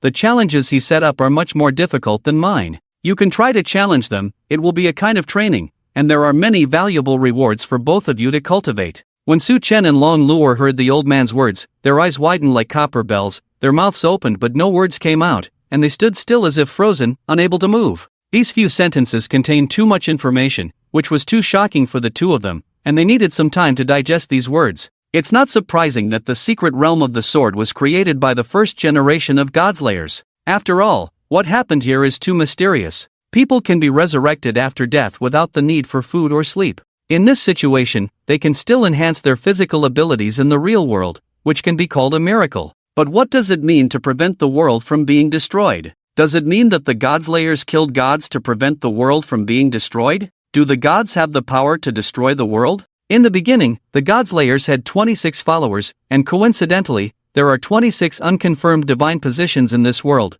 plus the inheritance of the Sword God and the Divine Dragon Knight here. Is this all just a coincidence? Without giving the two of them time to be astonished, Li Haojuan continued, I don't have much time left. Please accept my inheritance. As soon as he finished speaking, two golden lights instantly shot into the foreheads of Su Chen and Long Luo. At that moment, all the confusion and doubts about swordsmanship disappeared, leaving only a clear direction to move forward. Every detail, every subtle movement, was revealed in full at that moment. So this is how swords can be played? So the swordsmanship they practiced was just the tip of the iceberg. So this is the true power of the sword god. Their vision was broadened like never before, as if standing on the top of a mountain, overlooking the vast land and seeing the distant scenery. After a moment, when Su Chen and Long Luo came back to their senses, they found themselves at the foot of the sword-stirring mountain, as if the scene just now was nothing but a fleeting dream. And in Su Chen's hand, a spatial ring appeared out of thin air. The two of them looked at each other, a little confused. Su Chen, where did this ring come from? I don't know. It appeared in my hand after I came back to my senses. I guess it was given to me by the sword god as a reward for clearing the sword-stirring mountain. Upon hearing this, Long Luo immediately showed a delighted expression and said, Then what are we waiting for? Let's see what's inside. The treasures of the underlings of the first-generation Godslayer must be extremely rare. Su Chen nodded and released his spiritual power into the spatial ring to see what rare and interesting things were inside. However, contrary to their expectations, there were only 3 things inside. One was a white flower similar to the one on the forehead of the frost giant dragon, but it looked more mature and crystal clear. The second was a shining white pearl with a pattern of 2 dancing dragons on it. As for the last treasure, it turned out to be a small imperial book with a publication date. Su Chen was stunned. Never mind how rare the other 2 treasures were. The key point was, how could the first-generation sword god have such a thing as a small imperial book, and why did he store it in the spatial ring and give it to him?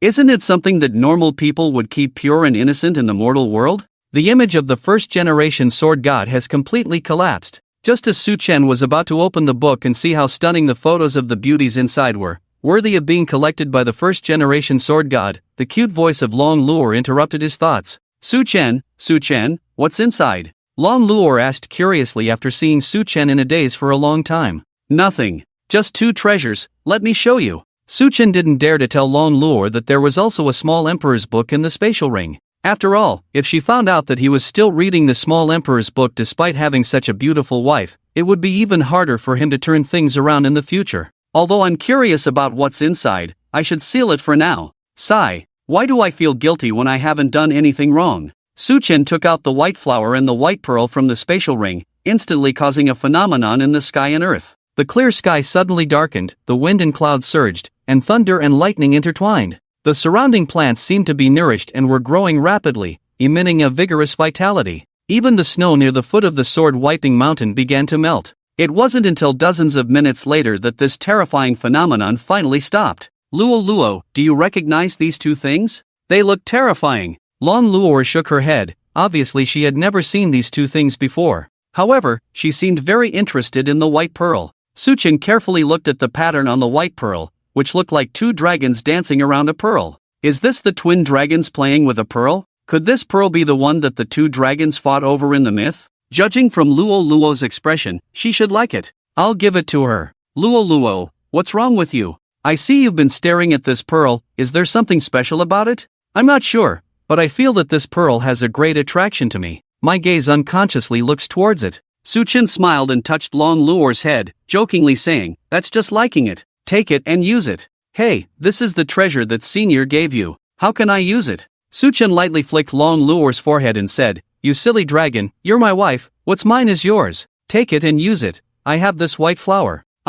Thank you, Su Chen. After that, the two of them found a natural cave and set up a defensive barrier before starting to cultivate together. After swallowing the white flower, a strange power instantly surged through Su Chen's body. It felt completely different from the previous white flower, as if all the long-standing fatigue had disappeared in this moment. His mind became exceptionally clear, his thinking became more active, and his senses became sharper. His physical strength seemed to be abundant like a gushing spring, and he felt that he could accompany Long Luo all night without any problem. Most importantly, Su Chen now felt as if he had merged with nature. Everything around him was within his grasp, as if he had turned the domain of the sword into a permanent skill. Spiritual energy surged, condensed, irrigated, and flowed throughout his body. After an unknown amount of time, the irrigation of this power finally stopped, and Su Chen's realm successfully broke through to the mid-stage of the hero realm. After stabilizing his realm, Su Chen slowly opened his eyes. Long Luo in front of him did not swallow the white pearl, but sat cross-legged, closed her eyes,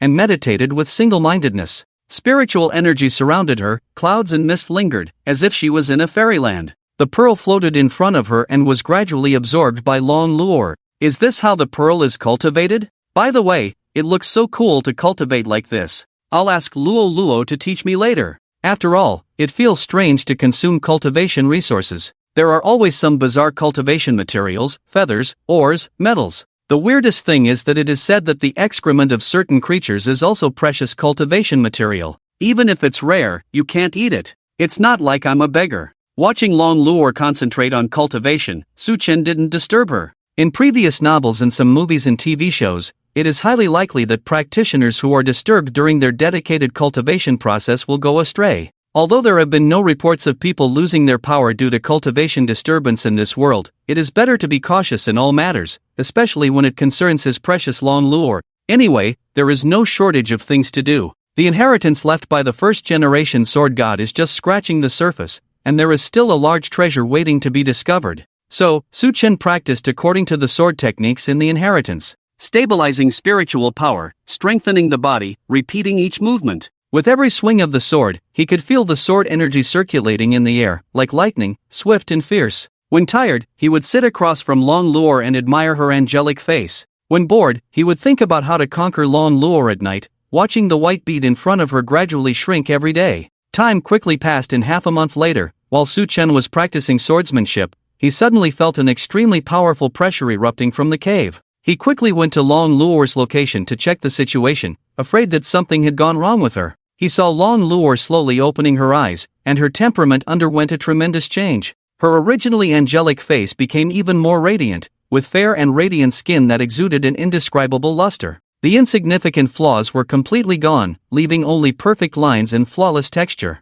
Every move she made exuded an intoxicating charm. Most importantly, her figure had also undergone slight changes. Her previously flat chest seemed to have a slight lift, as if she had stuffed 1 or 2 pads, and it seemed that her A-cup bras at home would no longer be needed. Her silver-white hair became even more delicate and shiny, exuding unparalleled beauty. Just one glance and Su Chen's inner desire immediately surged up. He felt that even if she played with him at will, it wouldn't matter. He even fantasized about what would happen 10 years later and had already chosen names for their 4 children. He couldn't suppress his wild imagination. Perhaps, when Long Luo was charmed by the Dragon Knight, she also felt the same way. Seeing Su Chen's infatuated expression, Long Luo smiled. Her cherry-like mouth slowly opened, and a voice as clear as a silver bell came out. Su Chen, I have broken through the transcendent realm. Although Long Luo's voice was not loud, it instantly brought Su Chen back to his senses as if it had magical power. Luo. Congratulations. That was close.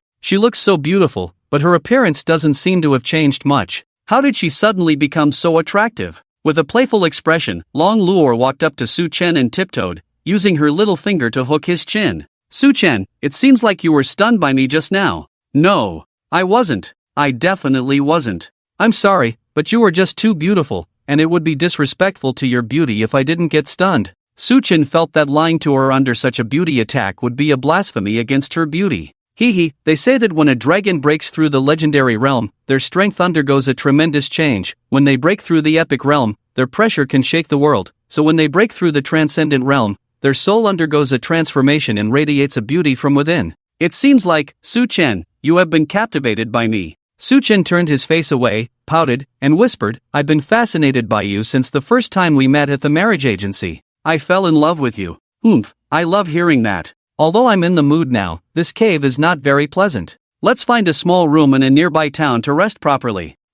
Let's go. Su Chen nodded and took Long Luo's hand, walking out of the cave. It can be said that the sword's secret realm is truly vast. Walking north according to the map for a week, there were no buildings in sight, only endless grasslands, not even a single person. Fortunately, they finally saw the Sword Gate Tower marked on the map. As for the appearance of the Sword Gate Tower, it resembled the ancient capital in costume dramas, surrounded by stone walls with 4 gates for entry and exit. It is also governed by the most powerful force in the sword's secret realm, the Blood Sword Alliance. However, according to the previous statement of the purple-haired youth, the Blood Sword Alliance is very welcoming to independent swordsmen without any power, and they even provide some cultivation resources for free. On the other hand, they ruthlessly eliminate swordsmen from the other 2 major forces, and whenever they meet, there will inevitably be fights. The purpose of doing so is simple, to recruit as many swordsmen as possible. Although it is not known what they want to do, when such a large force shows goodwill to a lone swordsman like you, it is impossible to resist joining them under the bombardment of such sugar-coated bullets. Even if they ultimately fail to join the Blood Sword Alliance, they will still give them face and not join the other 2 forces. It has to be said that this decision is really well made. Luo, can you calculate how far we have walked from Mount Jiandang to here? I think it's about over 1,000 kilometers. Su Chen nodded and said, I also calculated it to be about 1,000 kilometers. On the map, the distance from Mount Jiandang to this Sword Gate Tower is about 10 centimeters, so the scale is roughly 1 to 100 kilometers. Is it useless to calculate all this? We still have to walk anyway. You don't understand. For us humans, having a map without a scale feels the same as having no map at all.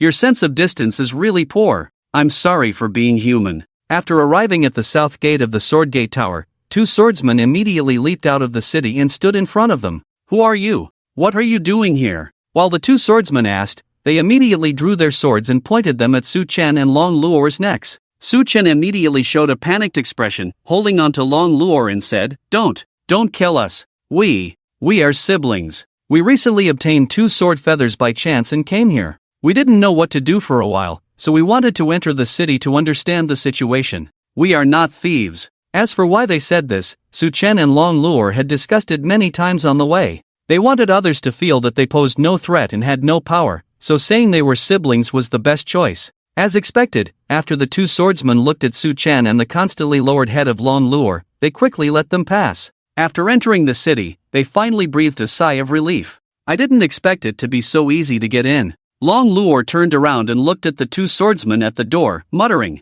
They seem a bit impatient. Maybe we interrupted their cultivation halfway. Perhaps, no wonder they let us in so easily. Anyway, let's not worry about them and find a place to rest properly. Okay. After resting for a whole week, Long Luo became even more beautiful, and Su Chen felt that he was back on track. In addition, when he challenged the 3 frost dragons before, Long Luo promised to fulfill all his requests. He was really looking forward to seeing what expression Long Luo would have. As for the buildings in the Sword Gate Tower, although there were various wooden pavilions and towers, there were very few pedestrians on the road, and it was lifeless. After Long Luo used the Dragon God's Eye to investigate, he found that each building was inhabited by various swordsmen, but they were all in cultivation. It's strange, are sword feathers so common? We've only walked a few hundred meters, and I feel like there are at least a few hundred swordsmen here, Su Chen complained as he looked around. Indeed. I've been searching for sword feathers for decades and haven't found a single one. How can there be so many people entering here?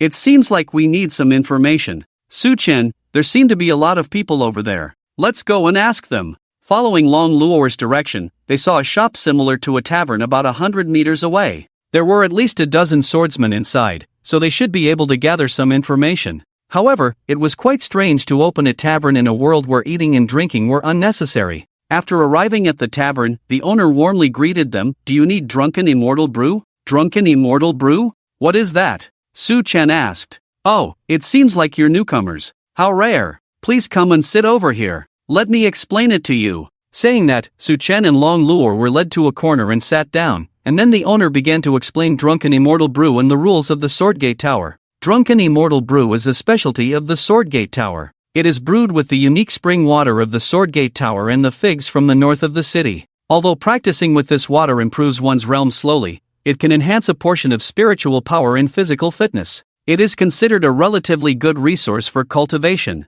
Of course, it has to be exchanged for other cultivation resources. But I see that you two are newcomers, so I'll give you a few cups to taste. If you join the Blood Sword Alliance in the future, just mention that Zhang Xiaopeng from the tavern recommended you. Su Chen nodded, understanding the operating rules here. After all, specializing in cultivating one material was not the best choice, which led to this barter trade. However, the effects of Drunken Immortal Brew seemed inferior to the resources they had previously obtained in Mount Jiandang, so there was no need to try it. It was more important to ask about sword feathers. However, just as Su Chen was about to ask, 3 young men entered the tavern loudly complaining, "Damn it, we've been squatting in the west of the city for months, and we finally robbed a rich guy. Boss, give us 3 liters of Drunken Immortal Brew, separate containers, and pack them up. Hurry up, we need to continue our cultivation." Hearing the commotion, Su Chen and Long Luo also looked towards the door. It turned out to be the 3 swordsmen who had attacked them when they first arrived. What a coincidence! As for the owner, he immediately put on a flattering smile upon seeing these 3 people. After all, these 3 were robbers who didn't recognize valuable items, so it was easy to obtain some rare resources from them without exchanging too much Drunken Immortal Brew. It was a profitable deal. Finally, you 3 have come. The man with purple hair handed a large sack to the owner and said, "Boss, take a look at this. We want 3 liters this time." "All right, please have a seat, sir. I'll calculate it right away. Hurry up, we're starting to feel sleepy. If we don't get the Drunken Immortal Brew within 10 minutes, we'll use the treasures we robbed for our cultivation." The man with yellow hair shouted, "It'll be ready soon. Please wait a moment, gentlemen." After returning to the hotel room, the flattering expression on his face instantly turned cold, revealing a disdainful look. Dealing with 3 idiots is really tiring. Well, let's see if they can snatch some rare resources first. The hotel owner muttered under his breath, while opening the sack given to him by the purple-haired man. As he flipped through it, his expression became increasingly ugly.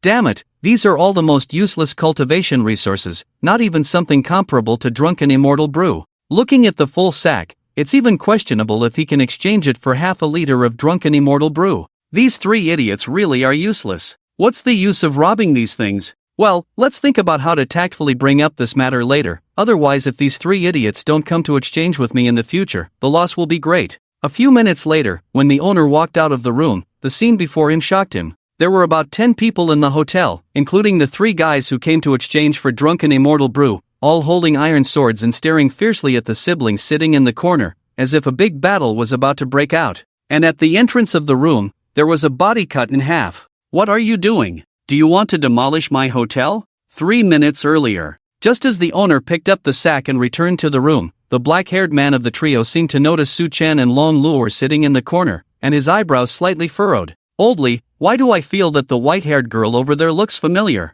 After the blonde man looked towards Su Chen's table, his expression froze instantly. In his memory, he only blinked his eyes and suddenly returned to the Jianmen Tower, completely unaware of what had happened. Afterwards, he only heard from the purple-haired man that he and the black-haired man were instantly killed by that little girl with long white hair, but he didn't see with his own eyes how he died. And what he said was too unbelievable, normal people wouldn't believe it. So he still had some doubts about the strength of Long Luo and Su Chen, unaware of the terror of Long Luo. And now, seeing Long Luo and Su Chen appearing in the tavern, along with so many members of the Blood Sword Alliance, and even a legendary initial stage expert, did he still fear this little girl? A nameless anger surged up. Regardless of whether they could rob anything, these 2 people must die today. After dying in the city, the resurrection point was still in the city. So they could completely chase and kill the 2 of them until they were expelled from the sword's secret realm. Only then could the resentment in his heart be eliminated. So, the blonde man immediately shouted, "Brothers, the siblings in the corner are spies from other forces.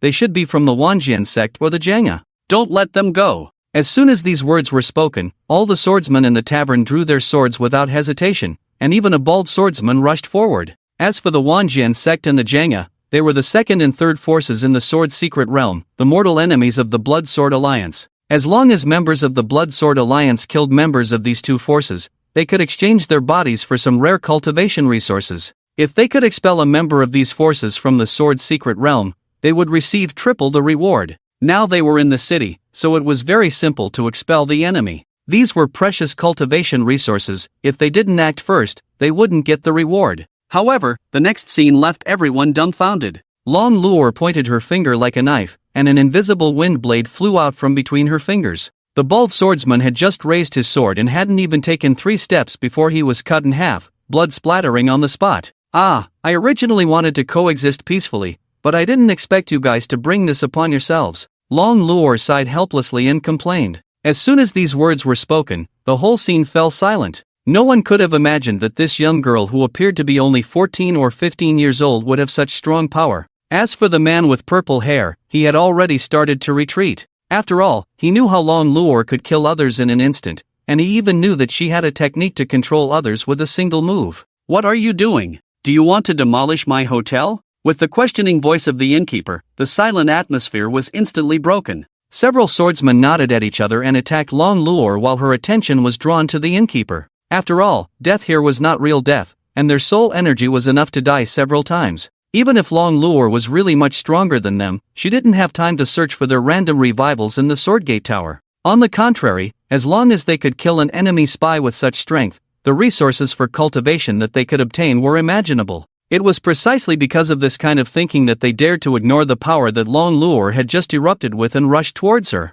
However, it was not Long Luo who made a move this time, but Su Chen. He raised his ice sword and took a step forward. Clang! Clang! Clang! Clang! Clang! With the sound of the collision of 5 weapons, Su Chen alone managed to stop the 5 swordsmen attacking from 5 directions, and they were all pushed back several meters. One person was even directly sent flying out of the inn because his realm was only at the later stage of the hero realm, and after rolling on the ground for several rounds, he made no more sound. At this moment, Long Luo's eyes towards Su Chen were filled with infatuation and love. She never expected that Su Chen's progress would be so fast. Those 5 swordsmen, except for one who was in the hero realm, were all at least in the mid-stage of the hero realm. And Su Chen, with only the mid-stage of the hero realm, could form an absolute suppression against 5 opponents, which was simply amazing. Truly my Su Chen, well done. Thank you for the praise. At this moment, the whole scene fell into silence once again. Those who came to the sword secret realm had some knowledge of swordsmanship and naturally recognized the excellence of sword techniques.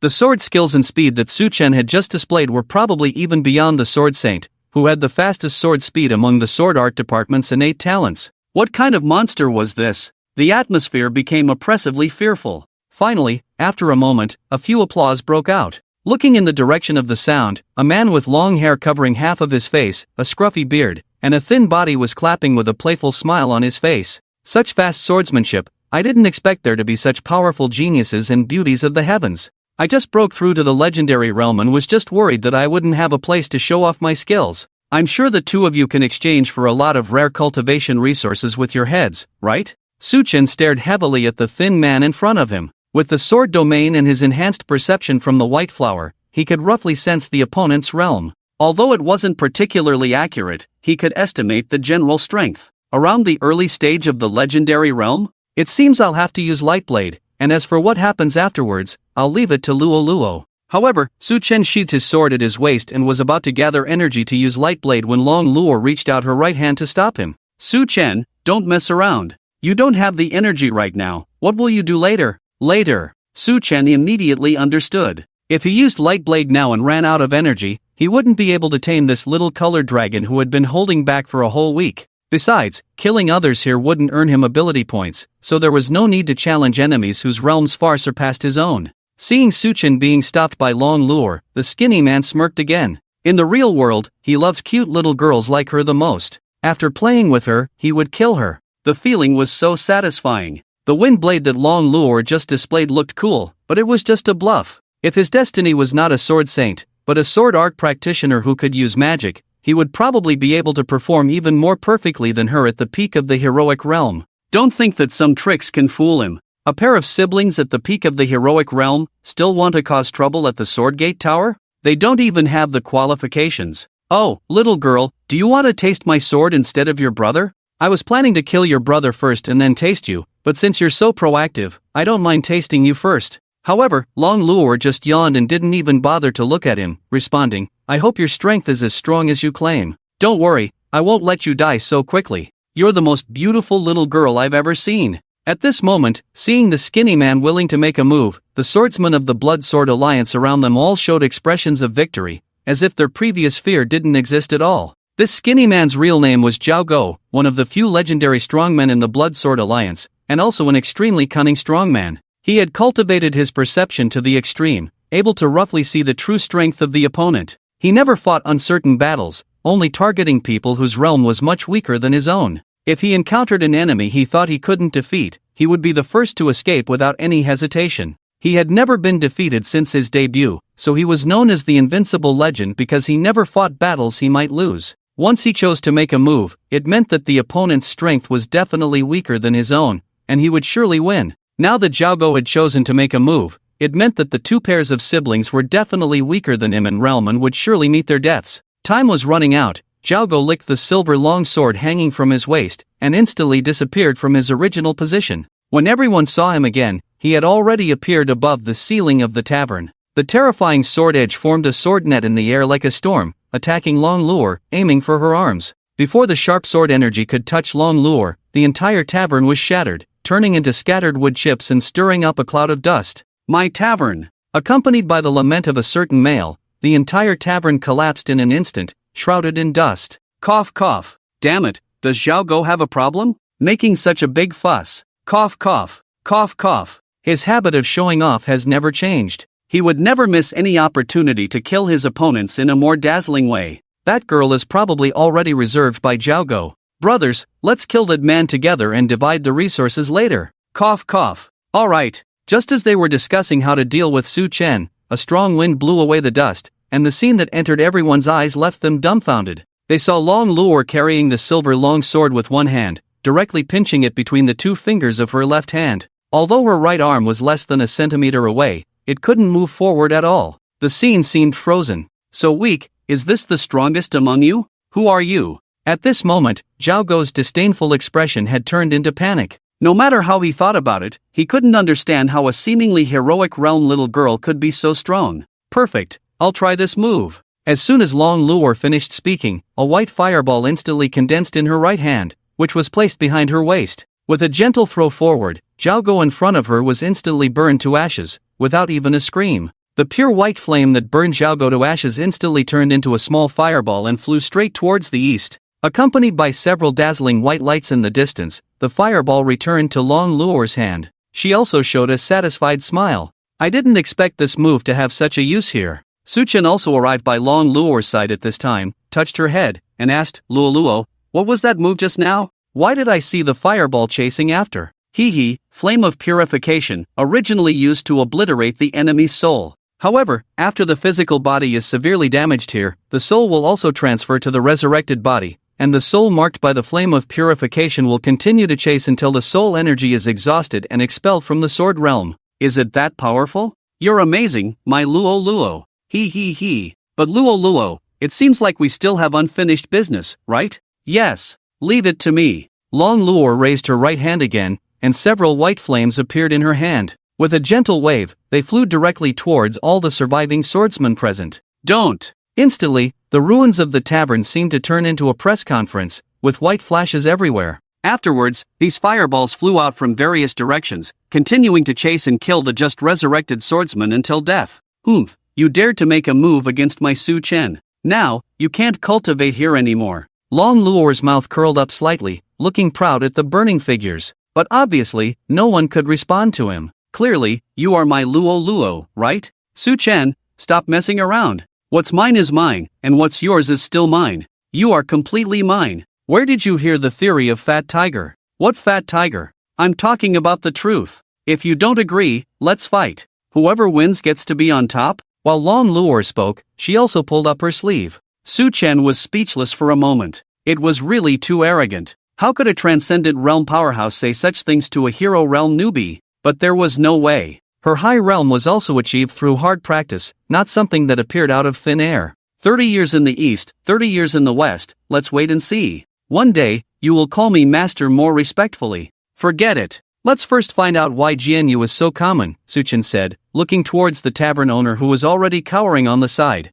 Miss Heroine, please don't kill me. My realm is still too low, I don't want to go out yet. I didn't have any ill intentions towards the two of you just now, please believe me. The tavern owner begged for mercy on his knees, trembling uncontrollably. Indeed, once they knew that they were likely to be immediately expelled from the sword realm after death, these people became cowards very quickly. After all, the purpose of coming here was to cultivate, and knowing that they couldn't die, they might take the opportunity to fight for cultivation resources. The effect of killing a chicken to scare the monkeys was indeed effective. It's because you treated us relatively well just now that we spared your life, although we don't know what you're really thinking, Long Luor said, looking at Su Chen without even looking at the tavern owner. Miss Heroine, I absolutely didn't have any ill intentions towards you. My true calling is actually a swordsman with a level of just breaking through the Emperor's realm. Compared to the average level of swordsman here, I have no combat power at all. I only rely on the ancestral brewing method to run this tavern in exchange for various cultivation resources to improve myself. I have no intention of robbing others for cultivation resources. Hearing this, Su Chen and Long Luor frowned. An existence outside the 500 series of heavenly duties could actually obtain such rare sword feathers. There must be something strange about it. Enough, I don't want to listen to your nonsense. I'll ask you one question, and you must answer honestly, otherwise. While Long Luor was speaking, a white fireball had already formed at her fingertips. Obviously, this was a blatant threat. As for why she didn't use the dragon language, of course, it was to ensure that her mental state was at its best. After all, she had to educate Su Chen later and show him who the master was. It was better to prevent him from thinking about riding on her all the time. It was simply outrageous. I will answer everything. Please speak. Where did your sword feathers come from? Upon hearing this, the innkeeper suddenly became confused and didn't quite understand what Long Luor meant. How did the sword feathers come? Of course, they were bought on the dark web, right? Wasn't the sword feathers of these siblings bought on the dark web? Reply, Miss, I bought my sword feathers on the dark web for 5 million Hua coins, plus the shipping fee. It was a total of 10 million Hua coins. What? What is the dark web? Su Chen and Long Luor looked at each other, a little confused about what the dark web was. Was it similar to online shopping platforms like Taobao, Pinduoduo, and JD.com? Hey, aren't you two siblings the ones who bought the sword feathers on the dark web? Don't ask so many questions. So what exactly is the dark web? Actually, it's hard to explain. It's just an underground website that requires someone to introduce you to enter. I also spent millions to establish relationships and successfully registered as a member. Su Chen scratched his head, feeling a bit inexplicable. You needed someone to introduce you to enter? Normally commerce platforms were eager to advertise everywhere, right? I don't know which damn thing invented the function of shaking the phone and entering the advertising page. Every time I played with my phone, a bunch of Pinduoduo purchase interfaces would inexplicably pop up. It was really annoying. And the dark web actually made it so complicated, it was really strange. Actually, it's not Su Chen's fault. After all, when Su Chen crossed over here, he was only 15 years old, and he spent all his time playing games when he could access a computer, so he didn't bother to learn about these things. Then, do you know who the sellers on the dark web are? I don't know. The buyers and sellers on the dark web are all hidden, and they can't be traced at all. Then do you know why they have so many sword feathers? I'm not sure if the information I received is true. If it's false, please don't kill me. Seeing Su Chen and Long Luor nod, the innkeeper breathed a sigh of relief and revealed the information he had heard. I heard it from someone who came here to exchange for drunk and immortal brew. As you two know, in the Sakura country, 5 years ago, there was a girl named Yumi Yuki-Heim who awakened as a divine priestess. Rumor has it that she is the creator of the 95th sequence. There are various rumors about her abilities, but from the name of her heavenly duty, it can be guessed that her ability should be related to creation. So some people speculate that these sword feathers are all imitations created by her. Hearing this, Su Chen and Long Luor were stunned. They had also learned a lot about Sakura country, which was just an island nation. 2 years ago, they had angered the sea god Leviathan by discharging harmful liquids into the sea. So it caused an unprecedented tsunami that directly swallowed the entire Sakura country. Since then, there has been no news about Sakura country. But I didn't expect that there are so many Jianyu appearing out of thin air now, and they are actually related to Sakura country. This is really toxic. If I find out that you said even one word is false, do you know the consequences? And about our whereabouts, you know what to say, right? I know. After Su Chen and Long Luor glanced at each other, they left together. Leaving behind the innkeeper who was still crawling on the ground, already scared and sweating profusely. After that, the two of them walked side by side on the street as if nothing had happened, talking and laughing. Luo, what do you think about what that fat guy said just now? I've been searching for Jianyu for decades and haven't found a single piece, but now there are so many mediocre swordsmen who can enter. This explanation seems more reasonable. But even if that person named Yumiyuki can create counterfeit Jianyu, this sword realm was created by the first-generation Godslayer. Can it really be fooled so easily? It's really unbelievable. Well, let's not think about it too much. Finding a room is more important. I'm about to burst. You little pervert. Why does it sound so strange coming from your mouth?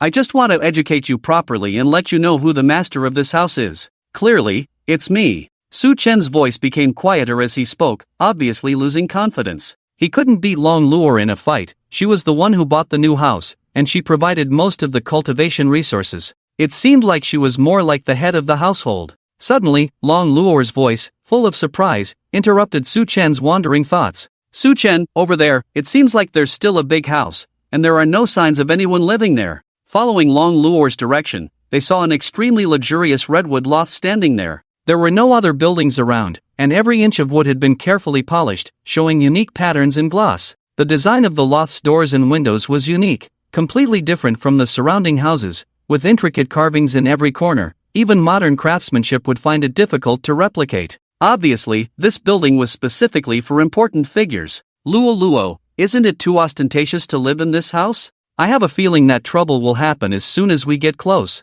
Su Chen, are you getting scared? You're afraid to duel with me, right? Who's afraid of who? You still owe me a chance to fulfill any request.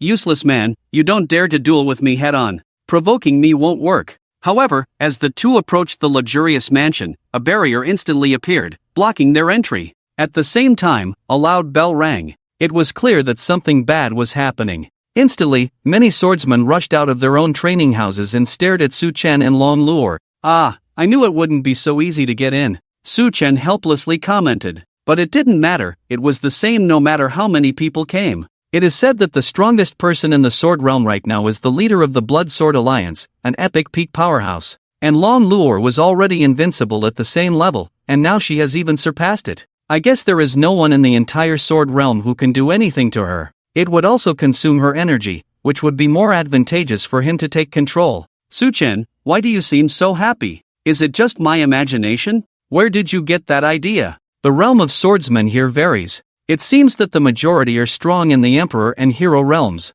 Darling, you have to save your husband. Don't you want to see your favorite person suffer? Look at you making plans. Do you really think these small fries can consume much of my energy and spiritual power? Even if I use half of my energy, you won't be able to turn the tables.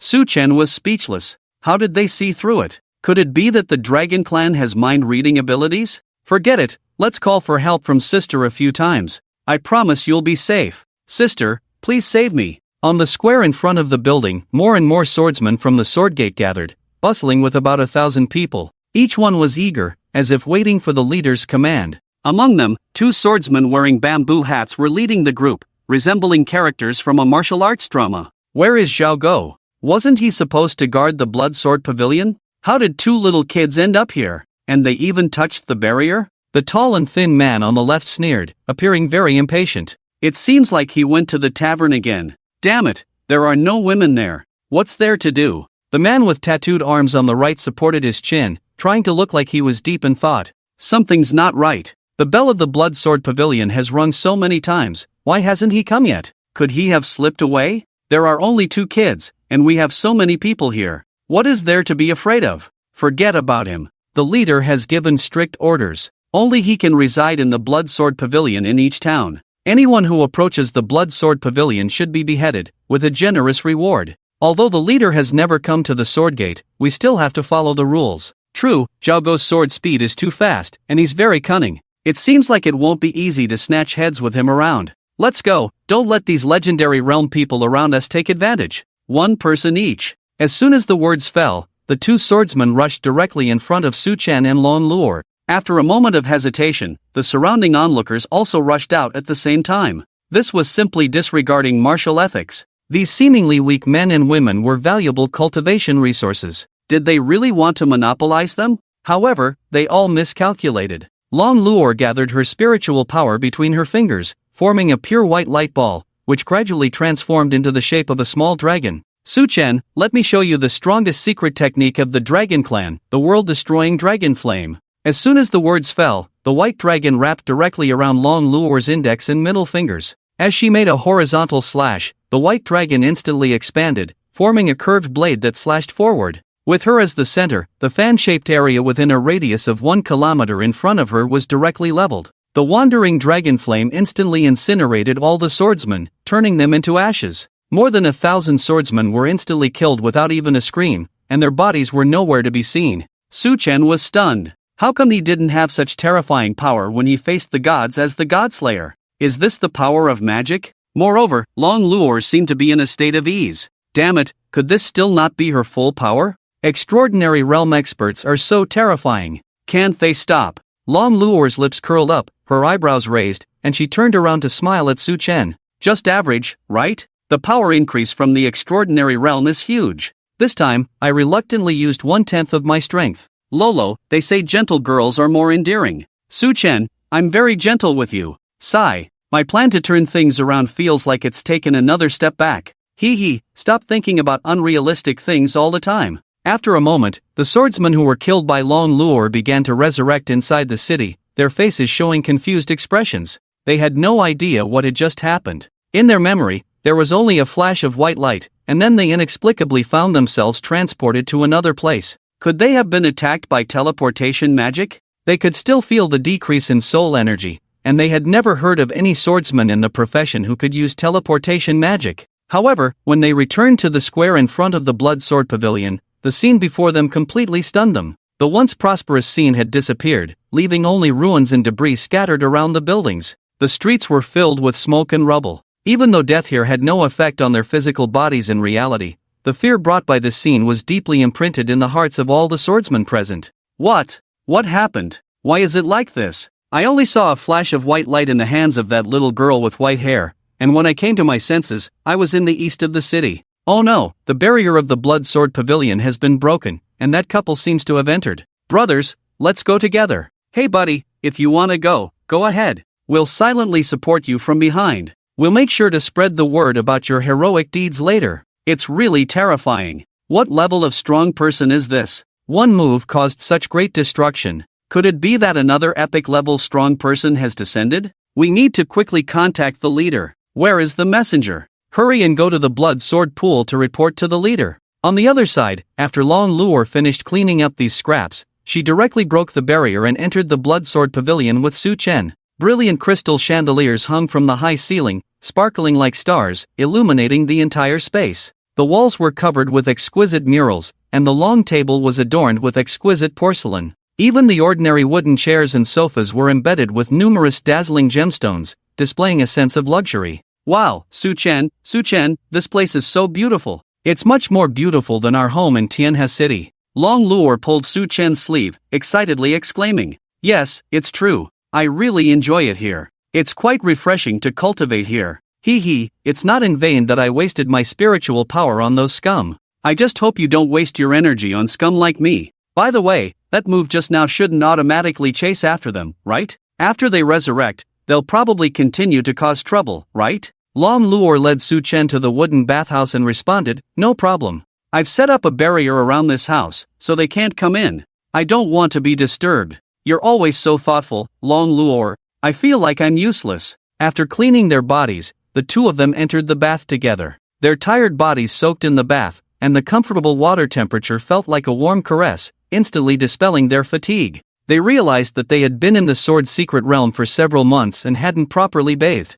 Relying on Long Luor using water magic to wet a towel and wipe their bodies had become a thing of the past. Finally, they were able to enjoy a warm bath. "Su Chen, how do you like the environment of this bathhouse?" "Ha? Why are you suddenly asking? I think it's great. The decorations are luxurious, and the scent of the aromatherapy is very pleasant. It's so enjoyable." "Well, hee. Long Luor stood up suddenly while speaking, and used her pinky finger to lift up Su Chen's chin. The holy light instantly filled the entire bathhouse. Luo, are you trying to? It's been over a week, and I'm going crazy. I have to dispel your untimely fantasies while I have the chance. But this is a bathhouse. And so, Su Chen was directly dealt with by Long Luo in the bathhouse. And Long Luo's height always remains several centimeters taller than Su Chen.